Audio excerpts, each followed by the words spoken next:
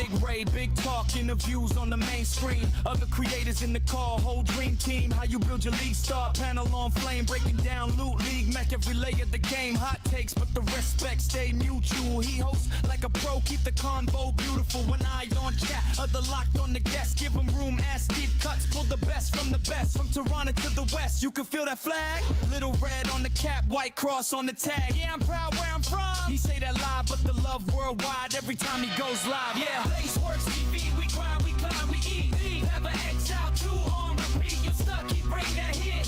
From the north, believe high, Canadian pride in the sky. Let's go, helping you clear that line. He the guide while the mobs all die. He the guide while the mobs all die. He the guide while the mobs all die. The niggas in the fog, he the waypoint lit. If your bill feel wrong, he will tweak that quick. From Act 1 rocks to the end game drip. Tight Blaze in the ball, watch your whole run flip. Blaze Works TV, we grind, we climb, we eat. Have an Exile 2 on repeat. You stuck, you bring that here. From the north to Napoli, high, Canadian pride in the sky. Let's go, helping you clear that line. He the guy while the mobs all die. He the guy while the mobs all die. All right. Good morning, gentlemen. Blaze Works. Blaze Works TV. Good morning, Rjack, Burb, Herminator, Mr. Combo. What up, boys? Path of Exile 2. We what? Yeah. Are we 100 yet? Soon, TM. Early today. Log in, load the screen, glow on his face. Act 1, he already 3 steps in the race track, going crazy. Yo, Blaze, what's the play? Pull a bill from the brain like try it this way. Fast maps, he mapping out routes like a tour. Yo, good morning, Matt. Over on YouTube. What's up, buddy? Spreadsheet mind, but the flow stay wild. Turn a new to a vet in the night in the heart that style. Stuck at the bar, he rewind frame by frame with it. You missing this flash, this roll, now you game ready. He the compass in the chaos, still cracking jokes. Rap maps, white key, but the aura stay gold. Blaze Works TV, we grind, we climb, we eat. Have the Exile 2 on repeat. You stuck, he bring that heat. From the north, that man believe high. Canadian pride in the sky. Let's go, helping you clear that line. He the guy while the mobs all die. He the guy while the mobs all die. He the guy while the mobs all die. Yeah. Big Ray, big talk, interviews on the main screen. Other creators in the call, whole dream team. How you build your league, star panel on flame, breaking down loot, league, mech every layer of the game. Hot takes, but the respect stay mutual. He hosts like a pro, keep the convo beautiful. When I on chat, other locked on the guest, give him room, ass deep cuts, pull the best from the best. From Toronto to You got a the west, superior gear strongbox. Oh, Herminator. I didn't know you were down that bad. Brother, let me give you some straps, bro. I have all the straps.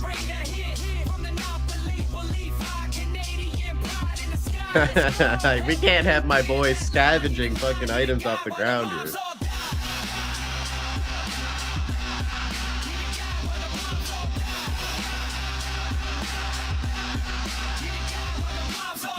In the fog, he the waypoint lit. If your bill feel wrong, he will tweak that quick. From Act 1 rocks to the end game drip. Tight Blaze in the ball, watch your whole run flip.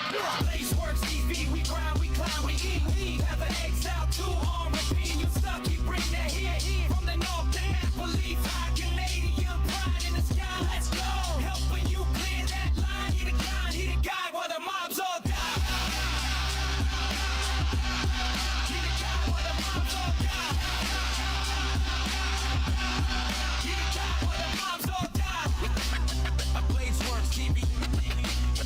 Blaze Works. Blaze Works TV. Yo, what up, Cogley? Yeah. Oh shit. What up, boys? How we doing today? Happy wait, today's Wednesday. Yo, damn, today's Wednesday. Holy shit. Hope you guys are doing well. Welcome in. So yeah, where have we been at? I think last time I streamed was Friday. Can I play a song? Nah, we're just chilling right now.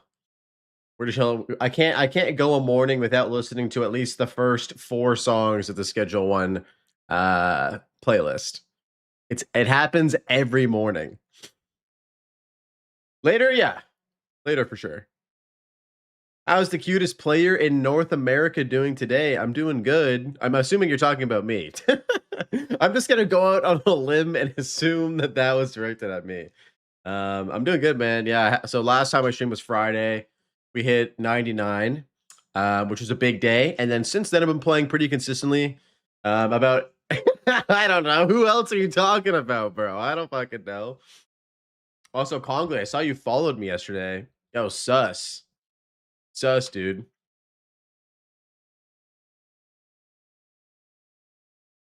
For North America? Yeah, I'm from Canada, bro. The intro song started when I tapped a breach. I wondered when the sound effect replaced with gangster rap. Speaking of sussy, bro, Tendo coming in here. Morning, bud. How you doing, man? Yeah, so Friday was level 99. And then I got to basically 35% yesterday. So I've been doing about 10-ish percent. So it was like Saturday, Sunday, Monday. Yeah, like 3 days or whatever. And then Tuesday, I had a Monday I had a tattoo appointment. And then yesterday was Brittany's day off. So we also did a bunch of shit yesterday, but I still played a lot.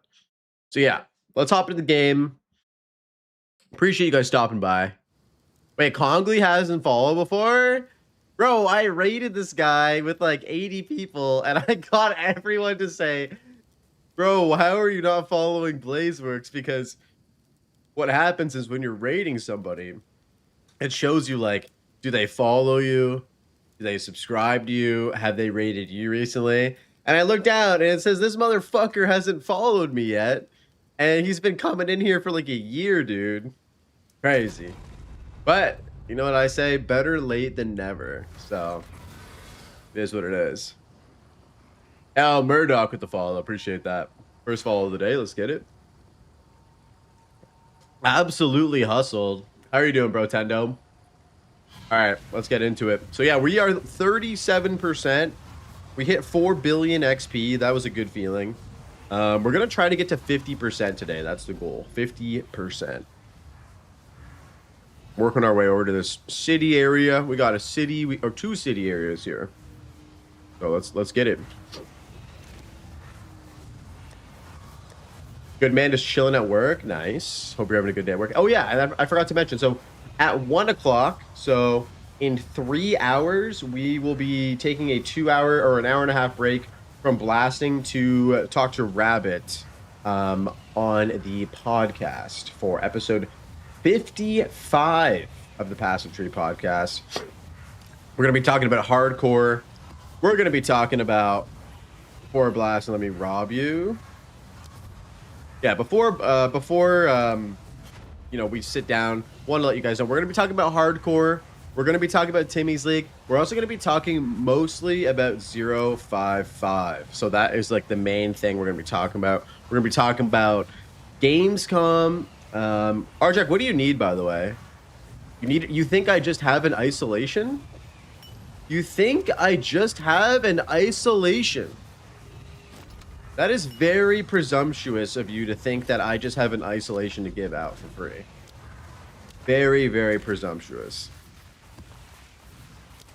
Yo, what up, Anton? Welcome in, man.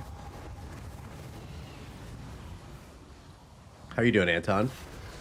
Yeah, I'm excited. I'm excited.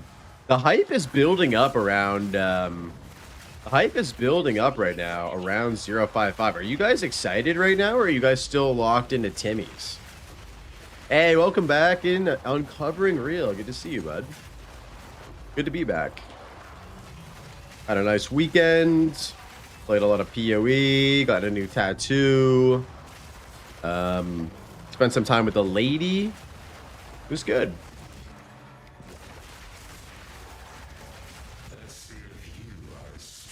Just made my first YouTube video where I one-shot the Miller. Yo, let's go, dude.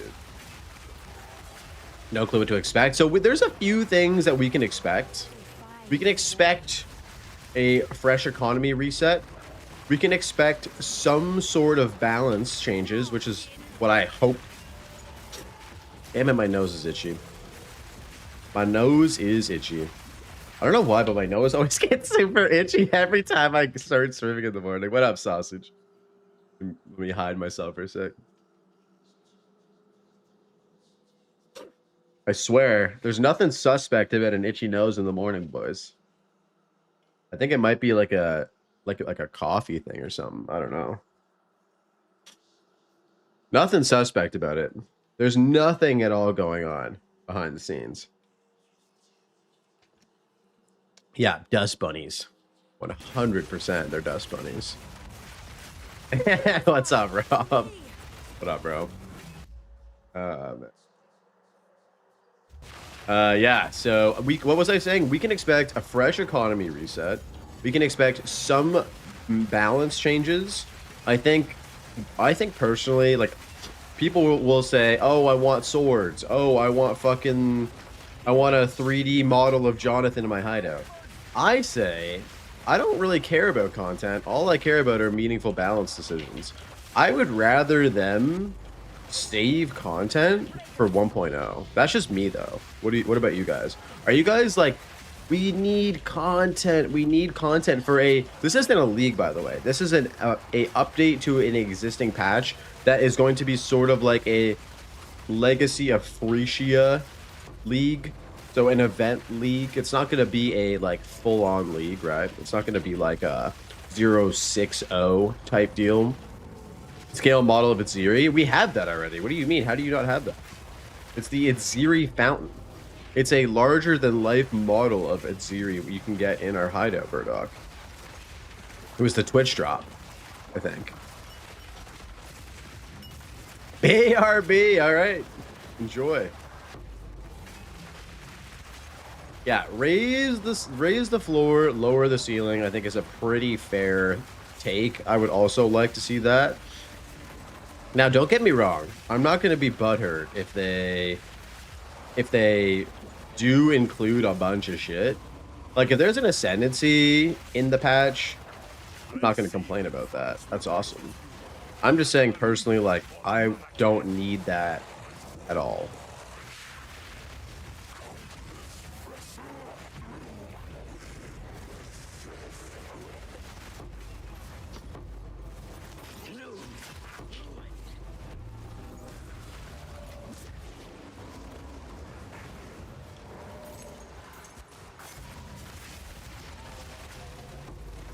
But yeah, because it's happening during Gamescom. So for those of you who didn't know, GGG on their Twitter announced an announcement.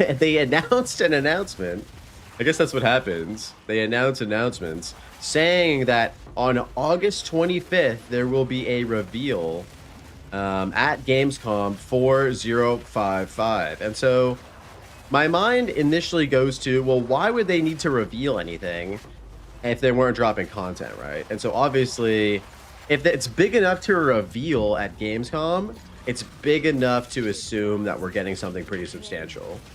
And so, yeah, I'm excited to talk to Rabbit about this. We're going to be going into this extensively, seeing what the homie has to think. He's also going to Gamescom because he is from Germany.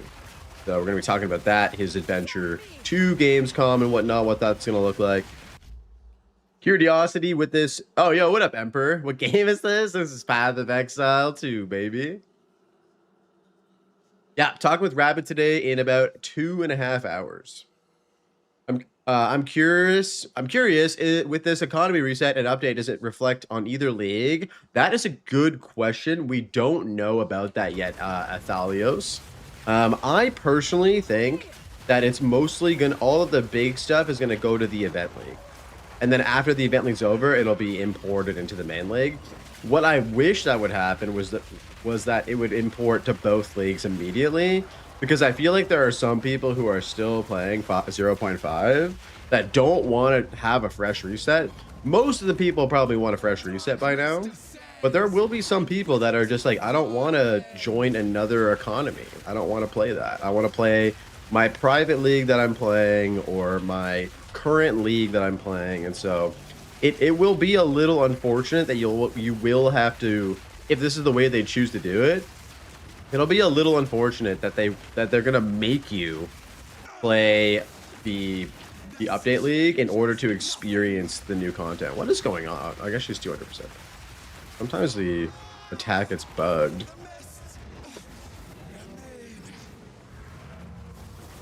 He's from Germany? Big surprise, eh? So yeah, that's my 2 cents. As much as I think they are going to not do this, I kind of wish that they would put whatever they do put in 055 into both leagues, into the event league and the regular league as well. What do you guys think? Do you guys think they should do that, or do you guys think they should keep it in just the event league? Where are my boys thinking about in terms of this? Sorry, my nose got super itchy this morning. What the fuck?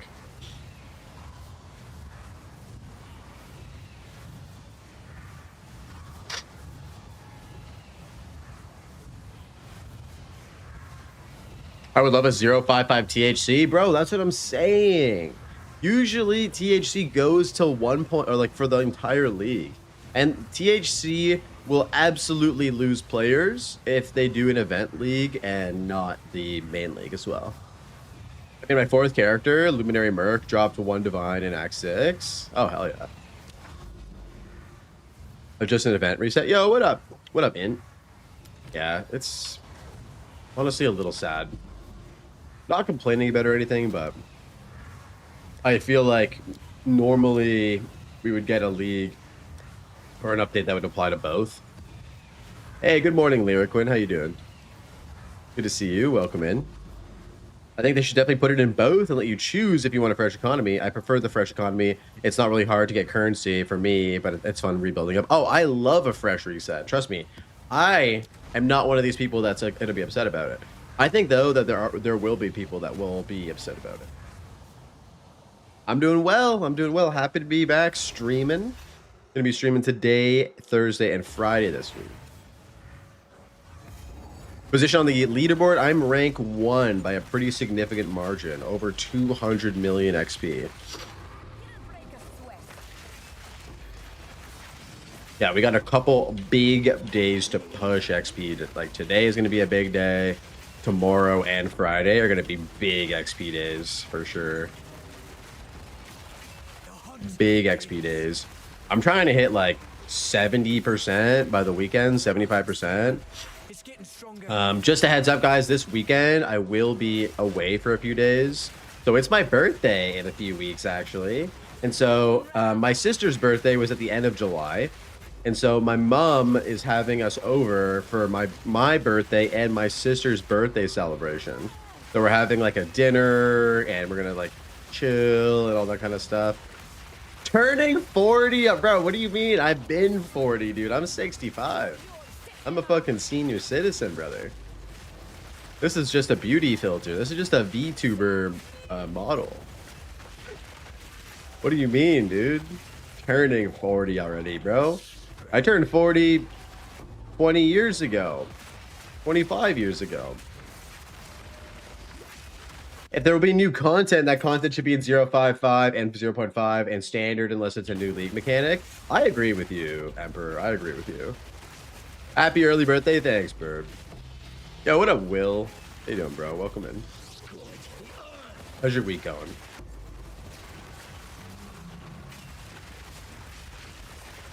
No, I'm actually turning 34. 34. Almost halfway to 40, boys. That's crazy. When can you say pushing 40? Like after you turn 35 or when you turn 35? Is that when you're like technically pushing 40? Holy, yo, Emperor with the 10 banger to start off the stream, dude. Yo, Emperor, thank you so much, man. 62 gifted subs to the channel. My guy, thank you. Early birthday gift, bro. That's very generous of you. Thank you. I appreciate that. 10 gifted. The stream's only been live for 20 minutes. Holy. Thank you very much. Hey, man, how you doing? Are you getting to level 100 then going for a new build? After I hit level 100, I'm going to be taking a break from PoE, actually, Chipperton. I'm doing well, though. How are you? Yeah, this is an insane grind. An insane grind. I do not. I'm already feeling pretty cooked about the game. But I have a goal. I'm determined to do this. I need to do this, right? Like, this is something that I need to get under my belt. It is a absolute must complete goal for me this league. And then I will probably be focusing a lot on YouTube video stuff. I have tons of YouTube videos that I want to make that I've been completely neglecting because I've been degenerately playing PoE 2 so much. So I'm probably going to take a bit of a break from gaming in general. With regards to streaming, I will still be streaming. I'll probably stream like maybe 1 or 2 days a week for a bit. I don't know what's going to happen. So for me, in my future plans, after next week, I will be really busy working. Like, I have a bunch of mural jobs that I've planned. And so I will be away from keyboard pretty much all of September. So I don't even know if I'm going to be able to play 5-5. Like, I really don't. I might just play like casually. But yeah. Yo, what up, Scythe? It is a mental battle. Absolutely. I appreciate that. Hold on one second. I'm just going to like rinse my nose or something. It's so itchy.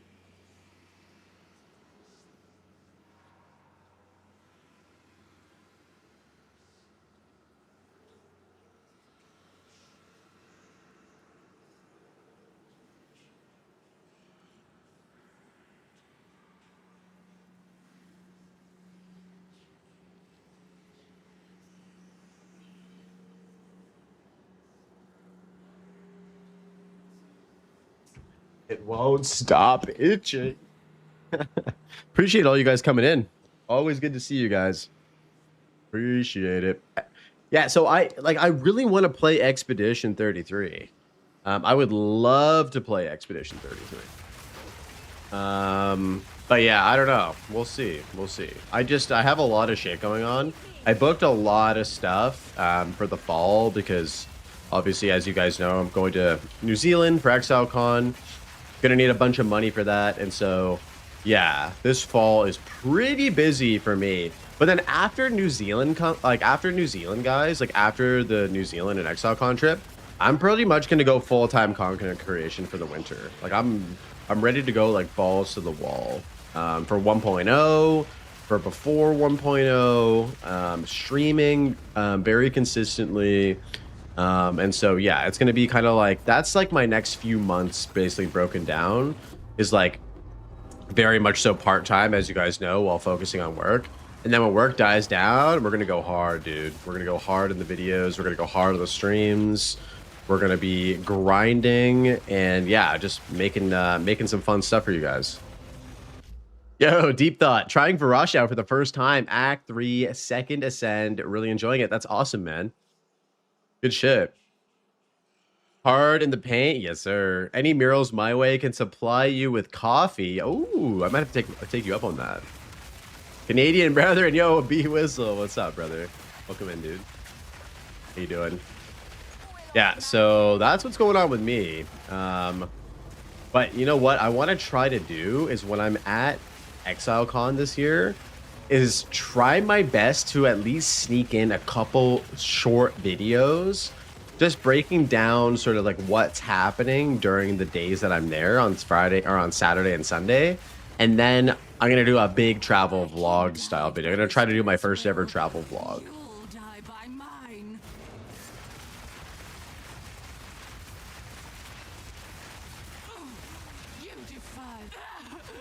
I'm finally off a help desk at work. Yo, good shit, man. We love a little bit of change in our day-to-day job. Please have an HC bug, Act 3 monkey slam my plant daddy yesterday, and now all I'm thinking is what character I can roll with gear in my stash. Do you roll the same character after rip? You can. It's a lot easier to roll the same character, especially if you have like gear that you have left over. So I would recommend, especially if you are newer to hardcore sanity, just go again with the same character and use the stuff that you had previously. It will help you on your next run for sure. When's a mural blog coming? I do have a mural second YouTube channel. It's dead though. It's a dead channel. No one watches it. I haven't made a video in a while for it. But yeah, it's dead, dude. But it's there. If you look hard enough, you can find it.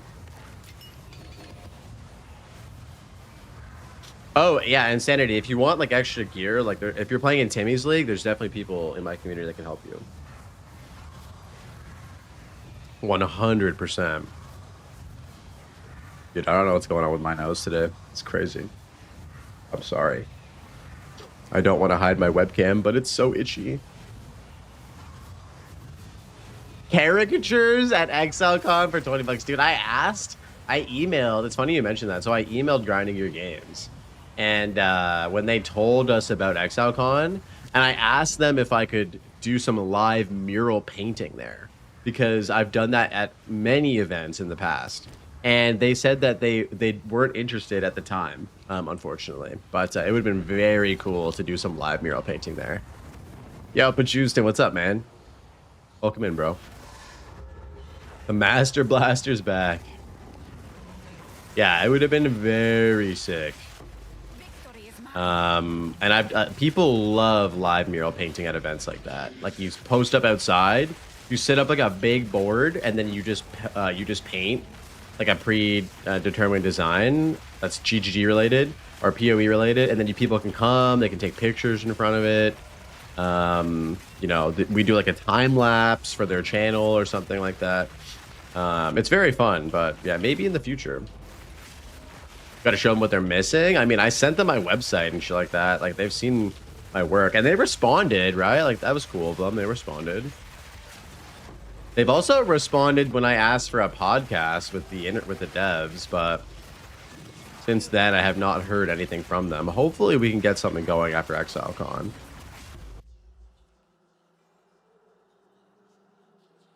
I'm gonna leave my camera off for a bit until my nose feels a little better. But yeah, so I don't know. I would die a happy person if I could have Jonathan Rogers, Mark Roberts on the Passive Tree podcast. That is like one of my like content creation bucket list goals. Absolutely. And I think it would be a really fun interview because it would be kind of a little different than what they've done in the past, where they've like completely just talked about everything that's going on in the current like update or the new update. Like I want to go back in time a little bit. Like I want to learn about Mark Roberts' story, getting a job at GGG and starting off in QA and working his way up to game director. Like this guy has an amazing story, right? Like he started doing quality assurance like 10, 11 years ago. And now he's the head honcho, one of the head honchos of these two massive games. It's amazing. And then Jonathan Rogers, obviously, like, same sort of thing, right? With Chris Wilson, starting the company, all that kind of stuff. Like, they both have really cool stories to tell. And I know they've told them before, but it'd be cool to hear it again within the Passive Tree podcast format. Same path as Pirate Software. The opposite. Some Giga Chat just listing everything for one wisdom scroll in their shop. Okay, Sanity. Well, let me know if I'm online and you're back. Come through the stream. We'll get you set up with some starter gear if you need extra help, Sanity. Dad quit GGG? Wait, who's your dad? Who's your dad? But yeah, so that's like bucket list shit. I hope that at ExileCon I'll be able to at least meet them, like shake their hand, maybe give them a little like nudge, be like, hey, like, you know, without being annoying or anything, because I'm sure they get this all the time and I don't want to be like that guy, you know, but be like, hey, like, you know, I would love to have you guys on my show.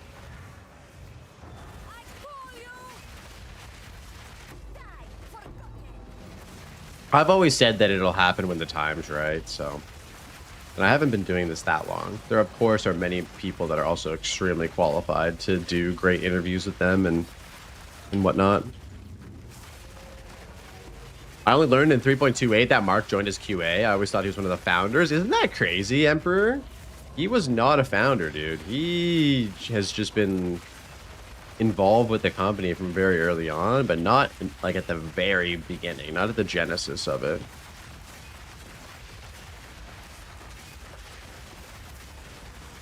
Hey, no problem, Sanity. No problem, man. Appreciate you hanging out while you're at work, bud.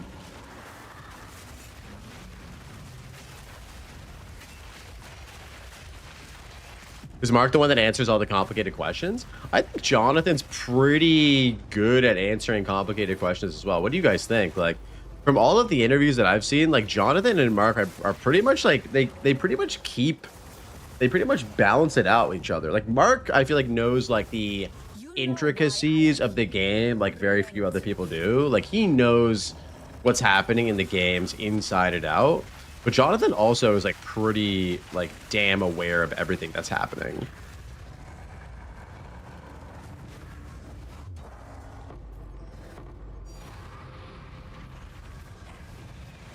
Ancient contempt.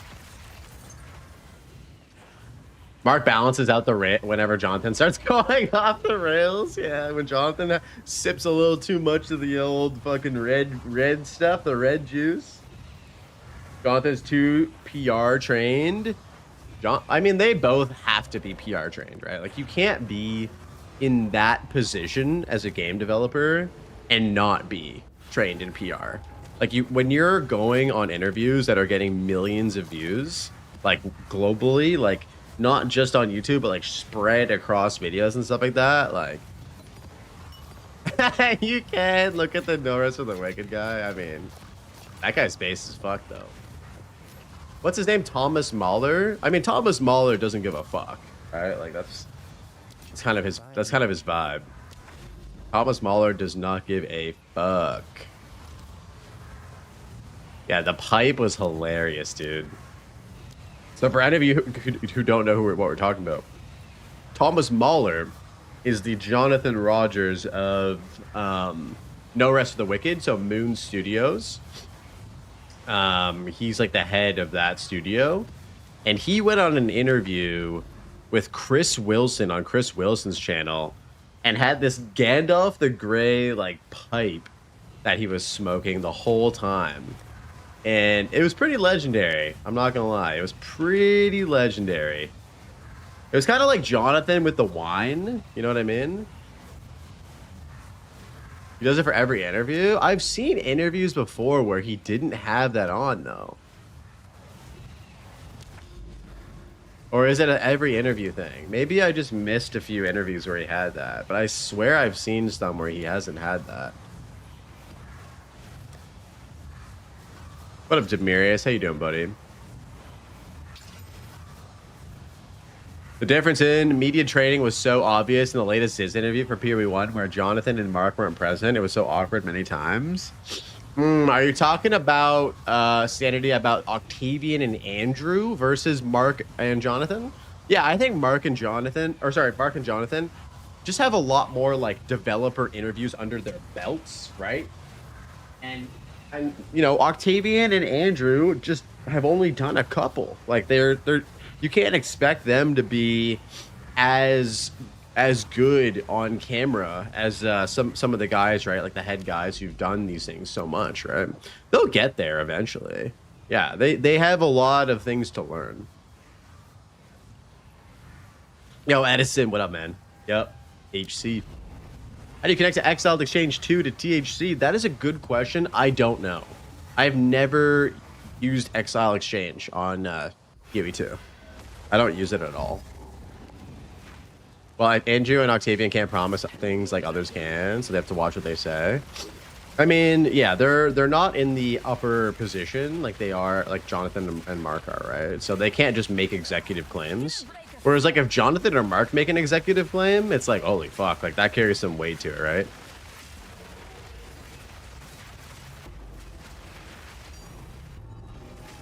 Hello, fellow exiles. Yeah, what up, Sporty Spice? What up, Cypher? Welcome in, guys. Yeah, sorry that the webcam's off. My nose is extremely itchy, and I've been scratching it like crazy. I don't know why. It happens to me sometimes when I start out my stream, so I'm just going to go cameraless for a little bit, and then when it starts to feel better, I'll just turn it back on. It might be allergies, honestly.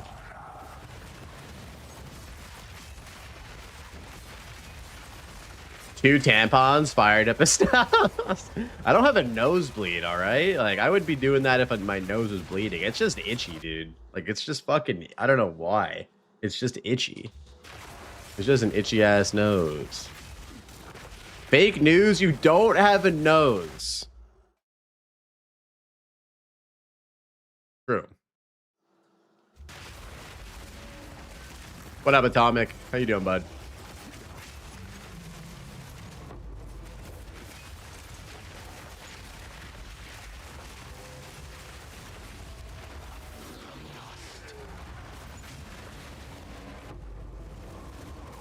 You just mogged, as the kids say.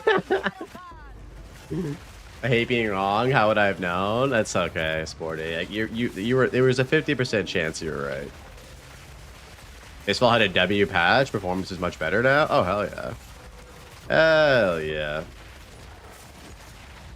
You put the league tag into the custom league field in Exiled Exchange. The tag is in the brackets after the league name. Oh, nice. Yo, Spaghetti, what's up, dude? Thank you very much. Welcome in, man. How are you doing? Yeah, we're looking to hit 50% today. We are at 38% right now. So big push today, big push tomorrow, big push Friday. Looking to probably end off around 75% this by Friday. And then we only have like a day or two, probably 2 days.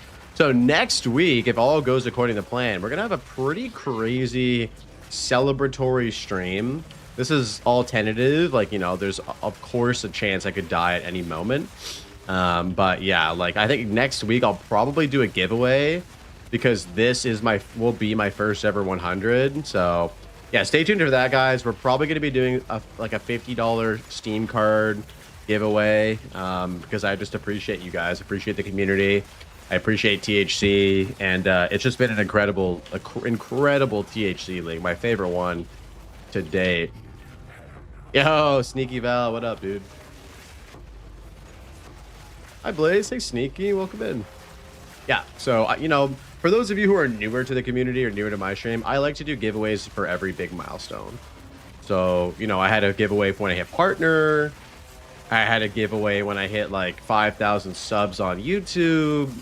And so, yeah, like, you know, I want to give back to my community because I wouldn't be here, right? I wouldn't be doing what I do if it wasn't for you guys. So, you know, if I can give you guys a little bit of MTX currency for a stash tab sale or to help somebody buy a new game that they want to play, you know, like that's the least I can do, right? Yo, Inku and Sneaky Val with the new follows. Welcome in, boys. Welcome in. I have noob questions. What am I looking for on a double corrupted skill gem? That's a good question. Anybody know what you'd be looking for on a double corrupted skill gem? I think for me, it would probably be like an additional socket or quality or additional levels. I want the passive point. I'm trying my best. It is I don't know if you've ever done this, Rebo. It is a long grind. This is a long grind. Oh yeah, you want the plus level and the quality. That's it, right? Because you can just use a greater or perfect jeweler's orb.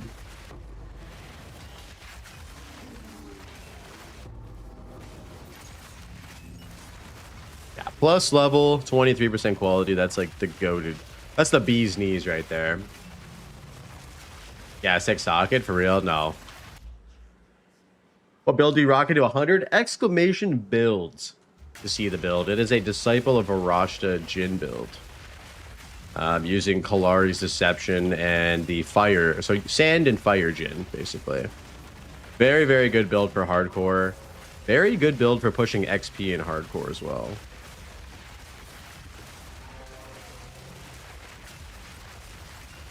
Yeah, take a look at the max physical hit. I'm actually going to change the vibes up now. Put on some oldies for a bit.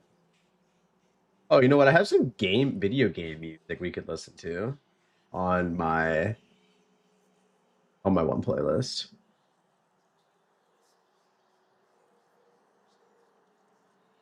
put on a little bit of dad rock.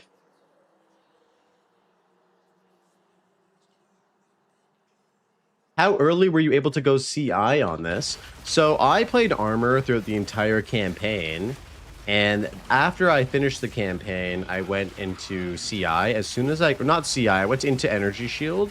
As soon as I got a good Vile Robe, and then my break point for comfortably switching to CI is around 7,000 Energy Shield. If I'm below 7,000, 6,500 Energy Shield, I normally don't switch. That is the threshold for me personally. My only 100 in PoE 2 is Temple League. Very easier, much easier back then. Oh yeah, everyone hit 100 in Temple League but me, because I refused to cheese XP with Temple. I just was like, I'm not gonna do this. I want to do it the old-fashioned way, you know, through mapping, and really hate myself. Yo, Kev, what's up, dude? I never did a snake strat. I also never did a snake strat. I never did a fully do snake strat. Yeah, armor, guys, for anybody who's new to hardcore, armor is your best friend in the campaign. It is the best defensive layer in the campaign by quite a large margin. Even if you spawn in this, or even if you're a even if you're a sorceress or a witch, you can still go armor and be tankier in the campaign than if you just go at energy shield. What am I looking at? 22k? Yes, you are looking at 22k energy shield and 79% Varashta armor is what you're looking at right now. While because PoE 1 historically armor is not. Yeah, the defenses in Path of Exile 2 are pretty funky right now. We talk about this all the time on the channel, but the TLDR is that armor is the best in the early campaign, and then it starts falling off towards the early end game, but then actually picks back up again in the late end game with a lot of investment, but it pales in comparison to how good energy shield can be overall. Like, my max fizz hit on this character is 26,000, and you just can't get that on a life and armor build right now. Like, having that big of a max fizz hit just is impossible to get. So I'm really hoping that my copium is that 0.55 introduces a significant defensive balance rework. That would be what I would love to see. I don't know if we're gonna get that, but if we go into 0.55 and people are playing life builds in hardcore and actually succeeding, like, that sounds awesome. I die level 30 at 80% armor twice. I mean, you can still die no matter what type of defensive layer you have. It's not like you're gonna, if you use armor, you'll just not die. But it'll significantly reduce the amount of deaths you have. I guarantee that. You said nerf melee? Oh no. Don't tell him to do that. I don't know if melee can be nerfed anymore, dude. How do you nerf something that's already at rock bottom, bro? Defense is like onions, you want many layers. That's a great way to look at it.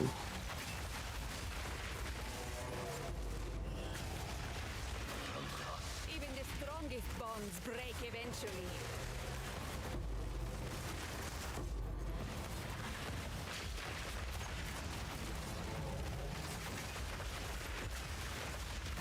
Yeah, if we go into 5-5, guys, I was kind of half joking about this, but I'm kind of serious. Like, if we do not see a big defensive shift in 1.0, and what I mean by that is making life either on the tree or viable on hardcore builds specifically, I might honestly start playing softcore, like softcore trade, because this shit's boring. Like, I'm sorry, but I'm not trying to be a negative Nancy or complain about shit, but like, you know, we've had the same defensive meta for almost 2 years, and it's just boring. I'm sorry, it's just boring.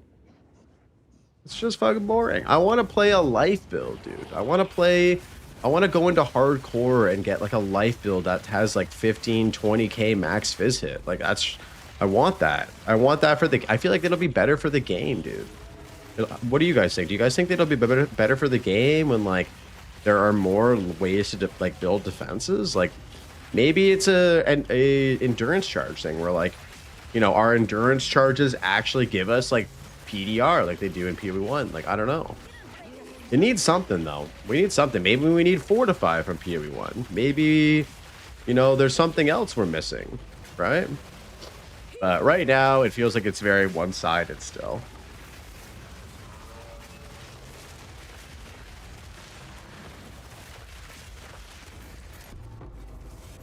Best life build at the moment is loyalty. That shit's getting nerfed, bro.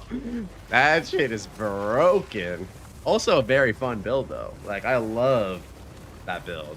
I love that build for two reasons. One, because it actually makes life viable, and two, because it requires a unique item to make it happen, which is always fun. Anytime a build is enabled through a unique item, it's very, very cool. I think mana stacking might be better than life stacking, to be honest, Sneaky. I really think that that might be the case.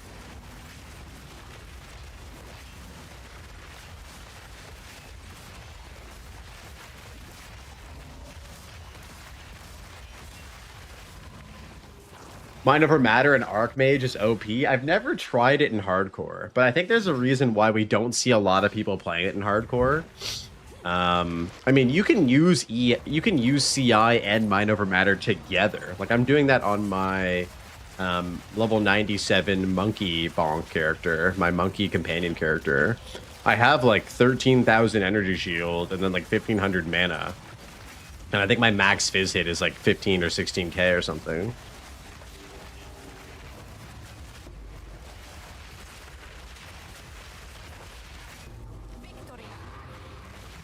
Yeah, I mean, I think that stems from Diablo, my enjoyment in Diablo 2, right? Where, you know, you pick up a unique item in Diablo 2 and you think to yourself, okay, what build can I make with this? This is a build enabling item. And so it was really cool to see GGG take that and run with it, especially in 0.5. Like, I mean, they've been doing that in PoE1 for years and years and years. But I like the direction they're taking it now, where these skills and these things are enabled via unique items, right? Like, those are really cool. This must be Brit playing. Really? Whatever, Rocco. I have my webcam turned off because my nose is super itchy, and I just don't feel like itching it constantly on stream.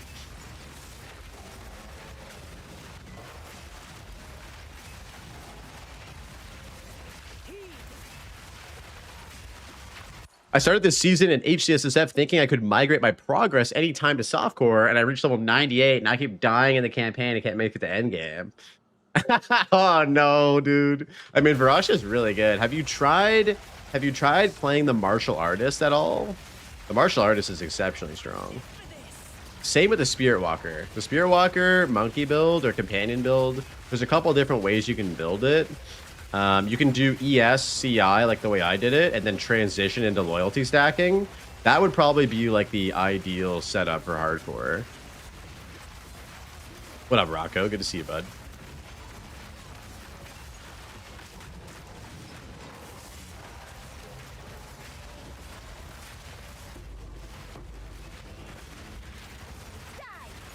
Yo, Braun Boogie with the follow. What up, Braun? Appreciate the follow.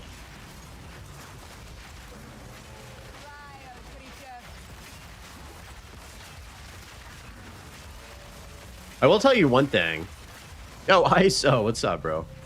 I will tell you guys one thing, though. When you do this grind and you prioritize doing city maps, you realize how shitty the majority of all the city maps are. Like, I get excited when I see a Sun Temple now. Because that is one of the best Val city map layouts, bro. Like, so, you know you're down bad when Sun Temple... You get excited to see a Sun Temple. Like, I haven't run some of my favorite maps in days because I've just been fully beelining it to city areas. Like, dude, I miss, like, a fucking... Like a... You know, a Rust Bowl or a Steep or whatever, or all of that shit. Like, I miss all those maps, man. Show all martial artist feels crazy strong. Yeah, that build looks cracked, bro. It trolled us with cities being the best juicers at the layouts and bosses. I mean, the bosses. I mean, it depends on the type of city maps.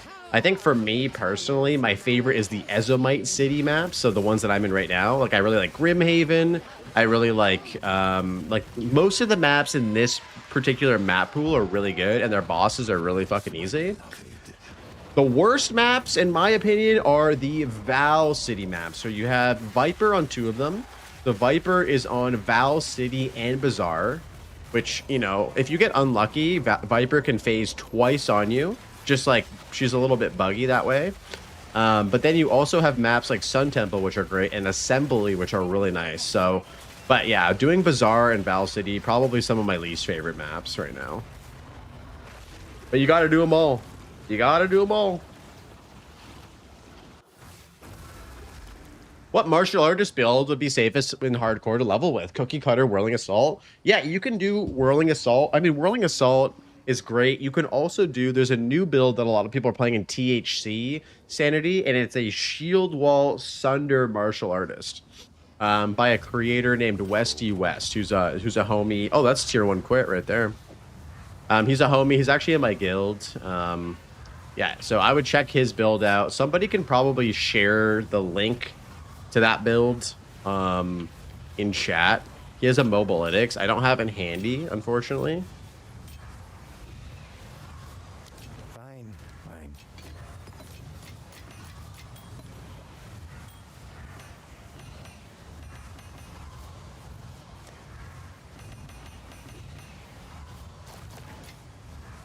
There it is. There it is. Thank you, Pajusin.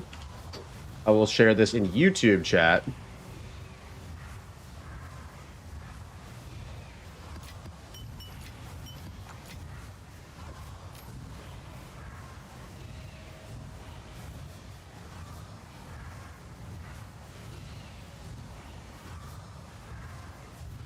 Yep, I just dropped the link for you, Sanity. Oh, dude, I love Hollow Notes.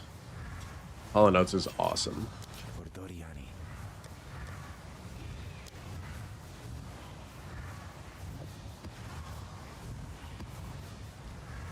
Wait, you're probably a fucking hit in the old in the old folks home. Hell yeah, dude. Bingo ain't the same unless I'm there, bro. Trust me. You wanna be in bingo night while I'm there. It's lit, dude. I really like to try out gemling in hardcore. It's so squishy in the campaign. You keep dying to stupid shit. So don't do gemling in the campaign. Do tactician grenades in the campaign. Self-plug, I have a pretty nice leveling guide for tactician grenades, and then swap to gemling later on. You gain nothing from playing the gemling in the campaign. There's no reason to. You have every reason to play the tactician in the campaign. It trivializes the game. And then when you get gear and currency, you can then swap into gemling and make the build of your choice. Spoon? What do you mean? Bro, this is basically SSF. What up, Shadow? Dude, you realize this is basically like bro SSF gear, right? I've been doing this with my buddy Sleepy, who is in the chat, maybe in the chat. He is one of the channel's newest VIPs, actually. I made him a VIP yesterday. Because he's been exceptionally helpful this league. Blaze not wearing a single item he made himself. That's crazy, bro. I made every item myself. I did it all myself, okay? I like learning shit here. Hell yeah, Sporty Spice. That's what we're all about. All right, guys. Okay, come on. We didn't get any handouts. I've been farming, dude. I've been farming. I've been working the fields. I've been plowing. I've been tilling, dude. I've been planting seeds. I've been harvesting. I've been farming, boys. Come on. Blaze taking a note from the AI creators. What does that even mean, dude? What the fuck? Farming the viewers? I mean, you know, we do a little farming around here. We do a little bit of farming. Farming sim off stream? Nah, fuck no. I've only done a few sims. Sims are kind of bad XP. Wait, do sims even give you XP? They don't, right?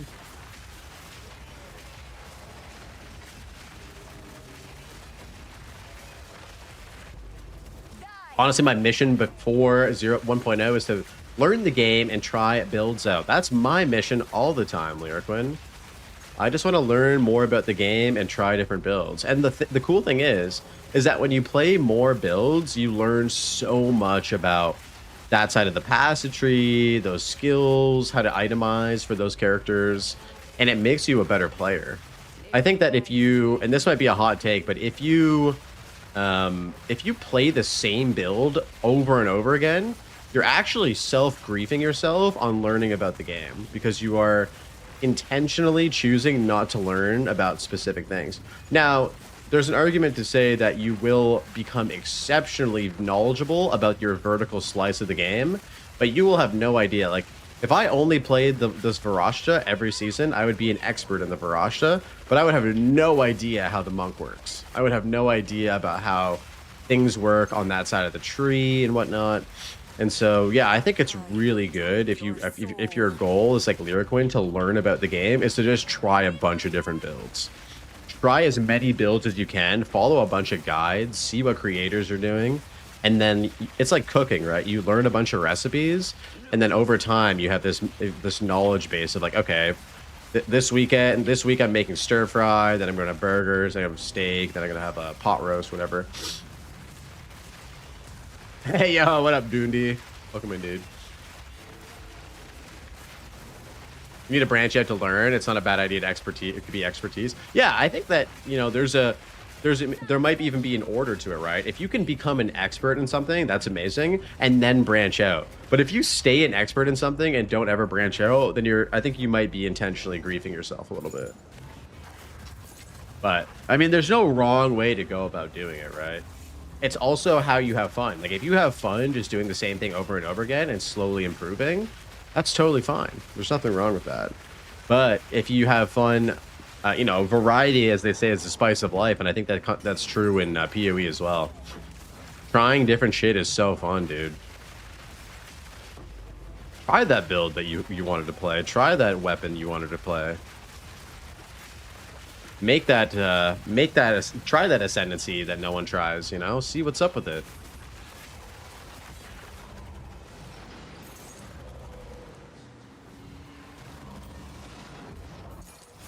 It makes you better at what will sell too. It 100% will make you a better economical player because you will know what items to pick up, what mods are valuable on what items, when to craft things, when to sell bases. All of these things are things you'll learn from just playing multiple characters. I mean, there's something to be said about not even playing these characters, but just being aware of what trends are happening in the league, right? Like if making money is one of your biggest goals in PoE 2, it is almost mandatory to know what the meta of the game is. You need to know what people are playing and how to capitalize off of making and selling gear for those characters. If you don't do that and you're just out here just trying to make money, you are also just gimping yourself. Gemming was good for that this league because everything was viable, and that's nice, right? Like, that's a good feeling. That's a good feeling, dude.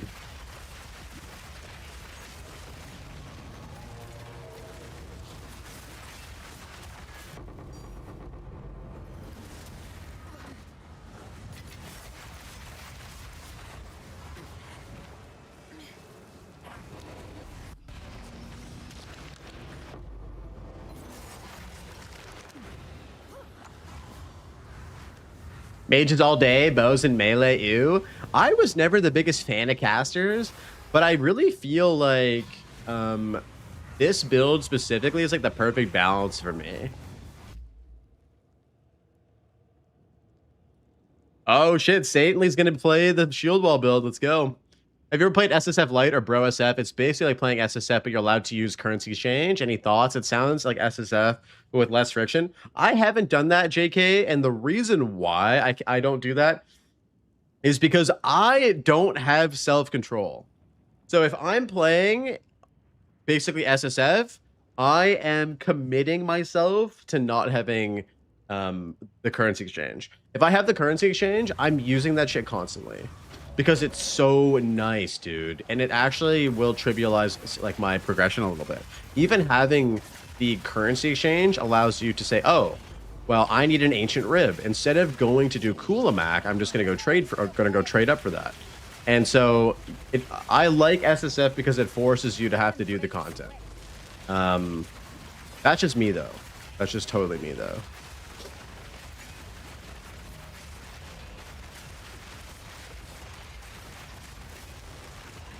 I'm not trying to hate on the currency exchange. It's amazing. It's so nice to have it. I know that I would use it way too much if I did like a bro SF playthrough.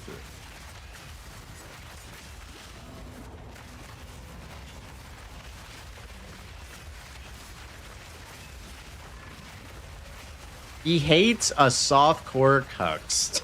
No, that is not the case, bro. Man, Shadow, I already said, dude, if defenses are bad in 1.0, I'm gonna play softcore.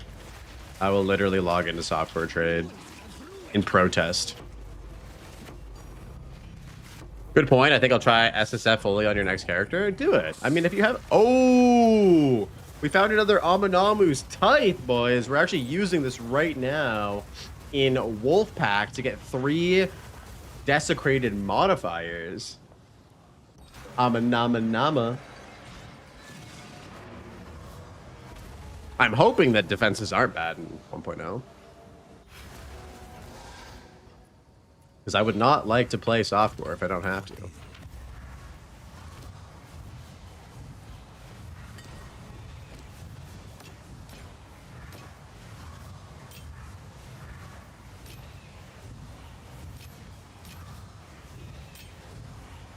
Fine. Fine.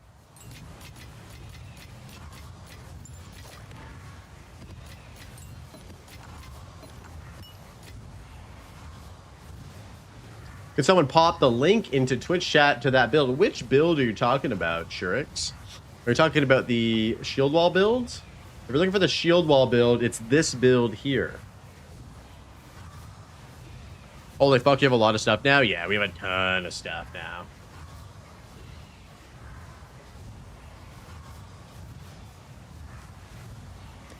Do I have any more tier 16 maps that I can run?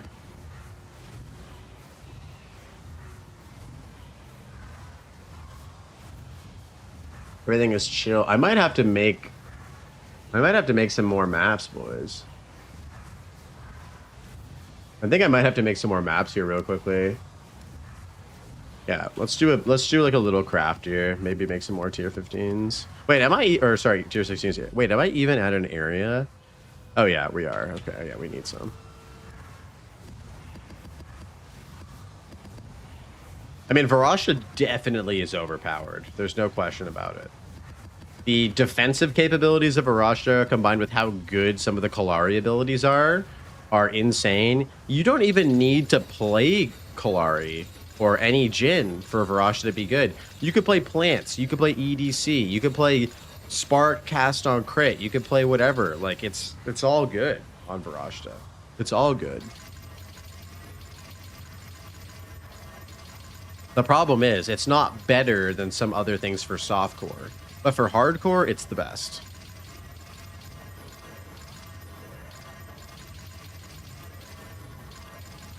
I really wish to see the builds of PoE2 devs. I want to see their 18 to 1900 life build that ain't strength stacking. It's terrible that 80% of the player list is gravitating towards major health pool, which is ES. Yeah, I'm curious about that as well, Giddy. I'm curious about that as well. Like, what are people doing on the life side of things? Yeah, I like Jins too. It is a very active playstyle. It doesn't feel like minions. It feels like you're a caster.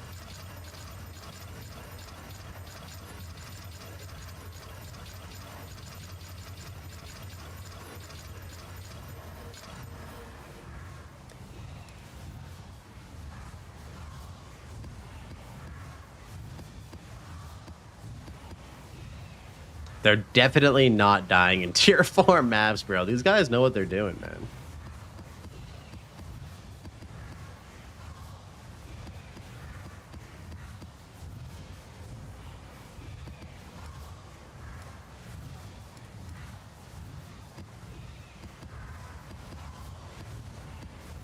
These guys absolutely know what they're doing.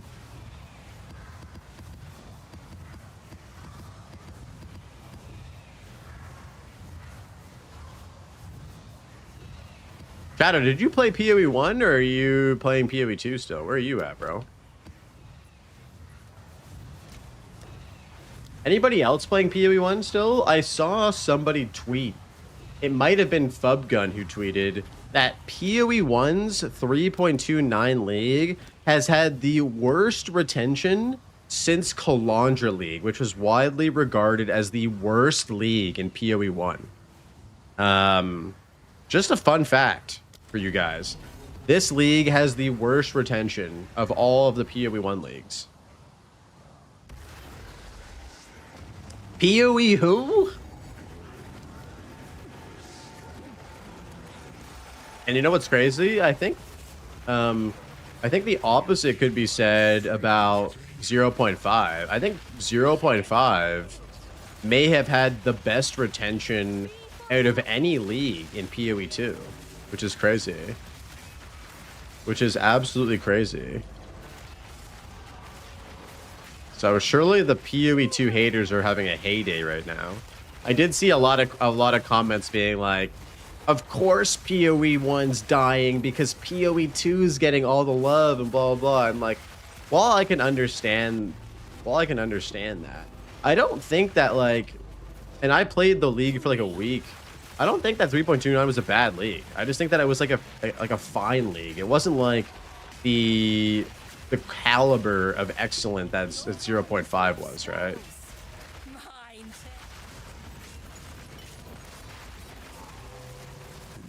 Yeah, like I like the voyages. I really like the all flame crafting.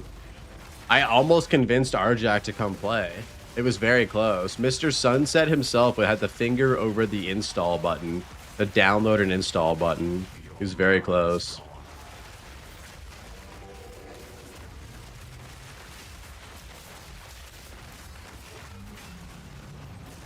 Oh, where is this guy?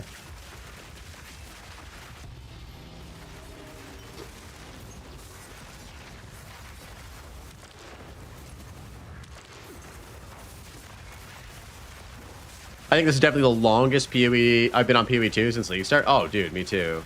Me too, 100%. This league has been an absolute banger. My favorite league by far. What about you guys? Does 0.5 scale up to be the best league for you as well? This is easily the best league for me. It goes beyond just the league itself. Like, the league itself is amazing. But also a lot of stuff happened for me this league. Like, I had a really successful build guide. I had interviews with Zizarin and Kriparian and Darth Microtransaction. THC 4 was fucking amazing. Like, it still is amazing. We're only like less than 2 weeks in. Like, man, there's been a lot of cool stuff. I'm hoping to go for my first ever Martyr in level 100. Like, I don't know. I wouldn't probably be doing this if the league wasn't super fun.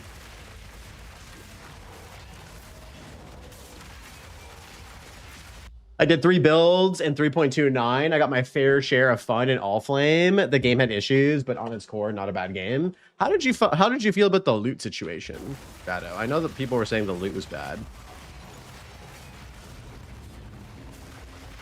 Yeah, 0.5 is something else completely. Yeah, it's really, really good.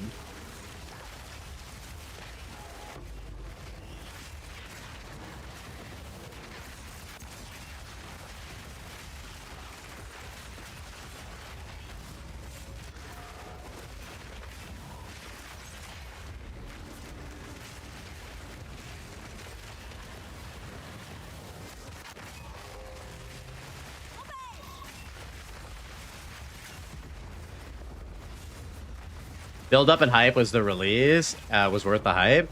You know what's going to be crazy? I think that 1.0 is going to get milked even harder. I think there's going to be at least a month after the ExileCon announcement to when 1.0 comes out, and they are going to be farming the shit out of hype and interviews and excitement and teasers and whatnot. Like, we thought that 0.5 had a long hype cycle. I think 1.0 is going to be crazy. Yo, Smurl, what up, man? Good to see you online. Been following your Varashta Ninja and you're still alive. Nice. Where are you at right now? Good to hear that you're still alive as well.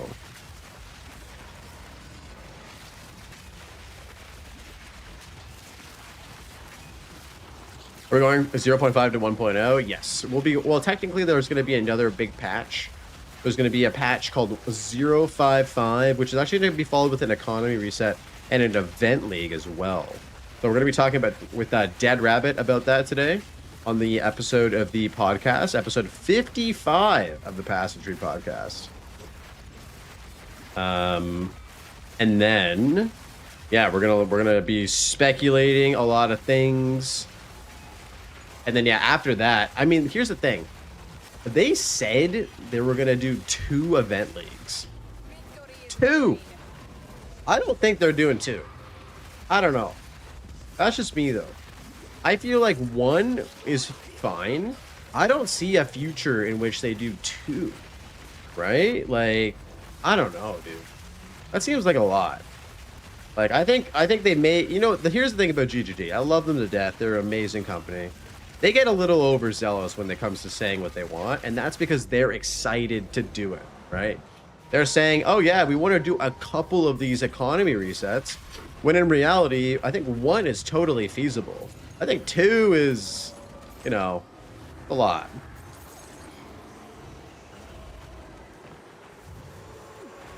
Yeah, they I mean, they do, and I can't blame them because whenever you hear, you know, Mark say, yeah, this thing is in a new galaxy from what we're doing previously, it's out of passion, right? It's out of passion for what they're doing. And they want to do as much as they can. So I can't blame them for it. I would rather them do that than not say anything at all. Like if I had to choose between both.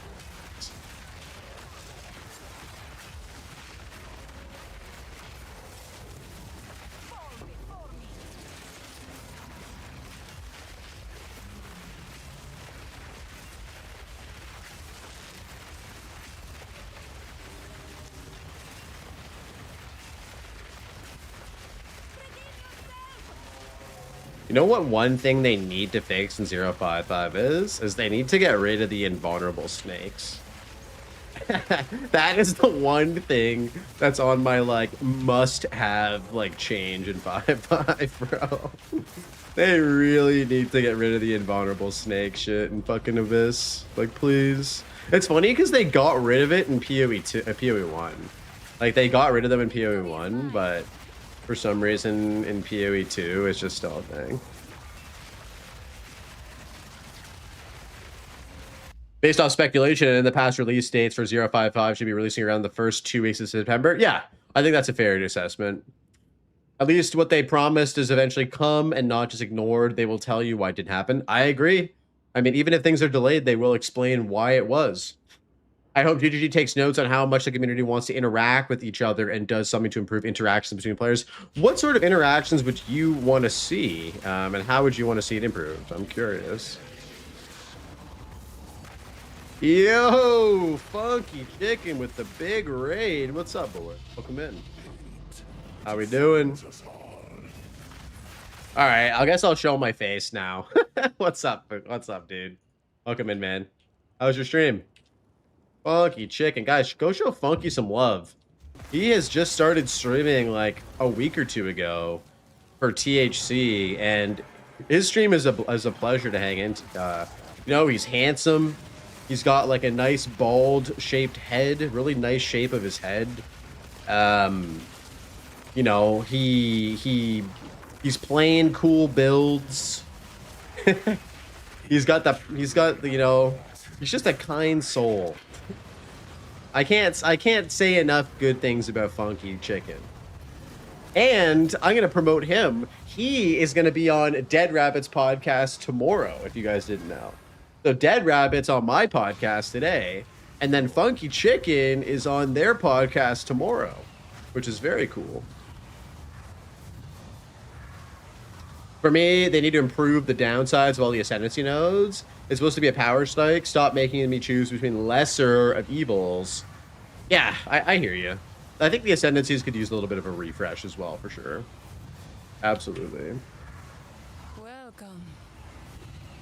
Have an order. I agree with that take. What's new? I especially think some of the older ascendancies definitely need a little bit of a rework.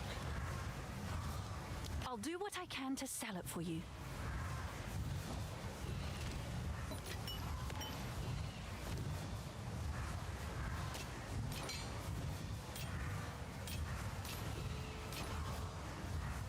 Goodbye. Man, this song is such a banger. A classic. Finding Funky Chicken during this league has been huge. I mean, he made his debut during THC. That's how you know THC is special.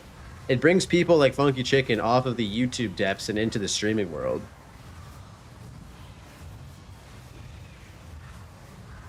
I think the wall I'm hitting in the league is crafting. It's still a mystery to me at this point in the game. 90 plus.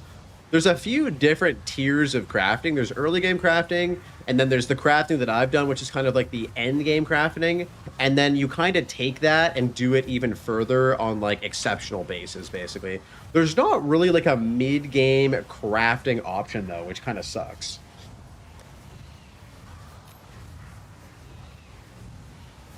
You're waiting for the tree hugger druid to drop. Is that going to be the final ascendancy for the druid?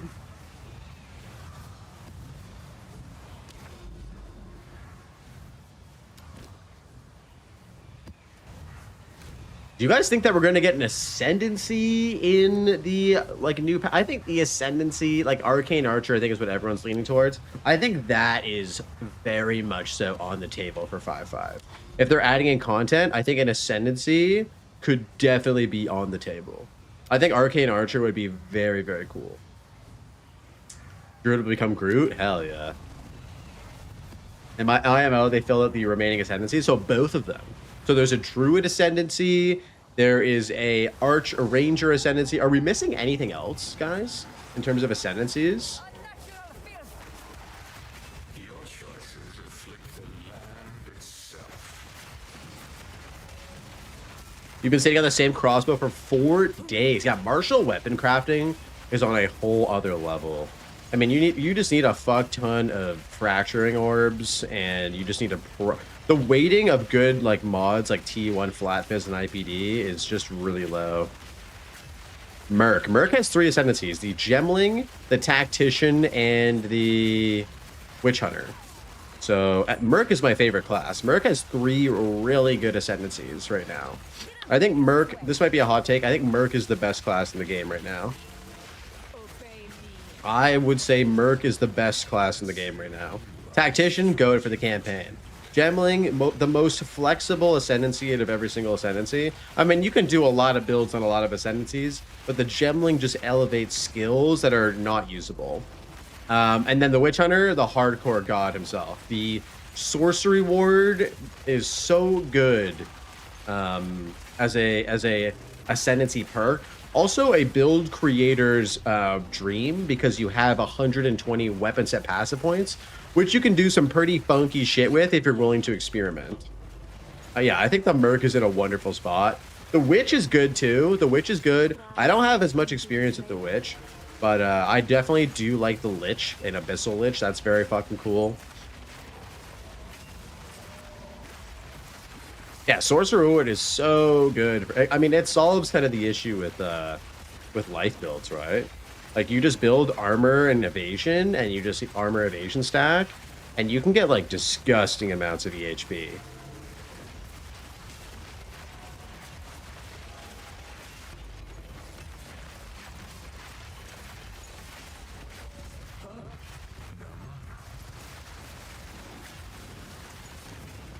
Shush, they're gonna nerf the Merc.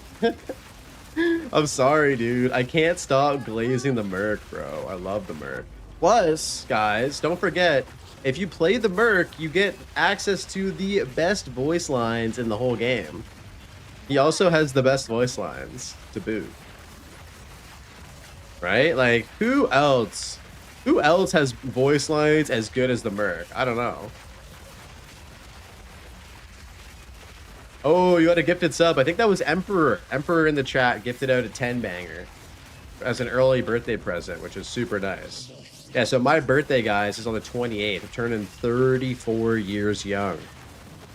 Pushing 40, boys. Witch would be close. Witch had some really good ones, too. I prefer the Merc over the Witch, but the Witch is definitely my second favorite voice lines.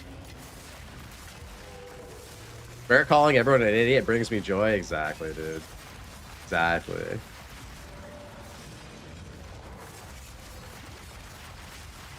By Varashta's will. Here we call anyone over 30 uncle. That's out of respect, right? Like, you're not calling someone uncle ironically. You're calling someone uncle out of respect, right? You can call me Uncle Blaze if it's out of respect. If you're trolling me, then fuck you. If you're trolling me, then fuck you. Arjack, you know what to do. Which has Die Forgotten. I don't know how you beat that. I'm pretty sure that's the Sorceress. Donatello. Because my Sorceress do be saying that a lot. Lather up, said the Merc to the Queen of Filth. And that's only when you use Oil Grenade on the Queen of Filth. Oh, wait, no. I think that's only when you use Oil Grenade. When you use Oil Grenade with the Merc, he says lather up, bro. Like, come on, man. Like, that shit is fucking hilarious.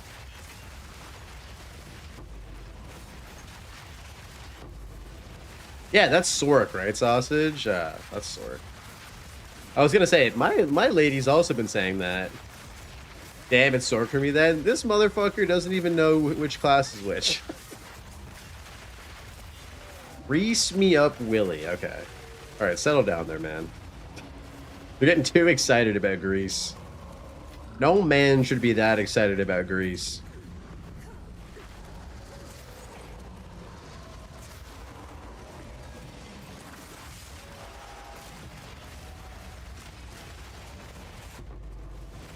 Grease is a good movie. I'm not gonna lie. It is a classic. DD has entered the chat. Oh no. Oh no, dude.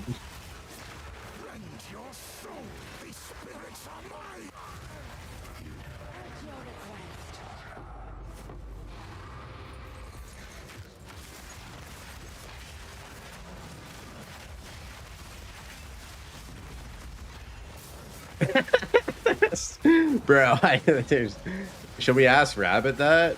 Do we get Rabbit's take on that today? Should we talk about that? No, we probably shouldn't talk about that. There's a lot of hype around 5-5, guys. There's a lot of hype around 5-5. If you thought that 0.5 wasn't a hyped enough league, somehow they're making it so that a patch within a patch within a patch within a patch is being announced at Gamescom.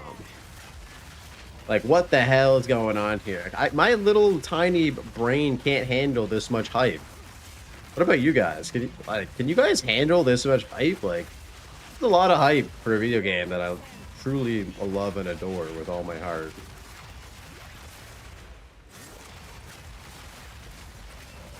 He posted some crazy Chronomancer message in Miso's chat. This is what happens when Rabbit stops streaming. He just becomes unhinged. He becomes an unhinged Twitch chatter. You think they're gonna drop a class? Nah, there's no way they drop a class, dude. I refuse to believe it. I refuse to believe it.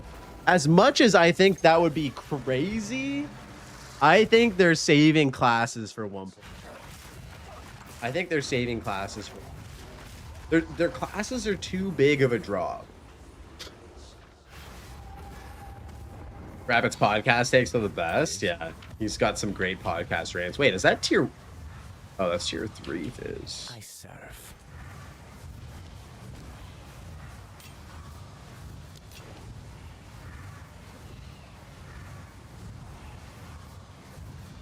They said they were okay with releasing 1.0 without all the classes. Yeah. My expectations for 1.0 is swords and daggers. Double class, double weapon, both melee. I guess all the weapons that are coming to the game are melee weapons, right? So we have flails, daggers, swords. I guess traps aren't really melee, right?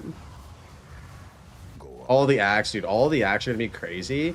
You know what? The axe are gonna be crazy because and axes. That's right, axes. I almost forgot about the Marauder, dude. Yeah. So you know what's crazy about all the axe being done is we get so many new layouts for the end game. We get all the new bosses, all the new monsters, and everything. And like the end game is gonna be even crazier at 1.0, right? Because there's gonna be so much more shit. And Ninja Stars. Yeah, what up, Falconer? Welcome in, dude. Ninja Stars? Are we getting throwing weapons in PoE 2? I mean, I wouldn't be mad about it.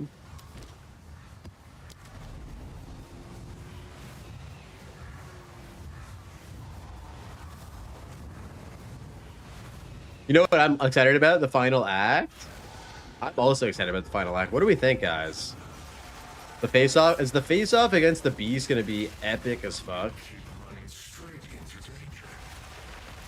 Do we actually finally get to fight Diablo in Path of Exile? Imagine if Diablo comes out of nowhere and gets infused with the Beast, and we fight some, like, evil, corrupted Diablo at the end of PoE 2. That shit would be fucking hilarious. Worldstone Keep? Dude, that'd be wild. Imagine there was, like, a secret area where you could go to the Worldstone Keep and fight Bale and PoE, dude. Oh, that would be so funny. Yo, what up, Maximus? How you doing, man? That would be hilarious. We commune with the Beast? Yo, what if there's a secret ascendancy, Funky, for like the for something, right? Like the gem. Imagine if the Merc communes with the Beast, and that's how we get the Val Gemling Legionnaire, because it's you have a threesome with Ziri and the Beast, and you come out like a Val Gemling Legionnaire. Yeah, this is getting out of hand. I'm sorry, guys, who are new to the stream. I'm so sorry. We don't normally go this deep. All right. We actually do. That's a lie. You actually do, dude. You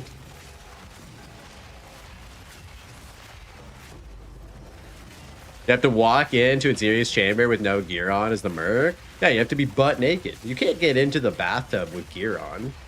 You're gonna ruin your clothes.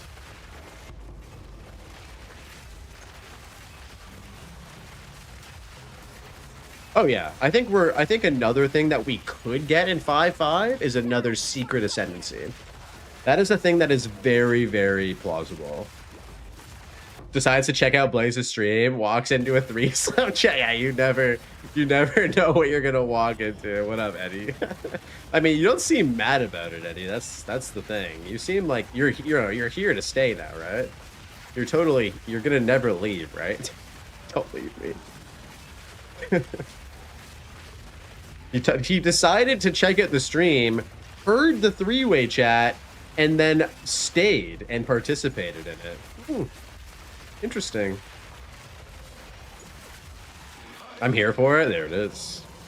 Yeah, no, I think on a serious note, kind of rewinding back to 5.5, I think a secret ascendancy could definitely be in the cards as well. I think we'll probably end up in the long run getting a secret ascendancy for every ascendancy or every class in the game. What do you use to proc the 30% damage if you've recently hit node? That is a good question. I think there's something in here that I do an actual hit with. I can't remember though. Let me see. There's something that counts as a hit. Pretty sure. There's something in here. Maybe like a support gem somewhere or something like that. That might just be a point that I've completely wasted as well.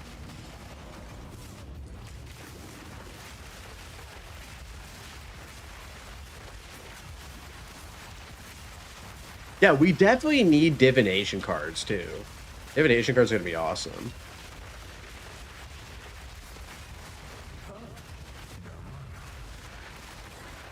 Are disciple abilities like spells? They are basically they're minion command skills, which are essentially like minion spells that you cast yourself. Yo, Eddie with the tier 1. Thank you for the 2nd month, bro. Appreciate the 2 months, dog. Thank you very much for the support, bro. Interesting. So all we have to do to get Eddie in here is to have some unhinged conversations.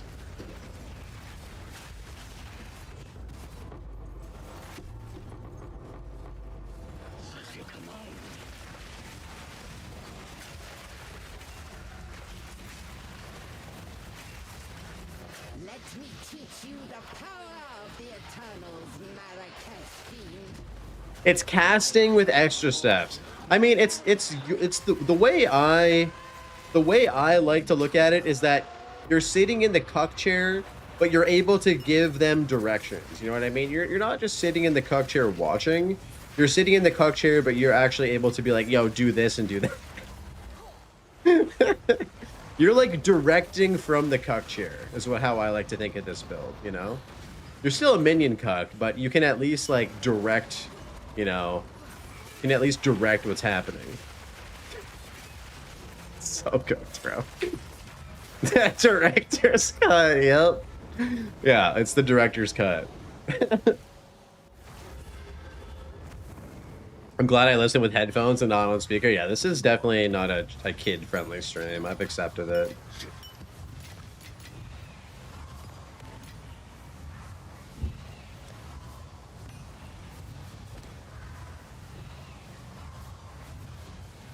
Hey, Funky, thanks for stopping by, man. I appreciate the raid. I'm looking forward to seeing you make your podcast debut tomorrow. Have yourself a wonderful evening.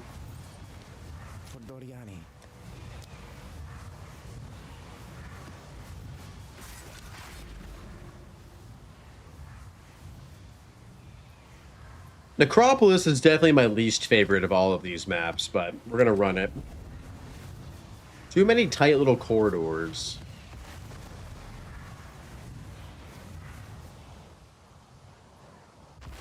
Necropolis is ass 11? I couldn't agree more. I could not agree more. Necropolis is trash. If they reduce, like, the amount of these middle areas and open this up a bit, this map would be S tier, in my opinion.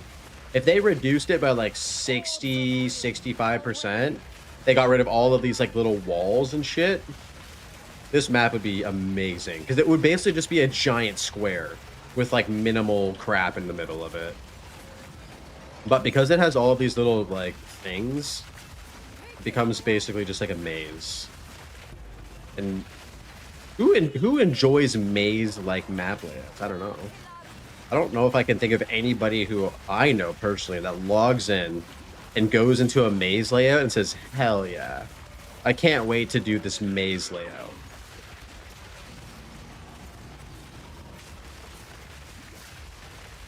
Confluence only league? Oh, dude, I miss Confluence. I haven't done a Confluence map in days because I've been locked to city maps, and Confluence is easily my favorite map. It is a beautiful, beautiful map. I mean, aesthetically, it's ugly as shit, but the layout is very ideal. Okay, we get it. We get it. How do I stay occupied in the next 2 weeks? Dude, do you have any games that you've been meaning to play, Kelsey, that you haven't played yet? I think now is the perfect time to log into a game that you haven't played yet. Have you checked out Grim Dawn? People are loving Grim Dawn right now. There's a new expansion for Grim Dawn. Yo, what up, Outrage? What's up, man? Welcome in. Good to see you, bud. Got to 100 already? No, we're 39% to 100 right now. 39%. The goal is to try to hit 50% today. That is the goal.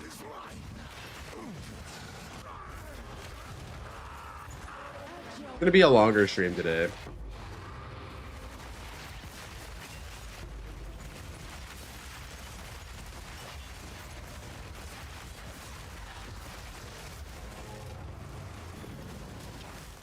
Two more months until no rest. Dude, this fall is crazy for video games. Like, it's not even fair how many good games are coming out this fall. Like, oh, A touch of luck. there's too many. And then, like, PoE 2 is going to have 1.0 in the winter. Like, we're going to be eating good this winter for gaming, guys. It's a wonderful time to be a gamer. Yeah, Valheim, Enshrouded, RuneScape Dragon Wilds, No Rest of the Wicked. I just became aware of Core Keeper having a new update as well. GTA 6, if you're nasty like that, like, it's crazy, bro. It's fucking crazy. A lot of these games are already out, Kongly, but they are all in early access, and all of them are reaching their 1.0 release date. So, you know, as PoE 2 approaches their 1.0 release date with hype and additional content, so do all of these titles as well. I mean, Raka, waiting for 1.0 for Enshrouded is a good call. There's so much to Enshrouded. GTA can wait for me. I'm not playing 30 FPS. Is it really minimum or maximum 30 FPS on console? That's cooked, bro. Even on, like, the best consoles? I don't know, dude. Imagine paying, like, how much does it cost for a PS5 Pro? Like $700-800? And then only getting 30 FPS on a video game. Like, what? Is that even fair?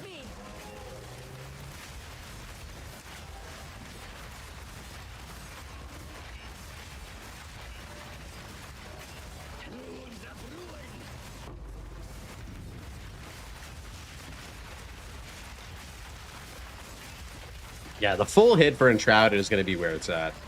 I got it when it first came out to early access, played the fuck out of it, and I haven't touched it since. It's one of those games where it's better to wait to experience it than to go back. I think that's the case with most survival crafting games.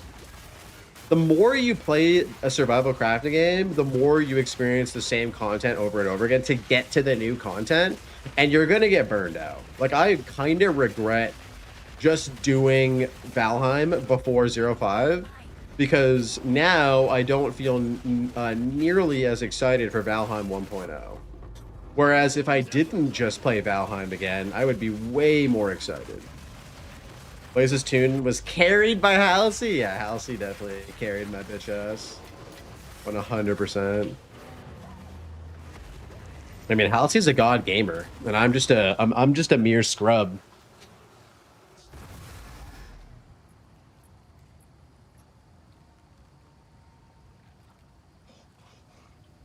That is fair, Sausage. If you buy a gaming PC for $800, you're not even getting... It depends on what game you're playing, but definitely not GTA 6, right? That is fair.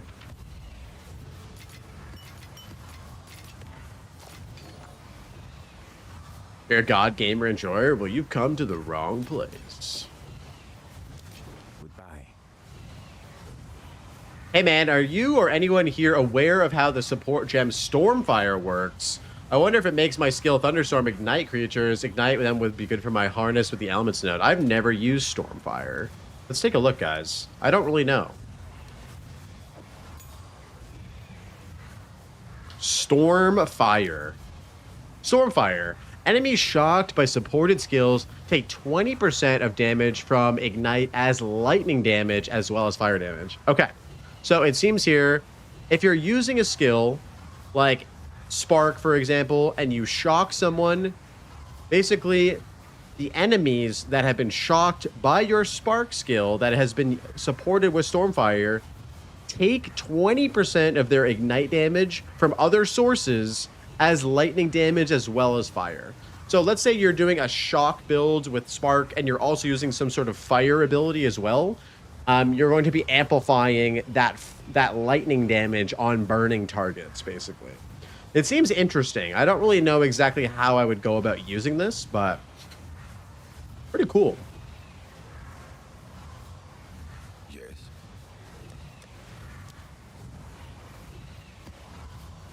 The support itself doesn't ignite. It would have to be the skill, a secondary skill. It's definitely something that's incentivizing combo gameplay, right?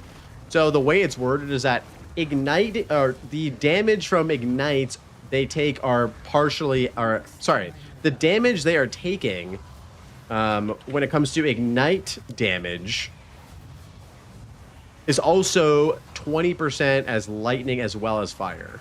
So enemies shocked by supported skills take 20% of damage from ignite as lightning damage as well as fire. It's not even extra damage. It's like converting some ignite damage as lightning. I don't know.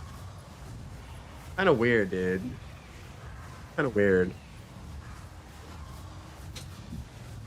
It is a weird ass support gem.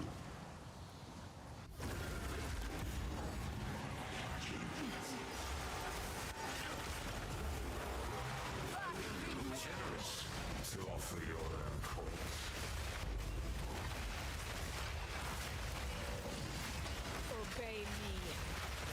Not real. You're not real. Not. Servant, arise. Sounds like an Infernalist angle to always ignite enemies. Yeah, I'm not sure. Weird text, but also I got so confused, especially because my English is not my native language. I mean, that's totally fair. That's PoE in a nutshell, right? Some things are very interestingly worded, to say the least, and they are confusing, even for me, as somebody who speaks English as their native language.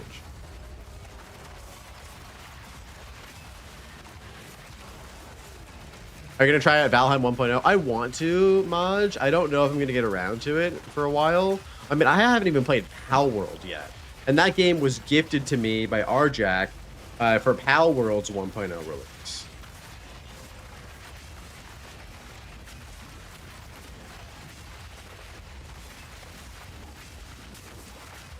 Yo, Sleepy, welcome in, man. I mean, the XP bar is filling up, dude. We're trying to get to 50% today. How you doing, man? Have you crafted any more T16s by any chance? We will get to it eventually. I totally know what you mean.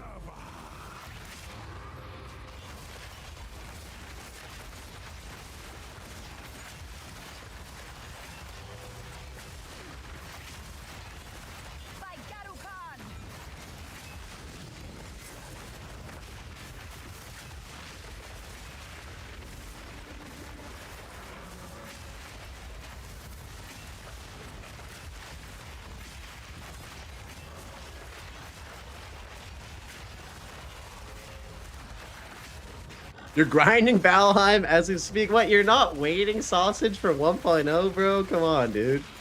You're either really into the game or you're gonna get burned out before the patch comes out, bro. Before the big release. You got a bunch of 15s ready to Val? Okay, that sounds good. Yeah, I've been scrounging for Val orbs as well. I've been selling everything for Val.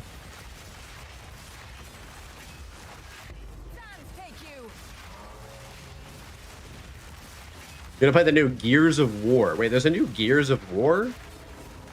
Probably not. I didn't even know that. I didn't even know they're making a new one, dude. Do you need to have like an Xbox to play it?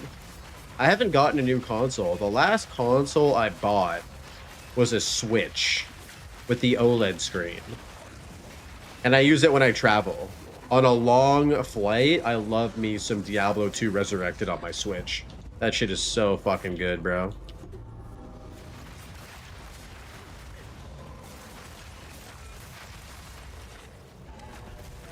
Did the Omen of Black butted? I think I do, yeah. Do you want one? We're trying to finish the Ash lands with the girlfriend. The Ass 11 lands? Hell yeah. Yeah, Valheim is so fun with the partner. Very, very chill. When me and the lady play Valheim, we just get so caught up in building, dude. What does crafting progression look like for early SSF? You want to take advantage of two things. Essences and abyssal crafting currency. Those are the two things you're going to want for early progression crafting in SSF.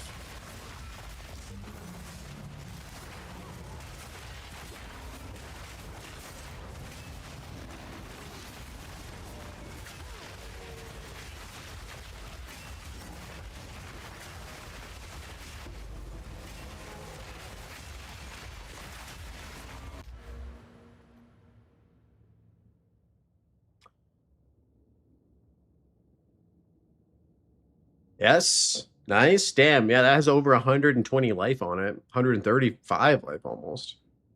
Solid amulet, dude. Crit, res, global.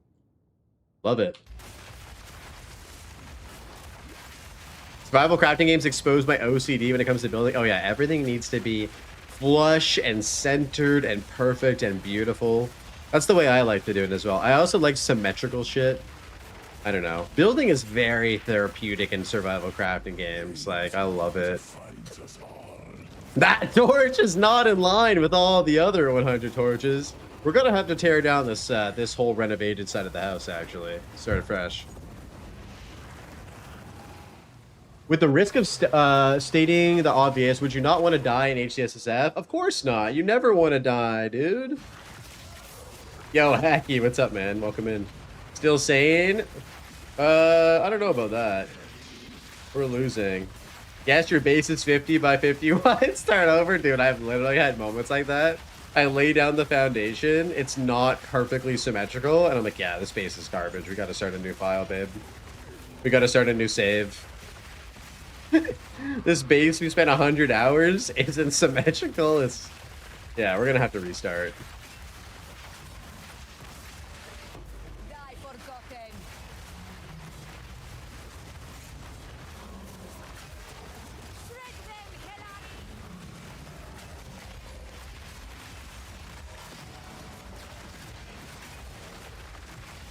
But yeah, not gonna play Gears of War. There are so many games that I need to play. Like, people have been asking me, many of you folks in the community have been like, Blaze, Expedition 33 when? Blaze, full Elden Ring playthrough when?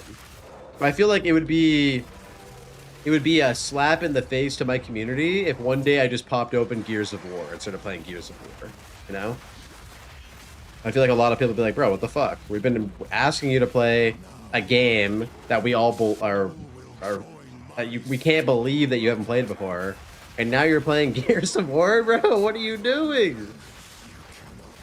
Gears of War is awesome, better than Halo. Yeah, I don't know. I really liked Gears of War when I was like in high school. Haven't played any of them since. I think Halo is like my favorite old like Xbox IP. I think that's a crappy IP now. But it used to be really good.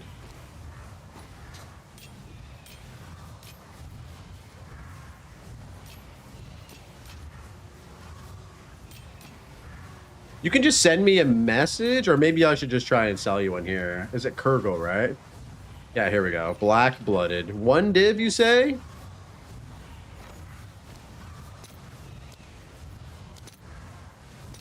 I'll fill that in There it as is. soon as I can.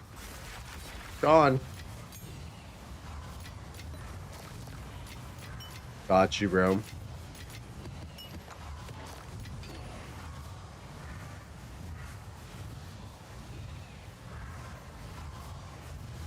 Blaze has a Dream backlog, Expedition 33, and Elden Ring alone. Yeah, and then Baldur's Gate 3 on top of that. Dude, if I can convince the lady to play Baldur's Gate 3 with me, that would be so sick. That would be so sick.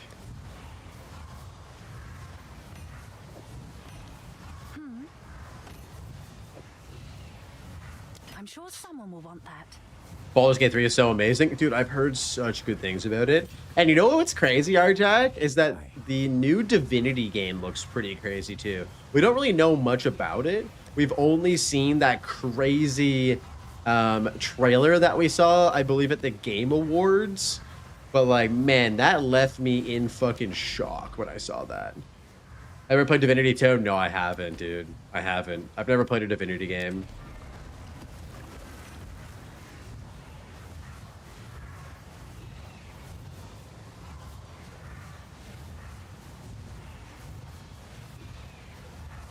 I've been watching a bunch of these Baldur's Gate 3 challenge runs. They're so funny. Oh, I love a good challenge run video. I might be cooked for this take, but Baldur's Gate 3 is overrated. Really? I've never heard anyone say that, actually. I think that is probably a hot take. I don't know because I haven't played it before, but most people, it's pretty beloved by most people. Okay, sounds good, Bufusey. I will.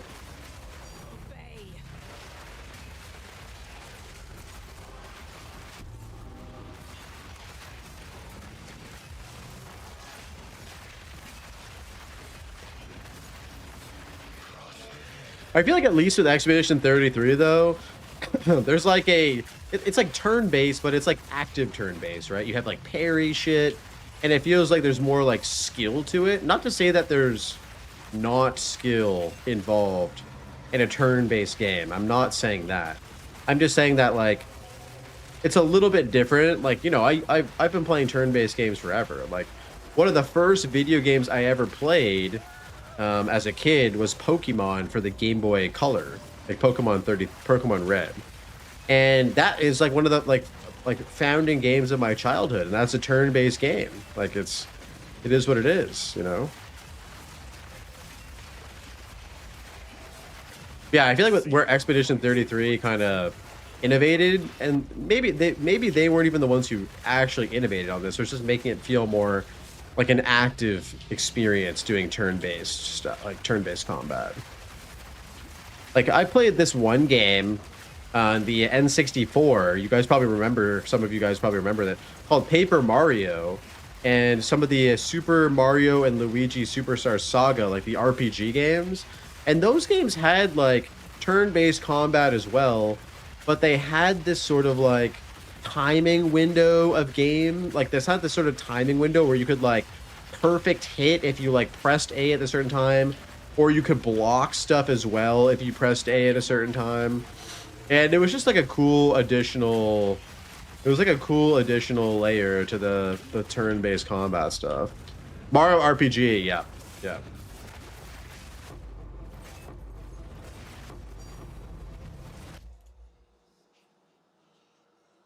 You can say there isn't skill in a turn-based game. That's not what I'm saying, though. You're just drawing a distinction between skill and knowledge. Unfortunately, English doesn't have a better way to discuss the difference between knowledge and challenge. Well, I'm not arguing that there isn't skill in turn-based. That's not what I'm saying. There's definitely a skill. It's just not mechanical skill is what I'm saying. Mechanical skill versus knowledge skill. But you're absolutely right, Dr. Keckle. There is a difference.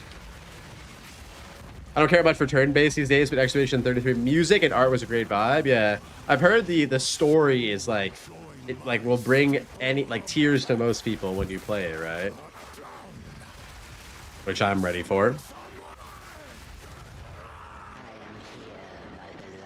That's literally what you just said. Oh, okay, yeah, I know. We're agreeing with each other. I mean, you're just basically repeating what I already said. Is all, you know.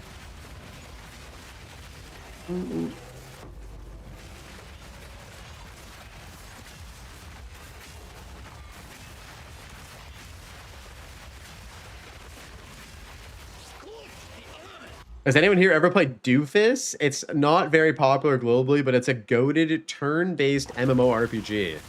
I've never heard of that game before, but I do love obscure MMORPGs.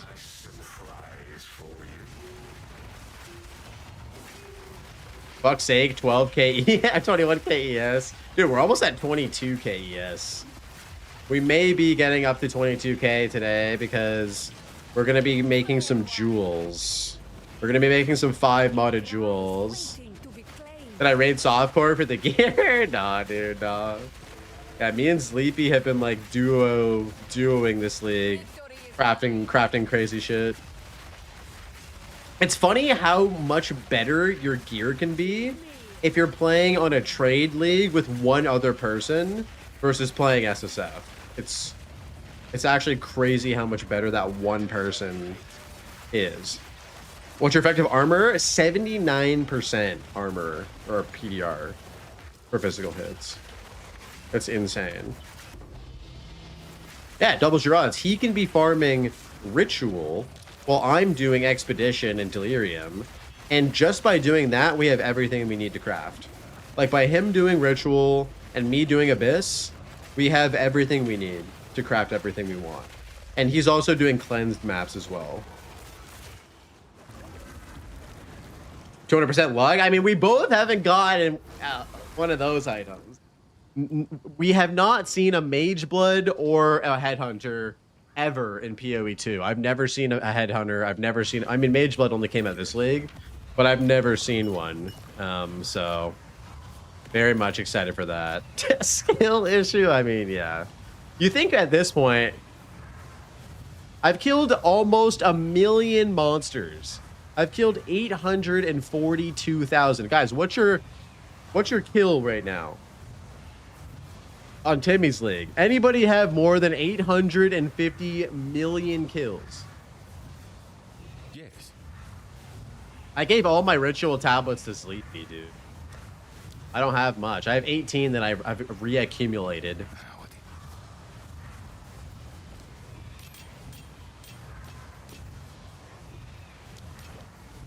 550 million, 222, 89,000. Dude, almost at a million kills, and I haven't seen a headhunter yet. This shit crazy, bro. This shit crazy. One killed in Mageland. Is the duo gameplay you mentioned is playing the same map or separated? Separated. We're not ever duoing together in a map. We're duoing together in terms of content for crafting, specifically.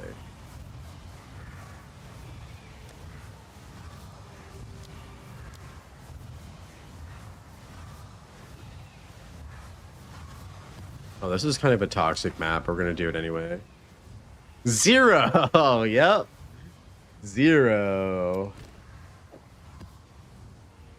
Duo on the map gives the same, more loot. I don't know if that's the case or not. I think it is. If you duo on a map, the map is more difficult, but you do get greater rewards. I'm pretty sure that's the case. Get 50% rarity? Okay.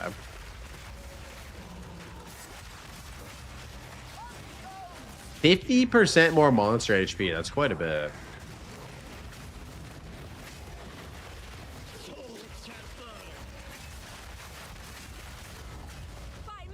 Did you craft your body armor? Yes, I did.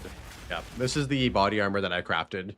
So we fractured T1 perfect rolled energy shields, and then we chaos spammed until we hit T1 hybrid, and then we desecrate Omen of Lighted with ancient ribs until we hit perfect T1 energy shield, and then we filled out suffixes with perfect exalt, and then hit the perfect essence of seeking for the hit against you has reduced crit damage bonus, and then we infusered it. Dead much? It's 5 divines? It's gotta be worth more than that, dude. Yeah, it's gotta be worth more than that. I think it's gotta be worth 6 divine at least.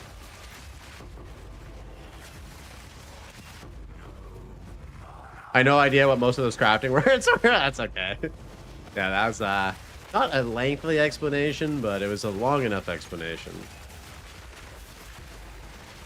1 augment. Take it or leave it. You have the same thing, except you tried to valid at 22%.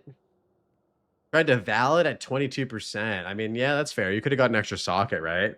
Ooh, tier 1 fire res. And you have max critical damage bonus. Yo, that's a really good body armor. That's really good. Is that Trade League hacky, or is that in Timmy's League? Where is that body armor from? Which league is it?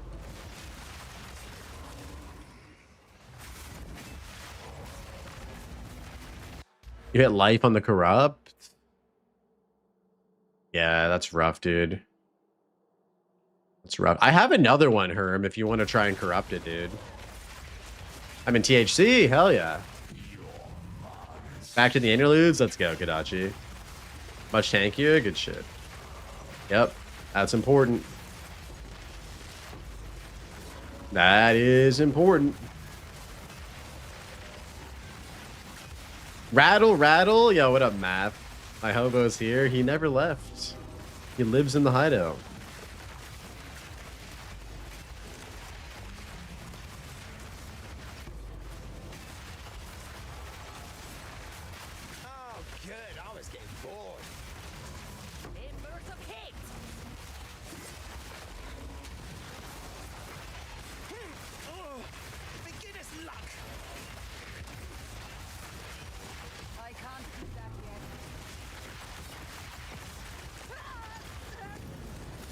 Have I spent all your rent yet? Nah. I'm accumulating your rent. Your one lesser jeweler's orb is going a long way. It's helping me pay off my mortgage, actually. So thank you for that. With 21k AES, you can face tank Arbiter mechanics? No. You cannot face tank Arbiter's balls. If Arbiter puts his balls on your face, you will die. Still with 21k AES.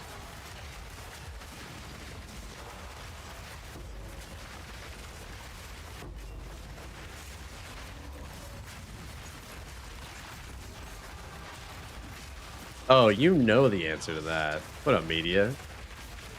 You can't on Varashta? There's a video on how to do it? I mean, I'm not trying that on hardcore. I'm good, bro. I'm good. Hell yeah, though. That's sick. The only thing that can face tank Arbiter is Armor Stracker. With fire, with physical damage taken as fire or fire damage taken as something else. How do you mitigate all that fire damage? It's got to be Smith and Katava, right? Smith and Katava Armor Stacker with like 90 all res. By my command. No? Oh, really? Okay. I'd be curious to see that. Ah, armor applies to elemental damage. Okay, you just have a giga amount of that with armor stacking. That makes sense. You can do it if you have Caltrax music in the background, bro. What song did he play for the Arbiter fight? That was epic. You remember, Ruzi, how much percent armor applies to elemental you had with that tank, with the tank it? Was it 300%?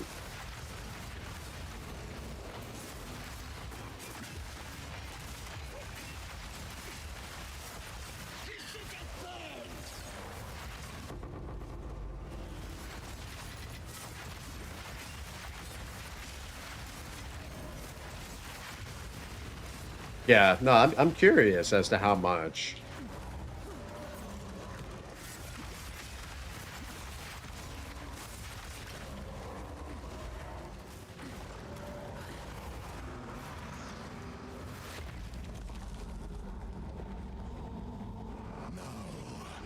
Your soul will join my steeple. What are these spicy wolves? Rend your soul. These spirits are mine. The eternal.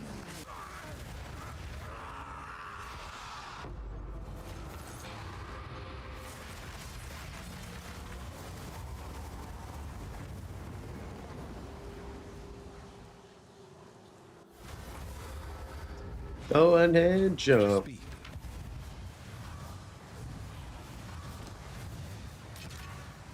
What time is the podcast? I believe the podcast is in 50 minutes. Yes, 50 minutes.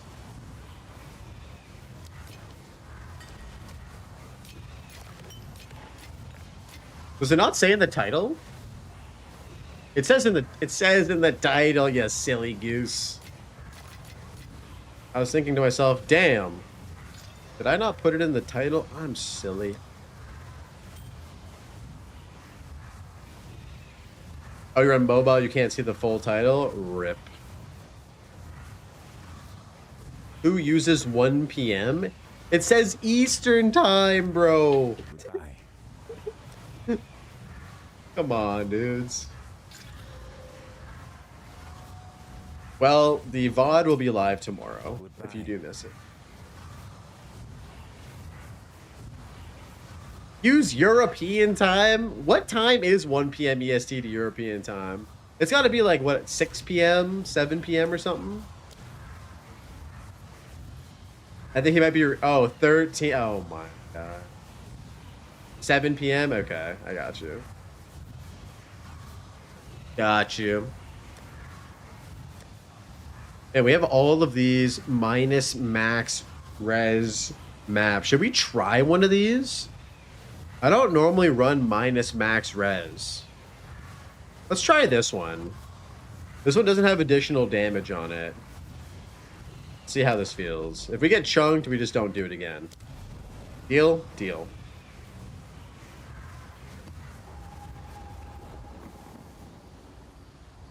I know I can do it, but it's a matter of just trying to minimize risk, you know what I mean?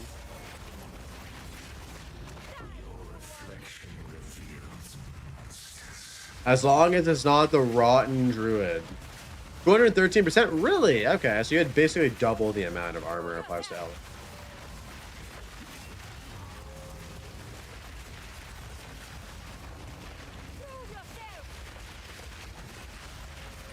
Damn.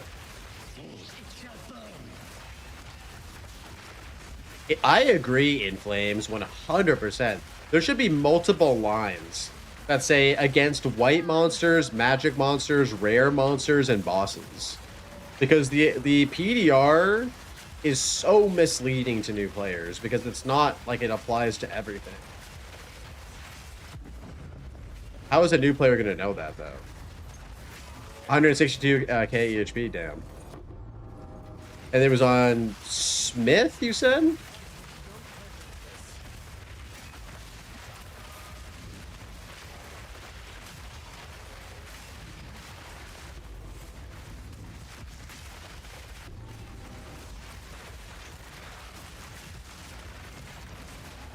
Oh, hell yeah. Man, I'm overdue for making a Smith. I wanted to do a Skin of the Loyal armor stacker, fire res stacker Ruzi on THC League, but I think after this character, I'm going to take a break. I'm feeling pretty PoE 2'd out. It's been a great league. I think I've played over 1,000 hours this league. I mean, heck, I played over 100 hours on this character alone. Where are we at? Where are we at on this character? 6 days and 52 hours played on this character only. That is crazy, bro. Get alive? I mean, you're not wrong. You're not wrong. Thank you for your sacrifice. My pleasure. It's my pleasure to try to be the first.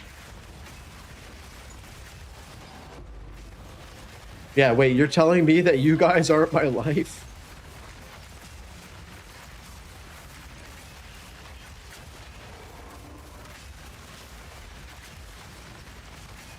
It's too burnouty? Yeah. I need to do it once. I need to get it done under my belt once. I've wanted to do it last league and I died. This is now my personal best that I've ever done, so... And I didn't want to do it with the temple. The temple felt like I was cheesing the 100 push. I'm not trying to shit on anybody who achieved level 100 with the temple. That's not what I'm trying to do. I just felt like, to me, it kind of invalidated the achievement a little bit because it was broken. It was a broken mechanic. It was a broken way to get XP and items. And it felt like it kind of was a little bit like, eh.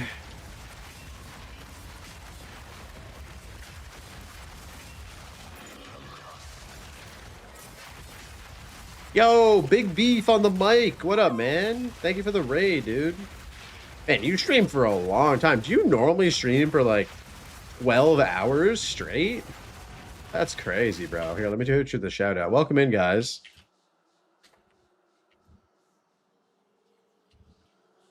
Thank you for the raid, Beef. Welcome in, boys. How you guys doing? We are just out here blasting 40% right now into level 99.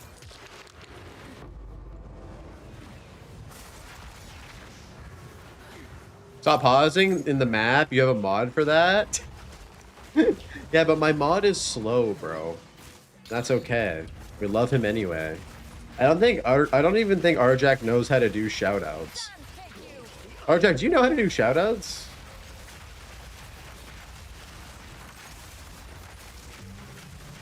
I don't think I've ever asked you if you know how.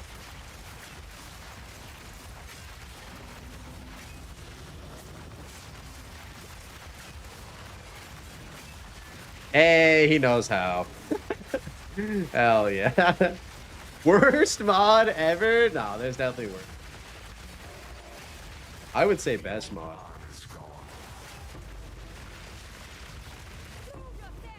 Alright, so back to Act 2? Hell yeah. That's 100% correct? No. I disagree. Grandpa Gaming has come a long way. He didn't even know how to ban someone, guys, before he started modding me for my channel. This man had never even banned or timed out anybody, dude. And then he got thrown into the ring of fire. He timed me out twice, so 10 out of 10 mod. Yeah, I mean, he should time you out more. With the shit you're saying in chat these days, you're getting close to a ban soon. I'm just kidding, bro. Bro has never looked at the command list. Yeah. Wait, there's a command list?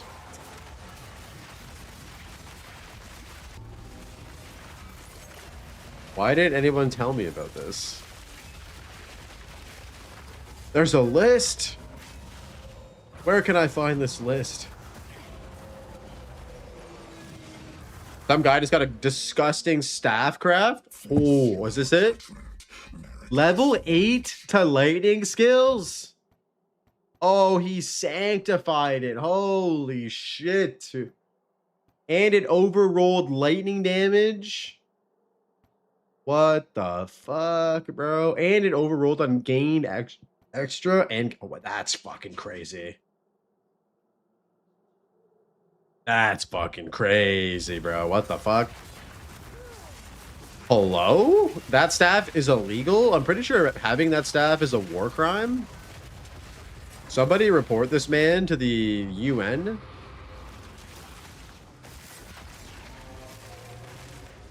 Yo, Blaze, check the staff I'm using for Hollow Palm and chat. Wait, how are you using a staff with Hollow Palm? Isn't Hollow Palm where you don't use a weapon?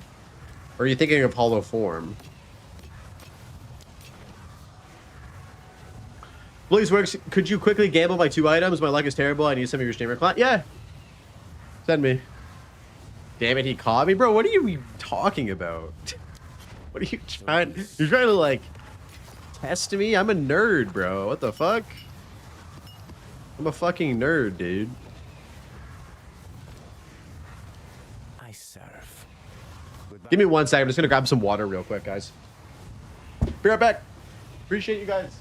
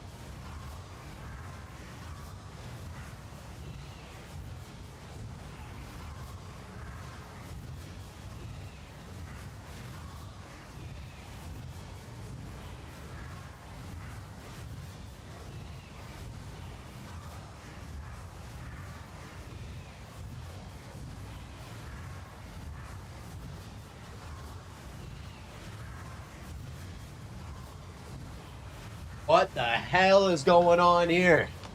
That is a lot of butt cheeks. Holy shit. That is a lot of cheeks. Holy fuck. Never gets old. All right, what are we crafting? What are we doing here?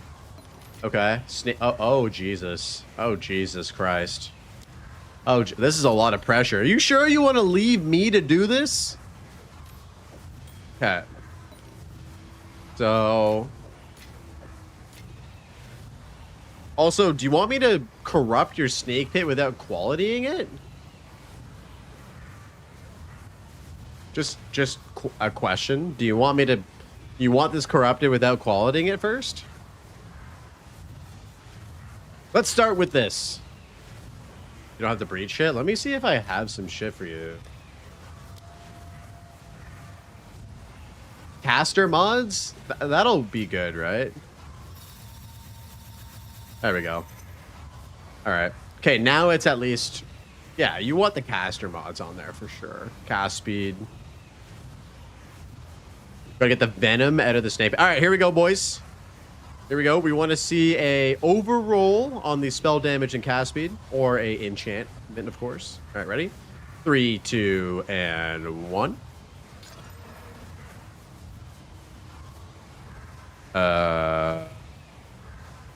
I think nothing happened.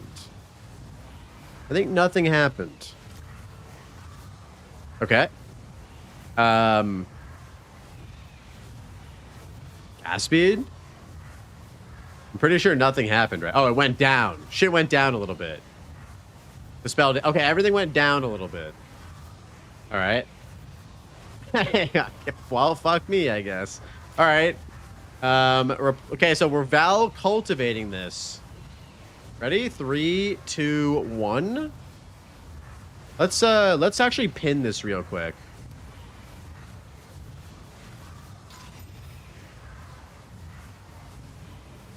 Oh no. Oh no, dude. It rolled reduced projectile speed for skills. That's bad. That's bad, bro. We bricked it. That's bad. We fucking bricked it. God damn it. All right. Well, surely surely this amulet will go better, right? I'm sorry. All right. Hold on. Hold on. We got the bad juju out of the way. We got the bad mojo out of the way, all right? Yeah.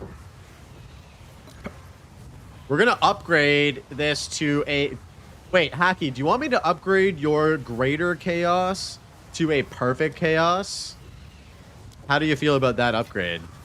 Or are you set on having a greater chaos roll? What do we think? You should use an architect orb to hide the evidence. I don't have one of those, sadly. Or we don't have a double corruption option. I'm happy to upgrade this roll, Hacky. Let me know. Sure. All right. Let's do that. All right.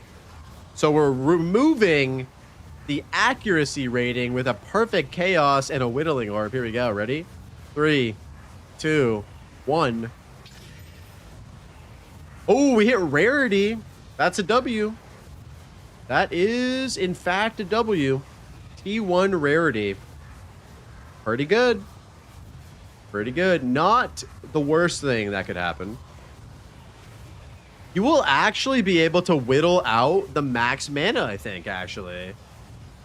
Just perfect, remove the chance of spirit? No. It just gives you a higher chance of a T1 or T2 modifier. All right, there we go. 1W, 1L.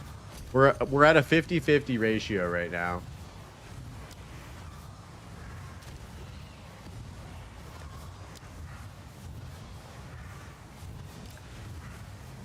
PoE 1 or PoE 2 first message? I personally like PoE 2 more, but I really do enjoy PoE 1 as well.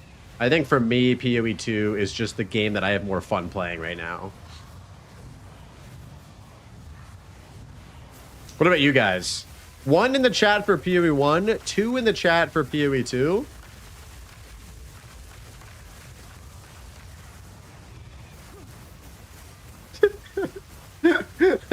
Imagine going into a PoE 2 streamer and asking which game is better. Imagine. New to non-caster weapons. How does accuracy affect DPS? So if you are missing attacks, crickets, that is directly affecting your DPS because you are missing attacks, and therefore you're not doing damage. So you need to have enough accuracy to do damage and not miss. That makes any sense. We did a minus max and it felt fine. Maybe we could do another one. What do you guys think? Let's do another one.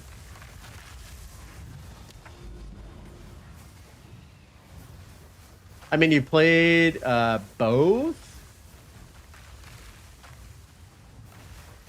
Oh, you only have 200 hours of PoE, not on 2. Most people say 1, but 2s are fun. Yeah, I mean, you know, everybody's gonna have their own. Everyone's gonna have their own opinion, and there's no like wrong opinion. Except for anyone's opinion who disagrees with me. There's no wrong opinions unless you disagree with my opinion, and then your opinion's just wrong. Dude, PoE 1's sick game, dude. PoE 1's are a really fucking sick game. PoE 1 has Delve. Imagine when PoE 2 gets Delve, dude. Yo, Trigonomics with the follow. Appreciate that, man.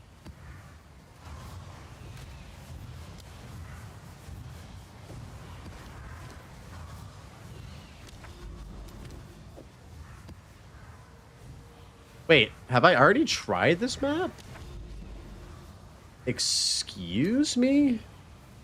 All right, let's move over to this Citadel. Okay, I got a text message. Guys, 30 minutes, and we're going to be sitting down with Dead Rabbit on episode 55 of the podcast. So don't go anywhere. Hey, you. Don't go anywhere.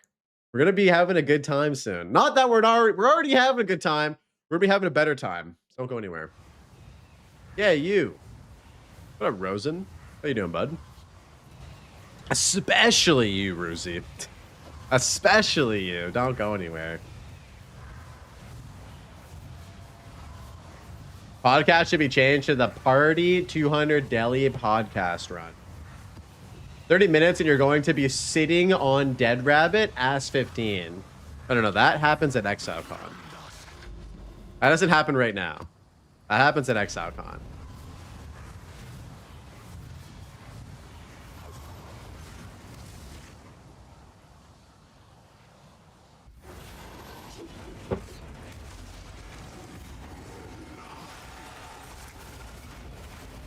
Fist of Kalgur on Titan is so good. Wait, what is the Fist of Kalgur? Wait, you're out here fisting and I don't even know what type of weapon you're using? That's crazy, bro.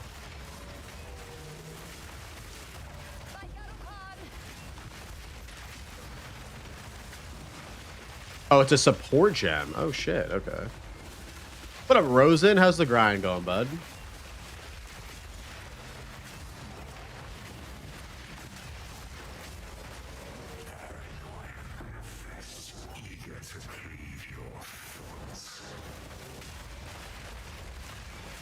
Pretty sweet. Nice, dude. What are you working on right now? What are you crafting? We're gonna make some pretty sick jewels today, I think. We're gonna make some 5 modded jewels. You're working on jewels too? Nice. Yeah, we have... I think we have like 5 or 6 fractures saved up.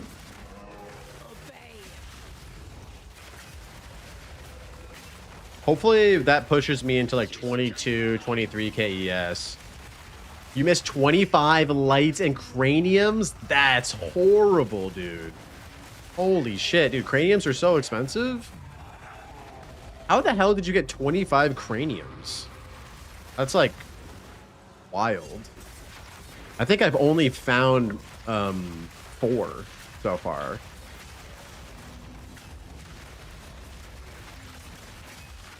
How is that even possible? RMT and skill. I don't know if those two things belong in the same sentence. Hey guys, I'm the most skilled RMT player there is. I can swipe my mom's credit card way faster than you. Hell yeah. But also skills.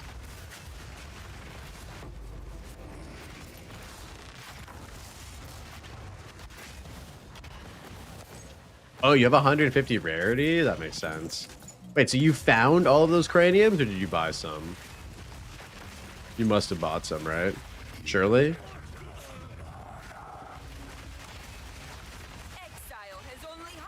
Yeah, I feel like at that point, you have to finish the craft. You found 40 craniums this league? Damn. That's impressive.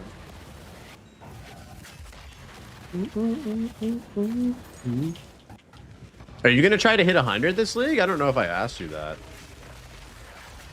What's your vibe?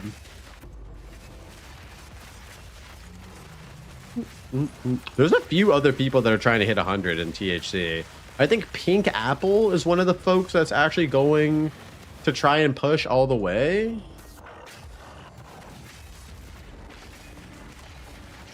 It is one hell of a grind.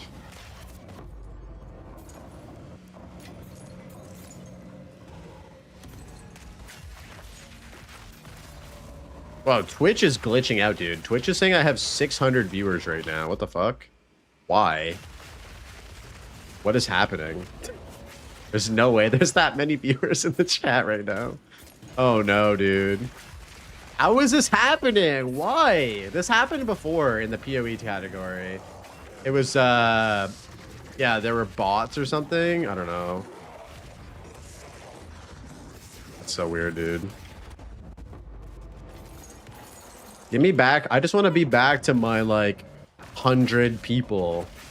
I'm a bot. Yo, type 1 in the chat if you're a bot. You want us to stop watching? No, don't. I told you, don't go anywhere. First message from TalkShoe, and he's a bot, dude. 1. Okay, you guys are all bots. God damn it. God damn it. It's the rabbit rating. Holy shit, that's a lot of bots. I never thought I'd foster such a beautiful community of robots, dude.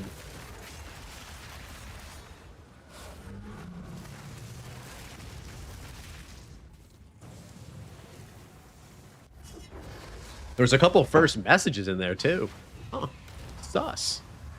I am not a bot. Okay, someone promote this man. Someone promote this man to mod immediately. Goodbye. That's what a bot would say. True. Having a good standing with AI is good for the situation when Skynet is going to take over. That is fair. We want to establish a good relationship early on.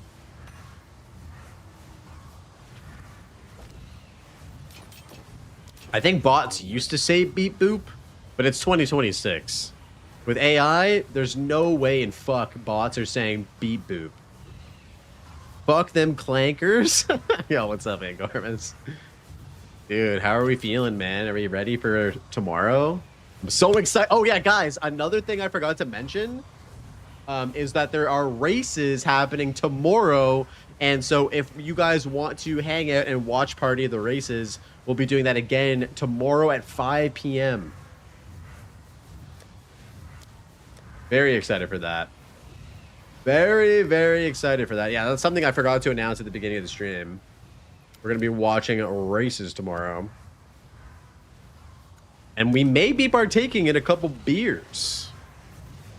Yo, Domadeer with the follow. Welcome in, bro. Herm is the bookkeeper.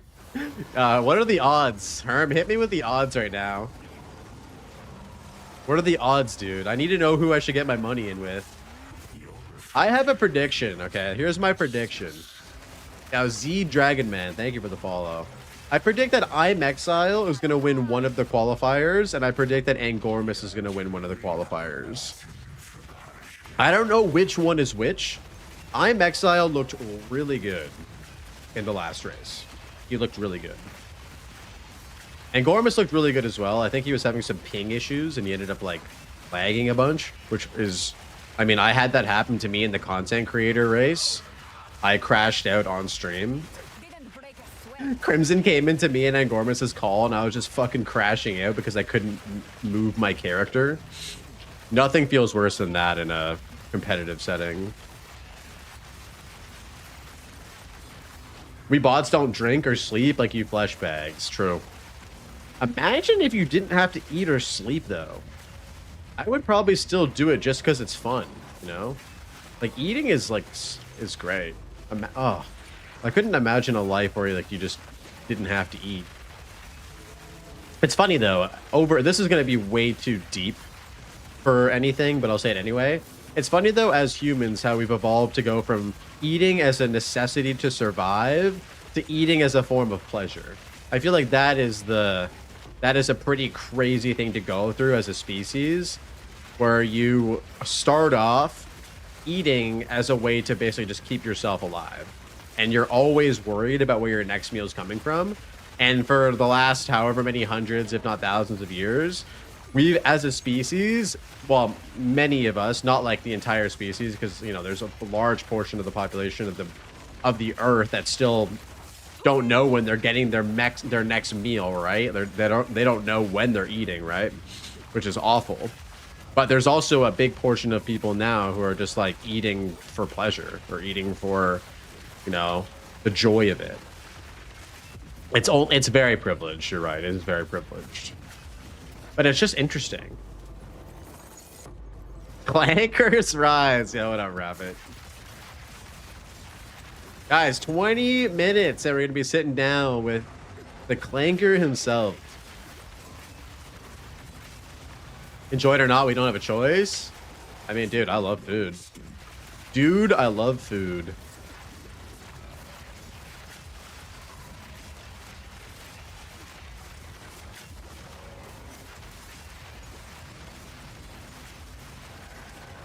Blaze, can I suggest a better TV emote relevant to the previous conversation? Sure.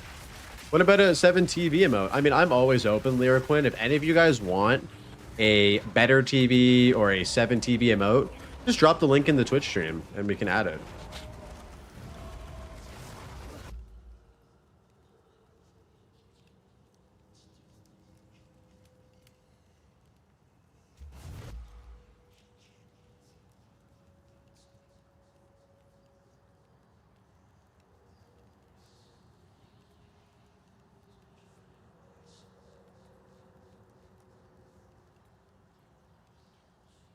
I think I added it. I'm pretty sure I added it. I don't really use better TV that much.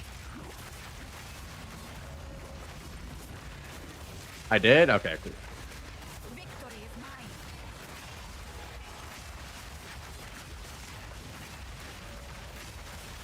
I'm sure RJack can get some use out of it. Yeah, that's definitely going to be a useful emote for RJack, 100%.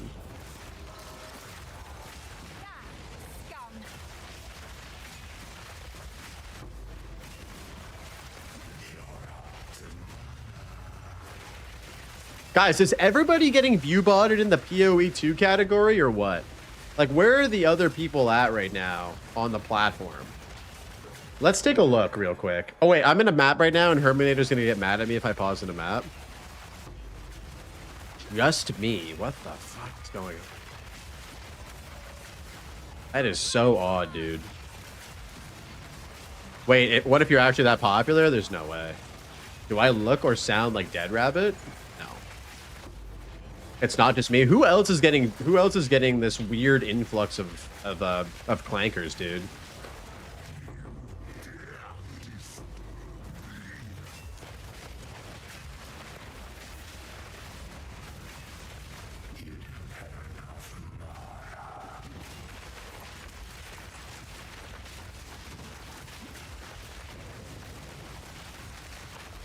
Oh, reduce cooldown. Feels so bad. Oh, you know what also feels bad? When your Calori's Deception gets bugged and gets stuck on the door. That also feels bad.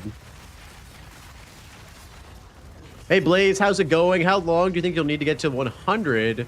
I'm expecting probably in about 4 more days. 4 or 5 more days.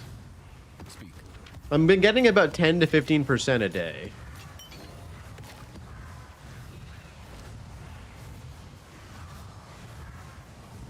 Oh my god, bro. Don't joke about that, Hacky. You're gonna get me banned, dude. What the fuck? This happened before in the PoE2 community specifically. People in the PoE2 category were getting like crazy numbers for some reason.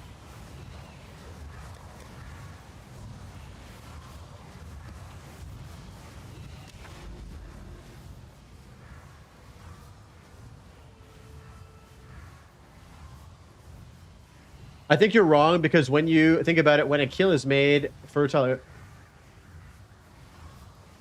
Yeah, that's fair, I guess. I mean, you know, eating for survival and eating for pleasure, I guess have all like been attached to each other for a very long time. NRGZ. But yeah, I think there's a difference now between like, you know, people, privileged people in society, right? Like, you're going out of your way to eat shit that like you would never eat in order to survive, right? Like the whole concept of Wagyu beef is something that's to be eaten for pleasure. There's no reason for cows to be made like that. It's just purely for how delicious that steak is, right? Sorry, Garcia. I know, dude. That is a classic thing to tune in on if you click on my stream. I mean, cows are good. Like, I enjoy a nice steak, but like, there are there is no reason for, you know, Wagyu beef to exist other than how delicious it is. Right? You're good? Okay. By Varashta's will! Kelani, to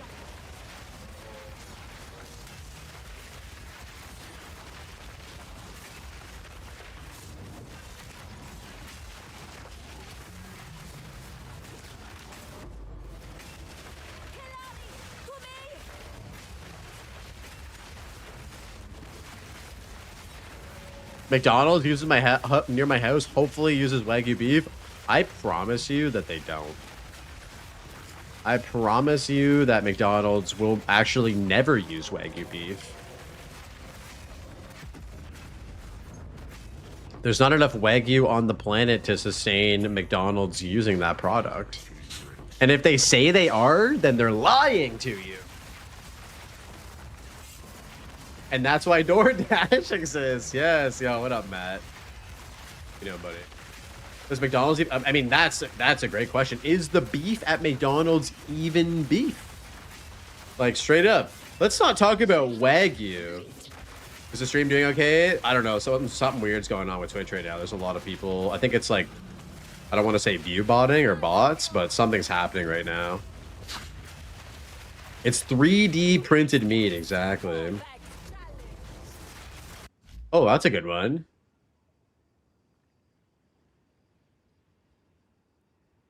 Yo, objections. Thanks for the follow, man. Die, forgotten!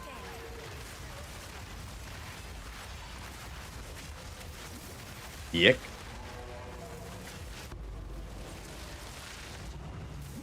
You have Yek lore? What's the lore, dude? Favorite movie of the year so far? Oh, easily Obsession. 100%. Obsession is absolutely the best movie I've seen this year. Not even close to anything else. I think the second movie that I saw that was the best was Project Hail Mary. Project Hail Mary was really good. But Obsession just was amazing. 2 for 2. I mean, you know I don't have absolutely horrible movie takes. You know what the worst movie I saw this year was? The new Evil Dead. The new Evil Dead was fucking horrible, bro. It was so bad. I'm so mad we saw that together. We could have seen... Hey, there's no way you thought that movie was good. There's absolutely no way you thought the new Evil Dead was actually good. Have you seen the new scary movie? No, I haven't. The soundtrack from Hail Mary was insane. Yeah. That movie was just a beautiful movie, dude. Yeah, second, a sunset and back to the beach. Oh, no, dude. RIP 07. W streamer? Yo, Lugo, what up, man? Welcome in, brother. The new scary movie's the worst film I've ever seen. It's that bad, eh? What? How iconic were the old scary movies? I mean, here's the thing. You don't have to be a genius to see that movie being made and immediately chop it up to nostalgia farming, right? Like, that movie is 100% farming you for the nostalgia you had for watching Scary Movie 1 and 2 when you were younger. And those movies are, like, objectively pretty funny, I feel like. But yeah, I don't know. I don't think I would pay to watch the new Scary Movie in theaters. I mean, another thing, though, is that those movies have not aged well. Like, Doofy did not age well from Scary Movie 1, bro. Like, you could not... Like, I think Scary Movie and shit like Tropic Thunder and stuff like that is probably like a sign of the times sort of angle. Like, there's no way people are making shit like that these days, right? He's funnier now because he didn't age well. Oh, I don't know.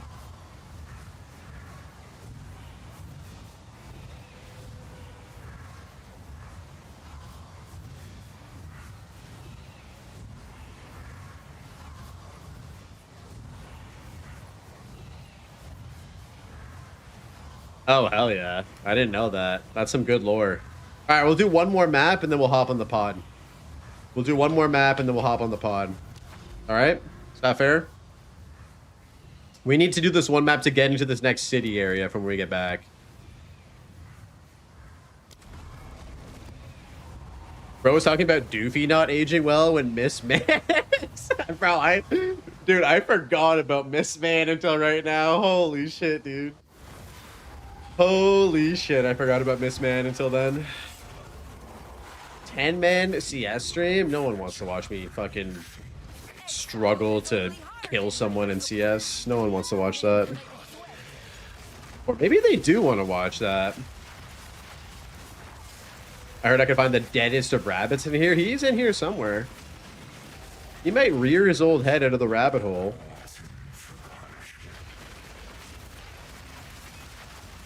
Just a bunch of washed unks trying to play a young man's game. I mean, here's the thing. I will play CS for fun. But the problem is that I'm such a competitive gamer when it comes to that shit. I have a tough time taking it casually. I know I just said I'll play casually. Yo, Jen Oula with the follow. Appreciate that. It's hard for me. Honestly, it is. Immediately I start wanting to learn, like, smoke lineups and shit like that. And then all of a sudden I'm yelling at my fucking teammates. All of a sudden I'm at fucking DreamHack. And then all of a sudden I'm part of FaZe Clan. Like, is what's gonna happen. I'm gonna join FaZe Clan if I start playing CS again, and I just can't do it, you know? I just can't do it.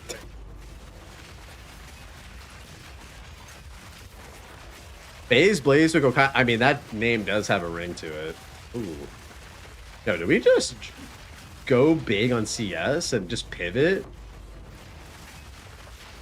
Did we just pivot, boys?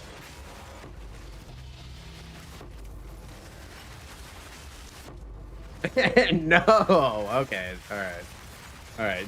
Because Jekyll said no, we're gonna keep playing PoE 2. I think that's the play. That is the play.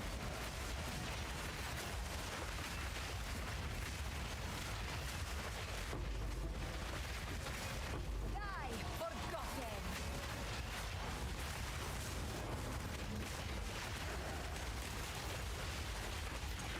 Wait, have you seen the Nirvana, the band, the show movie? Don't tell Josh this, but I have not seen that movie. Whatever you do, do not tell him about that, though. I think he'll judge me. I think he will absolutely judge me. I told Josh. Oh, no. You guys snitch. You want me to tell you how it ends? Don't spoil. No spoilers, bro. What the fuck? Stream rule number 2. No spoilers. Blaze, because Blaze is an esports team? Wait, is it actually? How do we join that team? CS is unk, mind, can't comprehend Apex movement. Spoken like a true Apex player. Spoken like a guy who likes to play Apex Legends, dude.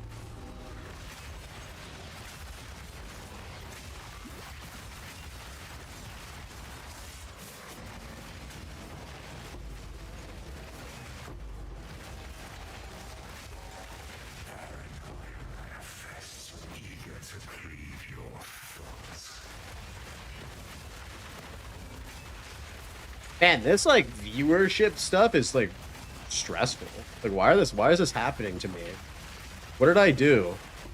We had like 150 people in here from like one raid, 2 raids, and then all of a sudden I just looked over at my view counter and it was at like 500, and I was like, hello? Go down, please. You're making me nervous. People want to see your 100, dude.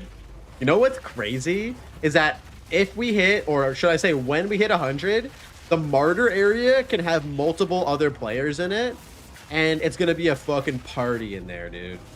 We're gonna have a little disco ball going, and everybody can log in. It's gonna be great. It's gonna be a full-on party, dude.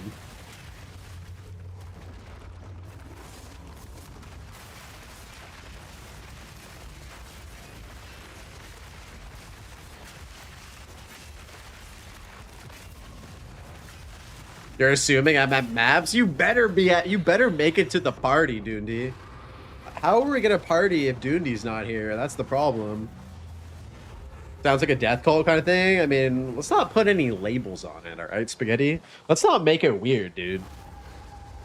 Let's not make it weird, dude. Remember me when I hit 1,000 viewers? Bro, if I ever hit 1,000 viewers, bro, that'd be insane. I'm quite happy with my like 50 to 60 boys chilling in the stream, dude. Even having 50 to 60 homies chilling in the stream puts me at like the 1% of streamers or something crazy like that. It'll be in like 30 minutes. I don't know, dude. I don't know. All right, I'm gonna use the washroom really quick, and then yeah, we'll get started on the pod, boys. All right, give me 1 minute, BRB.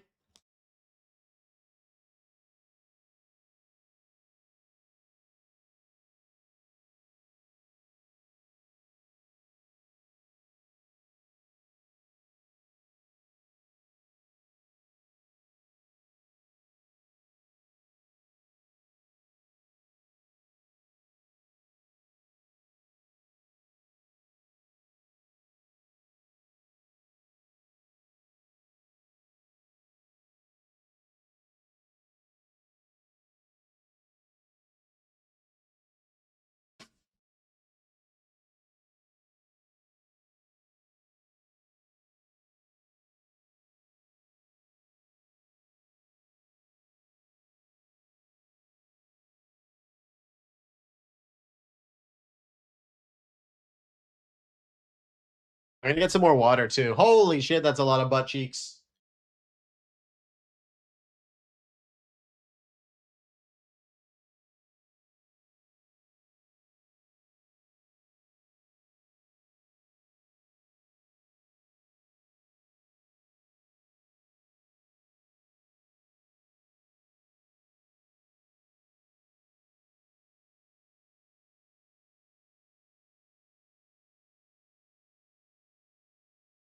All right, guys, I have a serious question. If you drink out of a cup with a straw and a lid, does that make you a child? Does that make you a child? No, yes, yes. I love straws with cups, dude. Blaze needs a sippy cup? Exactly, dude.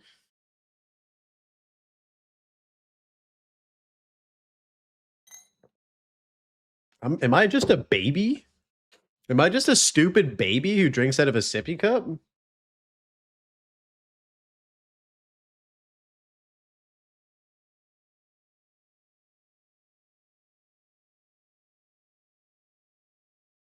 All right. Ladies and gentlemen, it's that time. It is time for the passive tree. I almost said something bad. It is time for the Passive Tree podcast. Let's go. You don't even want to know what I was about to say, and I'm not going to tell you. Dirty little.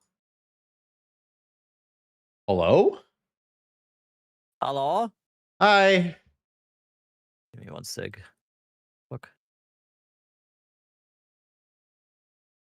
Ah, there we go. Oh, great. Great still image. Oh, there we go. I thought you were going to use that as your as your picture profile picture for the whole pod. Wait, why don't I why do Hold I on. not see you? One sec. We're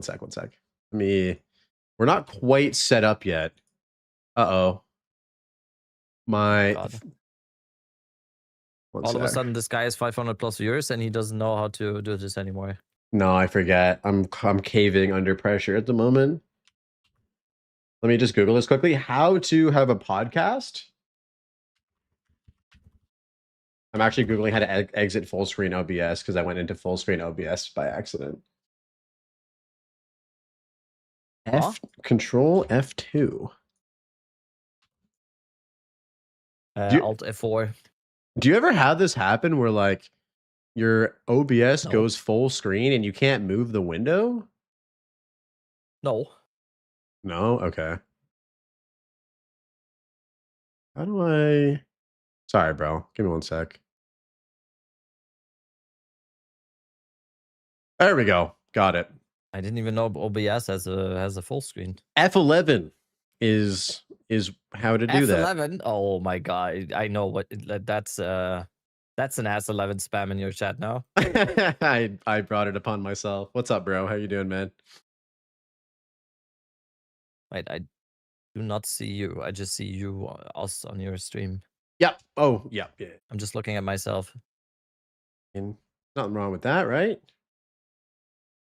Mm, There you go. You should have it now I'm getting Discord. used to the despair in the morning, you know. All right. Are you ready to start? Oh, also, let's do an audio check. Give us a few words before we go. And I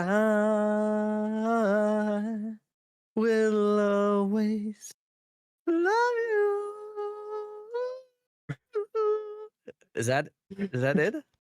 I think you hit the Hello? nail on the head. I'm gonna turn you up a little bit. Hello? Can you do that one more time? A little. No. Okay. That's all right. that's a one-time purchase. No more sound checks. Hold on. I'm gonna restart my webcam too because it fucking delays sometimes. Real quick. One sec.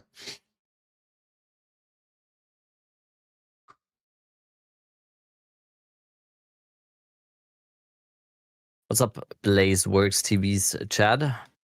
What's up? Yeah, we have 500 people in here today for some reason. I don't know what's going on. Do you remember that when like people like Twitch? Am I misremembering this? Like I remember this happening before in like the PoE like section specifically for some reason, which is weird. I don't know. I think people are just testing stuff or whatever. I don't think people are just testing your bots or I don't know. The other day on my YouTube, I was looking over it, like it was last week or something. I looked over to my YouTube stream, and I usually have like, I don't know, between 100 and 150 on YouTube when I stream. And all of a sudden, for the full duration of the stream, it was 2,000. What? I was like, huh? What happened here? I honestly think it's just people testing shit or whatever. I don't know. Yeah, can you just test your fucking view botting like somewhere else? Like, just don't test it here, please. Yeah, it's scary though. Also, Blaze, I didn't get that PayPal yet. Is that? Wait, are we on stream?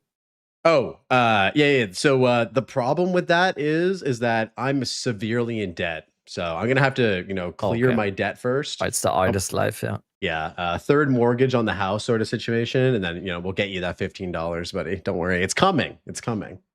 All right, let's get this party started.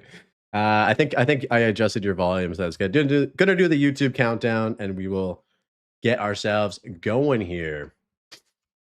All right, 3, 2, 1.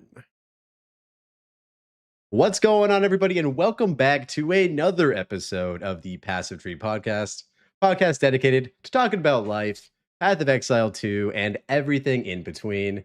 I'm your host, Blaze, and today on episode 55, I'm joined yet again by a fellow PoE content creator, streamer. It's none other than Dead Rabbit. Welcome back on, and how the heck are you doing, sir? Hello. I'm doing good. Taking a little bit of a break right now. We are going to be having a little vacation next week, so I don't know. Right now, PoE2 is a little bit in a low state. That's probably why you decided to have me on the podcast now, because you didn't want to waste the actual good episodes on people that matter to you. Blaze, even though this is my third time, right? I think. Shots fired. You can have. You can have Zizarin back and Darth Microtransaction and Rex Anthrax when it actually matters again. I'll gladly, I will gladly be your filler episode, Blaze. Listen. I would never say that you're a filler episode, and how dare you say that this episode's not going to be good? This episode's going to be a banger. All right. But yeah, dude, no, I appreciate you coming on, and no, you're right. There is a little bit of a low period with PoE2, as any PoE2 league is after like 2+ months. And yeah, like I just wanted to like kind of get your perspective on one thing. I wanted to ask you right away. You have played a shit ton of 0.5 this league, And I can confidently say, out of anybody that I know, that you have been in the most content jail out of anybody that I've seen on Twitch. You were in Aziri's Communion jail. You were in Expedition Boon jail. You were in you're in Voices jail. So you've basically done every single farm in the game, basically. Which one was the worst one to do by far?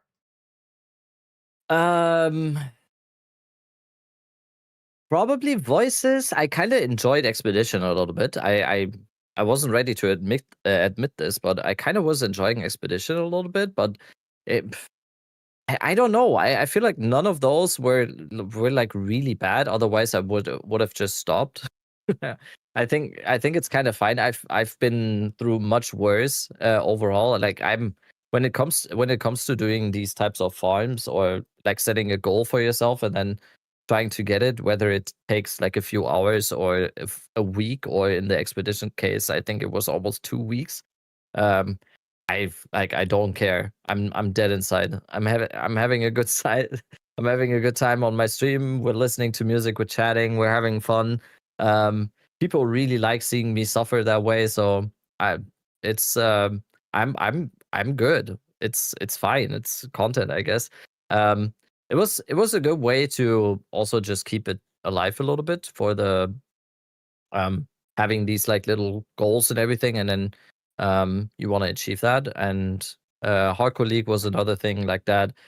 Yeah, I think this league lasted very, very long. At least for me, I think we are almost 3 months in now or something. We are 2.5, I think, right?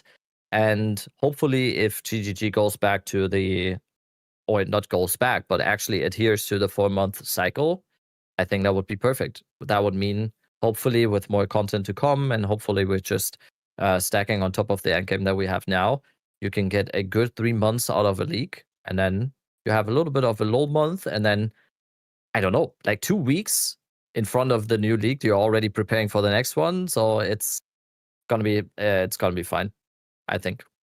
Absolutely. And speaking of new league, I guess we have a lot to talk about with regards to like 055, right? And not necessarily calling it like a new league per se, but we're definitely going to be focusing a lot of this conversation on our speculations for what's going to happen, because it's interesting. We've gotten to the point now where you're absolutely right. We're in pretty deep into 05. People are already like speculating like crazy what's happening for this new update. We did just get word that the announcement is officially going to be happening on August 25th at Gamescom. GGG tweeted that, I believe, yesterday or this morning or something like that.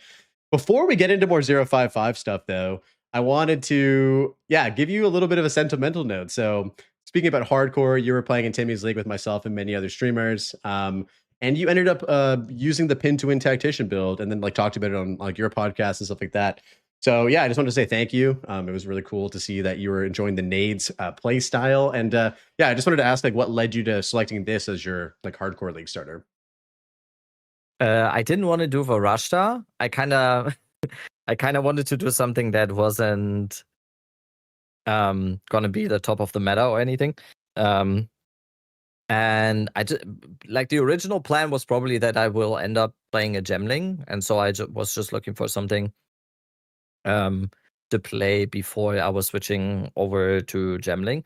And I never liked grenades when leveling, so I didn't really I ever gave it a fair shot. So it was perfect. I didn't want to play the biggest meta. I wanted to play gemling, and it turned out to be amazing. In terms of, I really enjoyed the playstyle. I really enjoyed the min-maxing of it, because there was still a lot more that you could do, especially in the semi-SSF atmosphere. No, it was perfect. I always play these kinds of casters, and especially, or even though I'm mostly playing hard softcore trade, I always go for like pretty tanky characters.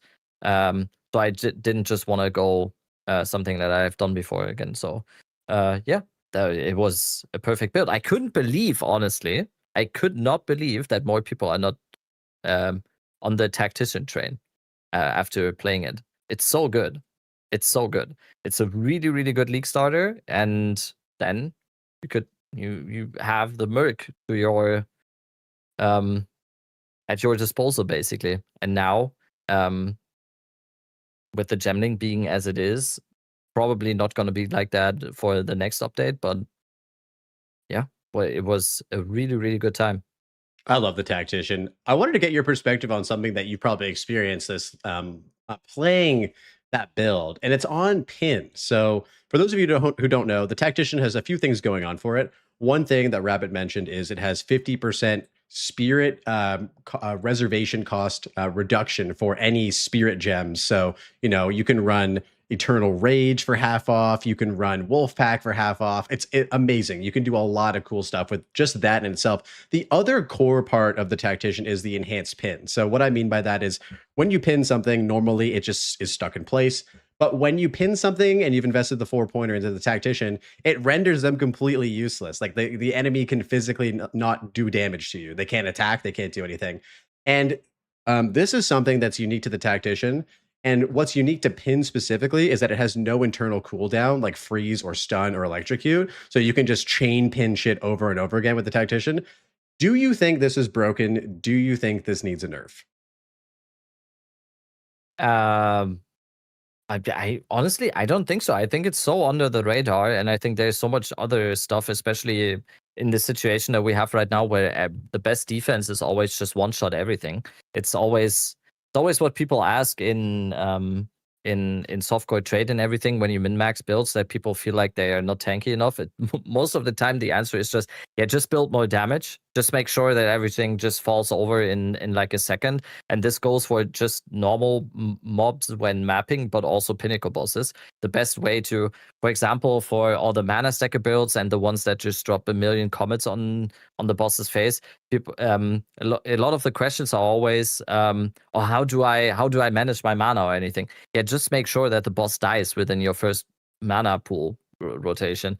And yeah, I don't think pin is like a problem there, because I don't know. I maybe it was just me, but it didn't really completely ridicule the game as much as other stuff that I've played so far. So I don't know. I think if that is on the forefront of any, if you look at it in a vacuum, then probably it might be a little bit too good. But if you just compare it with other stuff that is also in the game, it's, I don't know.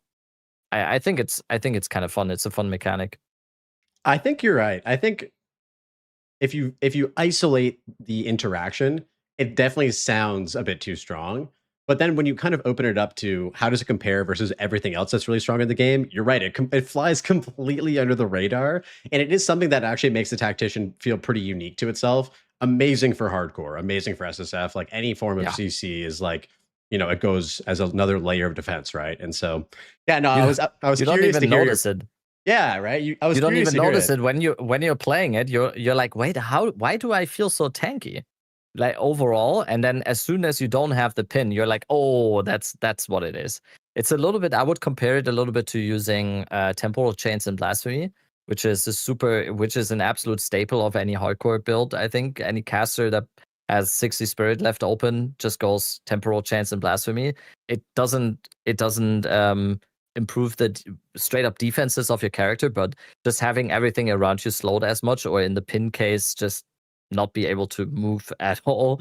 It's just that it's probably one of the strongest defensive layers. And I really like defenses, even though I'm a softcore trade player. But yeah, I don't think so. I think a larger change of philosophy when it comes to how the game is played would need to happen first in order for them to even think about nerfing something like that. Because right now, the game is just that. We one-shot pinnacle bosses, we one-shot everything. And sometimes we get one-shot by stuff. It's kind of how the game functions at the moment. So I think we have to take it. I'm very curious to see how it'll either get adjusted or not. That's one of the things that I've been kind of control Fing immediately in like the patch notes for like 0.5 and whatnot. It's just like, did pin get fixed? Because it is such a great league starter for people, especially for newer players too, who like maybe have a bit more of a difficult time with boss fights and stuff like that. Like just having that ability to kind of stun them for a bit more makes it a lot easier to kind of move through the game. Another thing I wanted to ask you, and you had sort of this interesting metaphor for the hardcore experience. This is kind of be the last hardcore related question. You said on your previous podcast that playing hardcore felt like you use hiking as sort of a metaphor for this. You felt like softcore, and I'm paraphrasing here, felt like you were just trying to get to the top of the hike and then back down as quickly as possible to achieve that goal of doing the hike. And then on hardcore, it felt like you were slowing things down, appreciating nature, maybe taking a photo of an animal or two on your hike and whatnot. What were a few examples of things that you may have overlooked or skipped in softcore that you learned about through your experiences in hardcore this time around? It always starts with campaign. I always, in softcore trade league, I always feel like I'm not enjoying my campaign playthrough, because all I can think about is I just have to get through this. I just have to get through this in order to be the first into end game and then get ahead of the economy and everything. It is literally a rat race in that regard a little bit, because it's largely also, and I fully realize this, it is a streamer thing. And not everyone, and most people who play the game, even in softcore trade or whatever on League Starts, they don't think like that. It's like a very streamer-centric, content creator-centric opinion. But it's also just part. And also there's probably a lot of people that play like this, even though they are not streaming. They just want to be at the top and everything. So it always starts with the campaign for me, because I don't enjoy usually playing the campaign on especially League Starts, because I just want to get through it.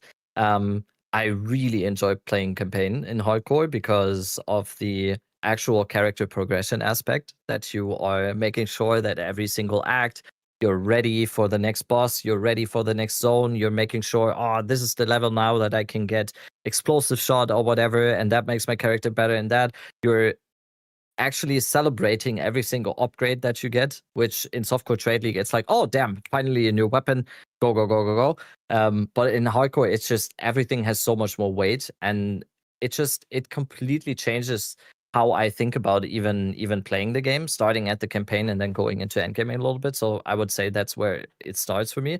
And then also in the endgame, I just noticed so many things that I haven't even noticed in the trade league start this time around, because we had this new system now, which I really, really like, by the way. All the quest lines for the league mechanics and everything, I really like that. But it was kind of the same thing. I just wanted to get to the end of the quest line. I saw the Abyss quest line on trade league start, and I was just like, okay, I need to just get through this. And on hardcore, you just make sure that everything has a purpose, and you're going there, and now I do this and now I do that, and you just make sure that your character is up to par. And yeah, I can, like, the metaphor that I use is probably what I would still use. It's just you completely change in how you play the game, and I think it's very, very refreshing to do it that way. So how did you approach your progression this time around on hardcore, like as a fresh start perspective from the end game? Like, did you go into the fortress? Did you do a league mechanic first? Like, what was your strategy for like progression? I was kind of vibing, I think. I knew that I wanted to do Abyss first, because I just think that Abyss is just fun and also good to do at the beginning.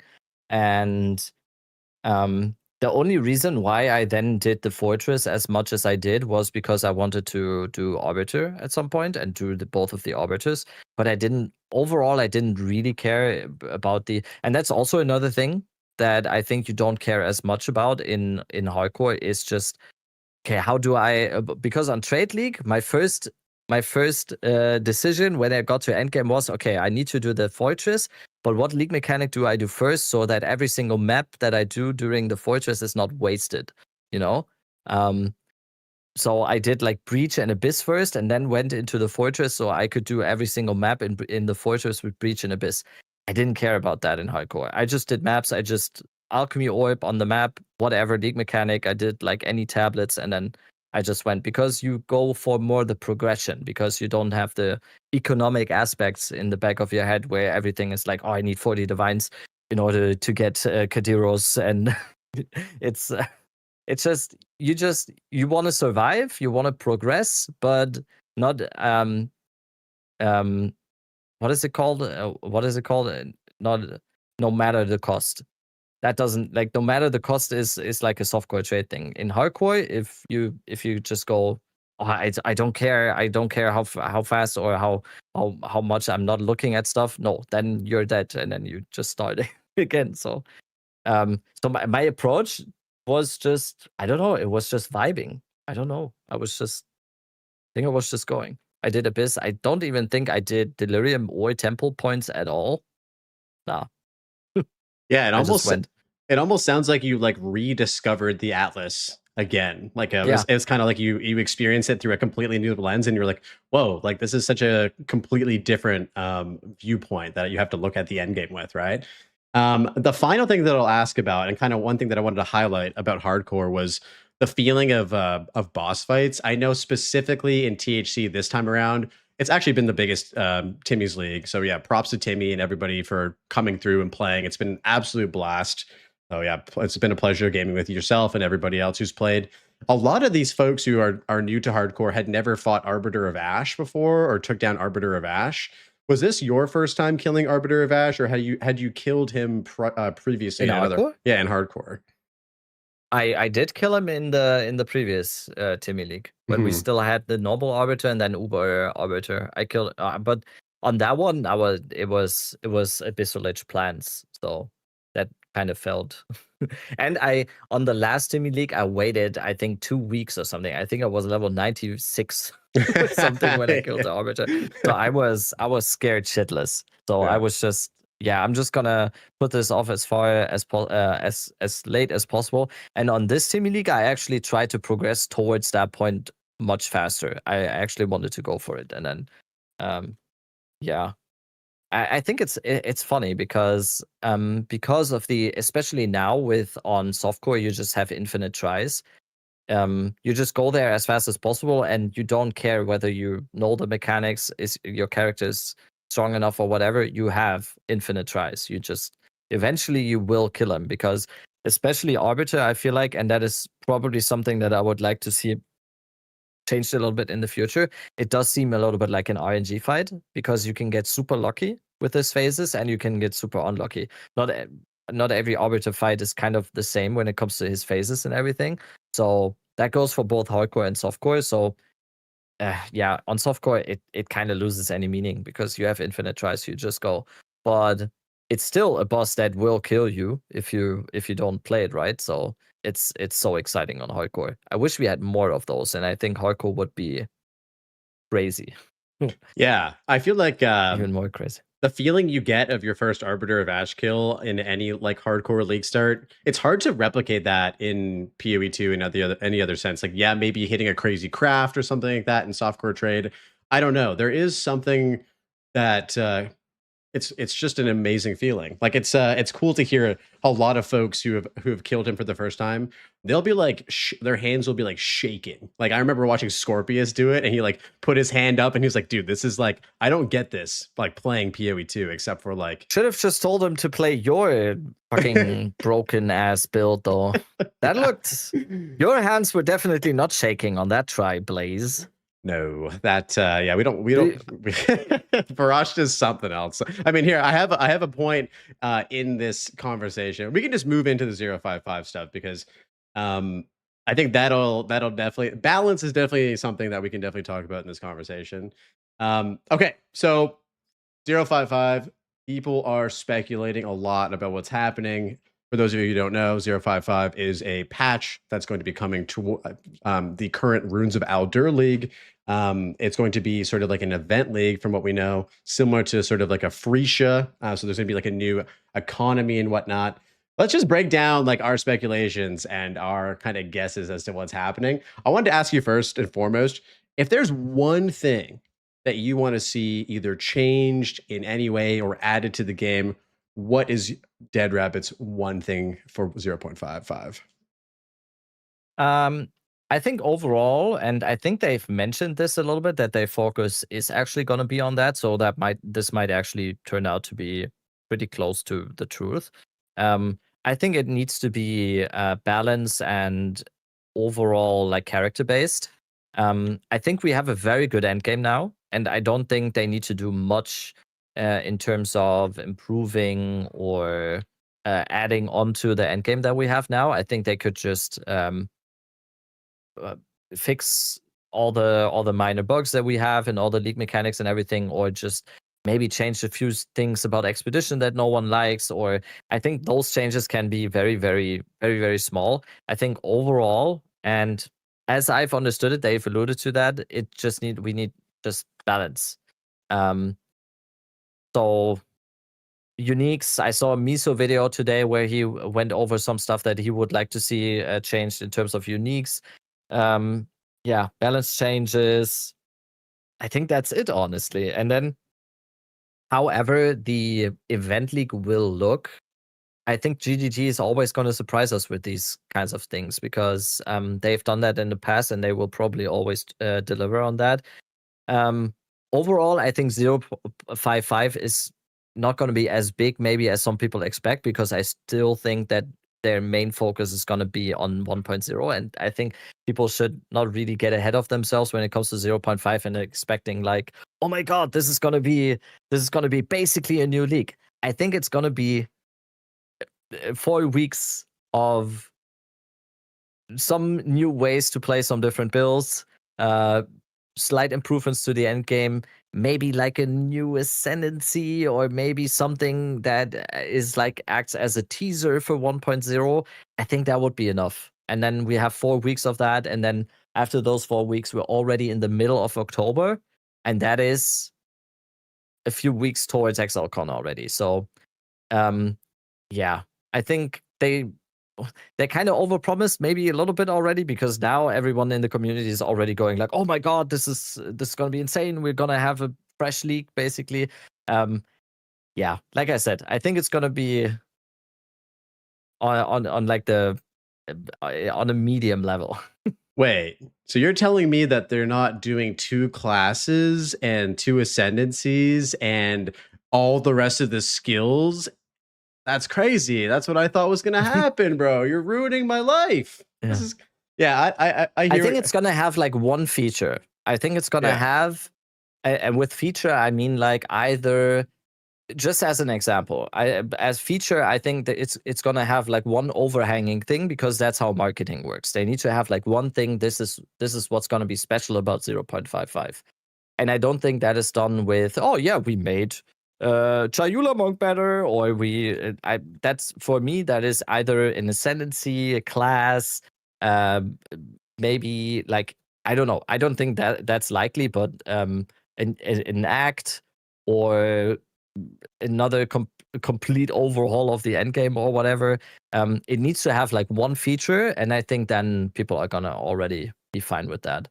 And if it's then just it's like a stepping stone between 0.5 and 1.0. I think people are going a little bit crazy because there were also some content creators on YouTube that just described it as, yeah, the league reset is coming. It's not that. It's literally a 4 weeks event league. We've had plenty of those in PoE 1, and they were always just that. It's like a mini league in a vacuum with like one feature, and we'll see. I think it's funny Life that on Tree, no way. I think it's funny how speculative PoE players can be. I don't think I've ever seen a community that is so kind of hyperbolic at times when it comes to like building up things. And I think, there's something to be said about how GGG sort of like over delivers in some cases, like that kind of tailors our expectations. But I went on Twitter, and I don't normally go on X that much, but I went on X today because somebody had told me that like the announcement got released for like the Gamescom thing, right? And I saw people saying like, "Oh my god, I can't wait for them to unveil swords and like all this shit." And I can't believe we're gonna be playing Act 5 at Gamescom and stuff like that. And I thought to myself, like, yeah, all of that stuff would be crazy. But I was under the impression that like, those are all like driving factors for 1.0. Like I thought to myself personally, like, kind of the same thing in agreements with you. Like the only things I want are like cool balance changes that will help like shape up the existing stuff that we have. Maybe an ascendancy, but like I would almost rather them like save all of the big juicy stuff for like 1.0, yes. right? Like it kind of makes sense to me. So in my mind, I don't foresee a class. But you know what they did talk about? So I was in DM stream the other day, and he was kind of rewatching their initial interview with Jonathan and Mark and stuff like that. And there were some things that they kind of confirmed that they were going to do with the patch. Because I kind of wanted to run some things by you, kind of just to see what you thought about them. So one thing that we know that GGGs are really good at doing is doing more with less. So reusing existing content basically and reformatting it and creating things that are interesting, very much in the way that they've approached the like Frisia League, right? Where they just jumbled together a bunch of different like ascendancies and created these new things for Frisia. So in my mind, I thought that something that would be interesting in terms of doing more with less is combined with balancing shuffling around the existing skills that we have in new directions. So maybe like at level 1 we have access to certain things that we would normally wouldn't have, and that way it would kind of like shape up how we could progress throughout the campaign, maybe shape up how we could progress our builds throughout the the leveling meta, I guess. Maybe showing some love to things. Like imagine, this is very hypothetical, but imagine getting like Spear of Solaris at like level like 5 skill gems, right? Like something funky like that. What do you think? How can they potentially maybe do a little bit more with less in this league or in this update? I don't even know if it's gonna be that. Mhm. I watched that a little bit as well, and what they've talked about in the interview. But I also think that interview is now how long ago? Like almost 3 months, right? I think it happened right before the 0.5 came out. So Okay. yeah. Yeah. I think it's always a little bit tough because I think things and what they are planning to do changes so quickly for them as well. So we've had it a few times now that they said certain stuff and then it turned out to be not that way, not strictly in a negative way, but it was always something else because I think they also get very excited about what they have to announce and what they have planned and everything, and it always, or in most cases, it just doesn't work out that way. How could they do more with less? I honestly think that very, very, very, very strict balance changes and going like a little bit ham with some balance testing would go a long way, actually. Even if they overshoot like crazy, we've kind of seen it now with the gemling already. They did kind of make a lot of balance changes, all concentrated onto one ascendancy now, and it kind of worked out great. But the problem was that it then kind of let every other ascendancy made it kind of look bad, you know. And if they just apply that logic onto all of the other ascendancies, and we just have a league where you can basically play any skill, and make it work from level 1 into all the way to Arbiter or something, I don't think that would be a bad thing because it would kind of send a signal towards 1.0 where they actually go over certain balance aspects again and go like, oh, why don't we make Hexblast playable right anymore or whatever, you know? I think that would already be a lot. And then same for me goes with uniques. If the event league is in a vacuum, why not make a few uniques that are complete dog shit now? Why not make them like ridiculous a little bit? Same functionality, but make them a little bit ridiculous. Make Facebreaker much better. Make like Last Lament crazy. There's so many options here where it's just gonna be an event league. Nothing will come of it because the event league is gonna be gone, but we might get some inclinations of what you could maybe go for 1.0. Just imagine for 0.5 they make a specific unique like absolutely crazy and everyone's like, oh, this is the most fun build I've ever played, this unique makes this so crazy, and then they go like, okay, maybe it shouldn't be that crazy like the gemling we have right now, maybe we shouldn't have it that crazy, but this could work if we just tone it down a little bit, you know? So I think that could be the approach. We have so much in the game already, ascendancy wise and unique wise. If they just turn the knobs a little bit, I think that would already make for a very, very fun event league. Yeah, it'd be funny if they brought back some of the stuff that maybe was removed for the game in a new way as well. Like someone in chat mentioned that the deepest tower item, like something that was kind of like meta defining in like 0.2. Things like concoctions is another thing that could be like a thing that could be absolutely buffed. I mean, no one's played concoctions like seriously since 0.1, right? And so how fun would it be if during the event league, these are things that exist within the game, right? Doing less with more is kind of the theme of this question. Yeah. That are not being used at all. And so like these are things that it would be awesome if they kind of made a comeback. Imagine if Grim Feast somehow made it. I mean, I guess Grim Feast is actually technically in the game now, but it's like a minion focused thing, but stuff like that, right? Once in a blue or once upon a time it had its time in the spotlight, and now completely just isn't what it used to be or is completely different.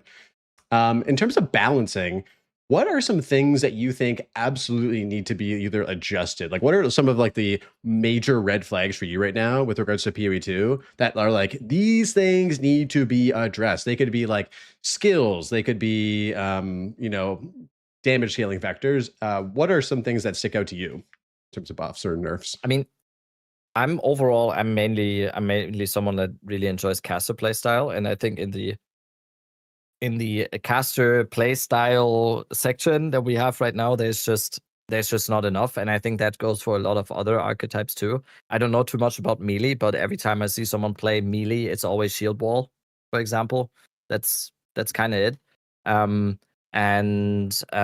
We just need we have so many skills, but the diversity is always, and even if we don't talk about strictly just the meta, or you want to have the biggest meta or the best build for softcore trade, there's just so many things that are just not playable at a certain stage, and whether it is stuff like Hex Blast or Spear of Solaris or a bunch of others.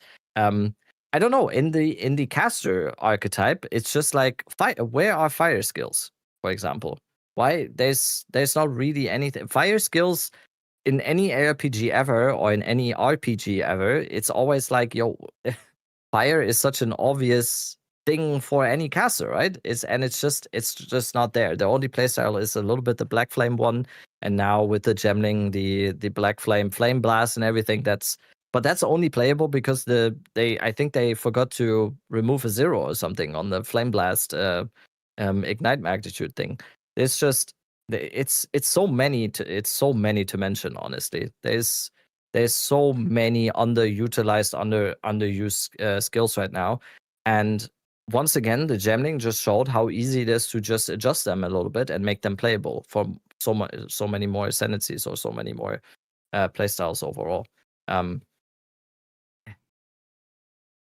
It's yeah. There's a I don't know. I'm very caster focused, so I don't know too much about the other ones, but I think every single one, like someone playing quarterstaffs mainly, can name like two skills probably that they would really like to play, or anyone playing exclusively warrior and melee warrior can name like a few others. Oh, this could be cool to play, but it's just the numbers aren't there. So yeah.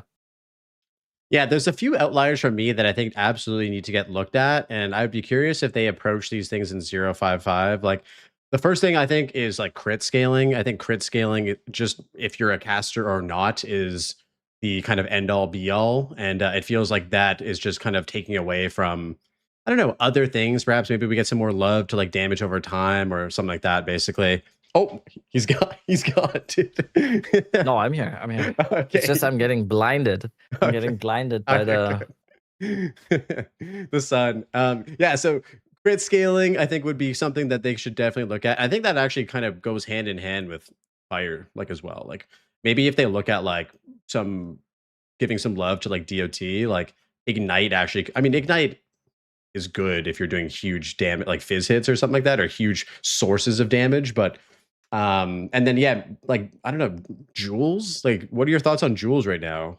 I feel like jewels, to me, just feel like they just highlight maybe the lack of power in the passive tree, and so everything just comes down to like crit scaling and jewels. And yeah, I don't know, maybe it'd be nice to see a little bit of a shakeup towards that sort of stuff.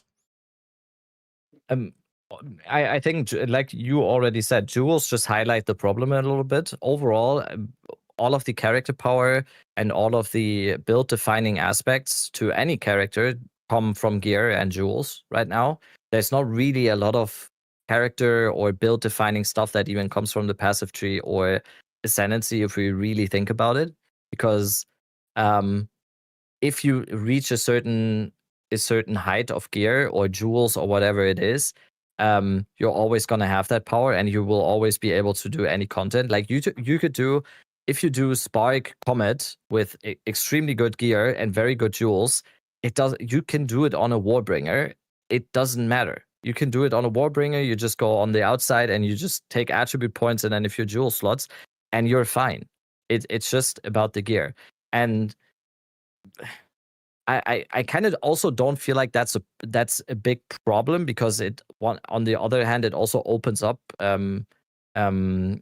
lot of ascendancies for people, and you're not always shoehorned into one specific ascendancy if you want to play one specific thing. I think that's a good thing, but also at the same time, the passive tree kind of loses a little bit of its value there. So I think jewels are fine, because it's always, to me, a little bit of a end game min max, and you can always make your character better with like crazy jewels.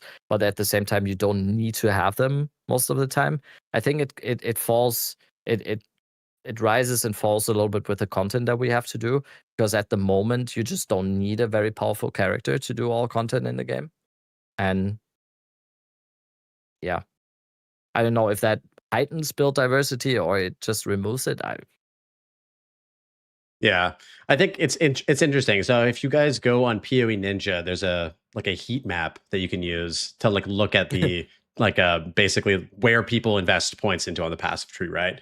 And the more investment that the heat map has, the more it'll glow. And so it's no surprise to anybody that the brightest area on the passive tree is the monk area, right? You have energy shield, you have evasion, you have crit scaling, and then from there it basically just looks like the NASCAR circular outringer, or basically everyone's going around the circle. I think it'd be really fun if, just for the event league, they adjusted the balance so that maybe people were incentivized to go bottom left for some reason. I don't know what they would do. Dare I say life on the tree? I know that's a dead horse or whatever, but something that incentivizes a complete meta shakeup, just to see kind of the way that they've approached the gemling, where the gemling felt like it was kind of like this pseudo testing ground to make skills better. Maybe using this event league to sort of I don't know, get a feel for what if we did this and made people more incentivized to invest in other places on the passive tree aside from the monk side. You know what I mean? Yeah. I just feel like the passive tree needs to be a little bit more build defining, and ascendancies need to be that too. And I think we have a big discrepancy between the old ascendancy and the new ascendancies. The new ascendancies are fucking awesome, and they are very build defining. And you have the martial artist, you have Varashta, you have the oracle and whatever. And the old ascendancies kind of are starting to look a little bit bland in comparison. So yeah, why not be a little bit brave in the event league now and just make everything a little bit crazy? And I think overall it could lead to some. First of all, it's gonna lead to craziness, and people are gonna be like, "Oh, this is completely broken. This is so way too strong. What have they thought of this?"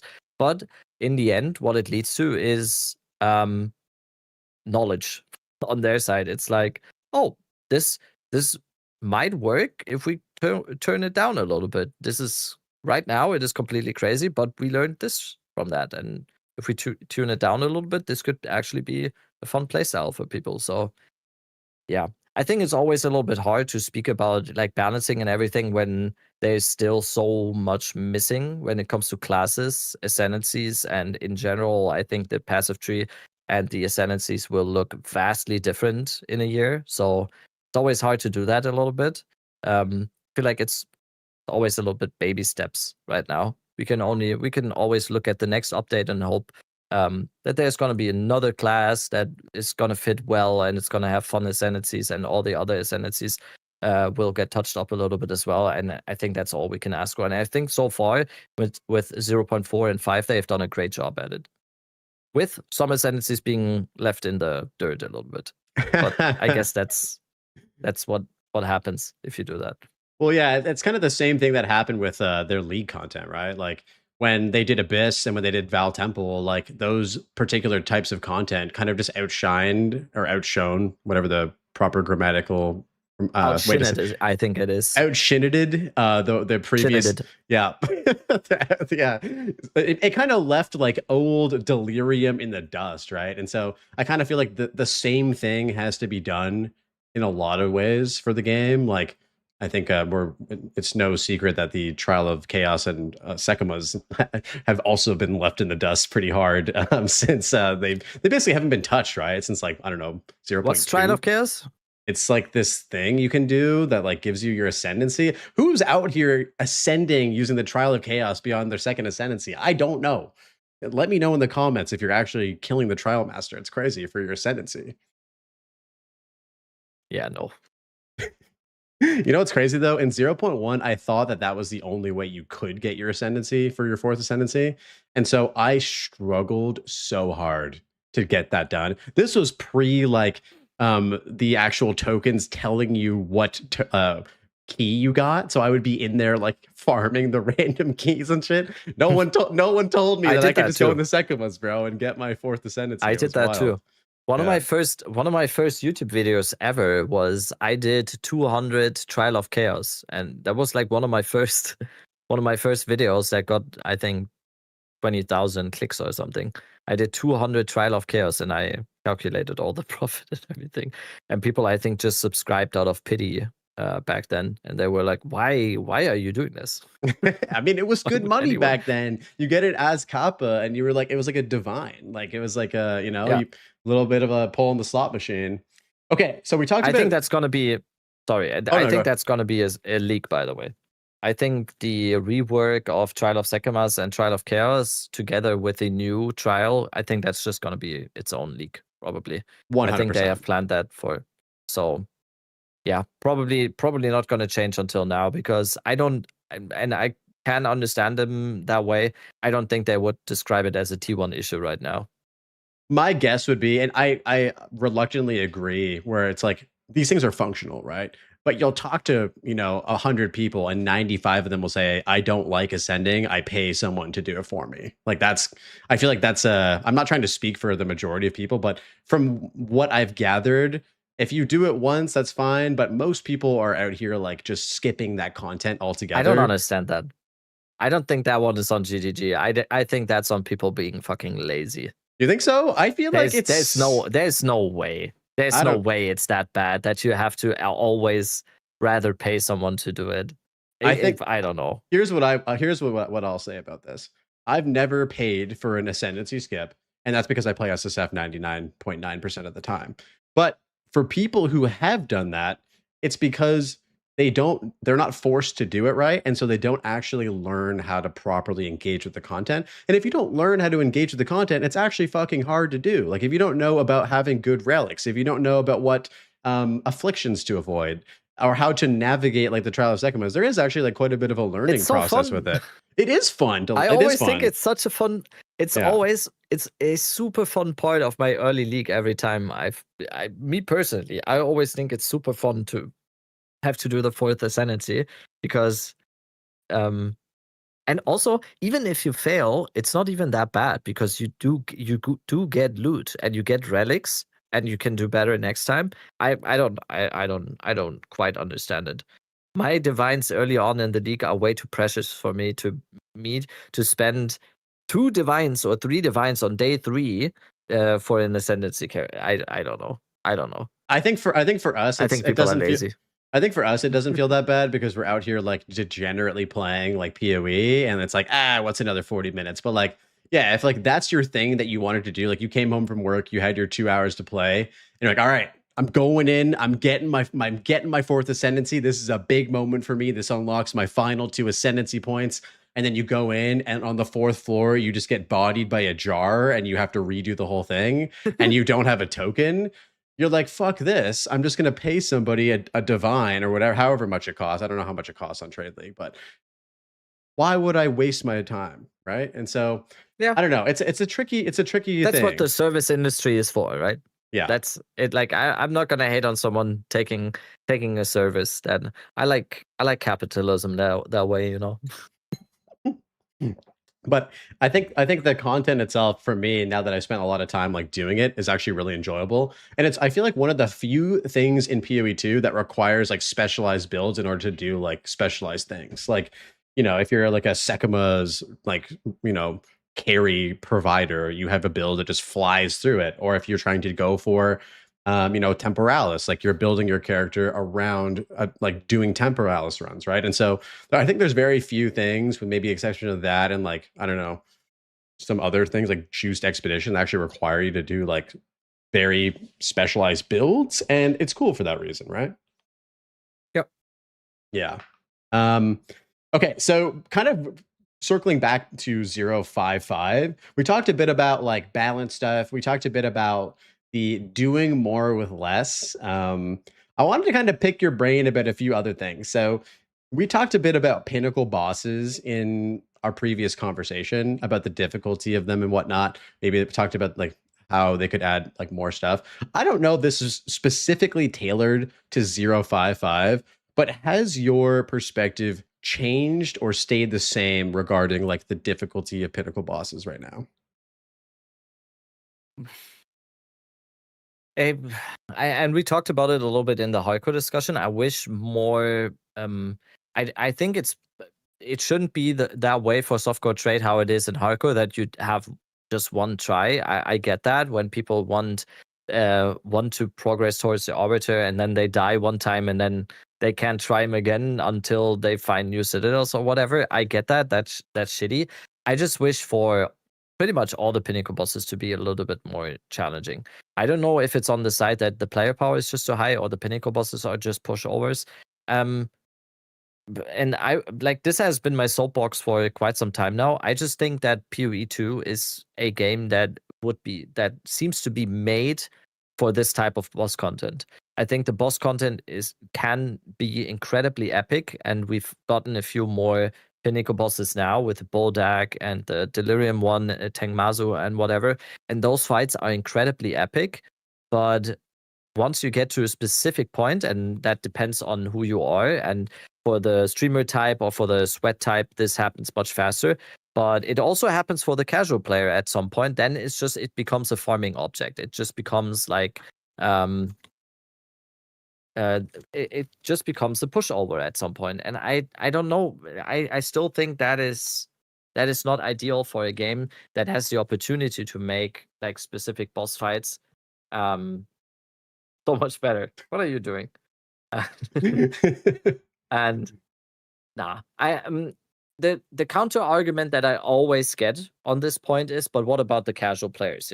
It's always always the counter argument that I get is that, oh yeah, but you only think that way because you are at day 3, your character's already so min-maxed that they become pushovers.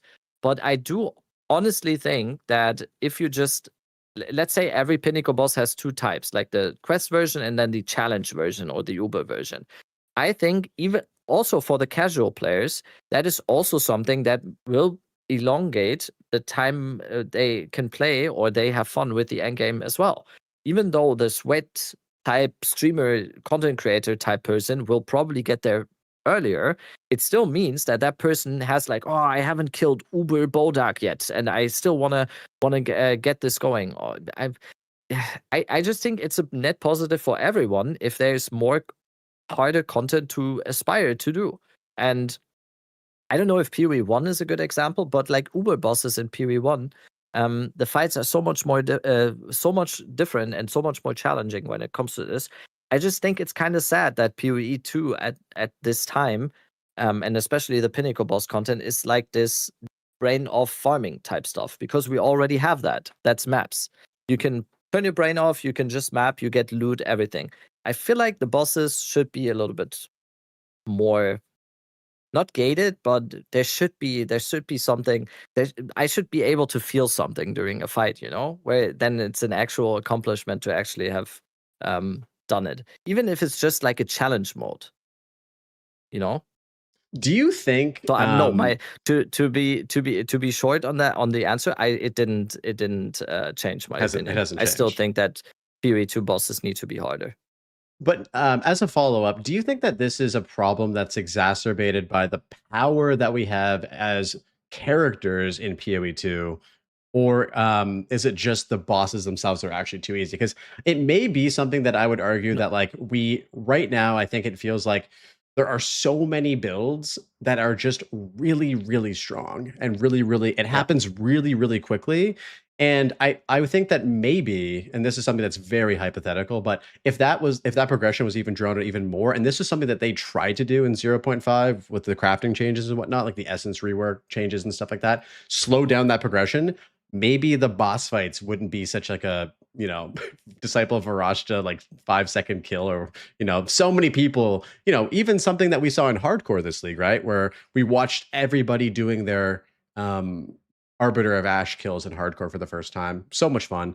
Even like somebody like Kaltarak who was doing a shield wall or shield charge chronomancer, like it was an ethical fight, but it wasn't like a, you know, 5-minute, 10-minute fight. It was like, you know, a minute or something like that. Like pretty reasonable time to kill a pinnacle boss, right? So I think I would argue that it almost feels just like we're just too strong and the bosses just aren't Yeah. strong enough. Yeah. Exactly. I think the bosses are kind of fine because we actually have this feeling that I just described. We have that for our first foray into endgame. The first time you do Kulemak, or the first time you do Bodak, or the first time you do Zesht or Arbiter, it actually feels like that. But I just wish that there was a possibility at some point. Maybe it's not even something that you need to do in terms of unlocking like new content or whatever. But I just feel like there is a way of having a boss give me back that feeling even 2 weeks in, where there's like a challenge mode to an arbiter or something.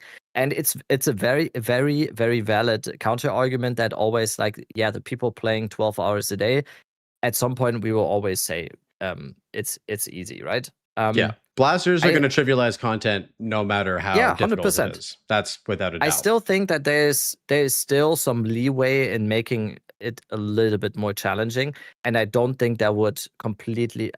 Of course, it should never just gate out the casual player. That should never happen, because a casual player should also be able to have fun playing the game and doing the boss without playing 12 hours a day. But that's not what I'm talking about. I think there is a way to make actually epic boss fights. That's kind of just my wish. I just imagine PoE2 and the bosses that we have to be like, there's an amazing epic boss fight that I see in front of me, you know? Yeah. Because right now it's just, and I talked about this earlier, right now the strategy is, okay, how do I defeat this boss?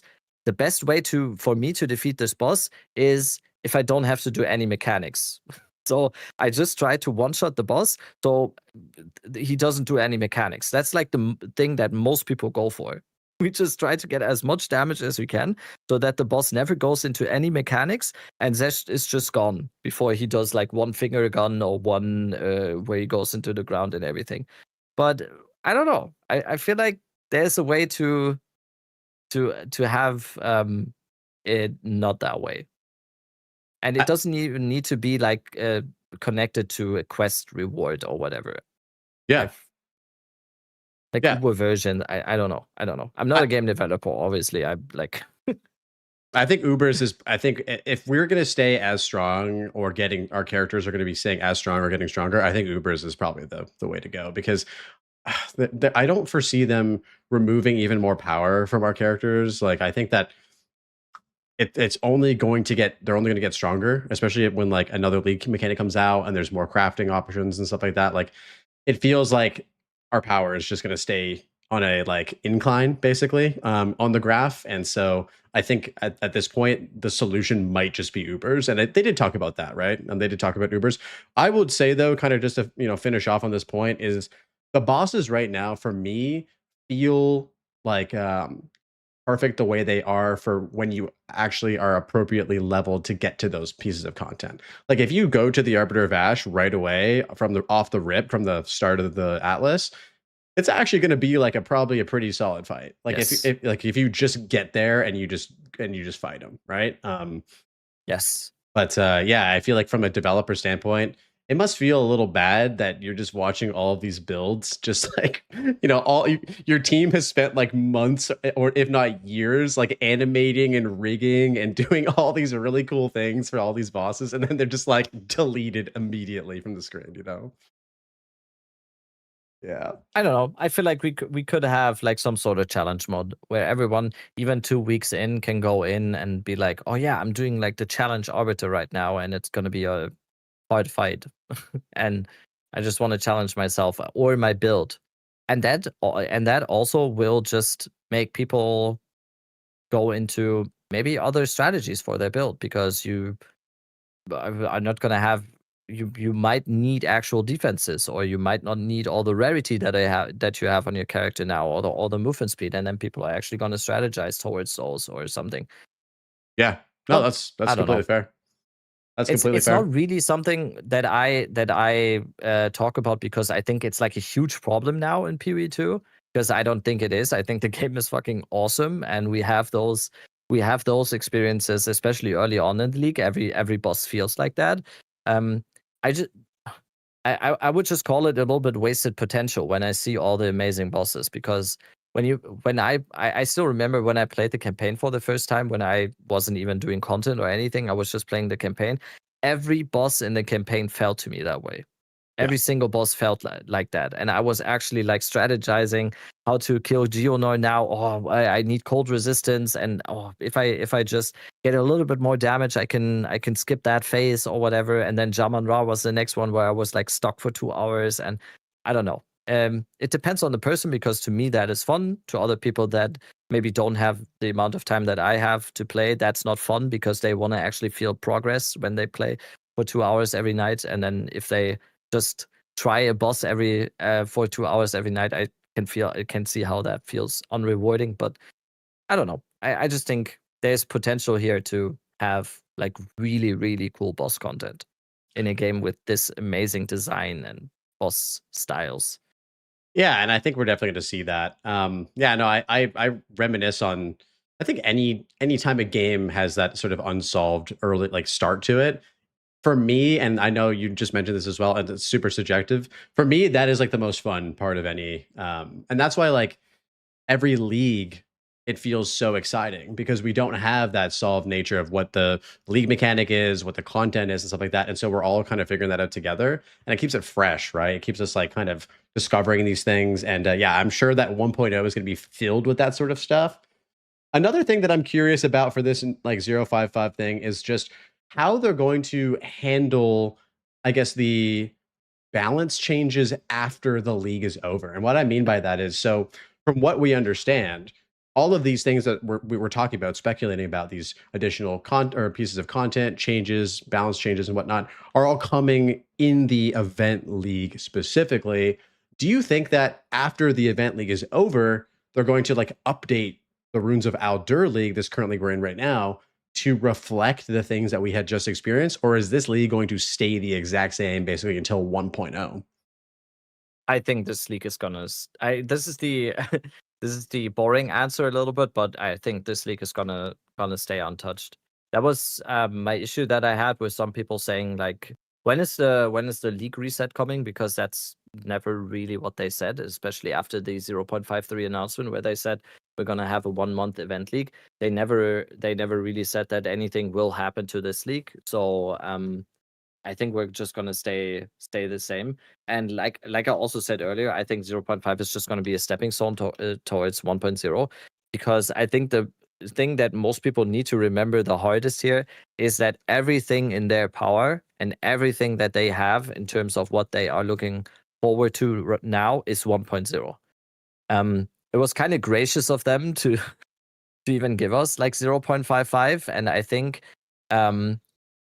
it's not mainly gonna be like community service. Basically, it's not gonna be them like, oh yeah, here guys, enjoy this. I think it's gonna be a testing ground for them, and I hope they make it a testing ground, because the most important thing for them is going to be the 1.0 release.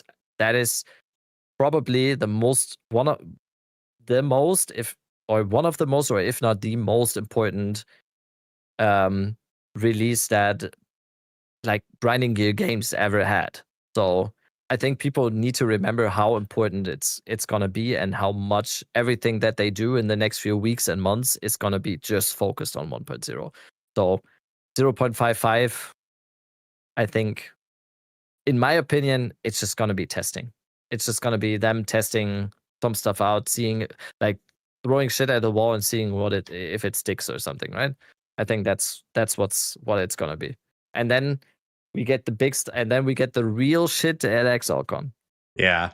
I have And we're a gonna be Oh my god, dude, I'm so excited. I have a hard time like managing my expectations, even as somebody who's like relatively new to Path of Exile, like somebody who's didn't start playing PoE 1 even until PoE 2 kind of came out. And it's tough because at the end of the day, and this kind of goes for anything, not just gaming, but if you manage your expectations, you're much less likely to be disappointed, right? And so for me, it's like I'm just happy with a couple balancing changes here and there, maybe making some things refreshed or whatever. I'm not expecting like death recap. I'm not expecting a new ascendancy. I'm not expecting a new class, new weapon, all that type of stuff that some people are like, this is confirmed, like this is coming. But at the end of the day, I know from my very little experience with GGG what they're capable of doing. And despite them like all hands on decking for 1.0, I wouldn't put it past them to do some big stuff too. So I'm excited to see where it goes with 055, but I'm trying my best to, manage my hype levels because it can get out of hand when it comes to PoE. You know how it is? I honestly, I'm kind of the opposite, because I don't even have expectations. I think I don't. It's not even that I try to have no expectations, or I have low expectations so I don't get disappointed or whatever. I'm honestly, there have not been many times where I was just disappointed when we got anything.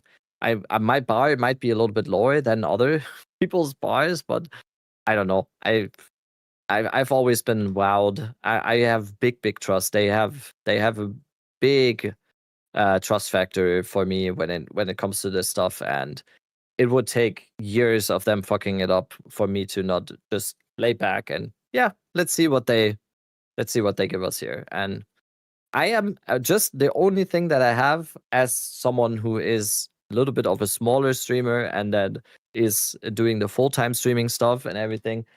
I will be really happy when they actually go to 4-month leagues instead of 6 months, because that would make stuff much easier when it comes to actually living off streaming and stuff. But that is a very, very isolated thing. That is nothing that anyone mostly can relate to. So I'm just hyped when they actually do 4-month leagues instead of 6-month leagues, because even though the game is absolutely amazing now, and I think this league was at the closest I could have ever imagined myself playing it for 6 months, it's still a little bit too long. 4 months is gonna feel much better. I agree. And it raises an interesting question. So 0.5, the current league we're in, was massive. Like the hype period was massive. The actual content itself was massive. And they stated, like Jonathan has said, that 1.0 is going to be even bigger than that. So they're already kind of circling back. They're already creating this expectation, right? Of like, you thought 0.5 was good. Wait till 1.0, where you get, the next 2 acts and whatever else they've planned for it. Do you think that moving forward, this is going to be like the standard of what we can expect for leagues, or are these sort of like these one-off like big content dumps, and then we're going to kind of go back to I guess less substantial like league drops, basically? I think it's gonna be always hit or miss. I think it's always gonna be a little bit hit or miss and ups and downs. It has been that way in PoE 1 for ages, and it will also be that way in PoE 2. There will be leagues where everyone's gonna absolutely lose their minds over everything, and it's like, this is the best thing I've ever seen. And you mentioned this earlier as well, and I don't think this is like exclusive to the PoE community. I think this is just humans. Like there's no middle ground anymore in these times where we live. Either everything is the best, the GOAT, the best thing they've ever seen, and they can't imagine anything seen like this, or it's dog shit. How does anyone play this? If you think this is even 2 out of 10, you're dog. It's always like that, and that is probably how it's also going to be for PvE2, and I really hope that GGG just rides over that. We had it already with 0.1 to 0.5. We had 0.1, then everyone on 0.2 was like, oh my god, this game is complete shit, bring us back PvE1. Then we had 0.3, everyone was like, oh my god, the abyss mechanic is so great, we are PvE2 is the future. Then 0.4, everyone was completely a mixed bag, because first everyone was super hype. Oh, this feels so good, all this loot and everything. And then, oh no, Temple ruined this game. And now 0.5, and now we have all the PvE1 people like kind of going over to the other side now and going like, oh, PvE2 might actually be the better game now, you know? And then if let's say this is not going to be 1.0, but 0.6, and it ends up sucking again, all these people will go once again, yeah, I don't know if they're making the right decision on focusing on PvE2. So I don't know. I don't know. I'm honestly, I'm trying to not have any opinions. I'm just sitting here and vibing. I'm just gonna play the game anyway. I don't care. I think it's an amazing game. I'm having a grand old time. No matter what happens, I even had a good time in 0.2. I think it's always going to be up and downs. To answer your question a little bit, it's part of it. It's part of it.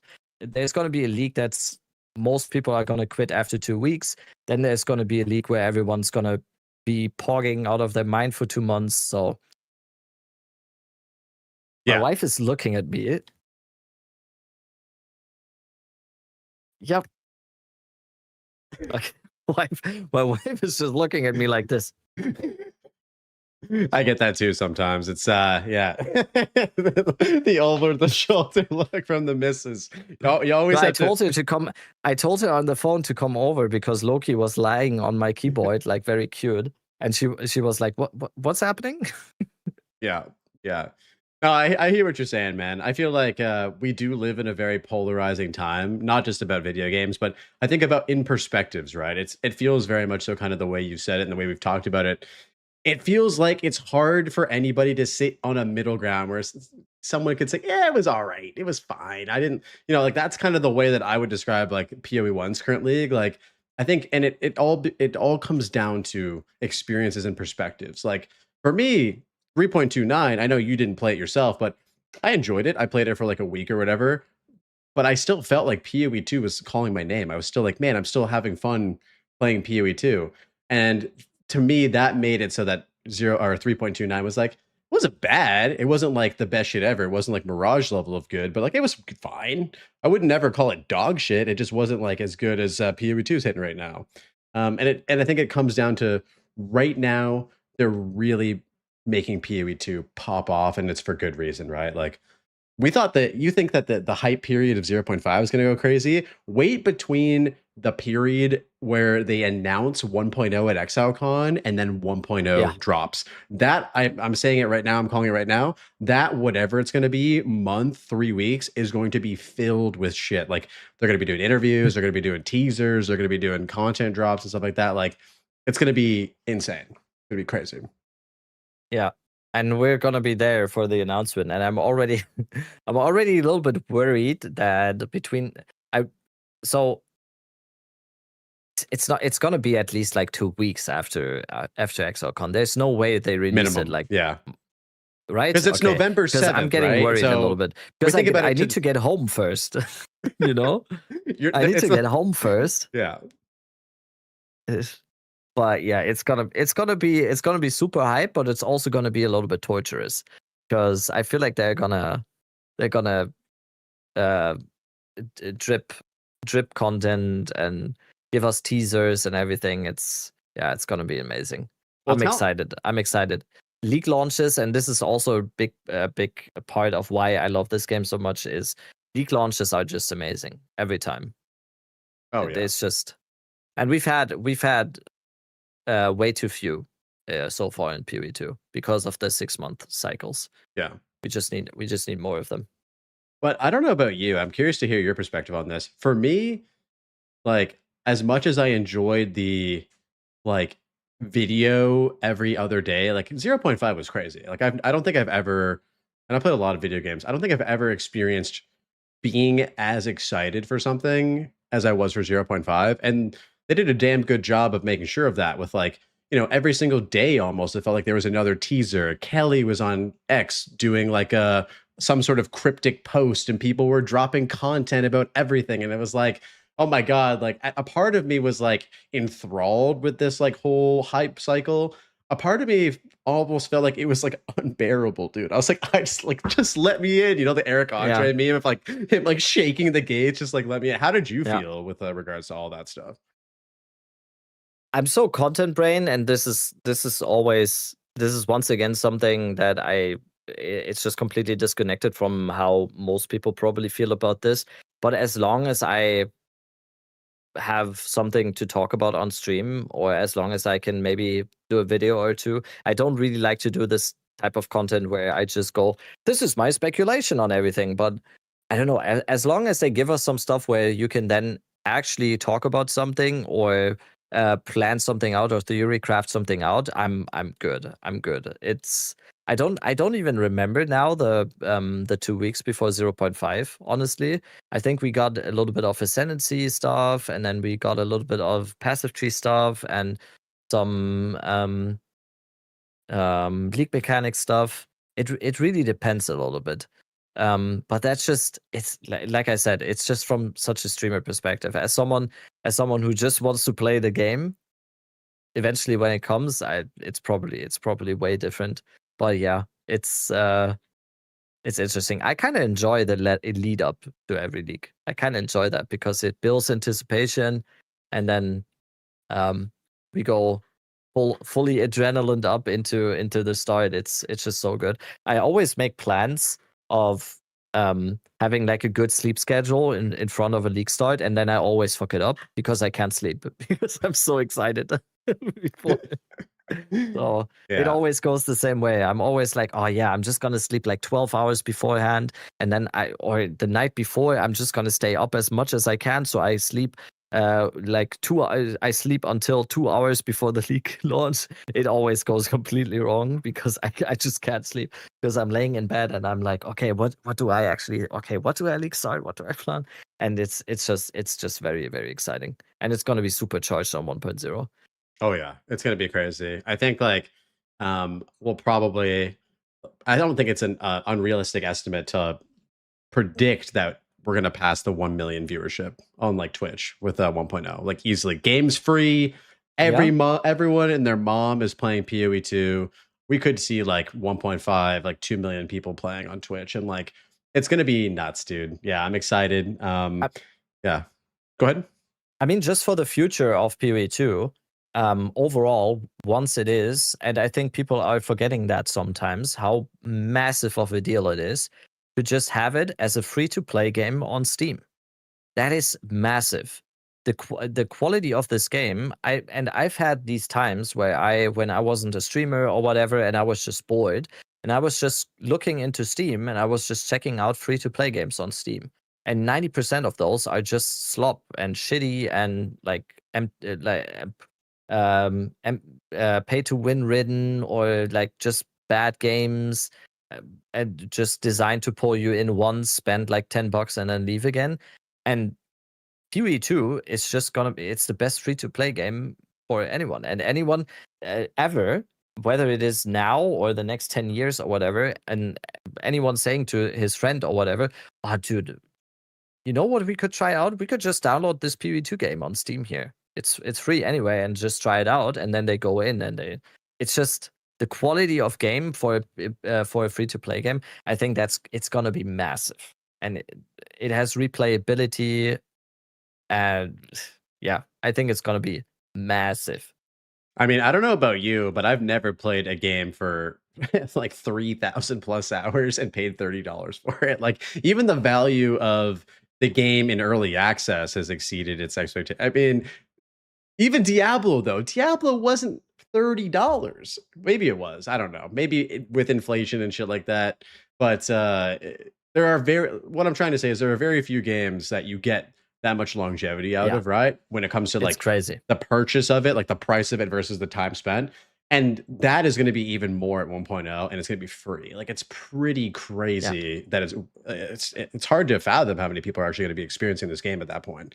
I actually think PoE2 is gonna be one of those games that are truly gonna be an evergreen. Like, it's hard to compare because it's completely different genres, but in my opinion, it will compare to stuff like Dota 2, League of Legends, and everything, because it's just always going to be something that people will be able to jump into because of the low barrier of entry. There's no barrier of entry anywhere, because if GGG doesn't completely corrupt themselves over the next few years, it's always going to be you. Yeah. Oh, you haven't played for 3 years? Yeah, just jump in. You have your stash tabs, you have everything. Just try out the new league, and it's just amazing. It's gonna be a truly an evergreen, I think. I think so too. I think that the only thing sort of holding it back from that, I mean, PoE1's the same way, right? Where essentially it is evergreen, but I don't think it ever reached the kind of that plateau of you know, the games you listed, right? The Dota 2s and Counter Strikes and stuff like that. Is because so much more niche, in my opinion. It is. One is. I think the thing that really held it back was its new player onboarding experience, and I think that moving forward, I'm pretty sure GGG is like well aware of this, but I hope that they don't let that particular aspect of the game hold it back from reaching that level, because if they included more things to help people sort of as the game progresses, right? You know, imagine, you know, a year or two down the road when there's, you know, 4, 5, 6 additional runes of Elder League mechanics, and we're all doing all this shit in the campaign and stuff like that. Like, it's going to get a bit convoluted. And so, yeah, I really hope that moving forward, I think that is the big thing that they need to focus on. While they're adding more content, making sure that that new player onboarding experience is a priority to keep players coming into the game, and yeah, just like making it understandable for people who are new. Yeah. I don't know who was the streamer. I just watched. I think Kadril. It was like one of the biggest streamers on the platform. I just watched him play PoE2 for the first time, and there is some improvement to do still. Have you ever got your wife to play? Has she ever played before? No, never. No. Okay. I've recently got her into console gameplay. She played The Witcher now. Oh, nice. And right now she's playing Assassin's Creed. Okay. I would be curious to hear if she ever played PoE2, what your thoughts are, because I don't know if I've told you this, but I got my partner to play. She just beat the campaign, so she beat the entire campaign, what she has so far in PoE2, and I told her that it would be awesome if she could do this before coming to ExileCon, because wait, she beat the campaign? I didn't. Yeah, she beat the campaign. Like, she's in maps. She's done maps. Damn. Don't ask what her slash played is. She AFK'd a bunch. I looked at it and I was like, oh my God, that's a lot of hours. But it was like her AFKing and stuff. But she got some help. You know, we got her some items and stuff like that. She actually played your build. So when you meet her at ExileCon, be prepared. I told her to glaze the EDC build. Okay. Like, I told her, this is your guy. Okay. But it was crazy as somebody who spent too much time playing this game, looking at the perspective of somebody who's never played PoE. And I think that it'd be interesting if your wife ever ended up playing it for you, because... Oh, we could just ask Try. Oh, no, Sean. And we're done. Thanks for watching, guys. We'll see you on the next episode. Sorry, I had to make that joke. Oh, too funny. But yeah, it was funny. Like, the stuff that we're so removed from was very highlighted. Like, you know, with her, she would be going through these zones, and there's this weird thing where in PoE1, light radius actually makes a big difference. Like, you can see the next doorway to the zone, the next zone with more light radius. And in PoE2, for some reason, it requires you to be so damn close to like the next zone. And just like this change specifically, I think would just be such a big QOL for new players, because she would run past like that tiny little section in the Grellwood where like the Grim Tangle is, and be like, where the fuck is the next zone? I have no idea. And I think if you watch any new player play, chances are they're going to struggle with that. Absolutely. Yeah. I think it's always going to be part of PoE2, because that is what makes the game as good as it is, because it is not babying you. And I think it's always going to be catered towards people that do like the challenge, that are up for the challenge.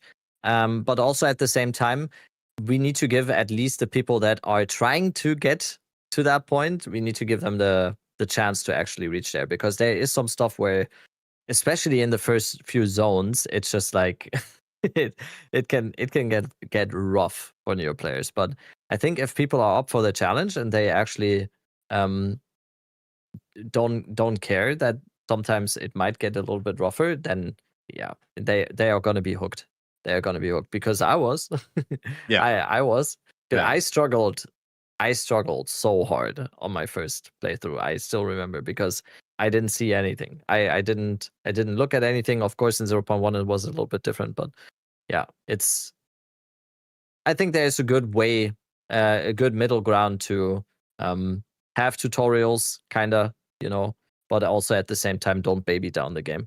Maybe there could be like a tutorial mode for Act 1 where people can choose to actually have everything explained to them or something.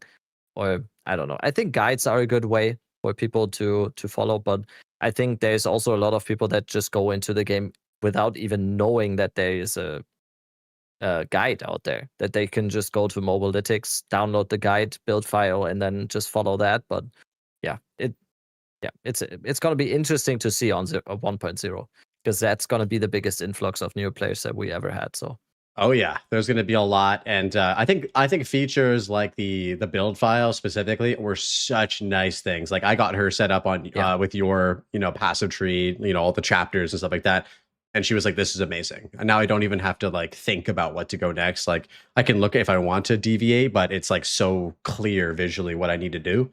But I think a big part of it that you kind of spoke about was I think with the second playthrough, it feels good when you've done it and struggled through and feel like you're improving, right? That's like kind of the addictive nature of ARPGs, is like, how much better am I going to do the next time around? Dude, after she beat the campaign, she logged into Huntress and started running through on another character and was like, oh, I know where to go now. Like I know how to, and she was like, this is so much better. So it was pretty cool.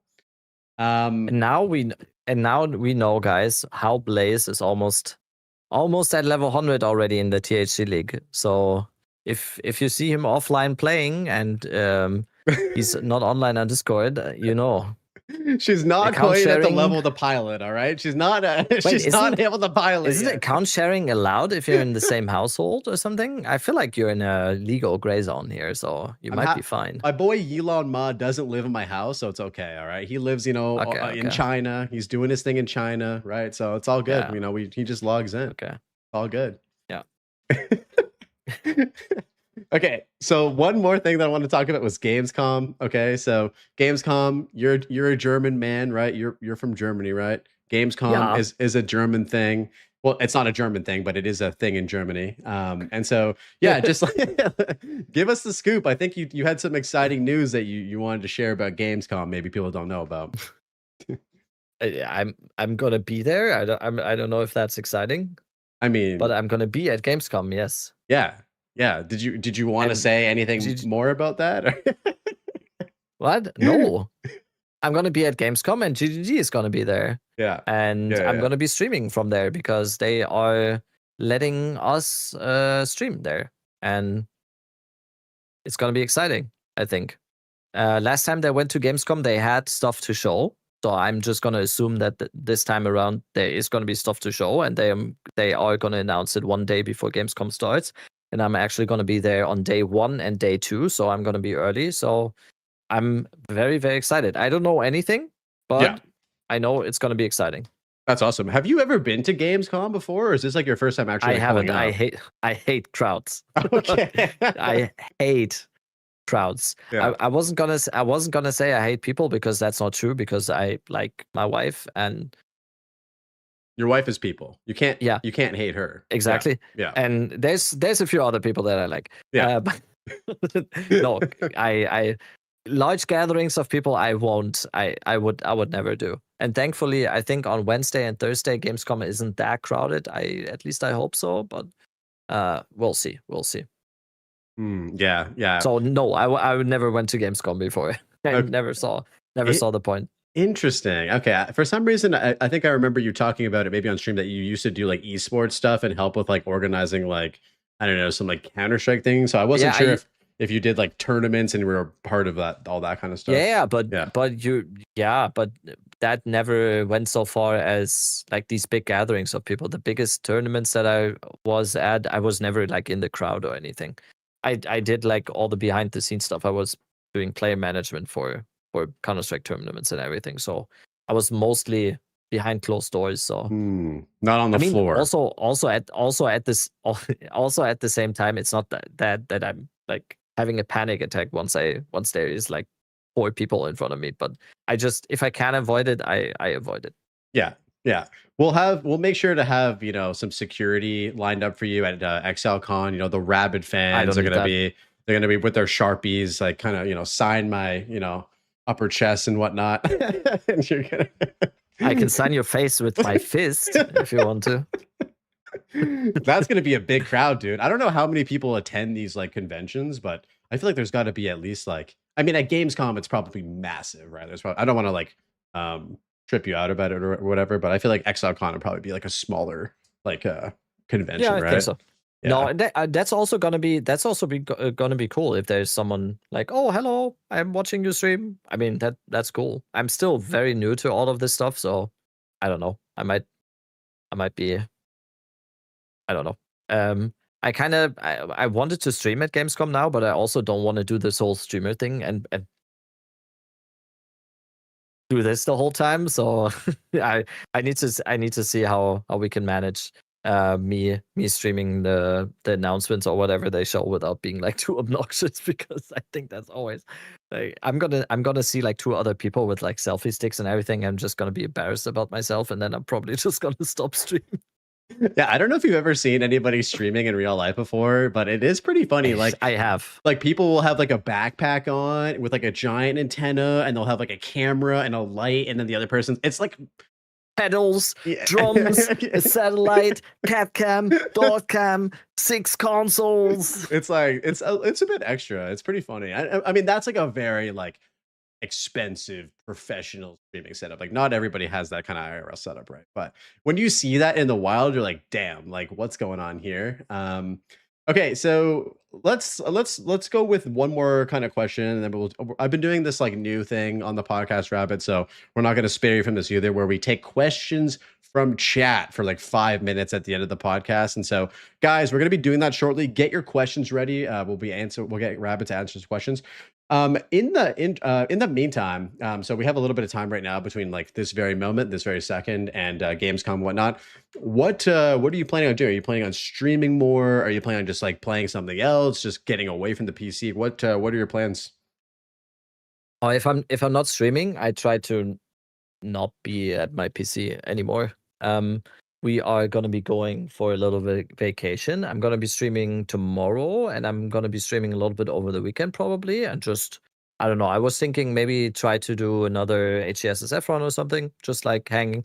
Honestly, in these times, I'm mostly just stream because I like hanging out with my community. It's just especially in these downtimes a little bit, and there's like a few hundred people still in my stream. I always just think it's so fun because everyone's always so nice, and we just have a great community in the stream. So I mainly just stream in these downtimes just to hang with people. But then next week we're gonna go for a little bit of a vacation, and then hopefully right after the vacation I'm gonna go to Gamescom, and then hopefully after Gamescom we can prepare for 0.55. So I think these 2 weeks now were the perfect opportunity for me to just wind down a little bit. That was kind of perfect. I have like very bad carpal tunnel, so I need to take breaks at all. Anyway, I do need to take breaks sometimes from the constant sitting at my PC for 8 weeks on end. So I just need to find the right times always to do these breaks, and I feel like this was, I think I was always scared when I took these breaks that I come back and everyone's like, no one is coming back. But most of the time when I took like these 2-week breaks or something and I come back, no one even noticed because most people also took a break from PvE2. So it was like, oh damn, have you been streaming the last 2 weeks? Okay, no, okay. So yeah, it's fine. They say distance makes the heart grow fonder, and I think that's true with streaming as well. Like, yes, it's nice to have your favorite. Is that streamer. my dad who said that? Wait, I'm back, son. Is that my dad? I've got Wait, the milk. My dad has Twitch. Oh no, you said that. I Oh, said okay. that. Yeah. What? Yeah. Wait, Oh, okay. I'm your dad. Wait, what? No, it's on some real shit. It's nice to have your favorite streamer kind of come back, honestly, like and have people excited to be back in the community. As somebody who watches your stream probably more than I should, I feel like the same way where it's like, oh, it's nice to see, when you're online and stuff like that and look forward to, whenever you come back. Okay, so let's do some fun questions. I saw one that I would like to start with. And then, guys, if you want to just fire off some questions in the chat, I would love to ask Rabbit these. Starting with the first one, any streamer that you both are excited to meet in person at ExileCon? I'll hand it to you, Rabbit, first. Streamers you're excited to meet in person at ExileCon. There's this one very handsome Canadian streamer Oh, that Barricade. promised me. He's not going to be there. Yes, he's a Canadian. He's Yeah. Canadian. Oh, he's Canadian as fuck, No, bro. he promised to have a beer with me. Blazeworks TV.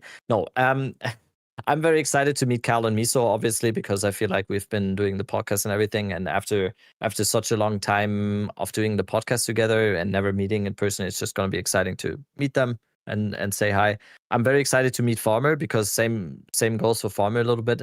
Me and Farmer started at the same time, and he's kind of my personal favorite streamer when I'm like not doing anything and I'm just watching a Twitch stream, which I usually don't, because once again, if I don't stream, my PC is off and I'm just doing other stuff. I don't have social media or anything. But Farmer, I'm going to be excited to see, and just like the legends, Scissorin, Steel, I don't know, Quinn would be cool to like say hi to. Hey, Quinn, that would be cool. And there's so many. Gazi will be very, very cool to meet. Yeah, I think it's just gonna be cool. I'm excited now because I'm hopefully I can meet some people at Gamescom too, because I saw that Israel's gonna be there.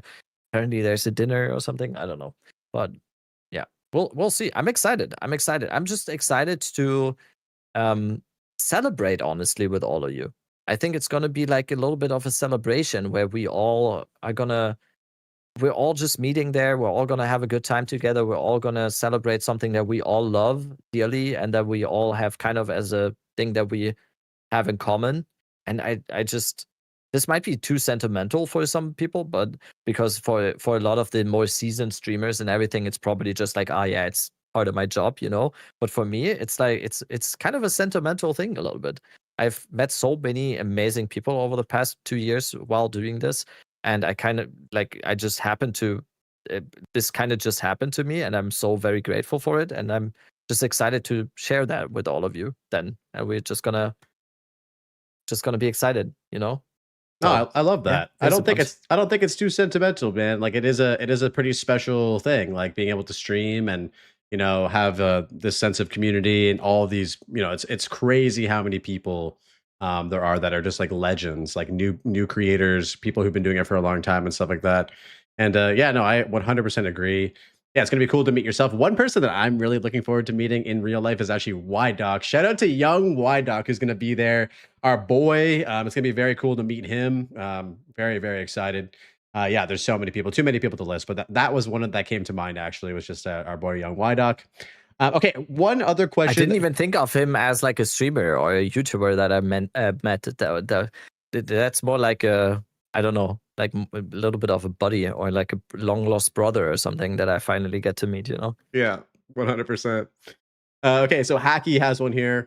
Do you remember the day when you decided to pull a trig and create your first ever type of content for a video game? Yes. It was just completely, I don't know, I probably told the story before. I was just out of a job and I had like 3 months to kill, and PoE2 came out, and a friend of mine said, like, let's play PoE2. It just came out. And he actually gave me his key. I just had a beer with that friend a few days ago, and he always reminds me that I'm still playing on his key with my account. Nice. Which is super, super fun. Yeah. And the original thing was I was trying to anoint my I bought an item, I think, and it had an anoint on it, and I was trying like how did that happen, and I was trying to find like a guide or a video on how to anoint your amulet, and the only video I found was like a guy talking 40 minutes And then eventually in the last 5 minutes, he finally came around to actually explain how to anoint an amulet. And I was like, yeah, I'm just going to make a video now. How to anoint your amulet, 1 minute 20. And then I just uploaded it and it kind of went crazy. And then I just had fun doing it. This all just kind of happened. So I don't know. I never set out to become a streamer. I was fully ready to go back to a normal job after that 3-month period. So I was just I got rage baited into making a video, I think. Well, shout out to your homie for pushing you in that direction. And yeah, it's kind of just a symbol for like, you never really know what life has in store for you unless you try shit, right? Like I think like a lesson to be learned from that is just like, if you feel like you want to just try to do something completely different, make a YouTube video, fire up a stream, try a new hobby, just do it, man. You have And no sometimes idea. shit just happens. Yeah. Most of the time it doesn't, but sometimes it just happens. But you can't force anything. And I think if I would have tried to force it, it probably wouldn't have happened. I don't know. I was just vibing. Yeah. Always. It's kind of like a That's go what with I the still flow. try to do today. Yeah. Okay, the last question we're going to ask is from Kenda Kiyu, who's asking, even if the chances are low to none, is there a character, mechanic, skill, or weapon that you would like to see in the future? Let's maybe approach this from a perspective of like, we already know what's potentially coming. Is there anything like that you'd love to see maybe in PoE 2 that like we don't know is coming that's like completely off the radar?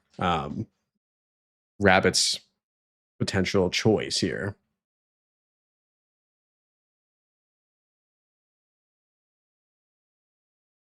They kind of covered all the classic ARPG and RPG stuff already with the stuff that we know is coming, right? I can only go I couldn't only go off of Diablo 2. I think the one thing that is missing might be like assassin type claws or whatever, but I don't know. I feel like, and this is probably one of the big things about PoE2, they are already covering so much ground with everything that they have in here.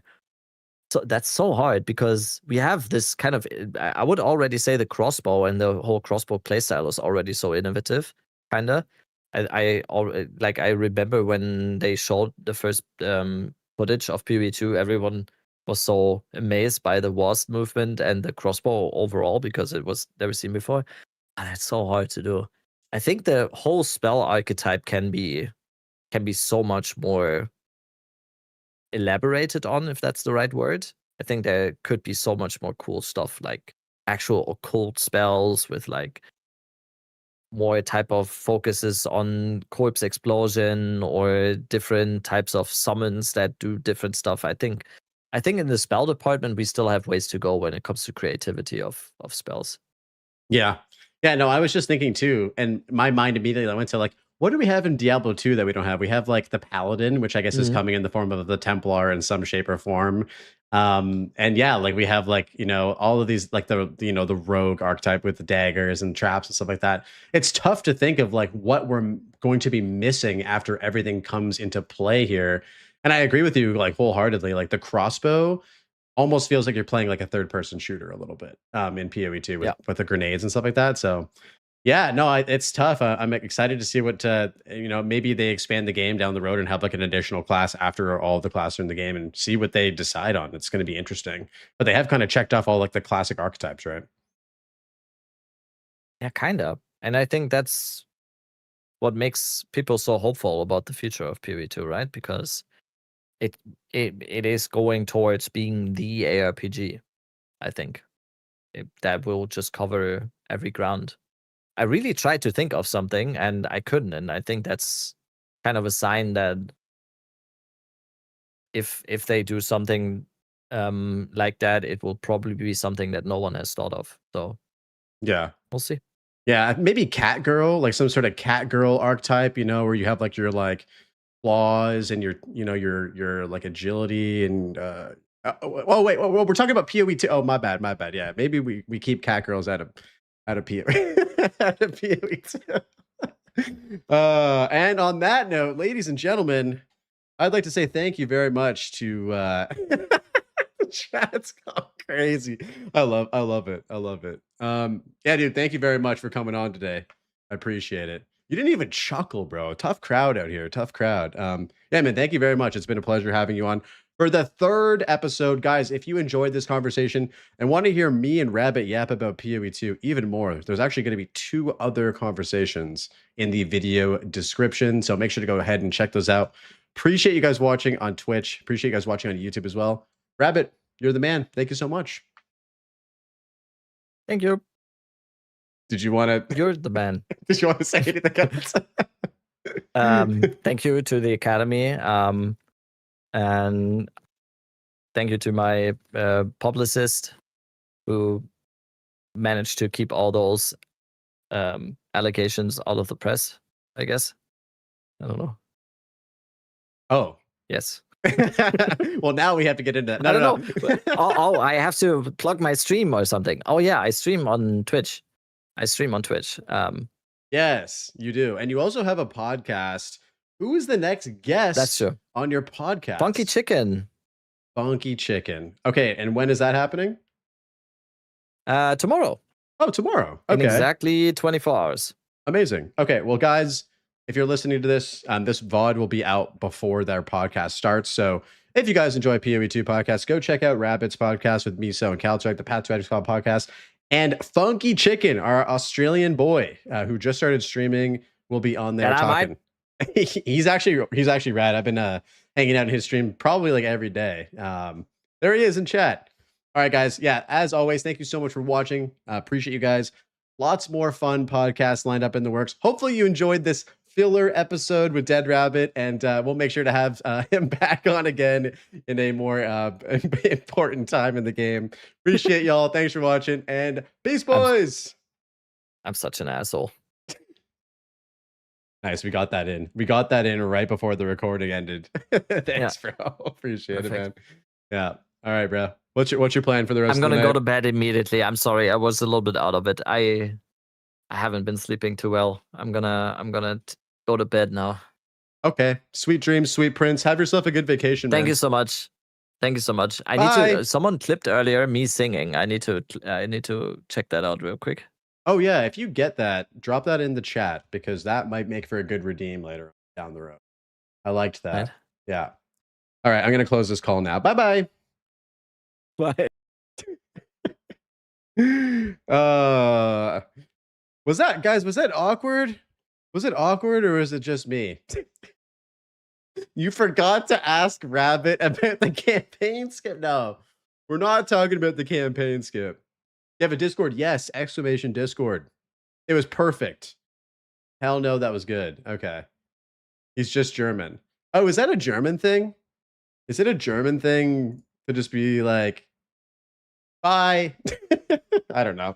Love Rabbit. It was very fun. Hope you guys enjoyed the podcast. How was it, guys? Did you have fun listening to 2 nerds yap about shit? We yapped about stuff. Yes. Yes. Great pod. Okay. I thought it was very fun. I thought it was very, very fun. We're very bad at goodbyes. It was an awesome podcast. All right. Thank you. Hey, man, I appreciate you guys all hanging out, all watching and stuff like that. It means a lot. We had a lot of people in the chat today. I don't know if I'm getting view botted. We had 170 people in here during the podcast, which was crazy. Earlier on today, we had like 600 for some reason. I don't know why. I don't know if this is like natural views now. It's messing with me. I don't know if this is natural views or if this is like bots throwing me off. But yeah, appreciate you. If you're a bot, do me a favor. Hit that follow button. If you're enjoying the stream, I do one of these podcasts basically like every week. So yeah, I would appreciate it if you're enjoying the stream. Just hit the follow button. It's free. And it helps me out, you know? Oh, also, if Mr. Goodwords is still here, an hour ago, he subscribed for 6 months at tier 1. Thank you very much, Mr. Goodwords. I appreciate that. I'm kind of a bot and only able to hit a follow button. Oh, I mean, those bots are... I will accept those bots. Don't worry, Blaze. Number up, happy. I mean, it's nice. You know, it's nice. Yo, what up, Anthony? Yeah, hope you. Dude, the cat girl archetype. It got you guys. It got you guys. There was a lot of try susses in the chat. I don't actually want a cat girl archetype in PoE 2, okay? I can go play fucking Lost Ark or some shit, all right? I can go do that.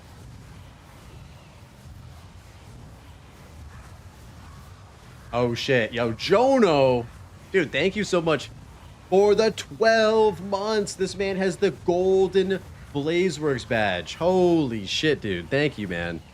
That is crazy, bro. That's like, you're one of the few people that have hit the year mark already. That is crazy. You know you, okay, maybe a little bit. We'll see. Clip it and ship it, dude.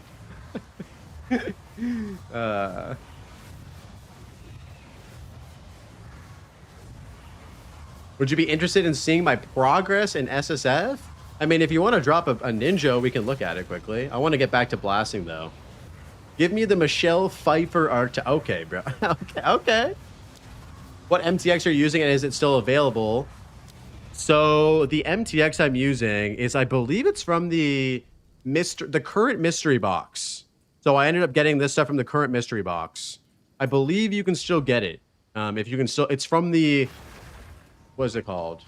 The last of, oh shit, yo, Pav, with the 11 months. Thank you very much, Pav. Got that Founder's Badge, dude. Holy. Yeah, it's the Golden Avian Knight and Eldritch Touched Assassin armor. Yeah, Pav, thank you so much, dude, for that 11 months, bro. Holy shit. And the Founder's Badge. Absolute legend. Guys, I'll be right back, and then we're going to get back to blasting. We have a lot of XP to gain. So yeah, give me 2 minutes, and I'll be right back.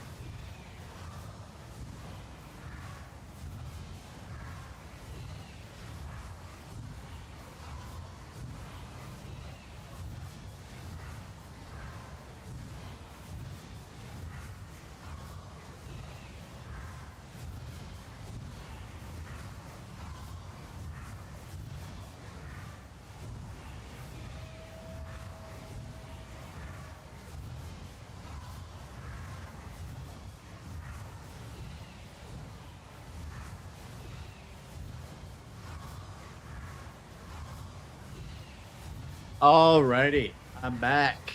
Yeah, appreciate you guys so much for hanging out. Holy shit, that's a lot of butt cheeks. What the hell?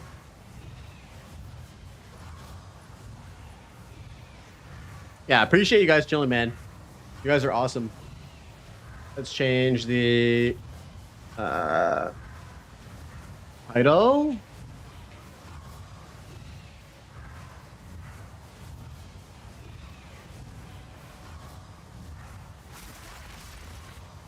Bro, look at Westy's crossbow.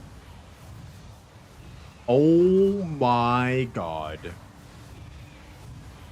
That's illegal. That is illegal. That is illegal. No.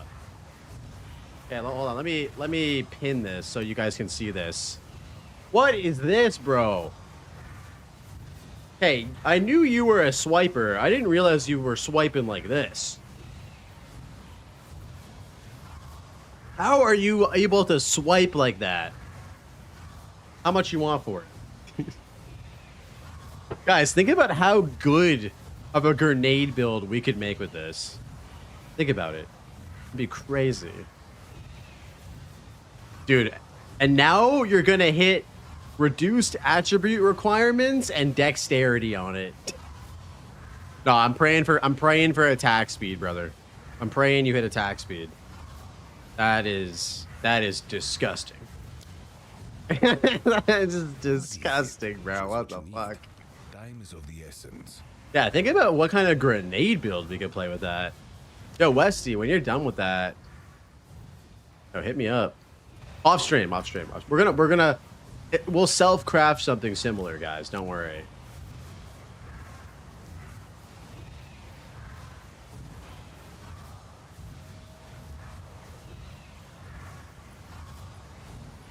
We've been doing a few minus maxes. I feel like we can run them now. Okay, we need Delirium and Breach. Delirium.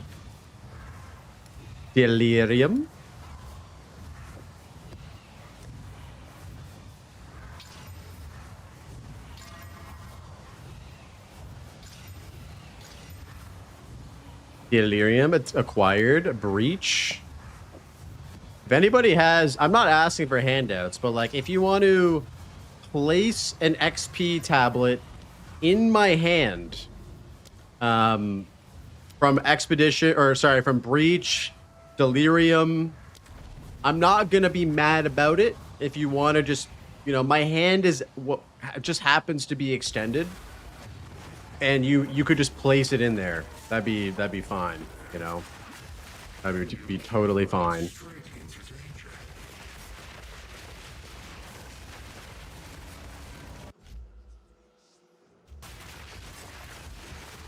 No, it can be any tablet. By Varashta's will. What's the thing to increase the level of the Absent Amulet? Can you use a level 20 skill gem on an Absent Amulet? I don't know if you can or not. Is that a thing?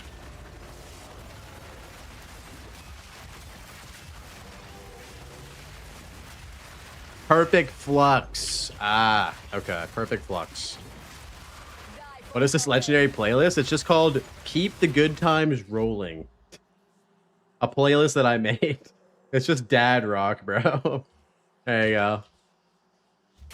If you're vibing with the dad rock, that's the vibe today.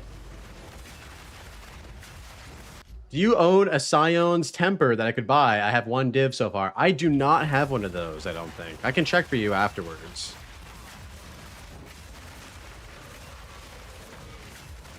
You're gonna put some in the guild stash? Okay. I don't know if they're in the guild, whoever asked that question.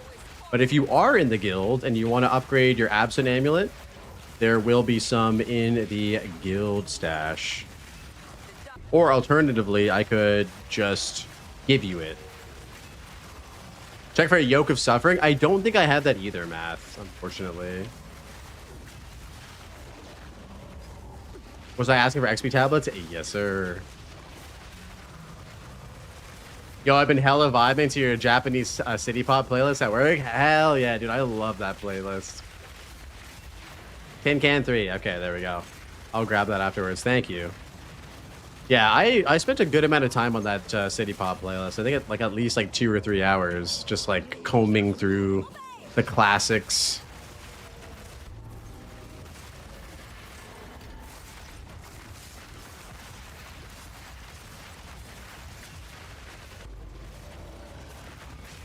Anybody in the chat right now, we have like 150 people in here. Anybody going to Gamescom who are like in Europe or in Germany or planning to go there? Like anybody also planning on going to Gamescom at all?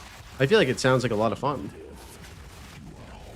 I feel like if I lived in somewhere where like GGG was having, like if GGG was having an event in the US, I would be going to the US, like to check it out, whatever they had, or like having a thing. No thanks, I'm not a nerd, but you're watching a streamer play video games? Hello? Hello, Robok? I think I got news for you, bro. I think you might be a fucking nerd. I think you might be a nerd, bro. I don't know. I'm not a nerd either. No, you're the farthest thing from a nerd. He's LARPing as a nerd. Okay, that makes sense. That absolutely makes sense. He's just cosplaying as a nerd. I mean, he could be cosplaying as a cat girl, so could be worse.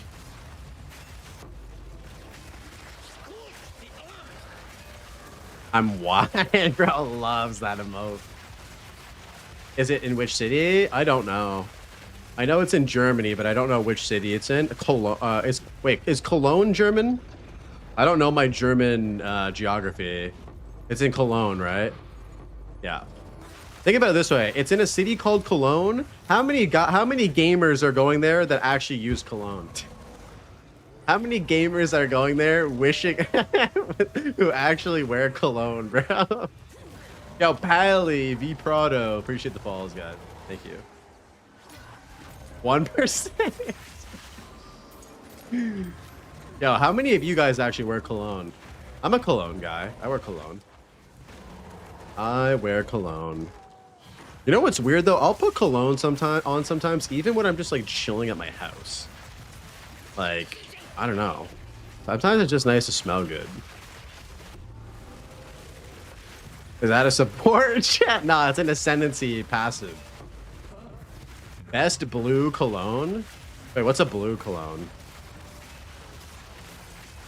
Hello, I picked, Be proud with the first message. Hello, picked witch as my first class. Any leveling build to blast of the axe?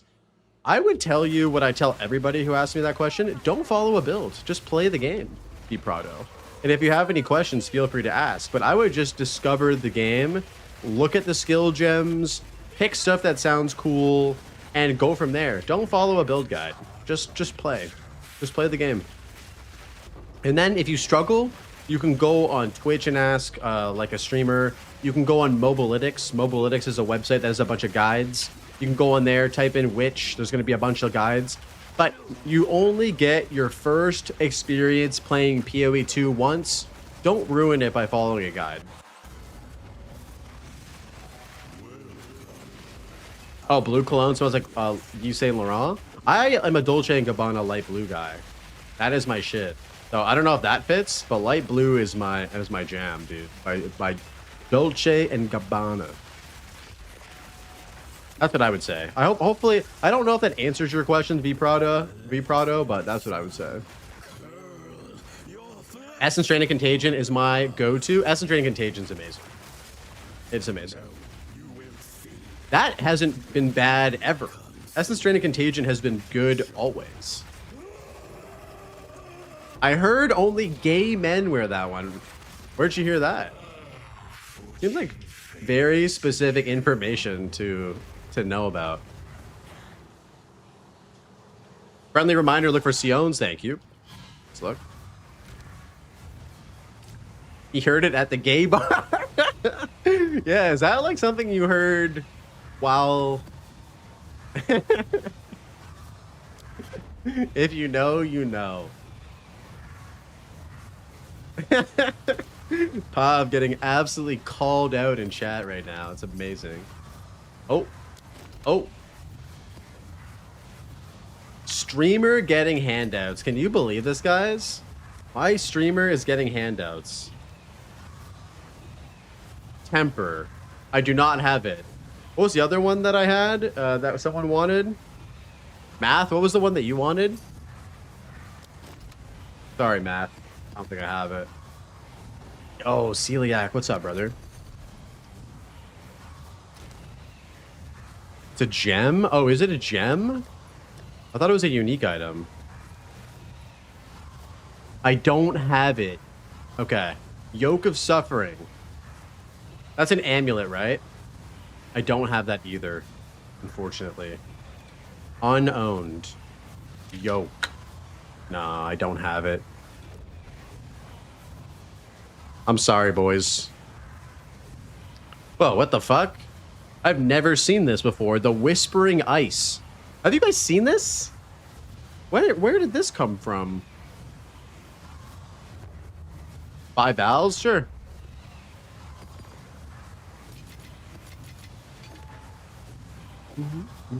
It's a blizzard staff?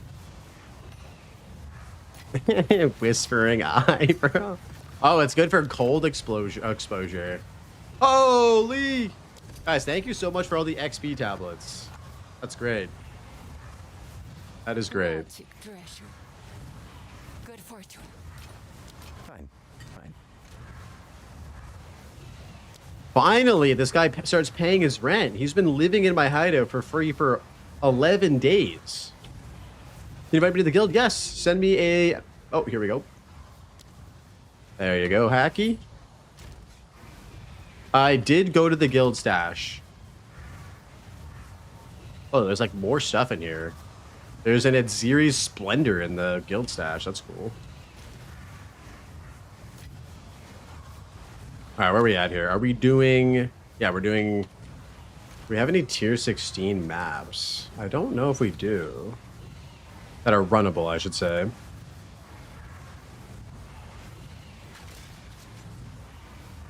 Ignited Ground, minus max. I think we can do this. Oh, we need irradiated as well.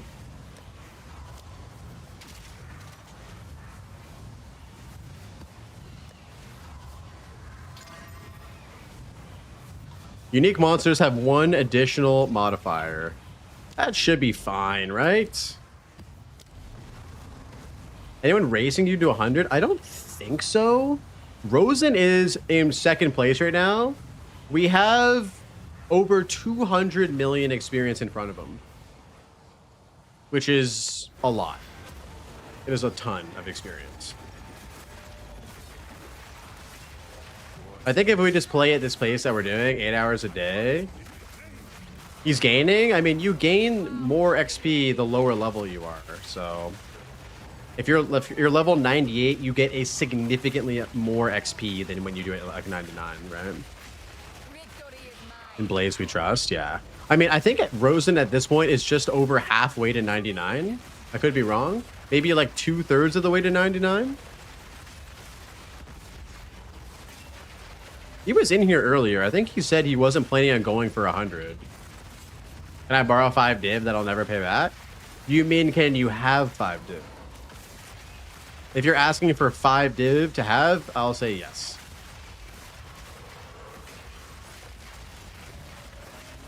Yes, you can have 5 div if you really need it. I had to switch bills and died at the... Oh my god. Bro, I literally just forgot that happened to me and you're bringing it... Why are you trying to get me... Evoke my traumas?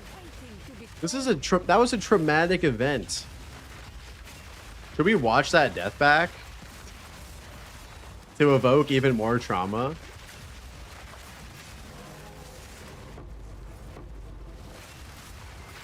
At level 99 and 82 maps or 83, the max you have is like 97.5 EXP penalty. Yeah, it's brutal, bro. It's really slow. I think on average, I usually get like 5 to 6 mil XP an hour. Not terrible, not great though. And having T16 maps makes it so much better. Wait, why are there so many rogue exiles here?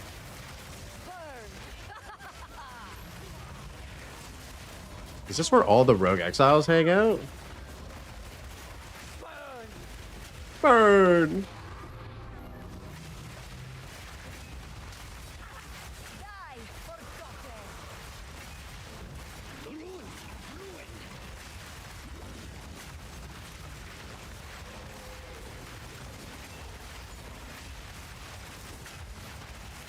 Imagine dying to Doriani 2 times? Wait, who died to Doriani twice? Are you talking about me? I think I've only died to Doriani like once in hardcore. I don't think he's gotten me more than once.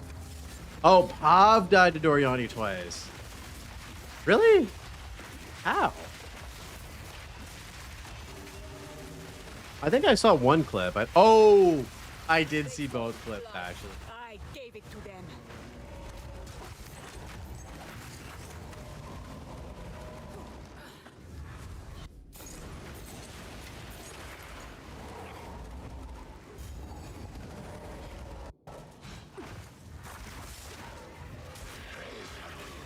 You died of sorry. Yeah.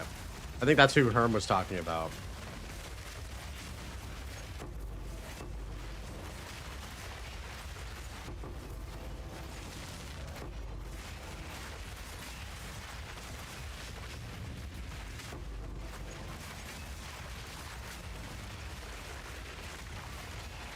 Obey me.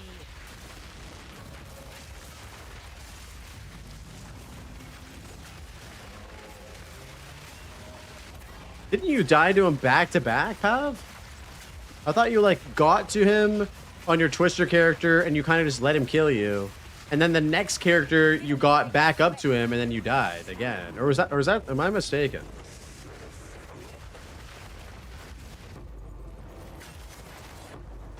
Hold on, isn't 1300 EST right now? You literally just missed the podcast. 1300 EST actually means 1 p.m. So we just had the podcast. If you want to watch the podcast, Pally, you can go on my YouTube right now. And, oh, that's my art. That's the wrong command. Don't look at my art. Go on my YouTube channel. On the live VOD right now, you can rewind it and watch it. You can also check out my art, though, if you want to check out my art. Oops. Shameless self-plug. Classic streamer just shamelessly plugging his shit. Yeah, it was a good one, man. Rabbit called it a filler episode. Guys, do you think it was a filler episode? I don't think it was a filler episode. I don't think it was a filler episode, all right? What do you guys think? Whoa! You guys see this? The middle of the zone is like transparent. Did you art some cat girls? Maybe. Maybe. That's what on my Deviant art, bro. That's my third source of income. Look at this. Are you guys seeing what's on my screen here? I can like see underneath the temple. There hasn't been a bigger L in the history of podcasts. What the fuck? Are you sure? I feel like there's been some bigger L's. Come on, man. Come on, man. Go on.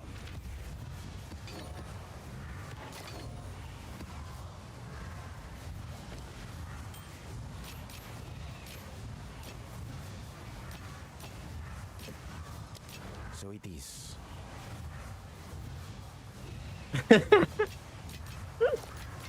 I mean, anybody can do that shit with AI now, right? It's basically, you know, your wildest fantasies can come true.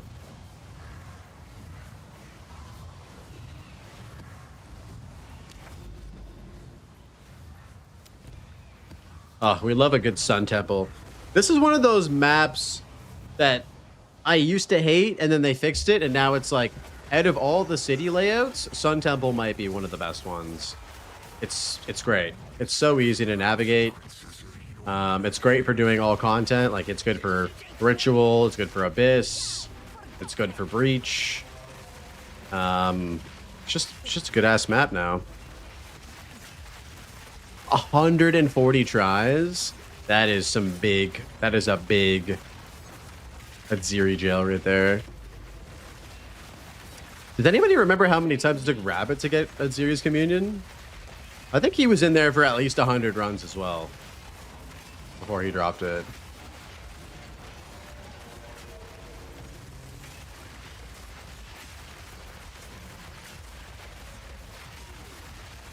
Was it 63? I thought it was more than that. I thought it was like 100. I thought it was like 100 plus. I don't know though. I could be wrong.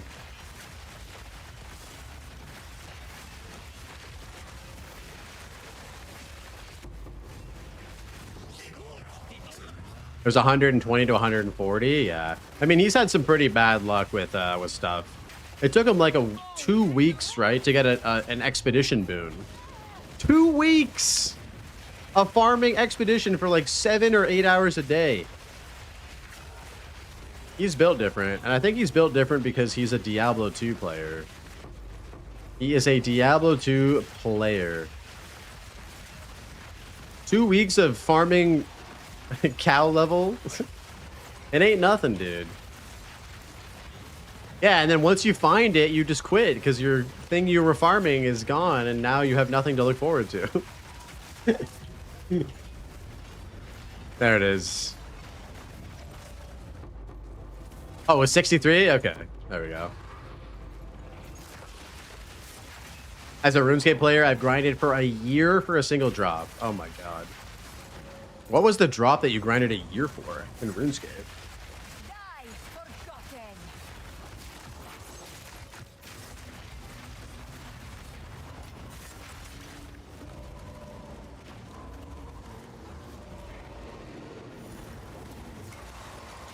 A twisted bow? Damn, I didn't realize that those were that rare. Ah, more temple openings because you got a brick temple. That makes sense.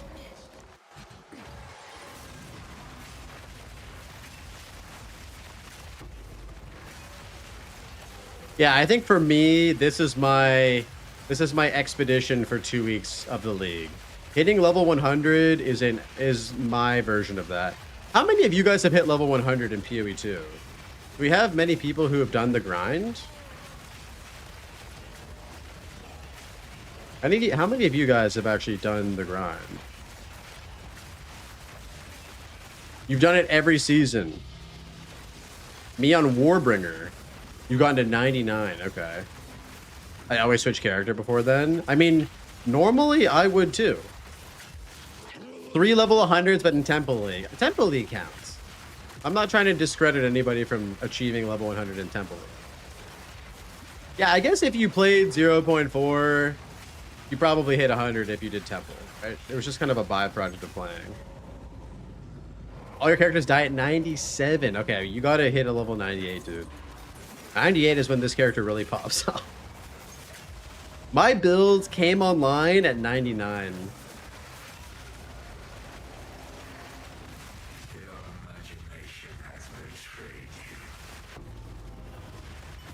The winds bring fortune. You think someone will sacrifice their level 100? Yes, I'm going to be doing that when I hit 100. As soon as I hit 100, this character is going right into the martyr sacrificial chamber. 100%. You got 15 level 92 to 97, only one level 98. The grind from level 97 to 98 is very substantial. Also, what up, Bovton? Welcome in, dude. I had a warrior at level 100 every league except Temple League.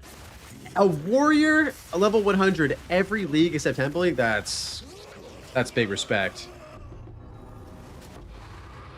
After I hit 100, I did 2 more maps and then quit the league. I mean, I'm not going to do a single map after I hit 100. You have Dominion Anointed? Yes. Exclamation build if you want to see my gear. God damn, this man's looking handsome. I hope he hits 100. Yo, what up, Shanika? How you doing, brother?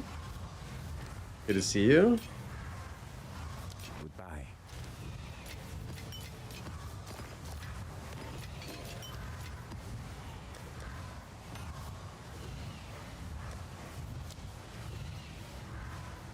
I'm kind of mogging. I'm the 3rd highest DPS on PoE Ninja for THC. Damn, bro. Okay. You are mogging. What the fuck? Why you gotta flex like that, dude? I've been doing good, man. Yeah, I've decided to hit level 100 in THC, my first ever level 100, and try to become the first martyr of THC. And so that's what we're trying to do. We're just out here grinding every day. We hit level 99 on Friday. We're now 41% in. And yeah, just going steady. Going steady, man. Going steady. I really want to get my first level 100 in hardcore. Even if somebody passes me and I don't hit the martyr thing, I really want to get the level 100 in hardcore under my belt. Victory is mine. Yeah, and there's always going to be people that try to discredit achievements because of a build or the way they play, and those people are probably stuck in campaign right now. And those people are probably just out here playing twisters, you know what I mean? Like, being a twister cock. So, yeah. You know? There's always... Guys, don't let people rain on your achievements, you know? Just because they don't fit your particular way you play the game. You know?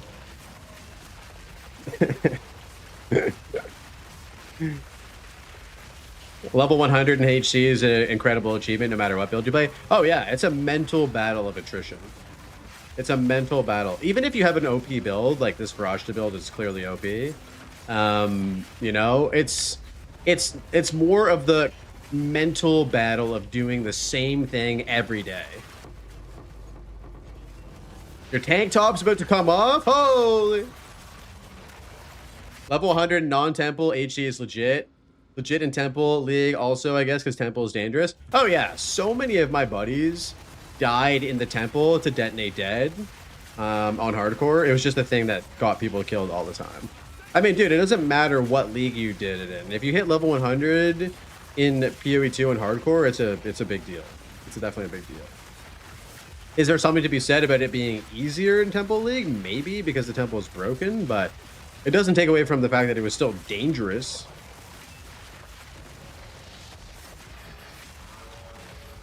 Last time, oh no, too soon, dude. R.I.P. Chuck Norris, the GOAT. Who was gonna roundhouse kick bad people without Chuck Norris being around?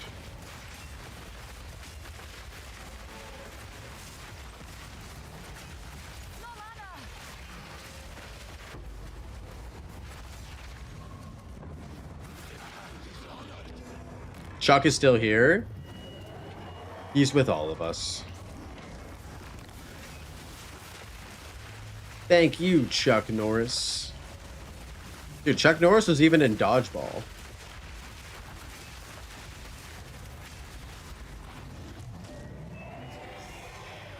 If you can dodge a wrench, you can dodge a ball.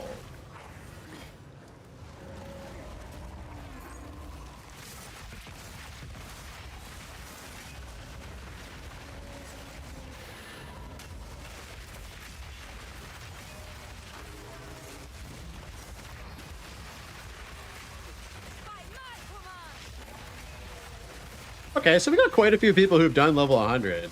Arjack, when did you hit level 99? I didn't realize you hit level 99. That's awesome. Even hitting level 99 is an insane grind. Like, that is a big fucking time commitment for one character. Arjack not modding all day? What do you mean? I'm here. He's been modding.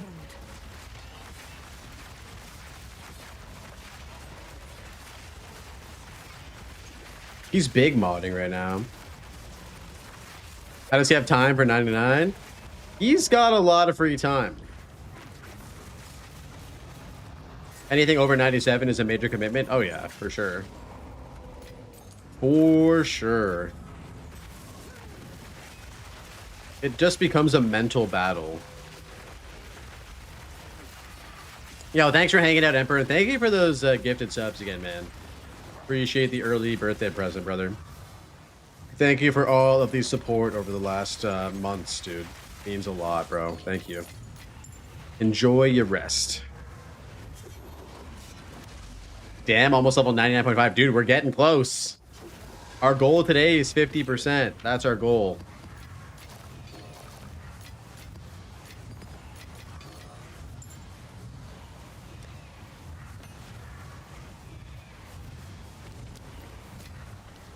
Serve. Wait, when am I turning 54? Dude, I'm turning 54 on August 28th. That is my birthday. It's the big 54, dude.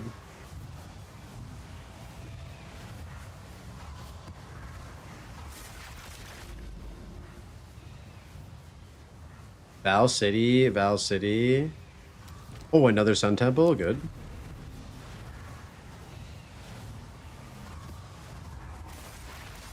Looking good for the 50s? Thanks, man. I attribute it the young age to my skin routine of rubbing maple syrup all over my face every day. It's the Canadian way. You just, you know, you take your maple syrup, you just lather it up all over your face. That's... It's funny, people actually come in here and are like, yo, what do you do for your skin? And I'm like, I literally don't do anything. I don't even wash my face. Classic Canadian, yep. I ride my moose over to the old Shoppers Drug Mart. Put some syrup all over my face. Wait, that's not syrup. Wait a minute, that's not syrup. What do you mean you don't wash your face? I mean, I shower, but I don't use like a face wash. I just like put this one product on my face. It's not actually maple syrup.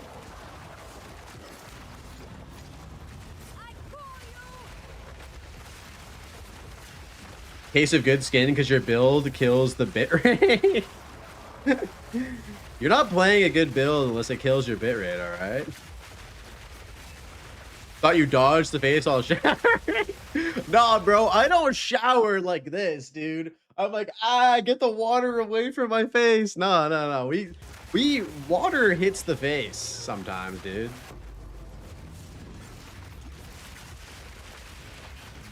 West completed his crossbow? Oh, yeah. Let's take a look. Where is it? +5, mana leech, magnitude of ailments. Holy shit, Westy, that's crazy. That is crazy, bro.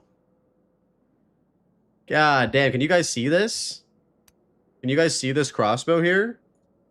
Look at that. Look at it! Look at it! Wait, is this a mirror crossbow? It doesn't have attack speed, right? So it wouldn't be a mirror. Basically, it's the best crossbow in THC, though. Dude, 1151 damage. Holy shit. Wait, how did he get T1 IPD and a +5? How much do you have to swipe for that? That's what I want to know. Not even on an exceptional base? Vendor trash. Absolute vendor trash. Not even on an exceptional base. Didn't break a sweat.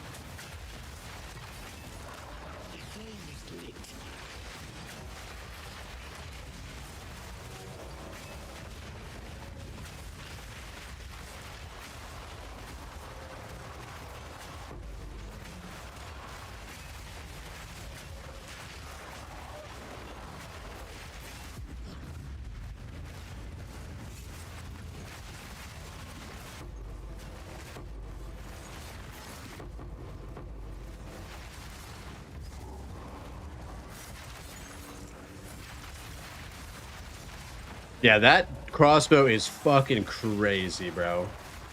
What build should you do with that crossbow? I'm thinking nades. Imagine how much one explosive grenade is gonna hit with that. Like, come on. My 96 just died. I couldn't get to 100. Oh no, Hank, I'm sorry, bro. 96 is still an amazing achievement, brother, in hardcore. Good shit, dude. Stormblast Galvanic Shards. I would love to do that as well. Yeah, sorry to hear about that, Hank. Are you gonna go again, bud, or are you done? Thanos build. What's the Thanos build?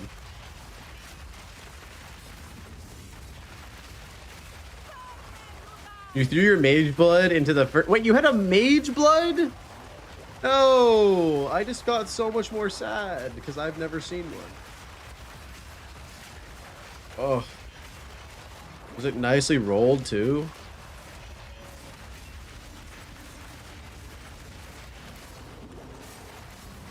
Oh, the Thanos shot. Oh, you're talking about the like the chaos build, right? Where everything just turns into fucking chaos and dies. Ignite chaos. Yeah, that build is very fucking cool. That build is really fucking cool.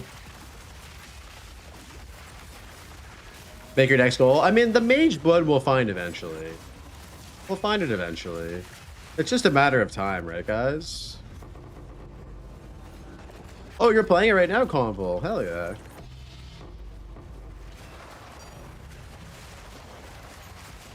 Crit, skill speed, move speed, and rarity. Oof. Oof.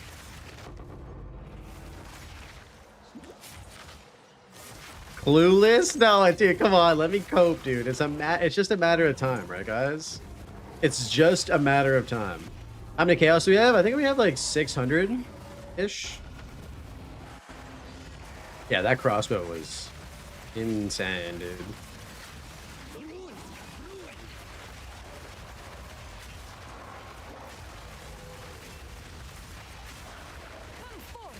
Yeah, I have a ton of sapphires.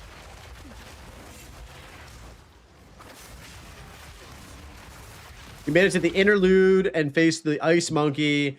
You've never died to him in softcore, but I chilled him and didn't read the slam and died. I might have to... Oh, shit, I just closed the game by accident. Whoops. You died to the ice monkey, Kadachi? Fuck, bro. Alder's Legacy was in my chest. Wait, you had some crazy gear, Hank. What the hell? In THC? Yeah, those Scorpions in Expedition are the reason why we're not doing Expedition right now.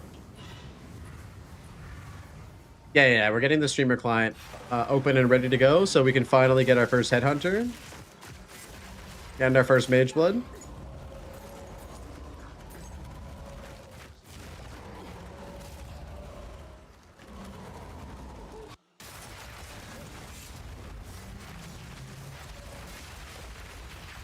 I ain't doing Expedition till Skin of the Loyal. Based.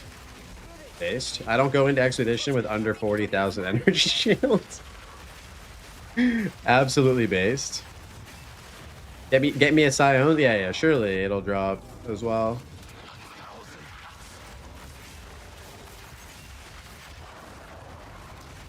Surely, you know, we'll just get everything that everybody needs.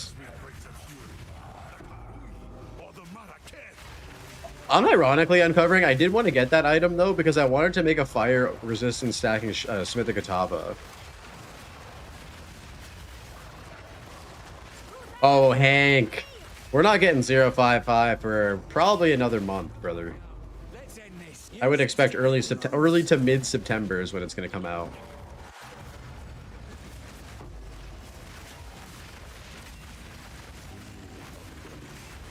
Oh, it's like a 1 in 7 from Zesh. That's not too bad.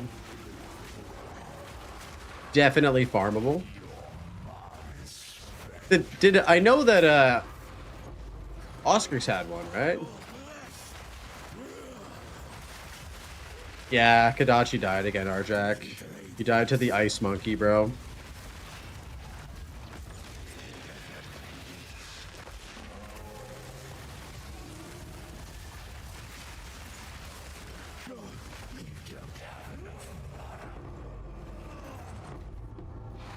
Major killed Divinity. Let's go, dude. Let's go. Yeah, Major got Arbiter of Ash as well. They don't want me to have this, Kadachi. Think about how good it's gonna feel when you get to maps, though. You're gonna have to have Brit play for him for a bit. No. As much as I love the lady, I don't think I trust her piloting this character. Nobody pilots this character but me, okay? So it is. Chaos and Sapphire, sure. Come collect. Come.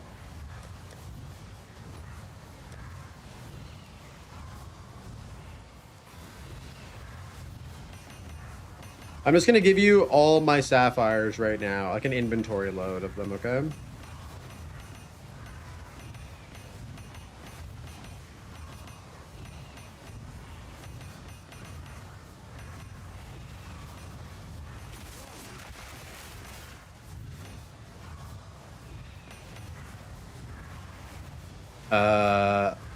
Okay, where are you?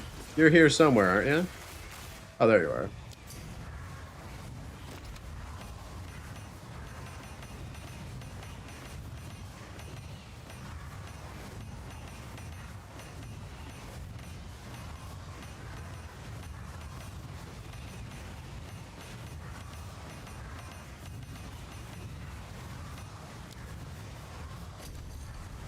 Okay, and then let's do 300C for now.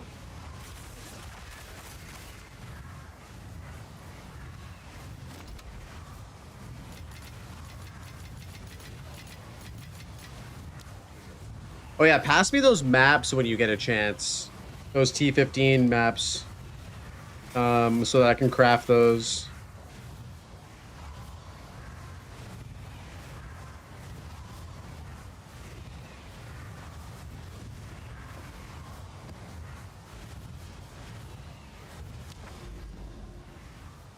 Okay, next and last for the night, it's Ziri try. 141. I really hope it works out for you, man. On the RMT, we are crafting. Yo, Cal, what's up, man? Yo, me and Sleepy are working on some jewels right now. Sleepy is working on some jewels. We're going to be crafting some Giga Jewels today, I think, on stream in a bit. We have a lot of delirium emotions. What up, Cal? How's the new build coming along, man?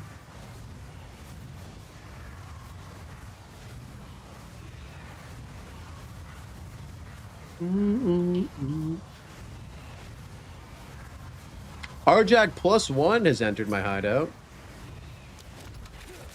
Wait, you're already level 94? What the hell? That's crazy.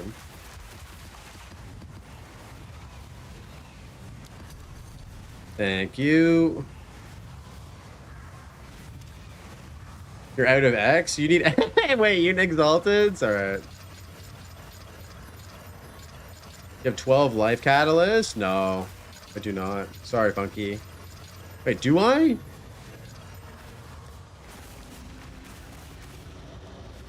I have 6 life catalysts at the moment.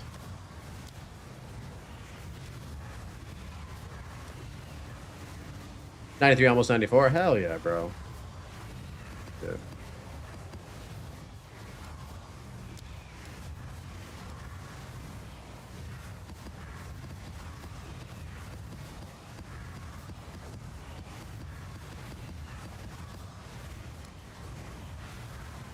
I need you to make a video that goes over all the bullshit in the end game I've died to. Shit like avoiding Benedictus or the Mastodon bug. There's no high-level guides for new AC players like me.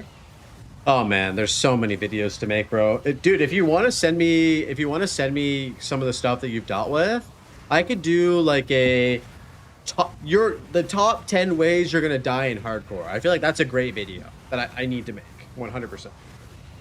That is a perfect video that I need to make right there. Well, like if you want me to break down like all the bugs and like game breaking shit that it's gonna kill you, like there's a lot of shit.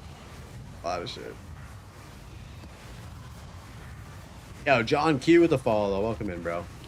Please, want to see my helmet? Yes. Send me your helmet. Yeah, but Cal, send me a message, bro. Like, and just outline whatever you want to talk about.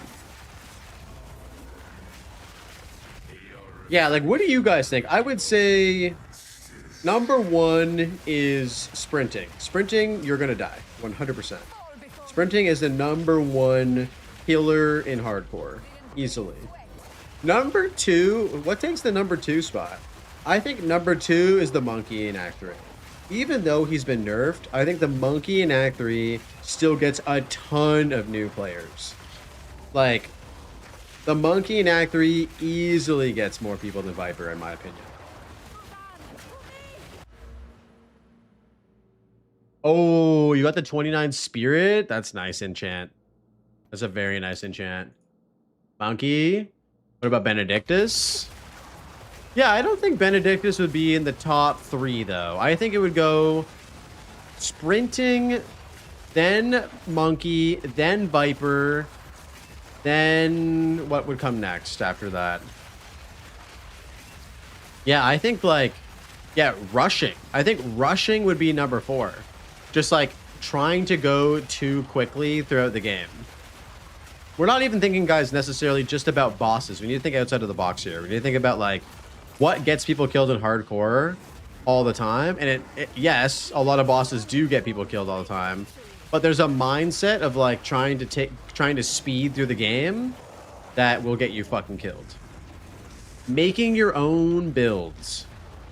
Ooh, that is a tough one. That is a tough one. So you think that people who follow builds are going to be more successful in hardcore if they're new to hardcore? I guess it really depends on how much you play the game. Because like, if you're a good softcore player and you know how to build defenses, I don't think you're going to struggle necessarily with hardcore build making, but I could be wrong.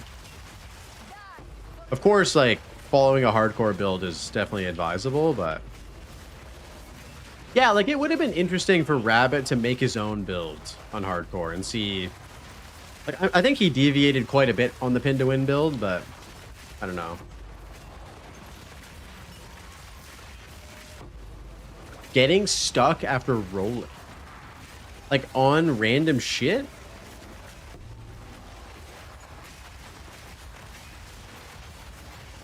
Yeah, Arjack, you made your own build too, right?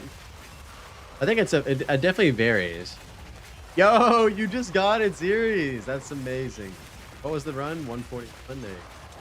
Your lucky number today. You have 5k sacred water? Would give anything for a sip. Yeah, you'll roll past enemies and end up in a corner or surrounded. Yeah, can definitely happen.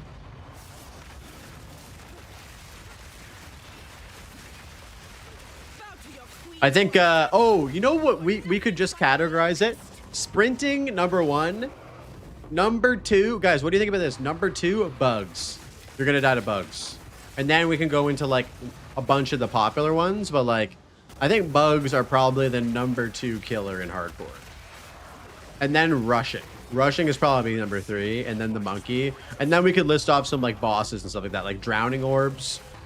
Who has died to a drowning orb in hardcore? Raise your hand. Raise your hand if you're in the classroom and you've died to a drowning orb in hardcore. Me. Yo, what up, Pizza Guru? I have definitely died to a drowning orb in 0.1. Sag, me. Yeah. Dying to mana flask or heavy buffer. That's a great one. CI kills. I did at 94, 100. You died at level 94 to a drowning orb. There it is. See? Doesn't matter how much AHP you have. It's an insta-kill mechanic. If you stand in a drowning orb, you're just dead. You know what another one is? Arbiter of Ash. I think Arbiter of Ash, this league in THC, took a lot of lives. He took a lot of lives. He was farming at the beginning. There was a day where so many people in the top 10 died because of, or top 150 maybe.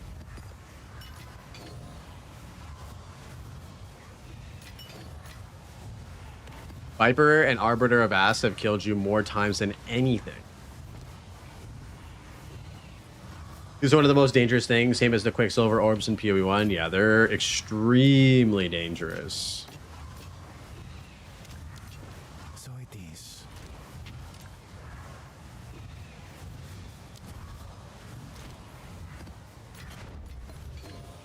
Two life catalysts I can do.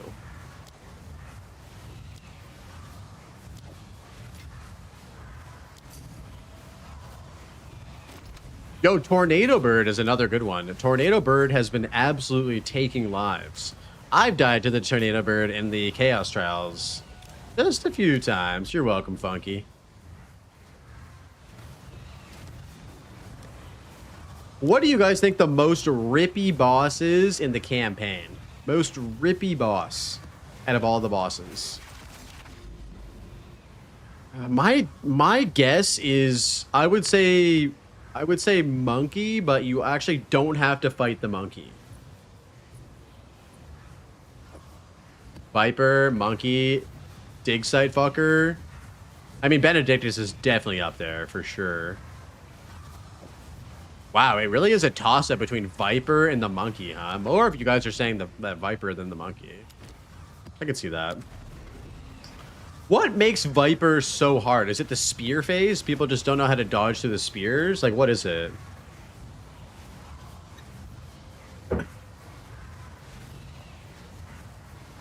Oh, there we go. There we go. It made the difference. That's nice, dude. It's nice. Yeah, the spear thing. Season 1, the Colossus. That guy was fucking people up. Yo, welcome back, ISO. Hello, where am I? I might have to back out here. And that was a... Oh, they're fucking invincible. That's why. They had Divine Shrine. Holy shit. I was like, what is happening?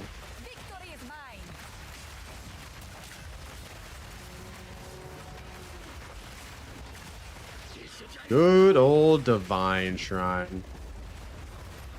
Hey, take care, Math. Thanks for hanging out, buddy. That was a little scary.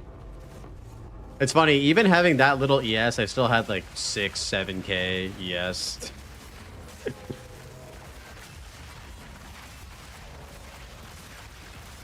6, 7. Yes. Oh man. What are the best legacies on Mage Blood? It depends on your build. It depends on what build you're doing.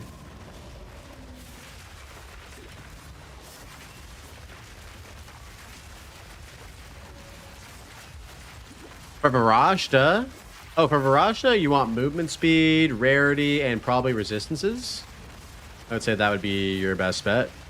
There's no damaging rolls on the Varashta that actually apply to minion damage. You could also go for the flat armor. The flat 2000 armor is probably really good as well. But yeah, you cannot get energy shield. I mean, the evasion would be alright too, but the armor is probably better. Rarity works with minions? I believe so. I believe rarity works with minions. Now that you're mentioning that, you're making me second guess myself, but I'm like 99% sure it does. Yo, Tosui, what up, dude? How's it going, man? Yeah, rarity works with minions. Yeah, I was gonna say, like, how the heck do you get rarity on minion builds if you need? Like, why would you spec into minion rarity? That's ridiculous. Getting closer? Yup. Where are we at right now? We're at 42%, boys. 42%. Supporting fire doesn't get rarity? What? Sure. Supporting fire doesn't. Going surprisingly fast. Yeah, we're cruising. We're cruising for sure. We're gonna be at 50% today. And then I think it's only like 4 more days until 100 after that. Finish it. You have any taming rings? I do. I have one of them. I'm saving them because I want to do a twister build. I have been accumulating. You'd be so proud of me. I've been accumulating twister gear on this character because I want to try a deer collar. I want to try the deer collar build. I know. I know. I know. Going from one chair to another.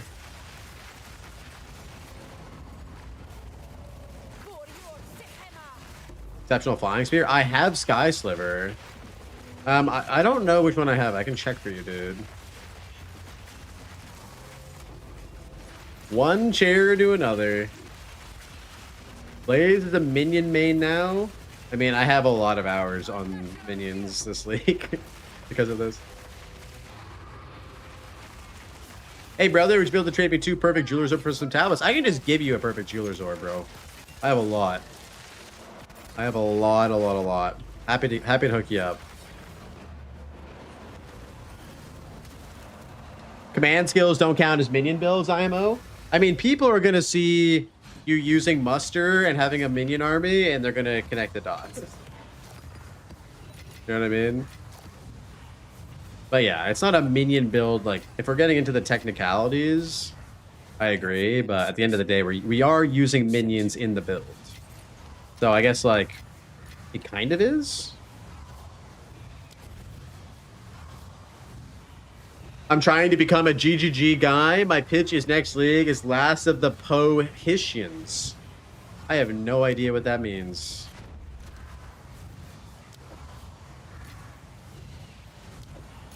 A Pohitian.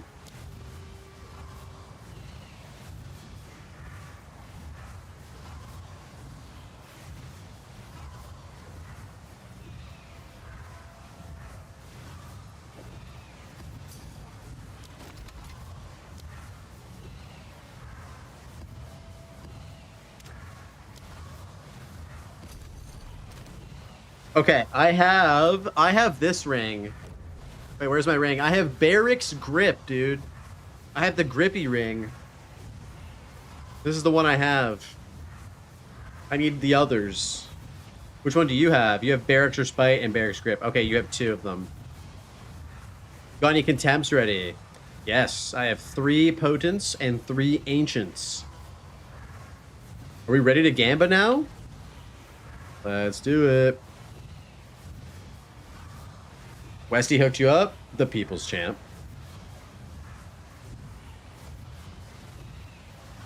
The absolute people's champ.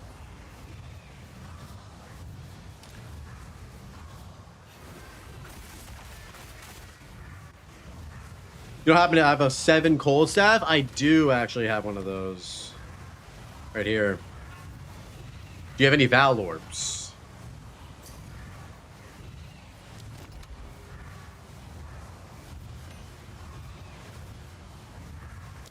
Alright, what do we have here? We have... Oh boy. Alright. +1 prefix. Alright, let's do it. I'm scared, dude. I'm scared. Let's do this.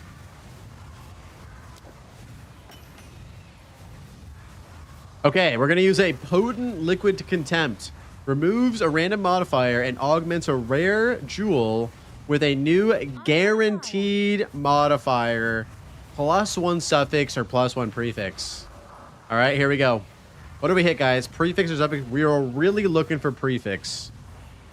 We are really looking for prefix here.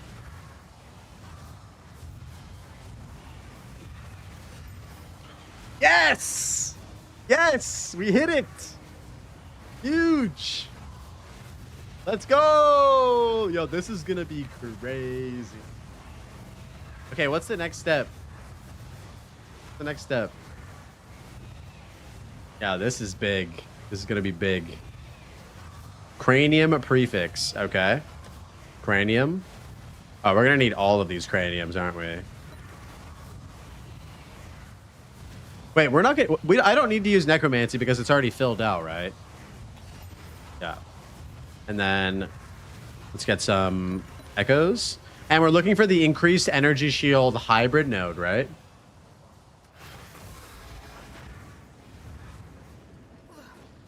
Okay, here we go. That's a reroll. Yo, what up, Everseen? That is unfortunate. We didn't hit it. We're going to just take this and we're going to light that off.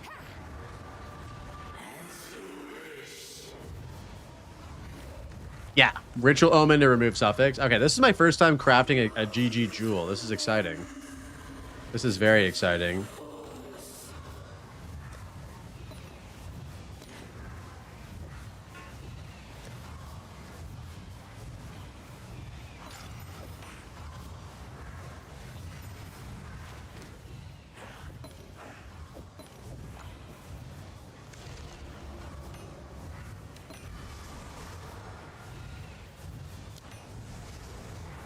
Oh, Sag.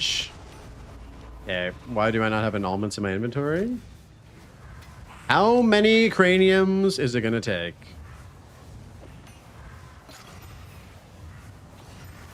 Come on, show me it. Show me it. Oh, we got it. We got it.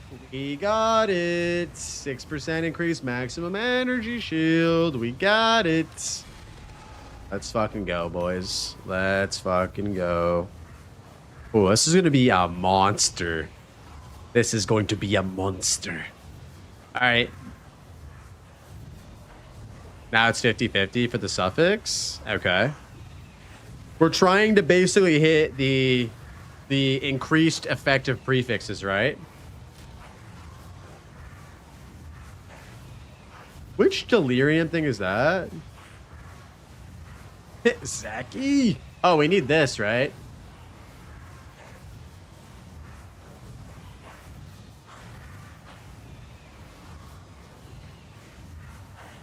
Okay. So now we need to use the ritual omens to get rid of the crit chance and the crafted mod, right? We need to annul those off. Is that the way we're gonna do it, Sleepy?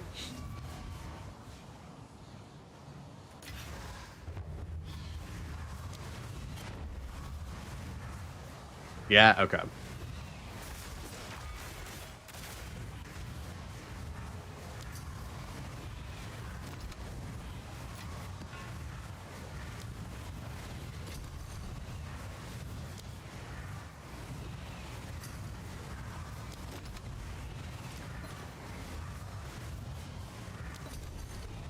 You're welcome, Hacky. All right, so we're using dextral annulment to use a annulment that will only remove a suffix modifier. Okay, here we go.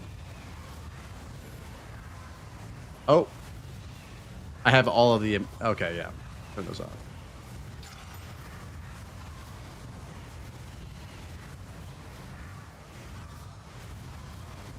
This is good. We removed the crafted modifier. This is very good. This is very good. Exalt it. Do we need a high level exalt, or do we just use whatever for this?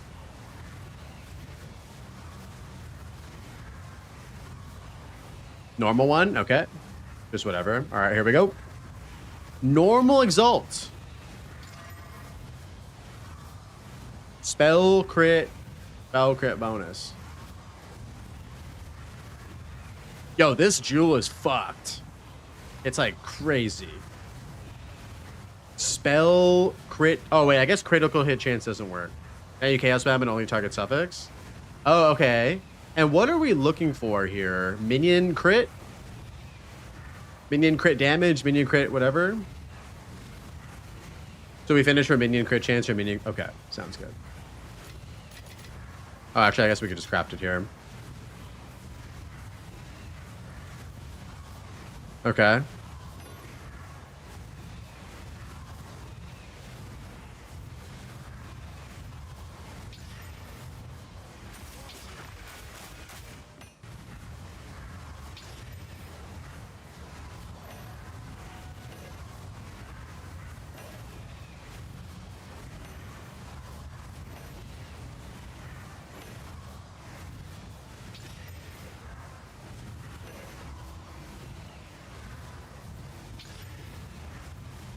Ooh, we've got minion attack and cast speed twice.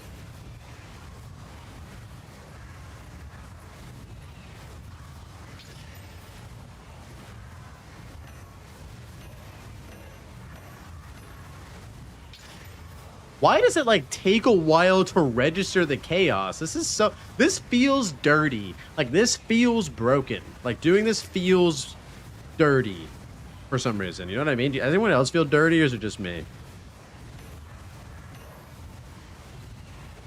Because if it rolls a prefix, it can't change it. Yeah, like this shit feels fucking broken, dude. Yeah, it gives you an error when it hits prefix. Like all of those attempts right there were just hitting a prefix, right? Yeah.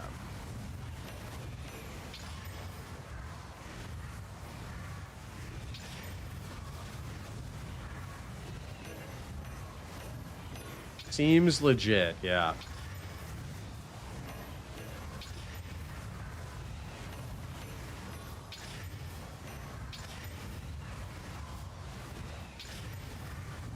I feel like ARPGs are supposed to have something broken every league in general. Oh, always. Always. There always will be something. That's the fun part about ARPGs, is finding out the broken shit. This is going to go bye-bye 100%. This is getting nerfed. Rules are already crazy. Let alone being able to do this.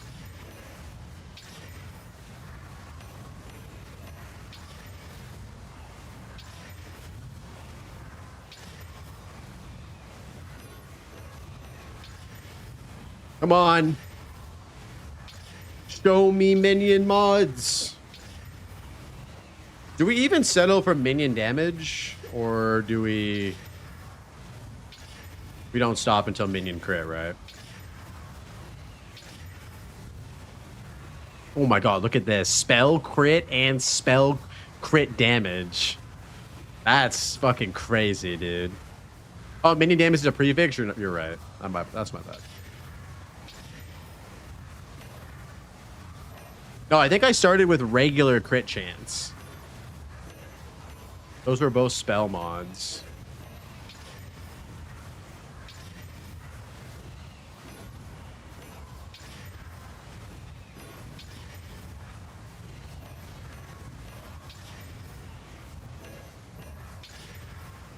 Oh, there it is. 23% minion increased critical damage bonus. There we go. There we go. There it is. All right. And now the final step. Now ferocity for the effect and hope it stays. Okay. Oh god. All right, boys. Guys, let's pray here. Let's pray for... Come on. We got a hit. Oh. Dude, if we can hit 60% of increased prefixes, dude. All right, let's do it. Let's do a prediction. Do we hit prefixes?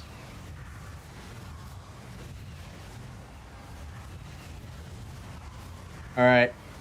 Prediction started, boys. Get your points in. Do we hit increased effective prefixes or suffixes? I'll give you guys a moment.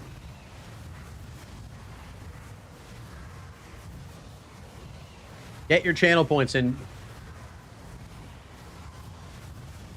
Oh! Okay, here, let me cancel. Let me cancel it. Oh, I fucked up. Delete. Delete and return points. All right, we're just gonna fucking send it. Bug it. Oh, so basically it's a 50-50 on if we get rid of the minion mod. It's guaranteed. Okay, my bad, my bad. All right, here we go. 3, 2, 1. Wait, why couldn't I use it? Why couldn't I use it?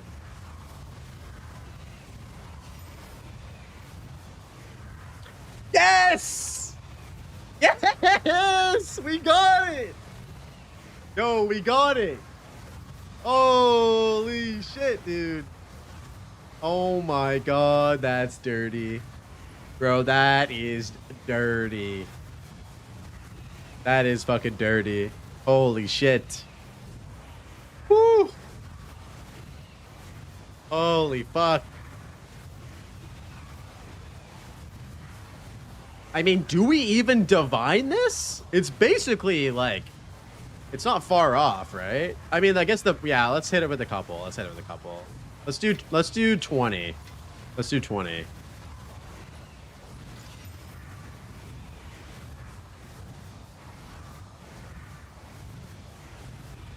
That's bad.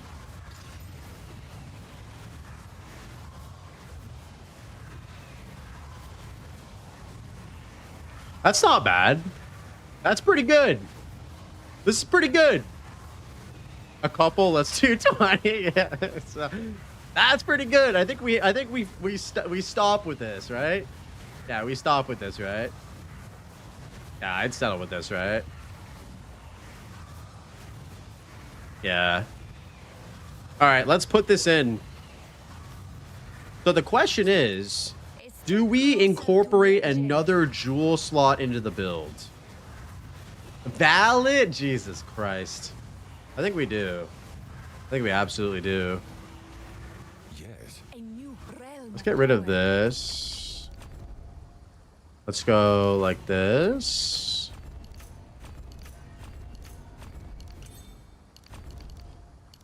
Oh no. But we're not going to have enough to get growing swarm. Okay, let's put this in.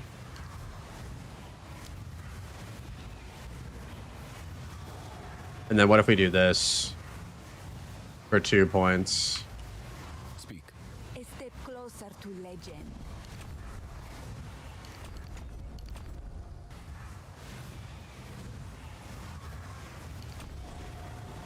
How about that? I think that's fine, right? 22.8k. We gained 1,000 energy shields. That jewel just gave you 1,500. Yeah, I mean, yeah. 300 or 21.3, 22.8, 1,500 from a jewel. Holy shit. We did lose 30% damage though. I think we'll be okay. I think we'll be okay. Oh, we finally hit the 80% armor amount. Yes. Oh, that was fun, but that felt dirty as fuck.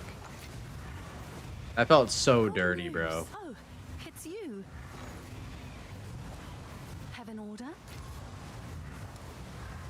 Yeah, that was absolutely unethical.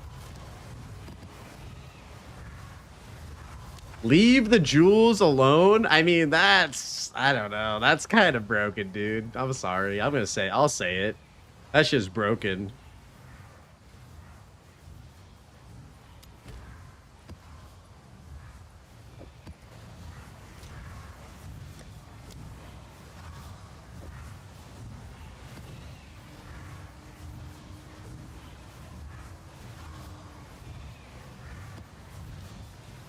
Hi, Blaze, just came back. What are you up to? Dude, we just crafted a crazy jewel. Look at this. Look at this jewel that we just made. Oh, yeah, and we could quality it with breach as well. I forgot about that. Yeah, we need to quality this for sure. This is a pretty cracked jewel. 72% increased energy shield from our focus. Our focus has 576 energy shield on it right now. It's like giga. Yo, rad with the follow. Welcome in, man.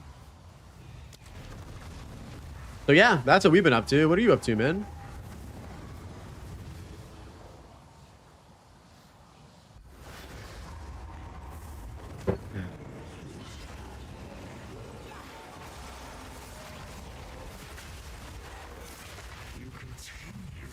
That jewel confirms you're the fub gun of THC. Oh, man. That's crazy. That's crazy work.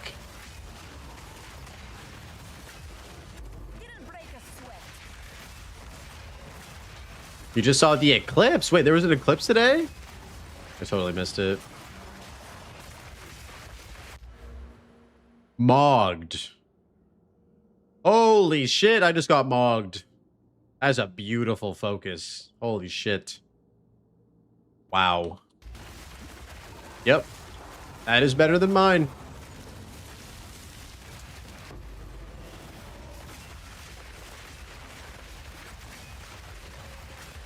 This man has a bigger E-peen than me. Let's see if you are as strong as you pretend. Oh, it was in the EU. You could see it. Okay. Man, that's sick.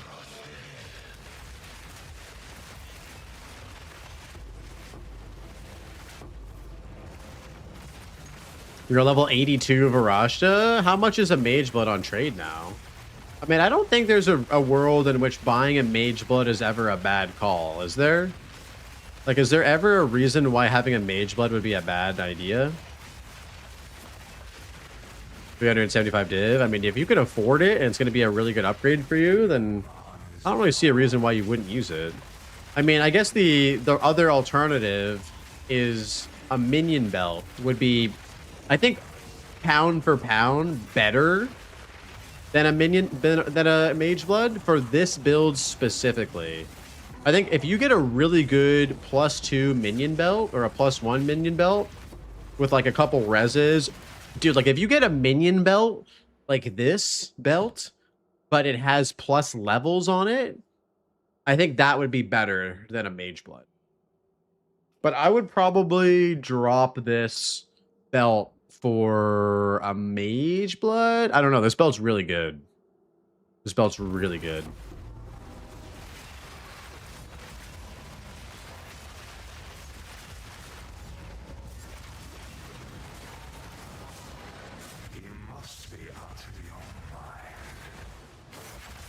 Minion belts cost more than Mage Bloods. Even +1s?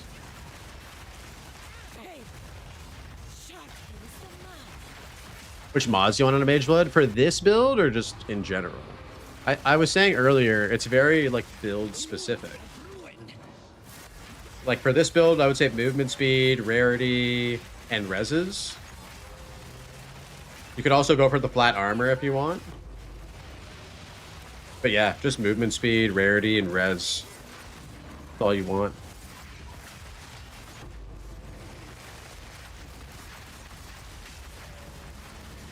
Any of the damage stuff doesn't work for minions, so you're just using it to take pressure off of your other items.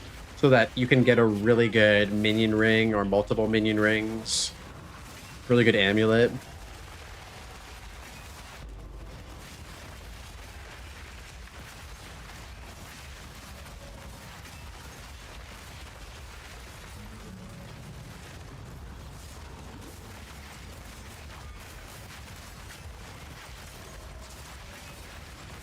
How much flat armor do you get? I believe it's 2,000 flat armor, if I'm not mistaken. Can anybody confirm that? The armor you get from Mage Blood? I believe it's 2,000, right?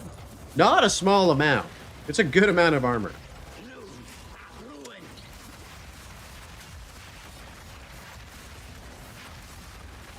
Yes? Okay. Yeah, I mean, it's a very good amount of armor.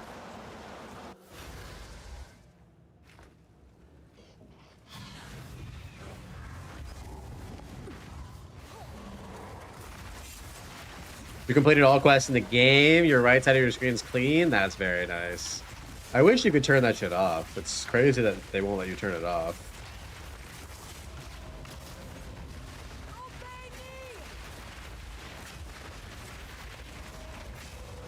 Victory is mine. Turtle's Leash, big. Very nice to have for this build. Oh yeah, Witch Hunter with a Mage Blood, you can get movement speed, the double flat evasion and armor, maybe a res, maybe a rare. You can get damage too. The damage would be great.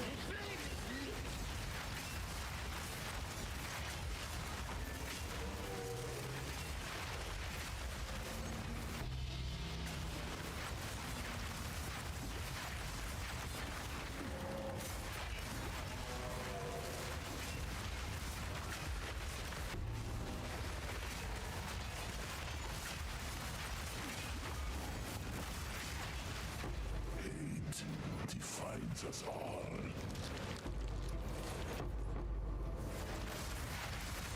Blaze, it's crazy how much you've grown in the last year. Dude, it's been going really well, man. Yeah, thank you. Thank you for saying that. I also think it's super bad when I hear this song as well. Classic scene. Yeah, no, 0.5 has been an amazing league. It's been my favorite league.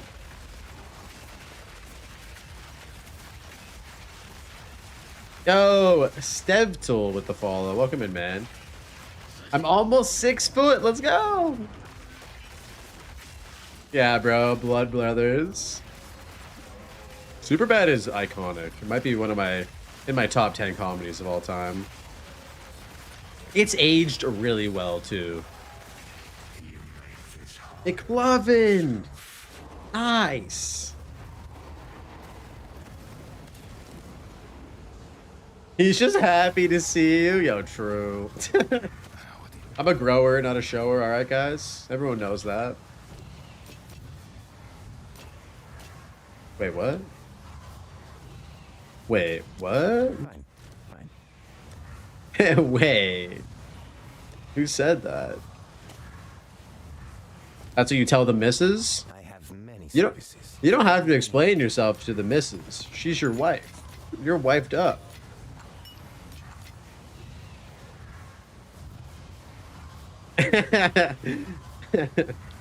Yo, Circa Bob with the follow. Welcome in, bro. How you doing? Appreciate the follow, boys. Okay, we got one more Sun Temple.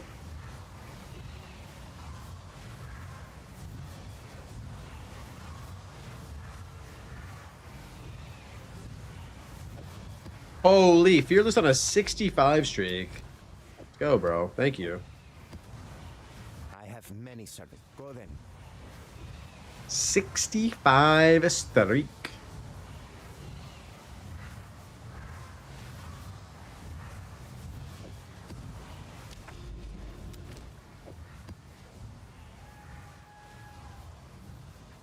Minus max and extra cold damage? We can do this surely with our new jewel, right?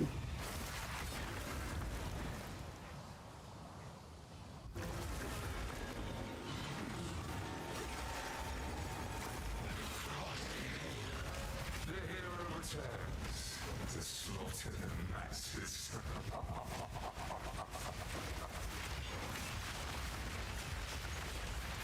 Redeem yourself.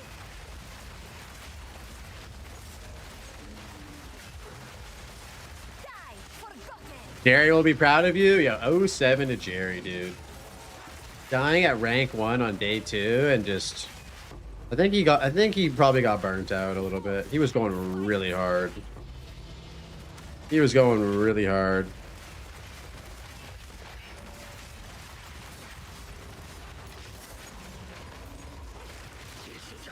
When was the last time you got below 5k ES? Oh, that's a good question. Not for a while.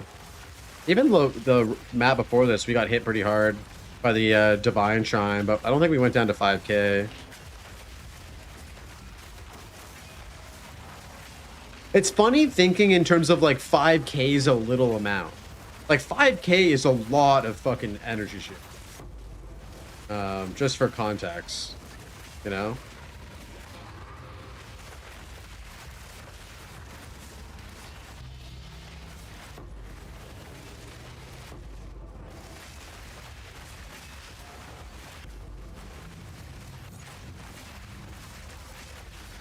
If you have 5k, exactly, dude. If you have 5k red life, you're like, holy fuck, I'm a beast. It's just funny, like people view 5k energy shield as like, you could have way more, you know. But 5k life, you're like, whoa. Like, do you even do damage, or do you just invest everything? How many exalted do I have? I have quite a bit, quite a bit. I think I have like almost 1,000.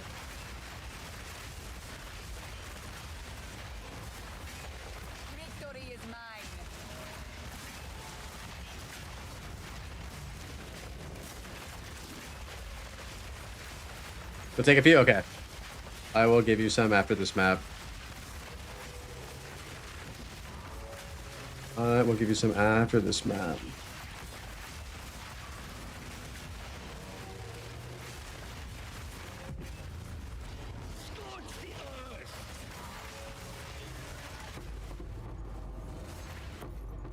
How did you run out of exalteds, bro? Wait, how did that happen? That's pretty wild.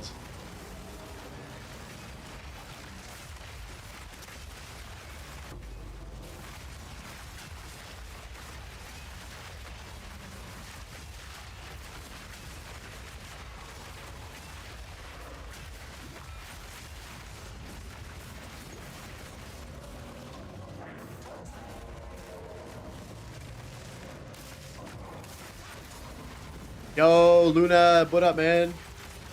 W-Pod earlier? Yo, thanks, Pretendo. Did you end up listening to it on YouTube, or were you here on Twitch? Yeah, we're 42%. We're almost halfway. Life as a non-juice gamer, that's fair. We'll get you sorted out. Yeah, welcome in, Luna. Good to see you. Caught some of it, went over to YouTube to finish. Nice, man. Glad you enjoyed it, dude. Thank you so much for watching.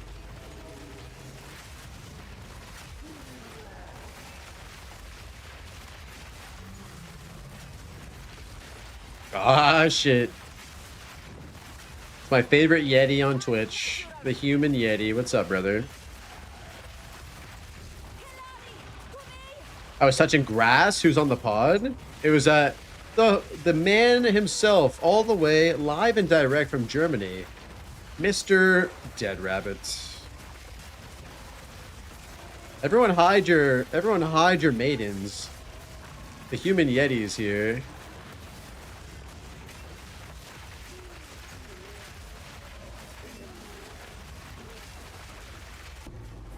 Take you.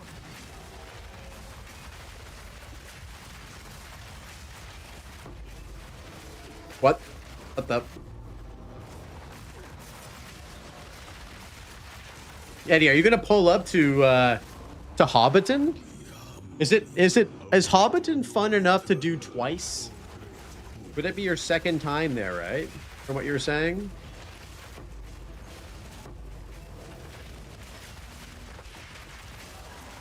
Yeah. You've done it twice as well? Okay, wow. It's that good, huh? Alright.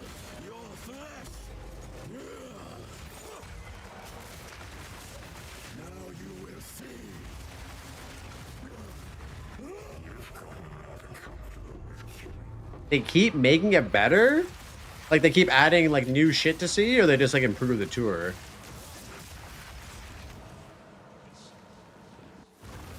All right. Sleepy, let me give you some exalteds. Before I forgot. Oh shit, we have 17 chance orbs. Do we send it on a headhunter? We wouldn't even really be able to use a headhunter, unfortunately, on this build.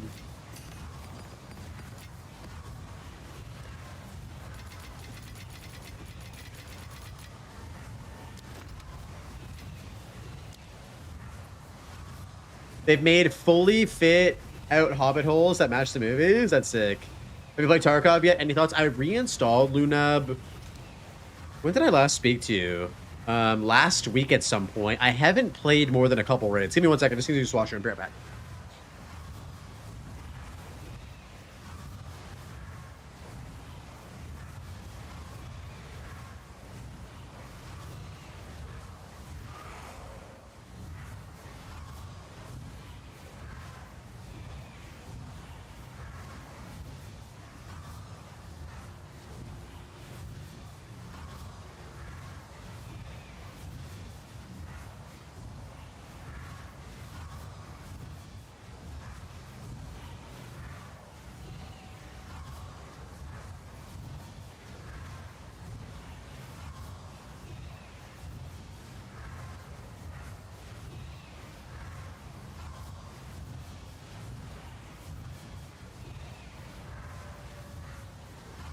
What the hell is going on here?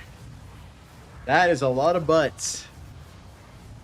That is a lot of butts. We trade 6 1P perfect jewelers over 6 values? Sure. No problem.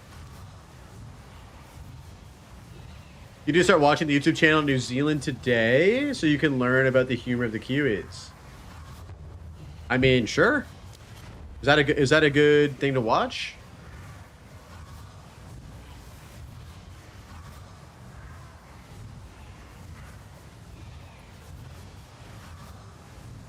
It's hilarious. All right, I'll take a note of it. I'm down. Why? Do they have like a interesting sense of humor? Like, how would you describe their humor?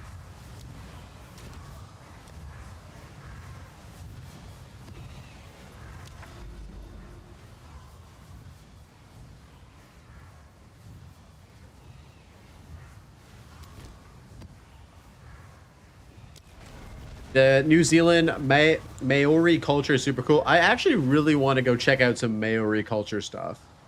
They have like stuff to check out in Auckland, right? I saw that you could do like some sort of like experience with that. That is a culture I'm super unfamiliar with, but it would be cool to see where GGG drew inspiration for like the, you know, some of the stuff in Path of Exile, right? Like, isn't a lot of like Act 4 inspired by the Maori culture? The Maori culture? I don't know how to say it. Maori. Blaze does the, I don't know what the haka is. What's the haka, bro?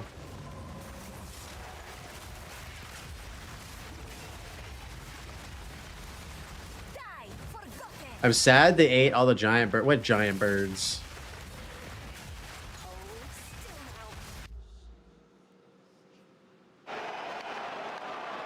And now the All Blacks just waiting for the French to peel off the tracksuits. Bro, that's too long, dude. Oh, it's a rugby tradition. Okay. Yeah. I'll take a look at it.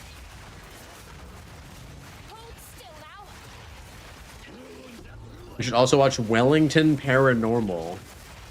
Oh, we were thinking about going to Wellington, actually. That's kind of closer to the South Islands, isn't there? My lady wants to go to Picton.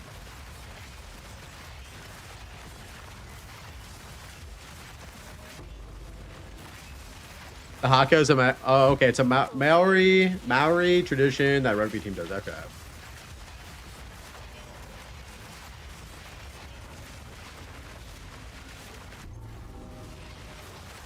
It's not a rugby tradition. It's not specifically a rugby thing. Oh, okay.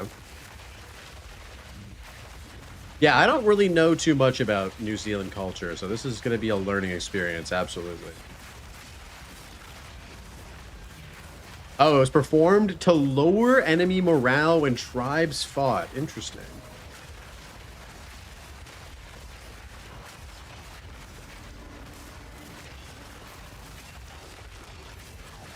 I mean, you guys know what I'm the most excited about, right? It's ExileCon and then the food. Apparently the food is going to be crazy. It's a debuff? Okay, thank you for explaining it in terms I can understand. Oh, I've seen the glowworm caves. So we booked a tour on Thursday. I'm gonna go with Media, Try's brother, Dreamcore, myself, Brit, anybody else. I think I sent it to Everseen as well. If you want to join, Pav, you're welcome to join too. And we're gonna go see Hobbiton, and then we're gonna go see the glowworm caves in one like big day trip on Thursday before ExileCon.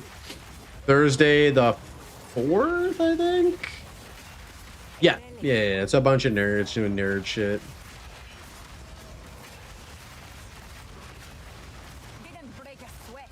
Any IRL content plan? Are you talking about like streaming? I might do a stream, but I don't really know how to live stream IRL. I know how to live stream. I barely know how to live stream from my fucking chair, dude. I don't even know how live streaming works on my phone.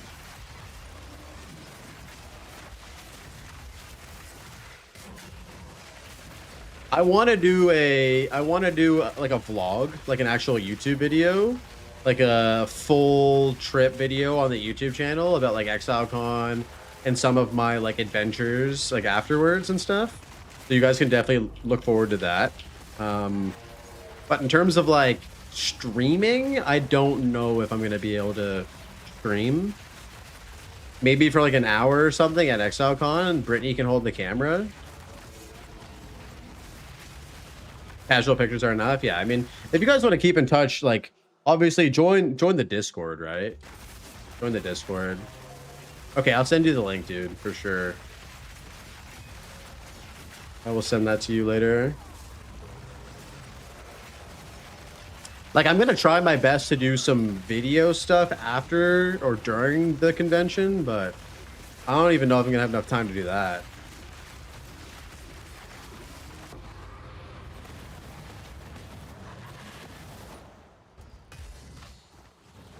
Do I see 40%? Blasters blasting? Yep, we're 43%.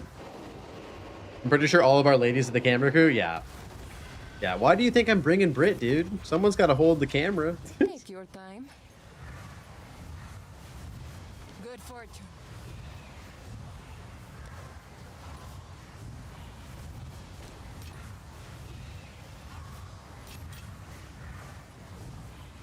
Fine.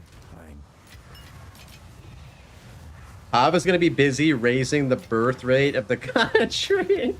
Oh yeah, Pav is on his hot boy summer arc, his single boy summer arc. He might just have to settle down in New Zealand. Depends on how well it goes, right?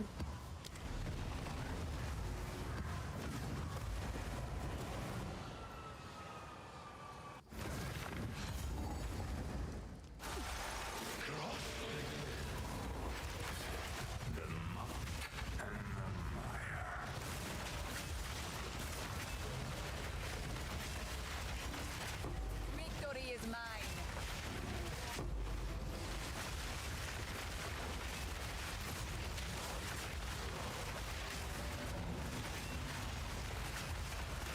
There's so many European women in Queenstown, he wouldn't know what to do with himself. Holy, I mean, I don't think we need to sell this man anymore on going to Queenstown.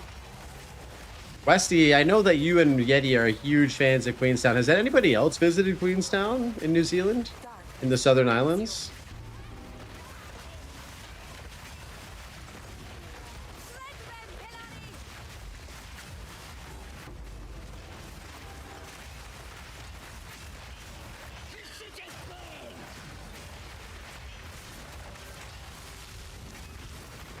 Yes, it's actually great. Okay, nice. Yeah, Westy was saying that it's one of the most beautiful places to visit. I can't believe it's coming so soon. I don't know if you guys were here in the stream. I remember buying the like tickets on stream. Who remembers that? You guys remember that when they like the tickets actually came on sale. That feels like so long ago. It's crazy.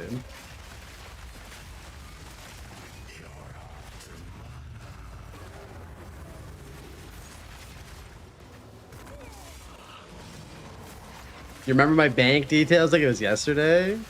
That's where that steady trickle of money has been going. Right into the Yeti's pockets. Oh shit, I just thought about how about doing an IRL podcast. It's a good idea. The problem with doing an IRL podcast is it requires a lot of gear. So we need to have 2 good mics. We need to have a laptop. We need to have an audio interface. And I'm not bringing all that shit with me to New Zealand. I'm just not. I'm not traveling with my $500 microphone, my fucking $2,000 laptop. Like, it's a lot of shit that could potentially get stolen or go missing. And so, yeah, I don't know. I'm going to do an IRL podcast in Canada, though. My plan is to do one with Barricade before 055. That's the plan. I mean, if I ever got invited to host a podcast at GGG headquarters, of course I would do questions asked. But I'm not going to bring all my own shit to do one there. Maybe some other content creators will. I don't know. Like maybe the Path to Exile boys will. I hope he teaches me how to dance. I also hope that. That's going to be a requirement, actually. I want to try and do a live IRL podcast with Barricade. That'd be really fun.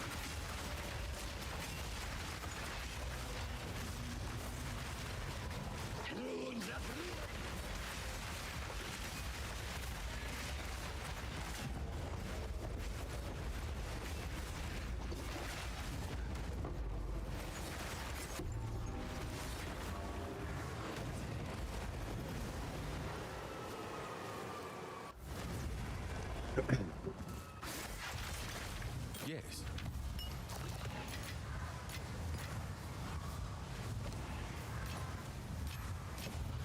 Fine. Yeah, he doesn't live like super far from me, and I think it would be really funny to use green screens. Like he has a shit ton of green screens at his house. I have a big green screen. We could use our green screens and make it look like we're actually in the GGG like interview room, like where they have the couches and shit, like the casting couches. I think it'd be funny if we like set it up in a way where it looked like we were at GGG headquarters. And then I would intro the podcast by being like, "Hi, I'm Blazeworks TV from or Blaze from Blazeworks TV," or something like that. I don't know, something stupid like that. And we would both have our legs like crossed in the classic GGG fashion. I think it'd be a lot of fun.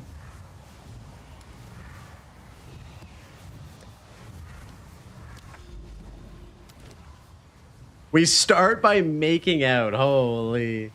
That's like the Patreon version of the podcast, all right?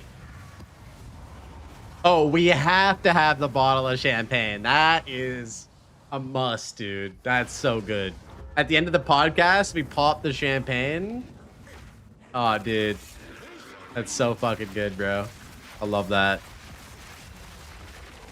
We could even have champagne during the podcast. That'd be fun.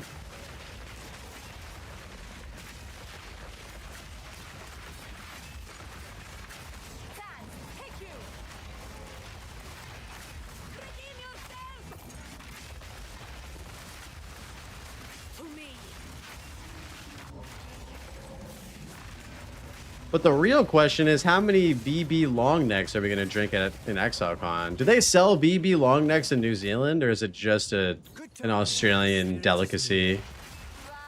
I feel like the meme has gone on so long. We have to partake in a couple of VBs with the boys, you know?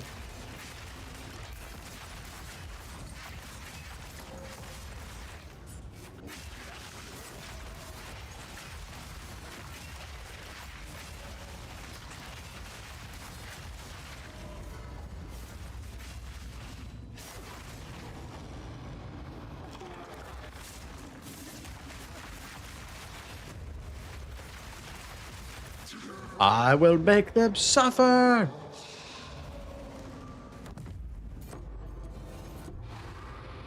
As an Australian citizen, I ain't touching that piss. Bro, come on, man. You can't deny your boys a chance to drink BB long neck with an Australian citizen. There's no way. I feel like I'm being denied a rite of passage here. Yo, Alda with the follow. Welcome in, bro. You got another jewel ready? Oh, shit. Okay. Let me finish this map. Yeah, how do you deny your own birthright?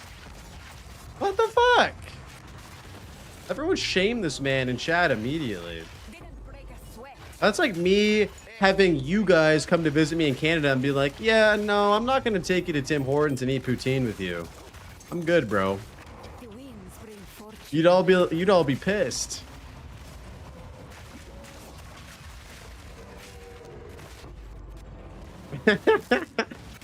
It can't be that bad, man. It can't be that bad. That guy was chugging it at 8 a.m. It can't be that bad, dude.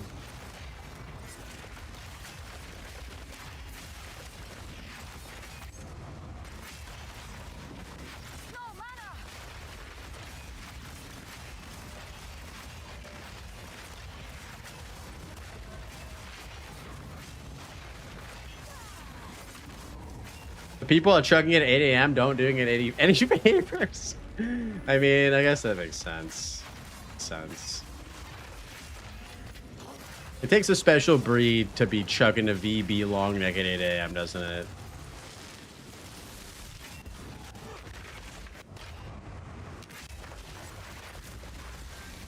That guy is such a legend, though. That guy is such a legend, dude. Fun fact, that guy's actually Yeti's dad. Fun fact, that guy is Yeti's biological father.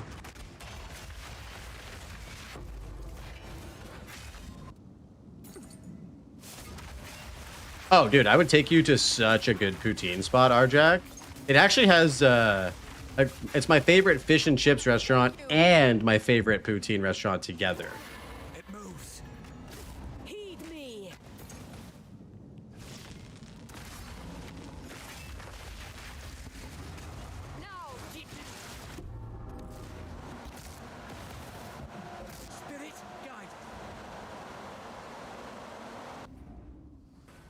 Hey, Lyriquin, thanks for stopping by, man. Always good to see you.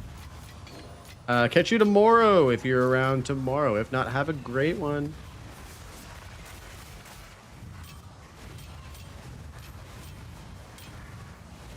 Fine.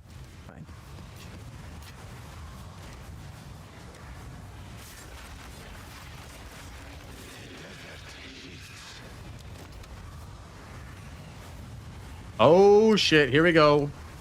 Jewel number 2.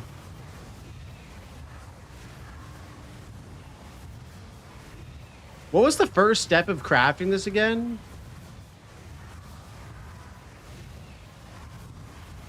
What was the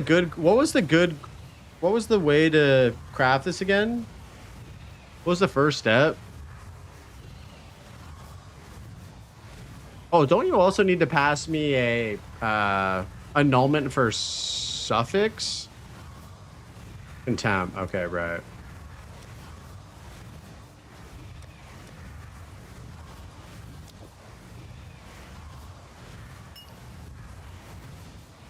Okay. Removes a random modifier and augments. Okay, so you basically need to hit 2 50/50s. Okay, here we go. Prefix. Nice. All right. That's a W. And now we cranium. Omen of light. We get some echoes. Okay. We're cooking, boys. We're cooking. Do you have any craniums, dude? Do you have any annuls? Yeah, I have a bunch of annuls. I just find them just randomly on the ground.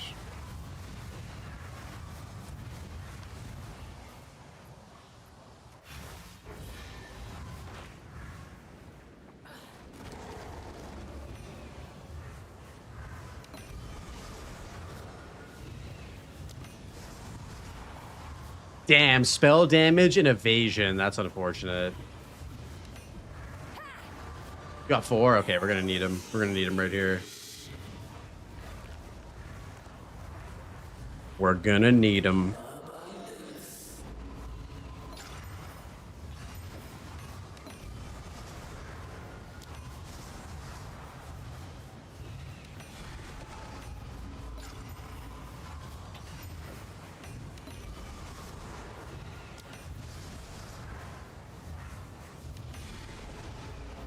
All right, well, we're almost out of craniums. If we don't hit it with these 4, then we may have to buy some or just wait a bit.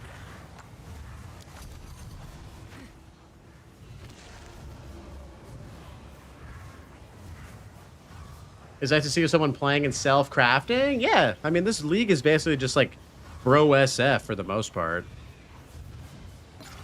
Yeah, glad you're enjoying, man.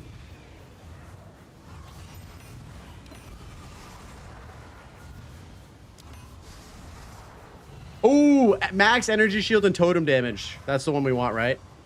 Max energy shield and totem damage. We take that one, right? Yep, good.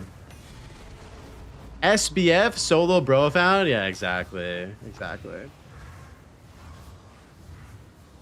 Okay, now we need the essence, or sorry, now we need the suffix annulment.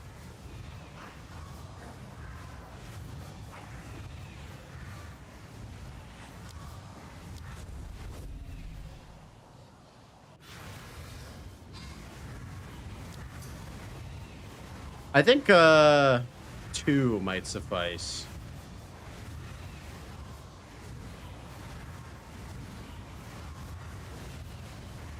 This is good. This is extremely helpful in learning how to craft like really good jewels.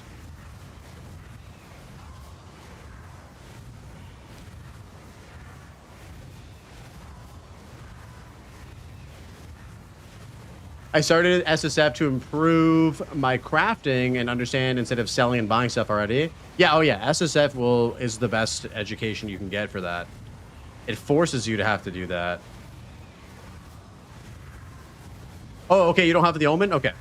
Dude, this is a perfect roll at focus roll too. I just realized. Holy shit.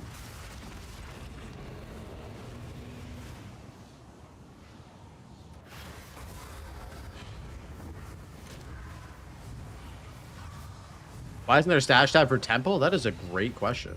I don't know.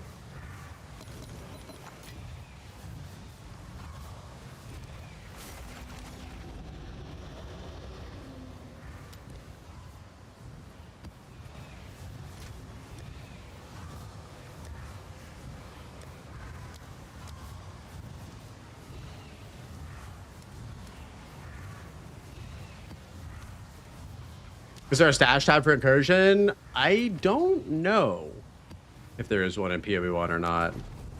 That's a good question. Fine.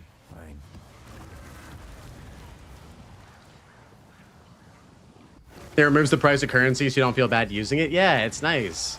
You don't look at divs in terms of like their economic value. You just look at them in terms of like, what can I functionally do with this currency, which is nice. It's a nice perspective. A nice shift from the like kind of rat racy mentality.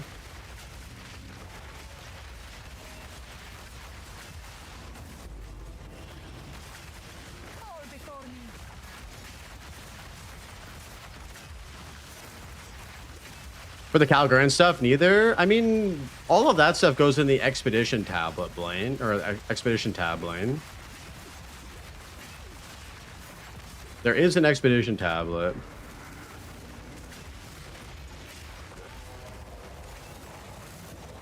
That's new as of like 0.5.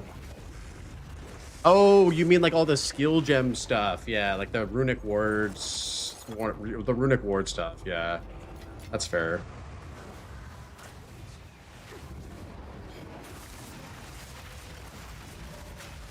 Yeah, kind of weird that they made a stash tab for expedition, but all of the runic ward skill stuff doesn't fit in there.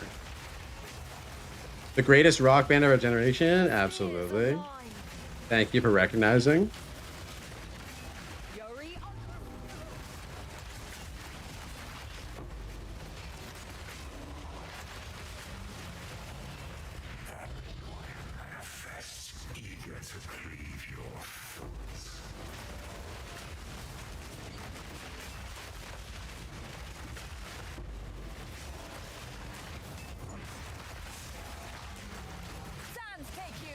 Can you reroll the charm slots on unique belts? Yes, you can.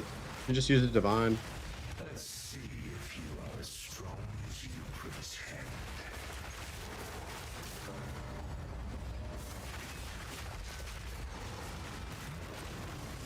Enough of this. If you want to specifically target the implicit roll, which would be the charm slots on a belt, yes, you need an omen. But if you just use a divine, it will re-roll the charm slots. Yeah, you can use an omen of the blessed to specifically target it if you don't want to fuck with the other rolls. Yeah. So if you have a really good mage blood and you just want to re-roll the charm slots, but keep the mage blood, all of the perfect like rolls that you have, omen of the blessed is the way to do that. Pretty common. Pretty common omen as well. Shouldn't be very expensive. You're about to say that? Okay, perfect. We're on the same page.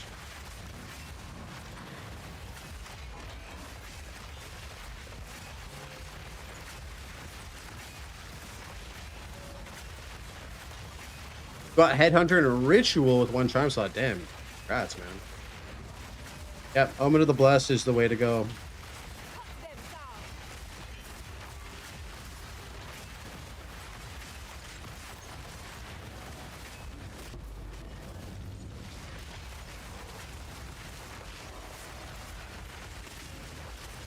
Victory is mine. It's Dad Rock Day. Yup, it is. What type of day should it be tomorrow, boys? What kind of music we want to vibe with tomorrow? Today is a Dad Rock Day. I fucking love a good Dad Rock Day. Pants off day? That's every day, baby. Polka punk. Huh. That was one thing I was not expecting you to say. Is polka punk fire? Have I been sleeping on polka punk this whole time? Orchestra? Like some Beethoven type shit? Like classical music?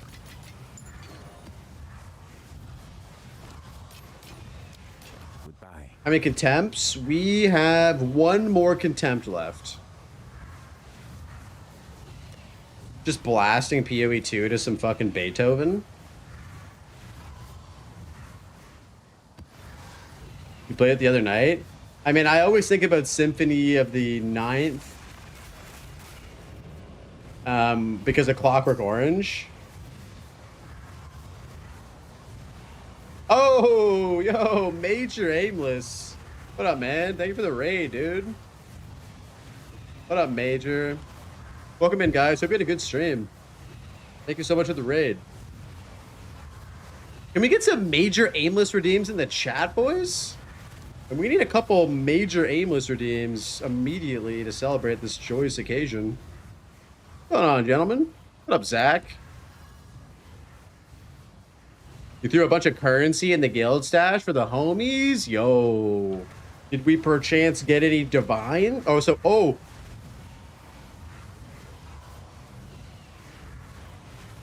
There we go. There it is. Yo, can I take these Val Orbs, boys?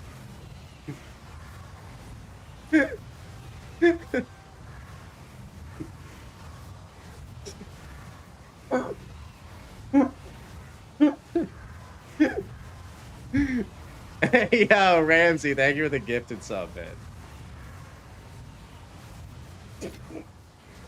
Okay, we're good.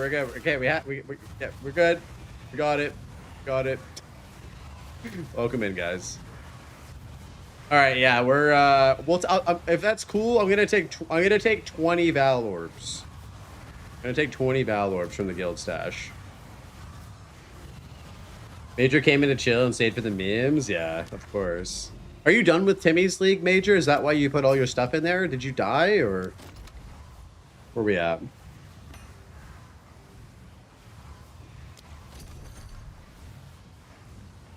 Man after my own heart, Val at all. Oh, we have been valing maps non-stop. Those were mine, but I left you some brooms.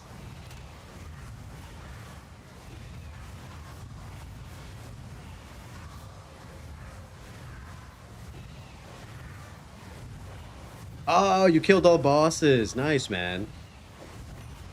You don't want to take over and play the rest of my level 99 to 100 grind for me? All right, here we go. One more contempt, boys. Do we hit prefix, or do we go 3 for 3? We go 3 for 3. Oh, no, dude. We fucked it. Sleepy, we fucked this one. Unfortunately. We're going to leave that in there to remind ourselves of how badly we fucked that jewel. But we still have this bad boy waiting. I talked to Catalyst. Okay. Are you going to play SSF on PoE 2 release?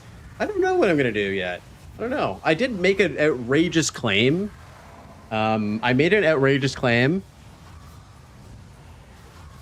I told everybody yesterday that I would play softcore trade if Energy Shield is the defensive meta of the game in 0.4 and 1.0, dude. I told everybody I would play softcore trade if ES is the meta, and now I feel like I have to do it if it is. I don't want to. Yo, Foo, thank you for the follow. I mean, I've had a lot of fun playing HC Trade. I would totally play HC Trade with the boys. It's been a great time. Yeah, I'm coping. Bro wants to be a trade, Andy forgot. It would be funny, dude. Imagine you guys tune in and it's just Blaze doing like 0 to mirror challenge. Everyone would lose their shit. It'd be hilarious. I don't know. As much as I love hardcore, I feel like, I mean, we get into this every goddamn stream, you know? But like, I just want better, I want defenses to be interesting. I'm hoping they bring us this in 0.55. What do you guys think? Do you guys think part of their balance strategy for 0.55 is to make defenses better? I would love that. No shot? Really? Like, not even a tiny bit of coke? 22.8 KE. I mean, it's no, it's not. It's just like clearly just get as much ES. I mean, on the Varashta, it's silly. We have 80% like armor, right? Varashta armor.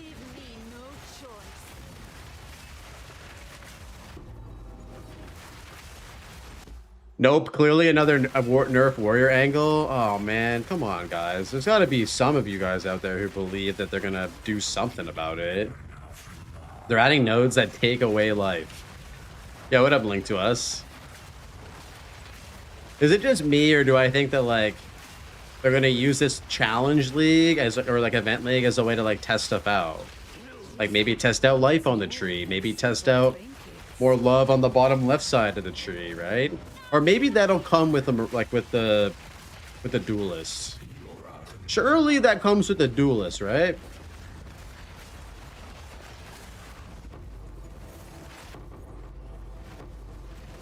I did a Cloak of Flame with 86% phys damage conversion and 252% armor applies to elemental. That is interesting. You could probably tank like Arbiter balls with that. Imagine the whole event is life on the... Dude, that would be sick. Imagine everybody was just playing life builds in the event. How fun would that be? And then they can take the data they learned from the event league and bring it over into 1.0. Like, I'm not even trolling. I think that'd be fun. That would be cool. It's not like it's being implemented into the main league, right? So they could kind of just get bold. It's like what Bob Ross said, you know? Get brave and make some bold strokes. I think that's what they need to do with defenses right now. Get brave, make some fucking bold strokes on the passive tree. Thorns only league? I mean, I've never played Thorns, so I'd try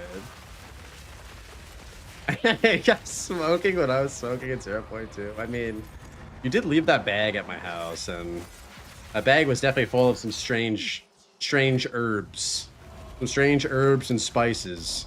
I ain't talking about the stuff they use at KFC. GGG should experiment like it's college with this damn event. Yes, dude. Yes, I 100% agree. Experiment like Lapov is experimenting right now. You know, activate all the dating platforms. Engage with Grindr. Engage with Hinge, dude. Turn them all on. Let's acquire some data. Let's acquire some gosh darn data.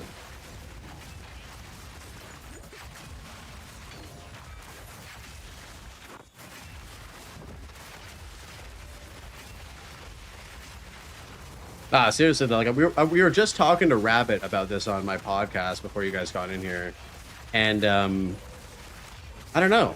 I'm just very curious to see what they are going to be doing.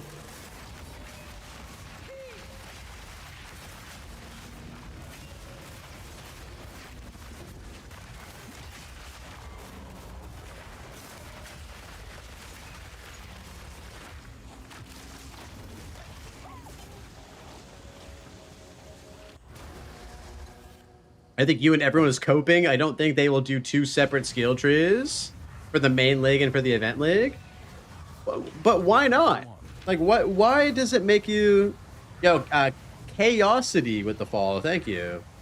Why would you say they wouldn't do some funky passive tree shit? You know what I mean? Like, think about it. GGG are masters of using what they have and twisting it and repurposing it to make things interesting. Would it be that difficult to just fuck around with the passive tree? I don't know. I'm not a game dev. I don't know how hard it would be. Maybe it's really hard. Maybe it's extremely difficult, and that's why they're pretty cautious about it. I think it would be a lot easier to do that and to like design completely brand new content, though. Axes, swords, daggers, HP buffs would be Omega W. Yeah.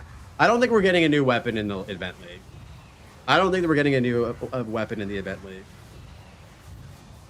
Table. Okay, perfect. Table, you're here just in time. Table, what do you think we're going to get in 055? What is your prediction, brother? I know you like to ride the copium train a bit too hard sometimes, you know? I'm curious what the Bishop of Cope is. Yeah, what a precision. Welcome in, man. Oh my god, the double raid. Yo, Gary Peacock with the follow, or with the raid. What's up, guys? Thank you very much, Gary. Gary, I don't think I've ever seen you on Twitch before. What's up, man? Thank you so much. What's up, bro? To get you with the shout out. Gary Peacock.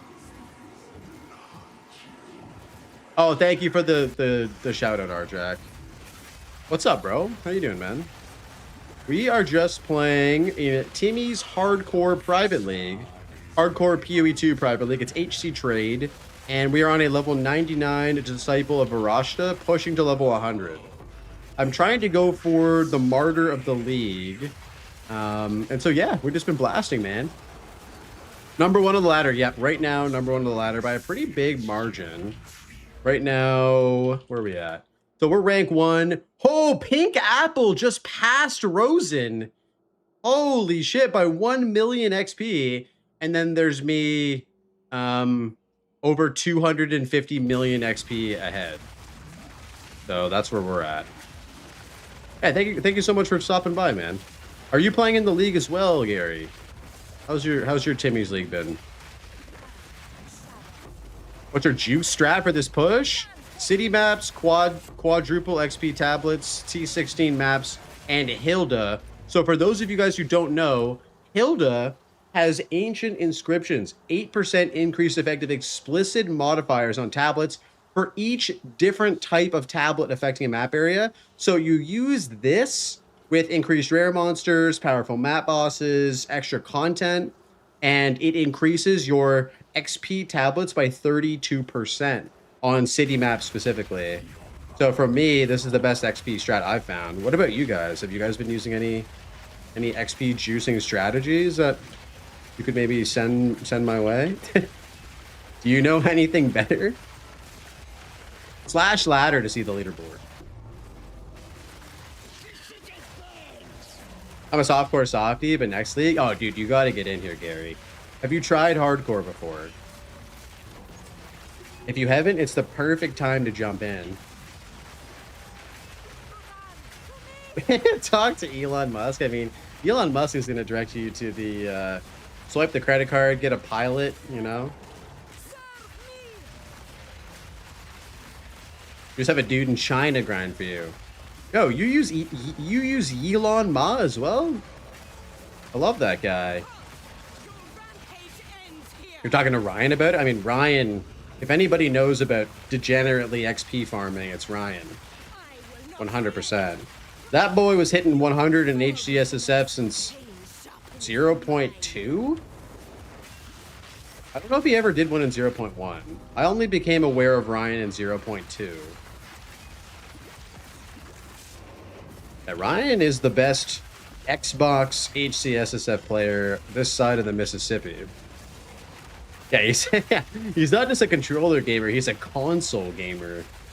Believe it or not. I would try hardcore, but SSF is enough for me. HC, I'd be mad to pop at something I don't even know. It's about the journey. It's not necessarily about the destination. Just about experiencing the game in a different way, I think. Sarge is rank 1, HCSSF? I believe so, but I think Ryan still hit 100. I don't know. I don't think Ryan has ever been ranked 1. I could be wrong. Sarge is always level 100, yeah. I remember Sarge died last league at level 99, and me and him were in the level 99 HCSSF Death Club. It felt good, bro. We were in good company together. Me, Sarge, Lasis. Lasis died right before me on the leaderboard. I was like ranked like 18. He was ranked 19. We're not sleeping this Timmy League? No, we're sleeping. We're sleeping. We're consistently pushing. We're not degenning anymore. We degen like the first week. Yeah, the rip was iconic, bro. The Rotten Druid rip. That was iconic shit. I've never felt pain, physical pain from playing this game, except for that moment. That moment caused me physical pain. Like, actually. The first week was very hype of Timmy's League. Absolute magic. It's an electric vibe in Timmy's League on the first week, dude. Absolutely. I felt physical pain for it. Thank you, man. I'm glad we shared that moment. We rewatched that death clip yesterday. I feel like I handled it pretty well, you know? Like, I feel like I handled it pretty well. I cried off stream, but on stream we stuck together, you know?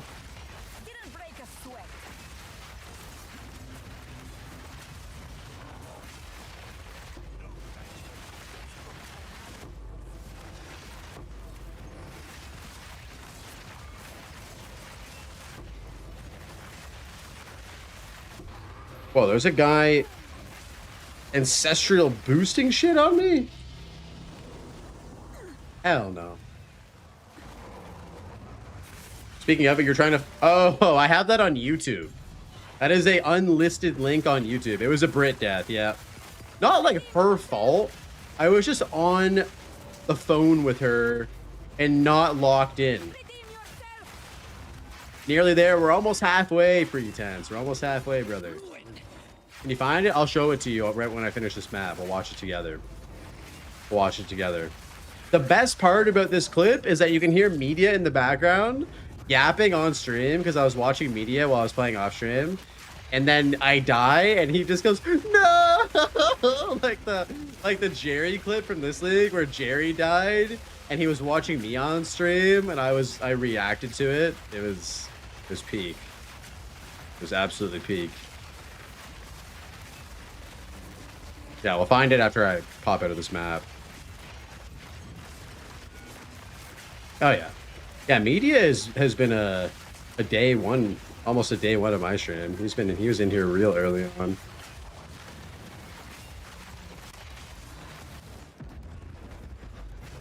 Wait, you're buying a car? Oh, did you guys settle on the Kia? Which car did you guys settle on? You didn't take my advice and go for the Cybertruck table? You didn't go for the Cybertruck, huh? All right. All right, let me find this death clip real quick.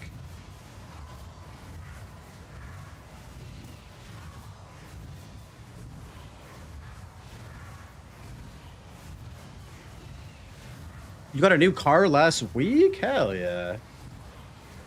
Okay, here it is. Level 96 Shield Wall Witch Hunter gets deleted. To swap out. Okay, here we go. Oh man, this build was so good. That res support gem. Does Ratlord eventually evolve into the Vermin King?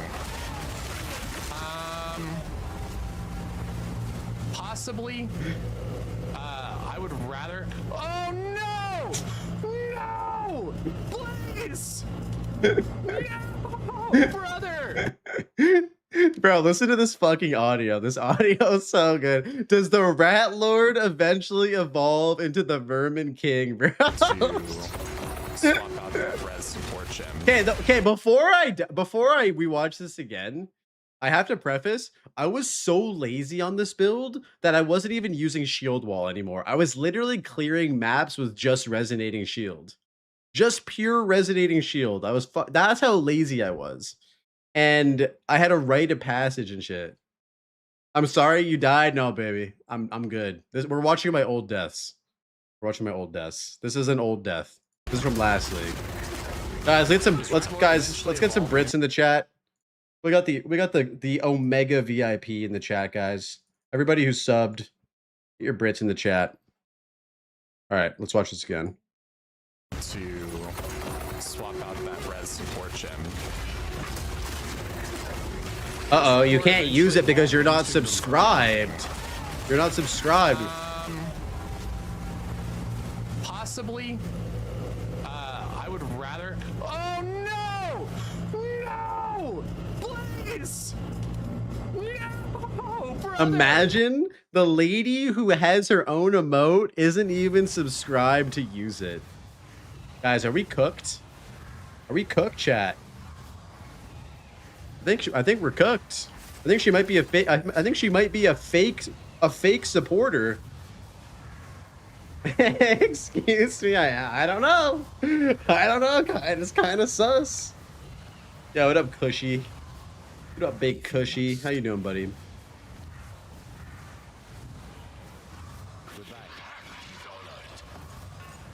Go then.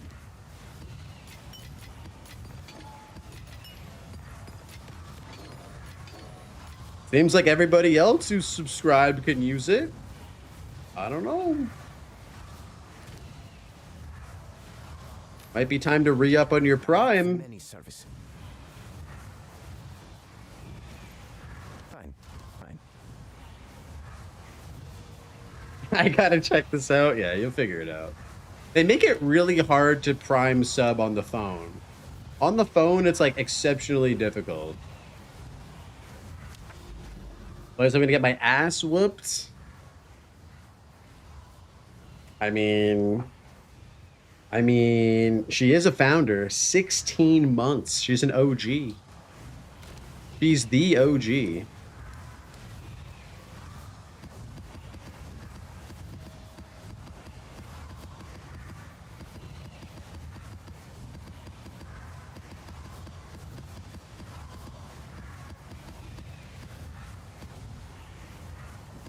It says you have 3 days left. Wait, then why doesn't it work? Weird.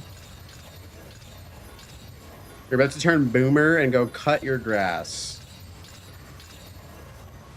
Oh, you're doing it wrong. It's not, I think you gotta type Blazeworks Brit. You're typing it wrong.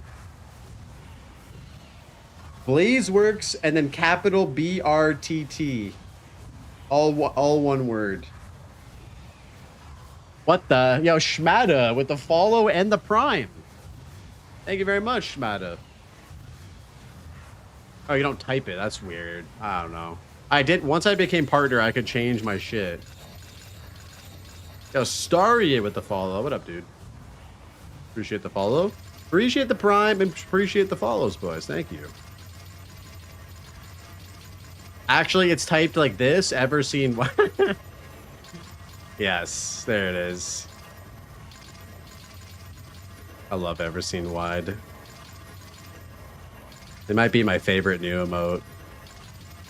Should I just wear it? Should we all just wear t-shirts of Ever Seen Wide to ExileCon?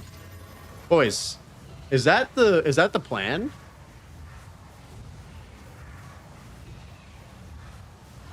Okay. Okay. Yes, sir.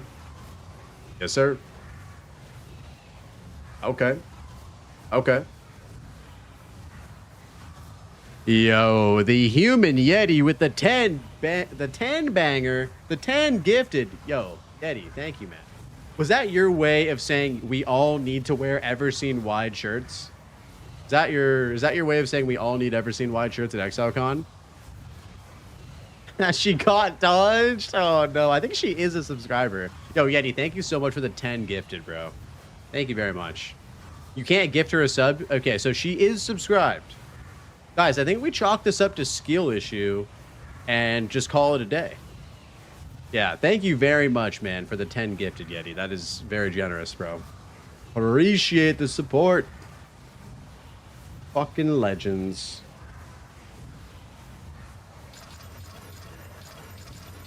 You should get me tickets to ExileCon. Are you my wife? If the answer is no, then I'm not getting you tickets to ExileCon. I'm sorry. Oh, we got a fresh subscriber, ladies and gentlemen. I think the lady figured out how to use her Prime. I think we figured it. I think we figured it out, guys. Can we get some W's in the chat? Wait, you paid for it. Uh-oh. You're paying to be subbed. Hell no. Wait, how did I acquire so many wives in chat all of a sudden? Yo, Dr. Ab Balrato. Wait, did you just pay for it and Prime? Okay. All right. All right. All right. I'll take that. Thank you for the Prime and the paid sub. That's why she's the GOAT.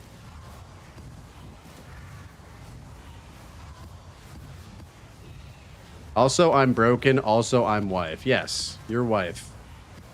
But also, so is Zach and Lepav, apparently. I can't believe I have so many wives. I feel like I'm one of those... I feel like I'm one of those guys that has, like, so many wives. My wife?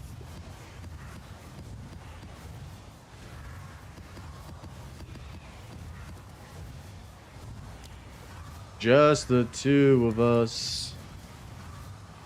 Mormon Works TV? Is that what Mormons do? Do Mormons have a shit ton of wives? I feel like a Minion player having all these wives, you know what I'm saying?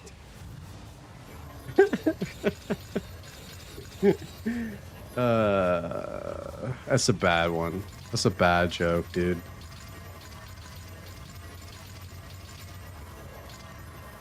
Ooh. Wait, I only have 17 Val Orbs left? Oh no, dude. I'm taking the rest. I'm taking the rest. Thank you, Major. Thank you, Major Aimless, for that contribution.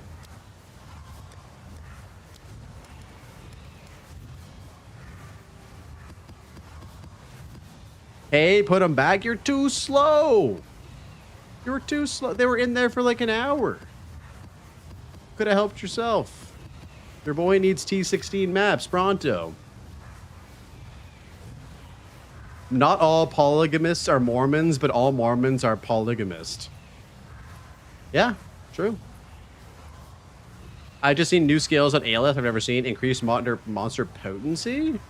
I don't think I've ever seen that either. Monster potency. Yeah, think about it this way, Brooms. Those Val Orbs are going towards some XP juice. They're going towards big XP. We're investing in big XP right now. Yeah, everybody looks at my face and all they see is one extra passive point. I'm sick of it. I'm sick of being objectified into a passive point. It's so fucking stupid. I guess I did it to myself, huh? Obey me.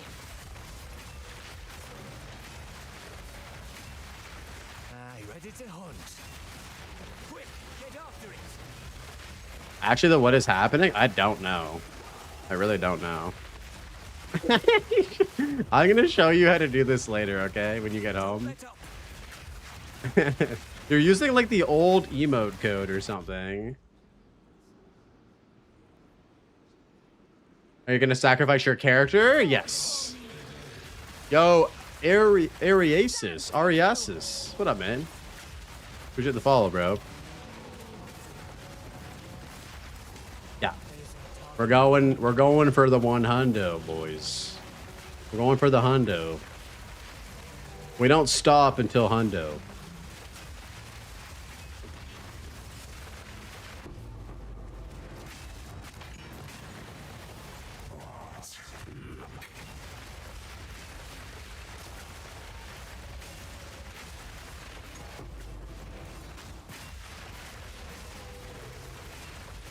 Are you watching the races tomorrow? Yes, guys. So anybody who's new here, we will be watching the Exile Con qualifying races round 2. So last Thursday, Giluo won on the Huntress using Twisters.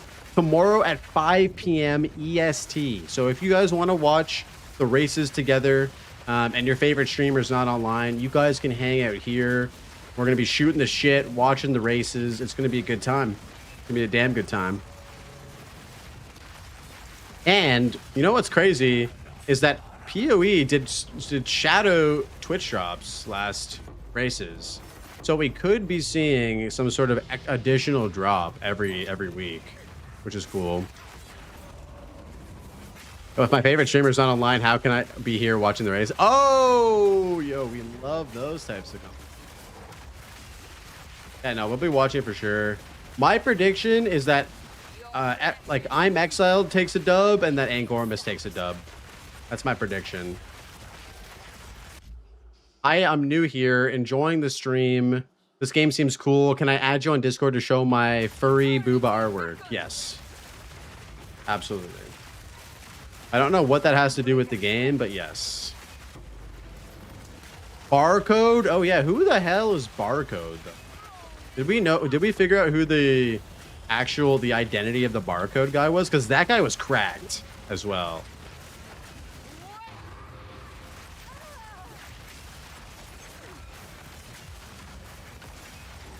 Yeah, that Barcode guy was fucking amazing. Also, Mostly Works was playing Druid, and his campaign time in the first 2 acts was really good. But then he started dying because he wouldn't put on armor. I want IMXL to win, though. That guy's a gamer. Yeah, he's the gamer. And Gormus is my goat. So, you know, obviously we want some Aang 11 to pop off.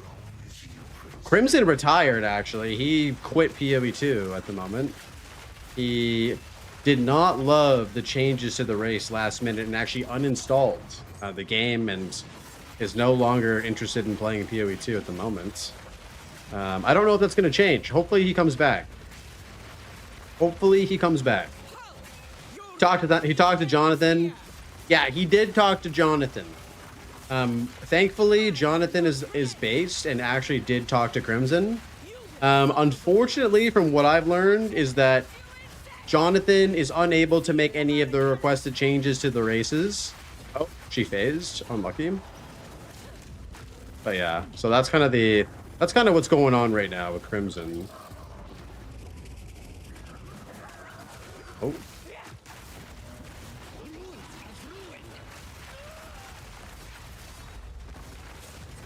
My money on his back for 1.0. I mean, it would be pretty rough to not come back from 1.0.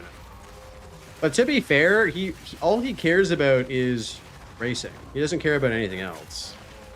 What's his complaint? So they did a pretty shisty thing where they changed a bunch of shit like last minute for the races, that kind of invalidated a lot of practice for racers. It's kind of the TLDR.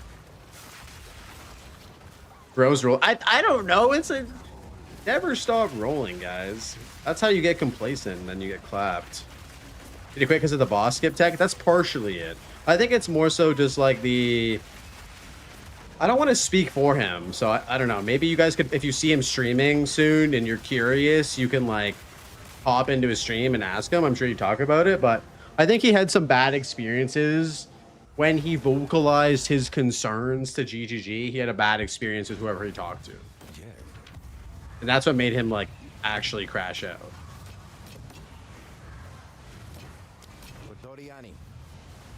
Here we go, beach time. Yo, good luck, Sainty.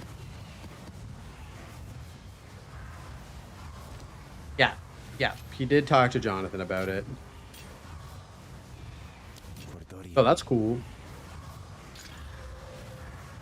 I mean, hey, I don't get to talk to developers whenever I have a problem with the game, so he's doing better than me.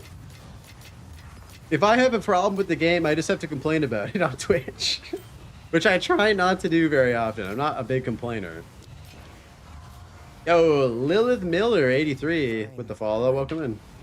What do you need? Rax hooked him up. Massive.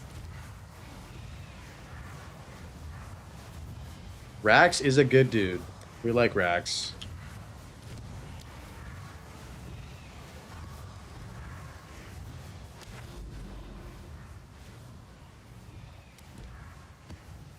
Abyss and Breach.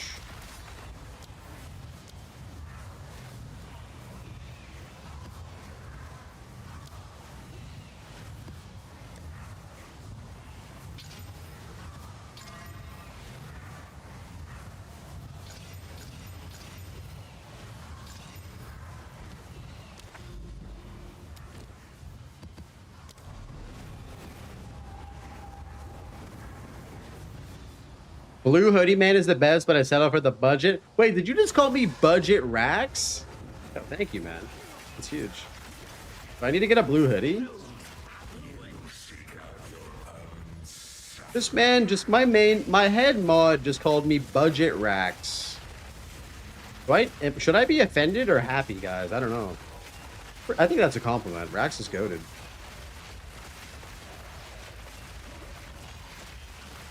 I do have a blue hoodie in the winter. Yes, I do.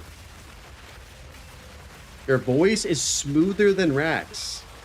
Okay, okay, go on. I know you got more in you. That's how you started calling me. Oh, it was just because I had that blue hoodie that I always wore in the winter? Yeah, true. I need to get like a new hoodie this winter. That one got covered in paint, sadly.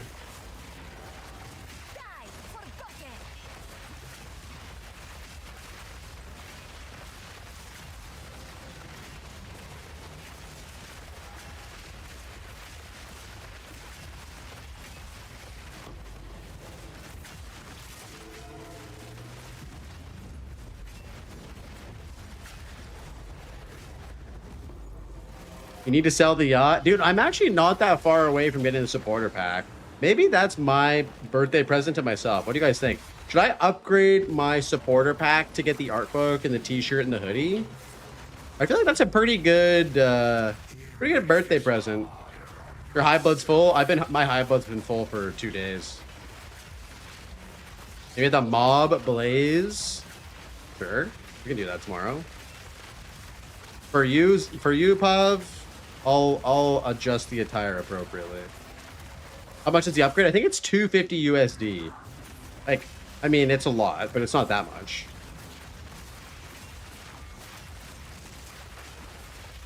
$250 for all of the shit you get from that supporter pack, plus the art book, plus the t-shirt, plus the hoodie, plus all of the coins. Like, I don't know. It kind of feels worth it. You know what I mean? I was also thinking about buying myself a new watch for my birthday. I'm Brit is jealous that I'm wife number 1.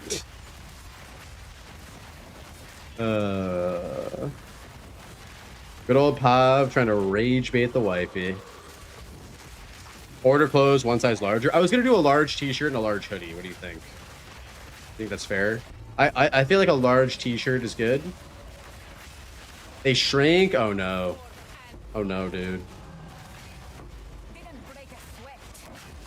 I will try my best to just keep that out of the dryer as much as possible.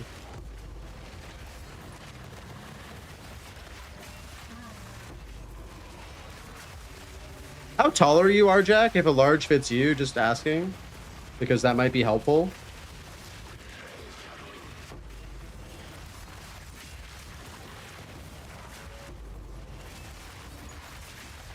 For the same size and height, or weight and height. Okay, perfect. So large. And did you get large t-shirt then? I'm at Jade, but I passed on the clothing for the points. I think I'll upgrade and take the art book. The art book is so cool. That's the one thing I'm really excited for, is the art book specifically. Okay. So yeah, we go for large and large then, 100%. Okay. Maybe we upgrade then.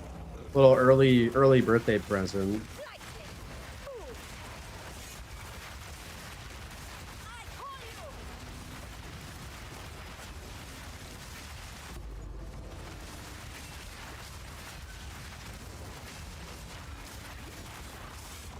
How far are you away from yours, Fearless?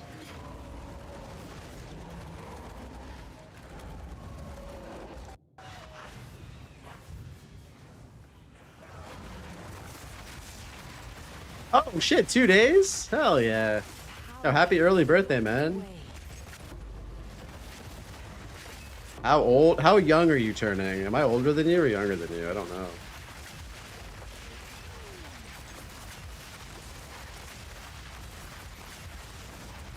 Yeah, we got a lot of August chads, actually.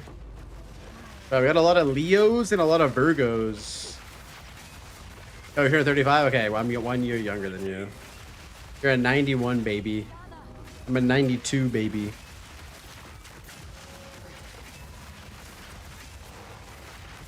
Human Yeti, thanks for the gifted sub. Oh, shit. Almost last one got one. Hell yeah. Virgos, what up? Yo, Virgos represent.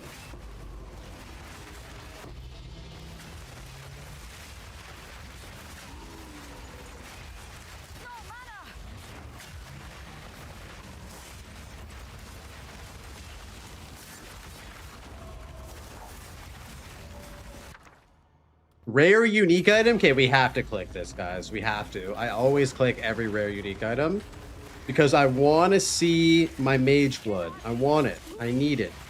I can't go all 0.5 without seeing a mage blood. It's not fair. It's a sick joke. It's a sick joke from Jonathan Rogers to deny me of a mage blood for this long. I know. Very rare, it has a bigger chance. Oh, our loot filter filtered out our drop. That's how you know it's bad. It was the staff. Yeah, hate to see it. When the loot filter filters out the drop, you know you fucked up.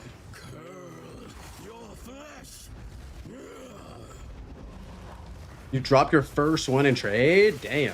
Where'd you get it from? Where'd it drop from?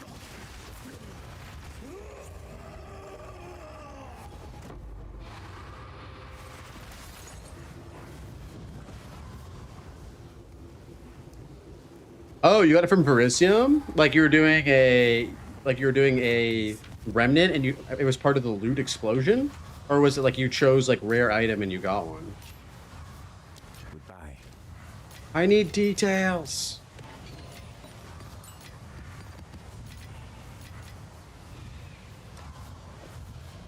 Do we just go for Headhunter, guys? Let's just do a little Headhunter Gamba. All right, let's do 15 chances.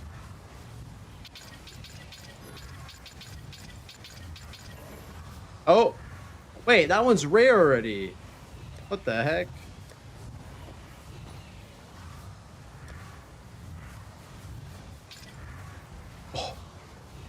Dude, that hurts. That hurts every time. Fine. All of those chance orbs just disappearing, all of those fucking heavy belts, dude. 15 middle fingers. Yeah. Oh man, I don't even want to know how many heavy belts I've chanced in my life. It's got to be over 1,000.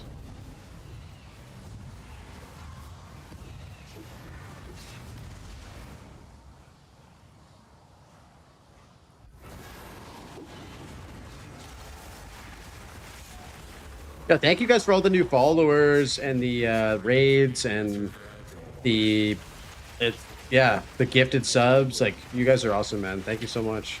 Today has been an absolutely lit stream. Somehow I got view botted up to like 600 viewers earlier.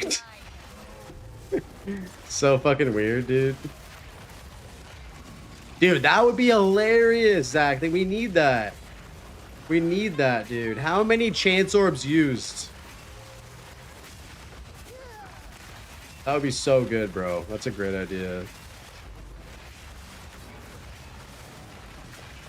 I would buy that too. I need that data.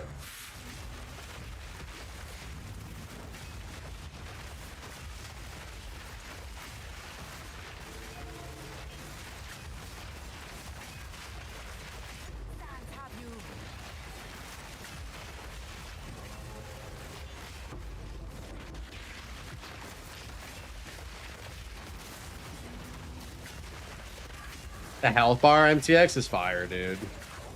Whoa, whoa, whoa, whoa, whoa. Yo, one hit with the 5-banger, dude. Thank you, man. Holy shit, dude. You guys are... Oh, my God. I really appreciate that. Oh, one hit with the 5 gifteds. Who got one? Ruzy Live. Nice. Yo, Ruzy got one. The Helpful Myth, Citizen, Gray Drones, and Mojo Jojo. Shout out to Mojo Jojo, the best Powerpuff Girls villain. Text to speech 1 to 2 cents. Well, Rocket Raccoon doesn't like long TTSs. Everybody knows that. Yeah, thank you, one hit for the 5-banger, brother. 7 gifted in the total to the channel. I appreciate you, man.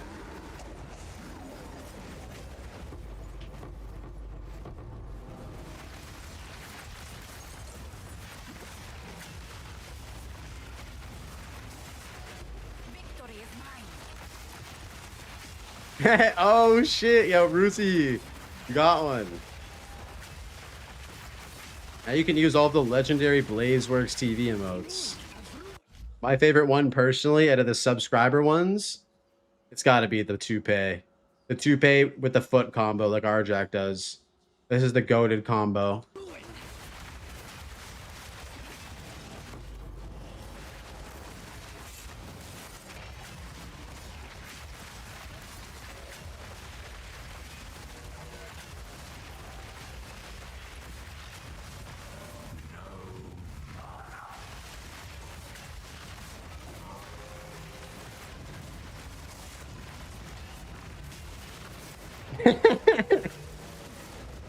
How do I get my own Blaze wide, dude?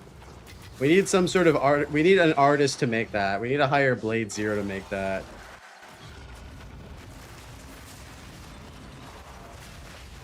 Don't wish for that? Why? Hilarious, bro. I know Everseen loves his seeing Everseen wide pop up in everyone's chat. He loves it, dude.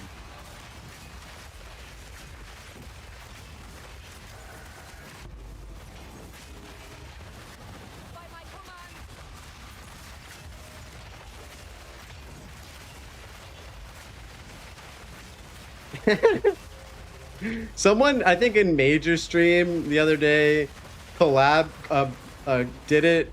Maybe it was in, I don't even know whose stream it was in, but they comboed that. I don't even know how to combo emotes, but they comboed that emote, Ever Seen Why, with like the rave lights, and it just got me, bro. It was so good. It was so good. It made it look like the rave lights were like on top of him.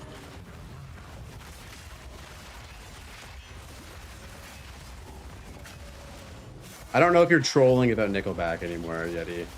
I feel like I've heard you troll about them so many times I can't tell the difference anymore.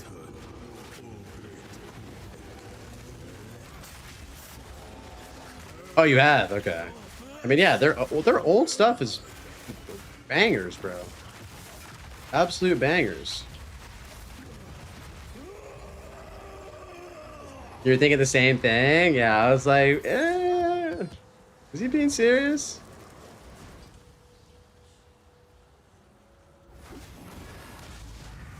Yes.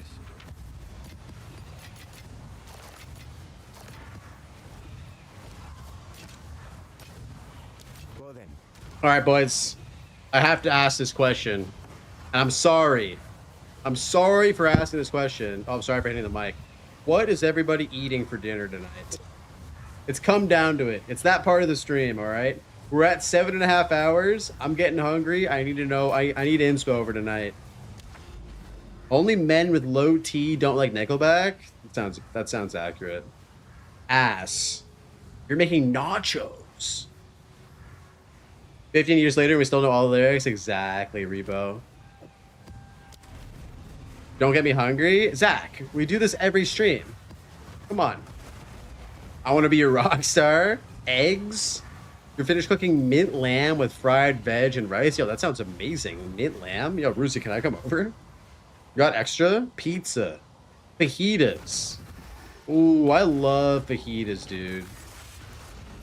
Tacos? Yo, Kush, how tell the chat about your famous meat taco, your famous ambiguous meat tacos.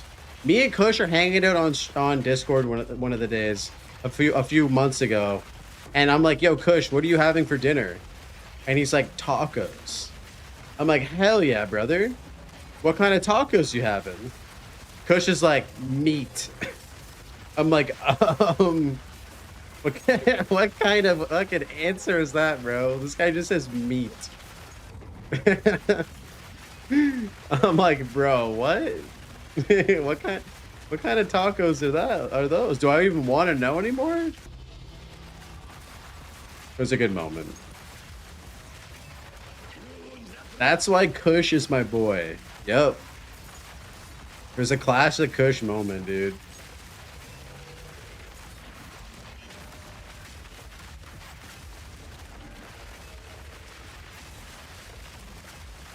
Nah. Kush doesn't play meta, bro. He's not gonna be eating cast on crit tacos, dude. No way. That's not the Kush I know. I think he learned his lesson playing a FUB gun build this league, alright? He learned about the tax.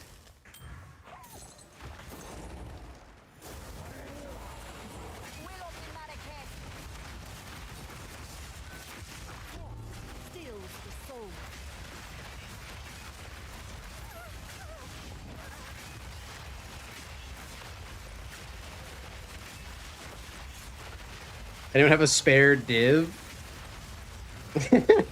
We've been over this? Uh-oh. Wait, am I baiting out a classic Kush rant right now? Uh-oh. I've almost done it.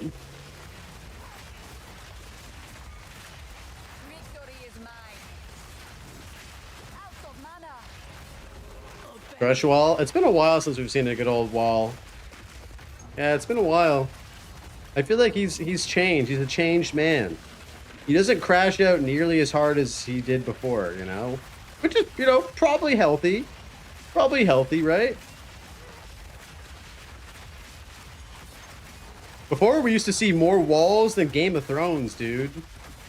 We used to see more walls than if you fucking joined the Night's Watch.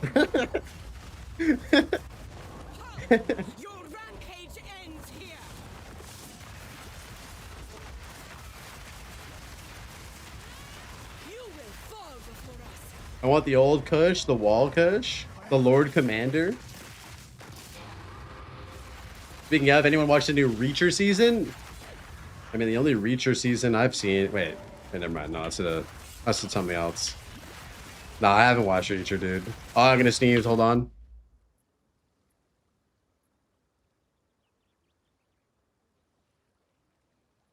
I'm glad I didn't stream for that one. That was a big one.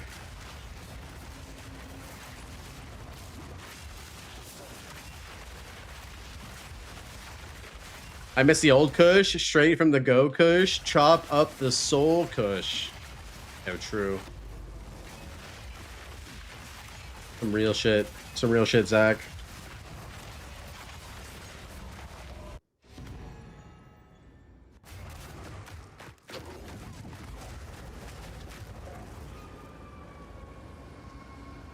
Coach used to go on a verbal spar at the top of a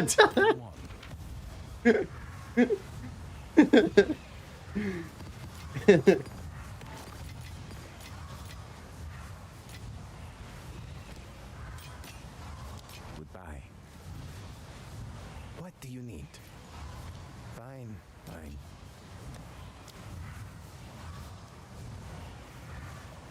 Chilled ground? Oh, hell no. Bro, what?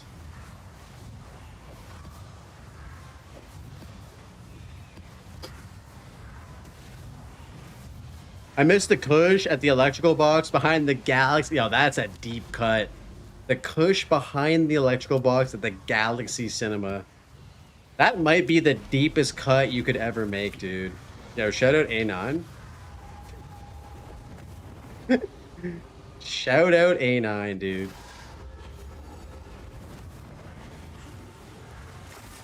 I know my next face tattoo. A9. For real, for real.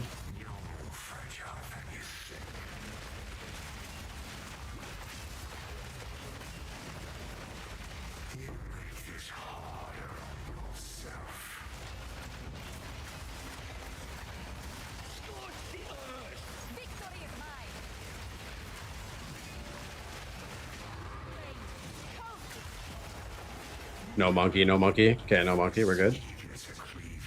You should tattoo my name on your butt cheek.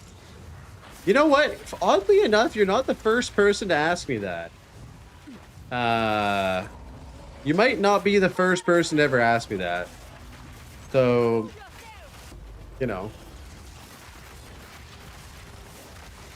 When was the last tattoo I did? Dude, I haven't tattooed in years. I just got tattooed 2 days ago, though. But I haven't done it. I sold all my shit. I actually sold my last machine like 3 days ago? 2 or 3 days ago? Yeah, we're out of that. We're out of the era of that now, unfortunately.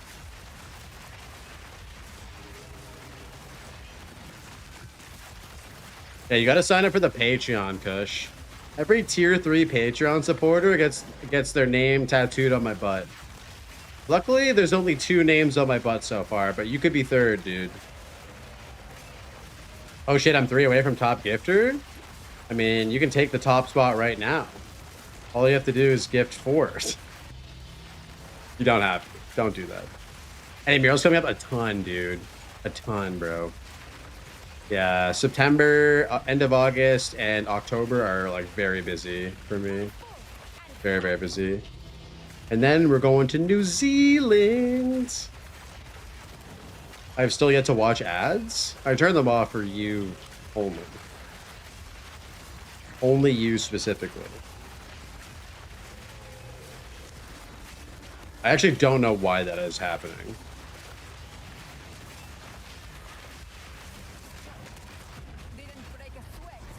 We were gonna go to the South Islands. I don't know if we're gonna see your sister or not. I don't normally like hanging out with pregnant women, so that sounded so bad. That was a bad joke. That was a bad joke. Dude, you're gonna be an uncle, bro. How does that feel? You going to ExileCon? Yep. Yeah, I don't know. We have like a week down there. Everyone was saying to go to Wellington, or everyone was saying to go to, where was it? Not Wellington, Queenstown. Queenstown is where everyone is saying we should go.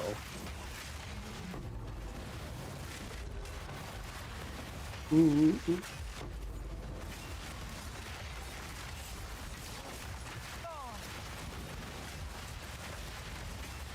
Yep, we booked a Hobbiton trip with a bunch of content creators as well.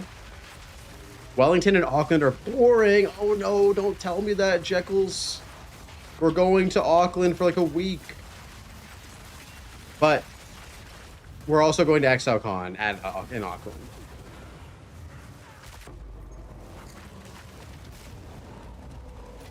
Oh yeah, true. She would have some good advice. Okay, I'll message her. I'll message her, dude. Oh god, it's been clipped and shipped. Oh no, I've said worse things that have been clipped and shipped. It's all right. Thanks for that, Zach. Go to Taupo? Okay. Yeah, I need to like start like a thread on my Discord for New Zealand travel tips. I feel like I've heard so many. Best thing you can do in New Zealand is rent a camper van and just drive around. Oh, dude. I want to do that so bad. We just don't have a week. A week is not enough time to do that, unfortunately. That would be like, what would you think, Wesley? Like a month trip, just camper van, rent it for a month and just drive around. The hands up emote. Yo, thank you for reminding me. Yeah, if you have a sec, Yeti, can you like screenshot it for me? And that way I know exactly what I need to use. We could craft it. We could craft it on stream. Yeah, the jet lag will take us a couple days to get used to. That's why we're arriving like a week early. Yeah, no, a week is too little amount of time for sure. We need like a month. Wait, a week is enough? Really? You think so?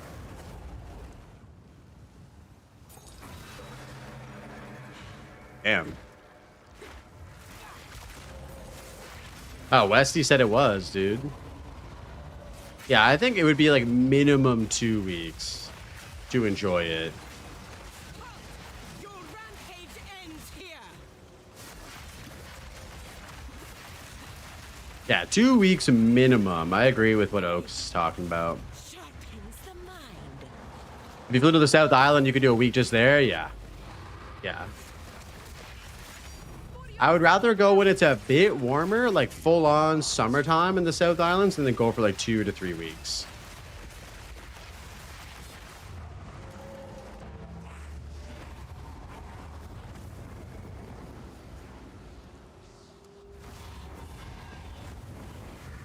Yes. What time do you get in? We get in early, dude. We get in at like 5:30 a.m. We're probably going to post up at like a coffee shop or something for a while or whatever until our Airbnb is ready. XLCon summertime. It's on the border of summertime. It's not like full-blown summer, though. Full-blown summer would be like December, January. So it is. If I'm not mistaken.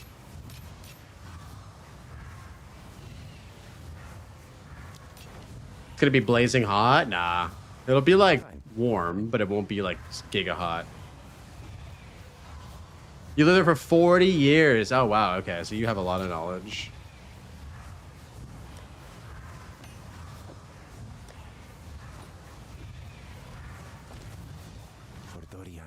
Yeah, Queenstown is definitely on my radar now. Goodbye. And it has an airport, right? Like, you can fly directly from Auckland to Queenstown, right? If I'm not mistaken.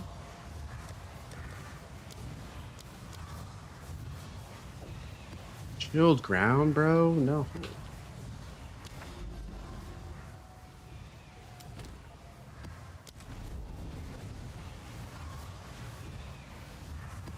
Yes. It has an airport? Okay. Yeah, we might do that then. Fly right to Queenstown.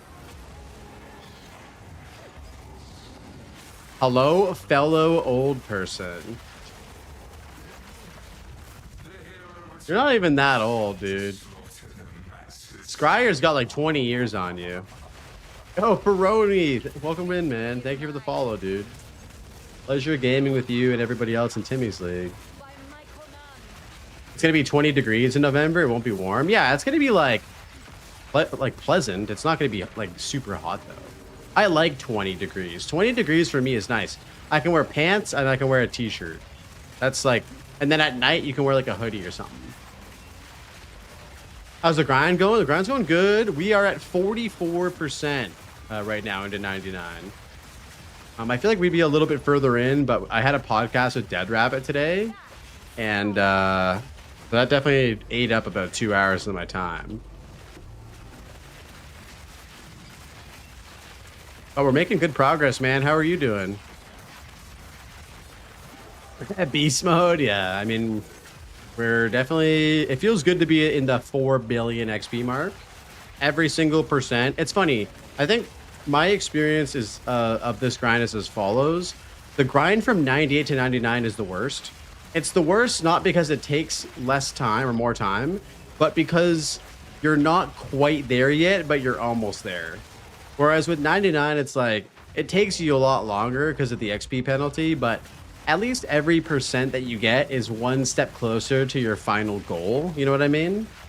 Where it's like 98 to 99 is like the marathon before the marathon, or like the half marathon before the marathon.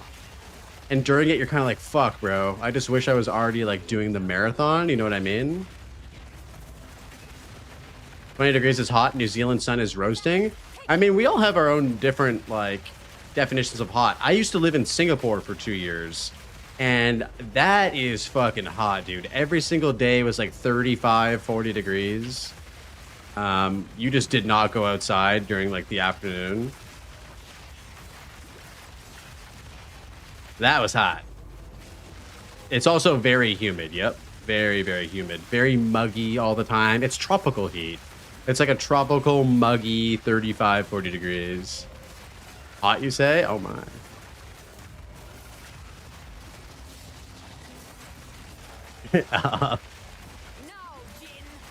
New Zealand is humid and also 10-minute burn time in the summer. 10-minute burn time. Damn. All right.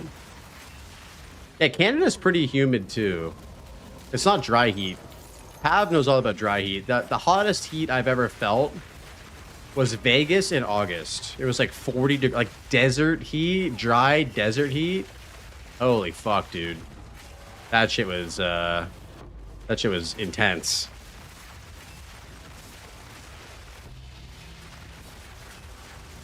$40 degrees in New Zealand or in Arizona, like 40 degrees, like communist or freedom units. Yeah, Pav is in that dry heat. Kuwait was probably that desert dry heat as well, wouldn't it be? I'd imagine. Oh, and commie. Wow, it's cold. What the fuck? Isn't that like really cold for Arizona? For August?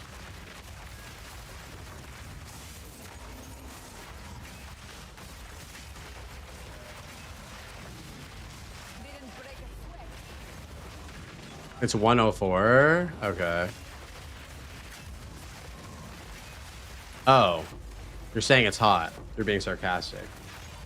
Dubai is mental. It's like walking into a wall of heat. I feel like Dubai, I don't know about you guys, but Dubai has never been on like my list of places to go. I feel like there's a lot of other places I'd rather go to aside from Dubai.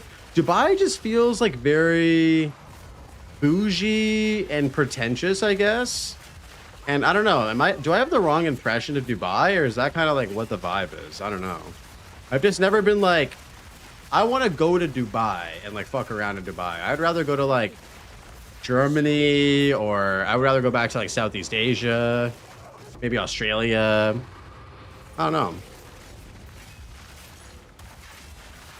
It's a New Zealand stopover along with Singapore. Is it? Okay, interesting.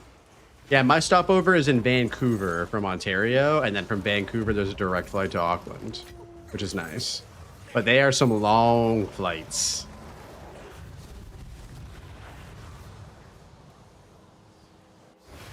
Damn, that's a hot factory job, dude.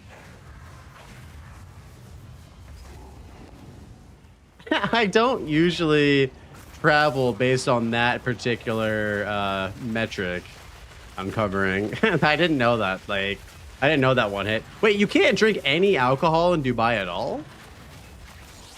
Coming to visit me in Vancouver? Yup. Yup. I love Vancouver. I've only been there a couple times, but it's good vibes.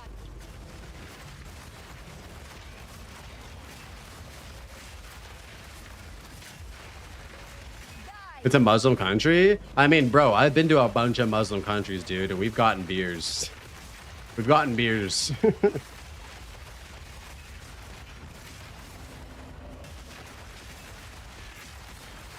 Yeah. Like many cities in Indonesia are fully Muslim, and They somehow are always able to get their hands on some beers.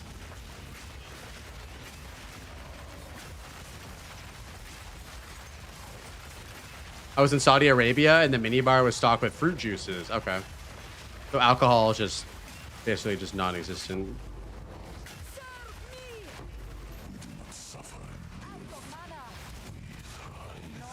Layers, really? The more layers in 50 degree. I mean, I don't even want to imagine 50 degree weather. That sounds illegal.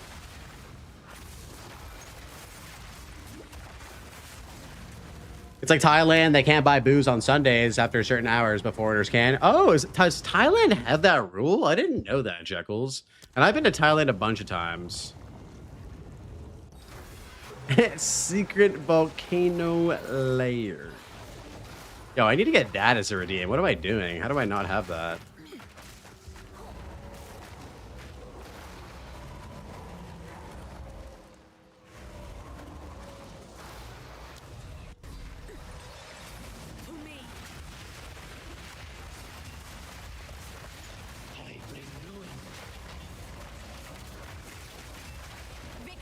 How hard is this build getting nerfed? I don't know.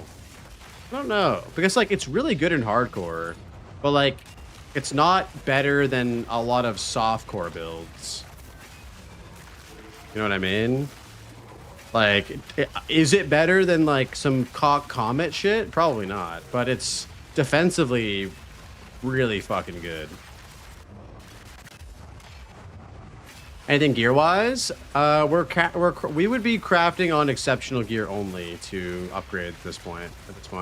Exclamation build pro, I need to look at my gear. You can take a look. Yeah, I would say we're probably looking at exceptional gear as our next upgrades. Exclamation builds. Exclamation builds.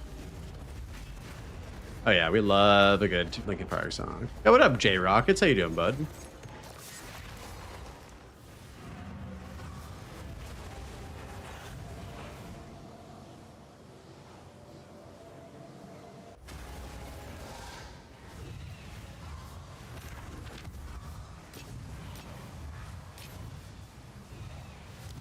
Doriani.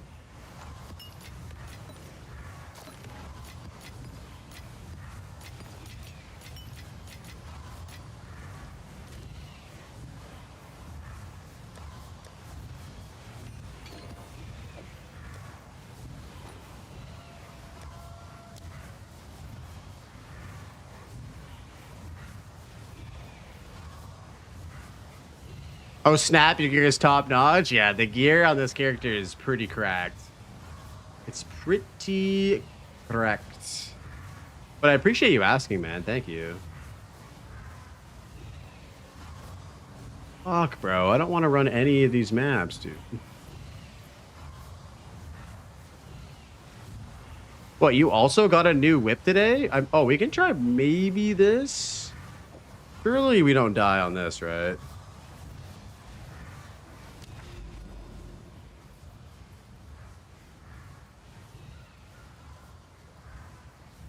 Oh. We're like one map away from completing this whole area. Oh, shit. This is a sacred thing, right? This is where Garukons drops. Huh. All right. Dibs on the Garukons? I'm not doing this. Should we do this? It'd be pretty crazy. I feel like there's only been a couple of them that have dropped. How come it doesn't have a deadly map like logo above the thing though? Want to trade dinner fork for mage blood? Dinner fork. I like that.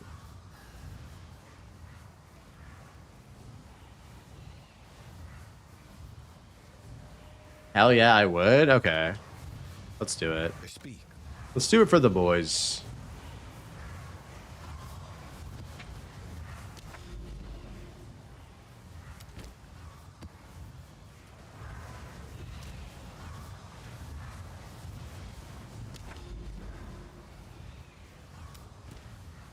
We need breach and we need a delirium.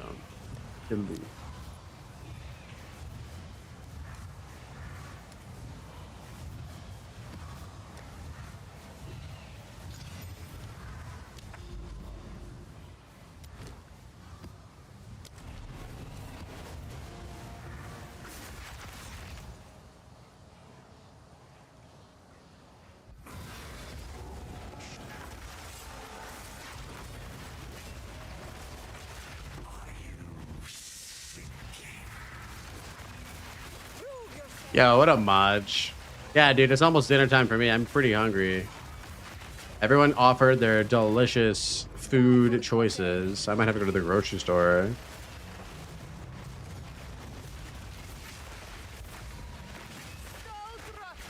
What's up, Maj? How you doing, buddy?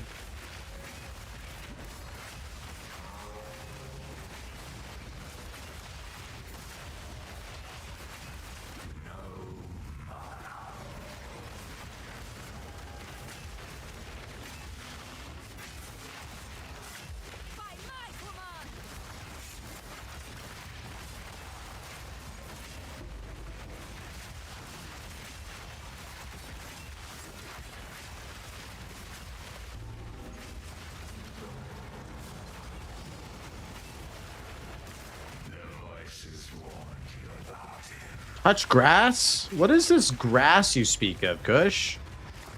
Excuse me? Hello? Hello, Kush? What is this grass you speak of, brother? What kind of whip am I pushing? Dude, I drive a cargo van, bro. I have a Dodge ProMaster City cargo van. It's awesome. What about you? What kind of cars you guys driving? Emote is unlisted. Click to view. That's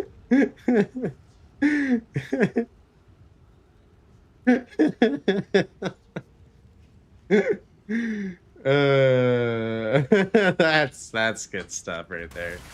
That's good stuff right there.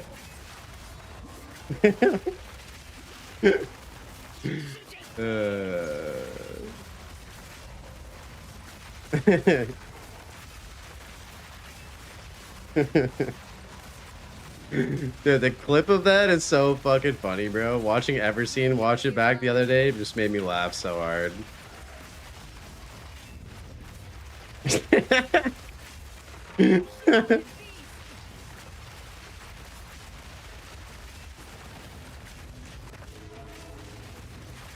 Legendary clip, yeah, it's so good, dude. That shit is goated. Leave it to Yeti to clip that.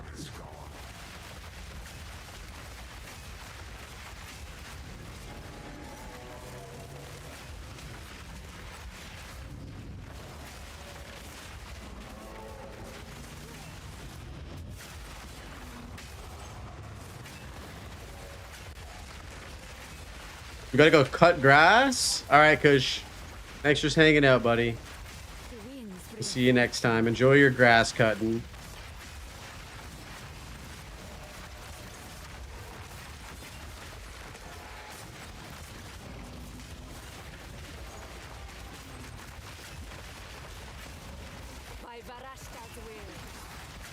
Grass might be legal in Canada. Grass is very legal in Canada. You can be walking down the street smoking dope and a cop can walk by you. They can't do shit. They can't do shit.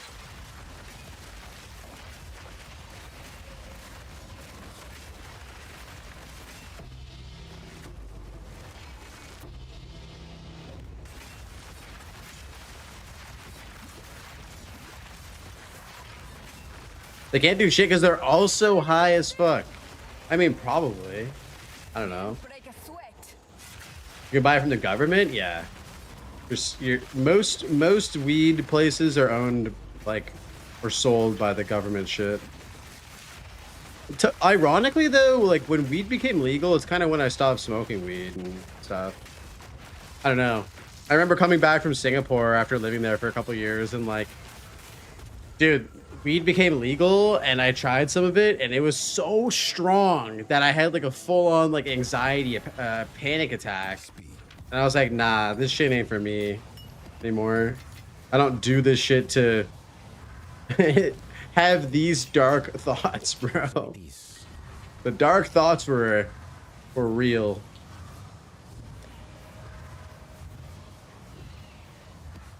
Yeah, the hiding part, the illegal part definitely added to it a little bit, which is gonna sound weird, but it definitely did. Weak build, need to respawn. Okay, bro. You don't even do it either. Don't act like you're out here smoking on that loud and you're not even doing that.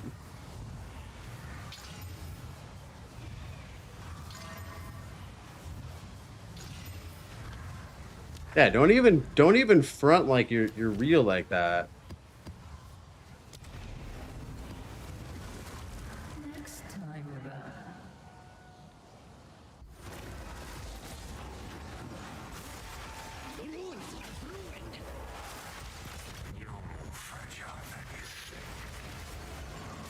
Dude, Sam. It used to be my everyday, all day crutch. So I'm good. Do tariffs apply to grass? I have no idea. Aren't tariffs for importing, exporting? I think we grow a lot of the shit internally, bro. So, and I don't know if we export much of it. That's a good question, Maj. I really don't know. We grow our own, but I don't know if we export it at all anywhere. But yeah, a lot of it is grown here. Sprayed 2 cans of Old Spice. Damn. Who's out here in the year of our Lord 2026 using Axe body spray? You guys remember Axe body spray, dude?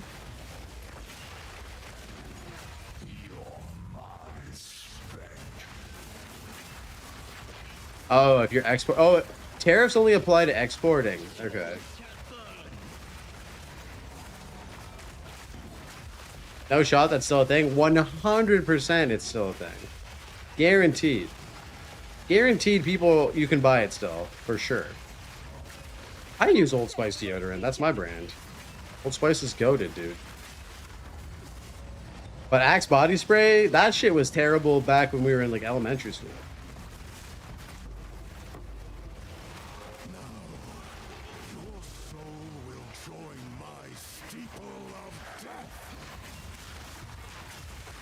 Axe was the king in high school. I wouldn't call it the king, bro.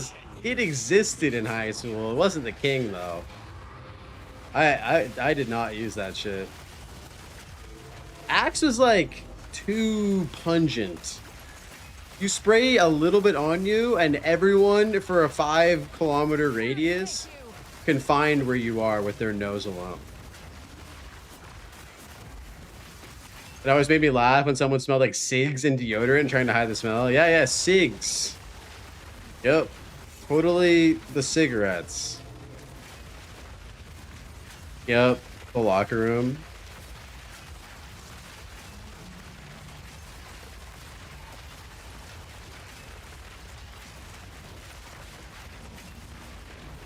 And now I just don't shower. I'm trying to become more like Asmongold, dude. Just don't shower for 2 months. I honestly can't believe that yeah, I don't know. I just love showering, dude. Axe was for douchebags. I wouldn't go that far. I'm sure there were some nice people who wore Axe. If it's good enough for Terry Crews, it's good enough for me. Was Terry Crews an Old Spice guy or an Axe guy? I love Terry Crews. That guy's great. He had a great episode of Mythical Kitchen.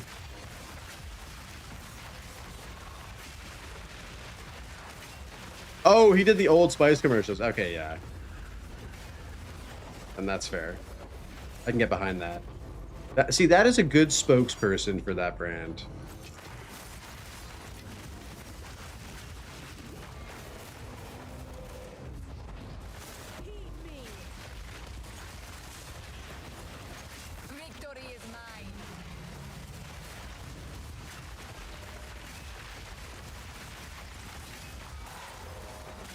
I miss the old Willet series. Was that one of their advertisements they did? Old Spice had some really good commercials. They had some really good commercials advertising it.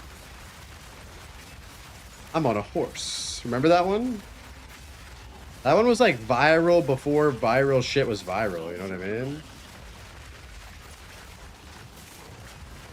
Oh, you meant the mythical. Okay, yeah. Yeah, mythical kitchen's great.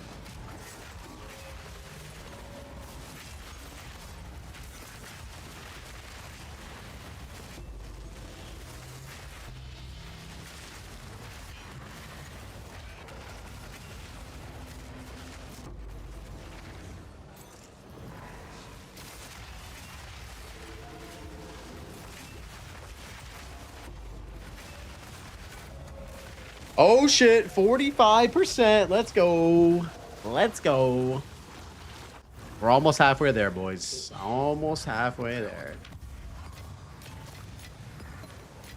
This is such a crazy grind, dude. This is such a crazy grind, bro. Go then.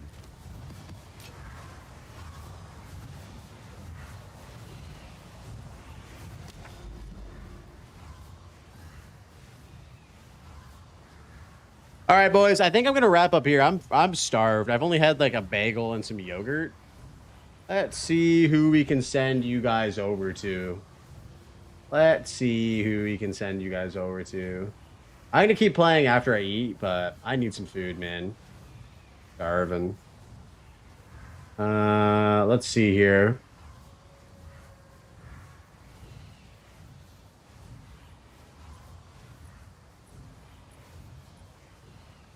Fake full-time streamer, bro.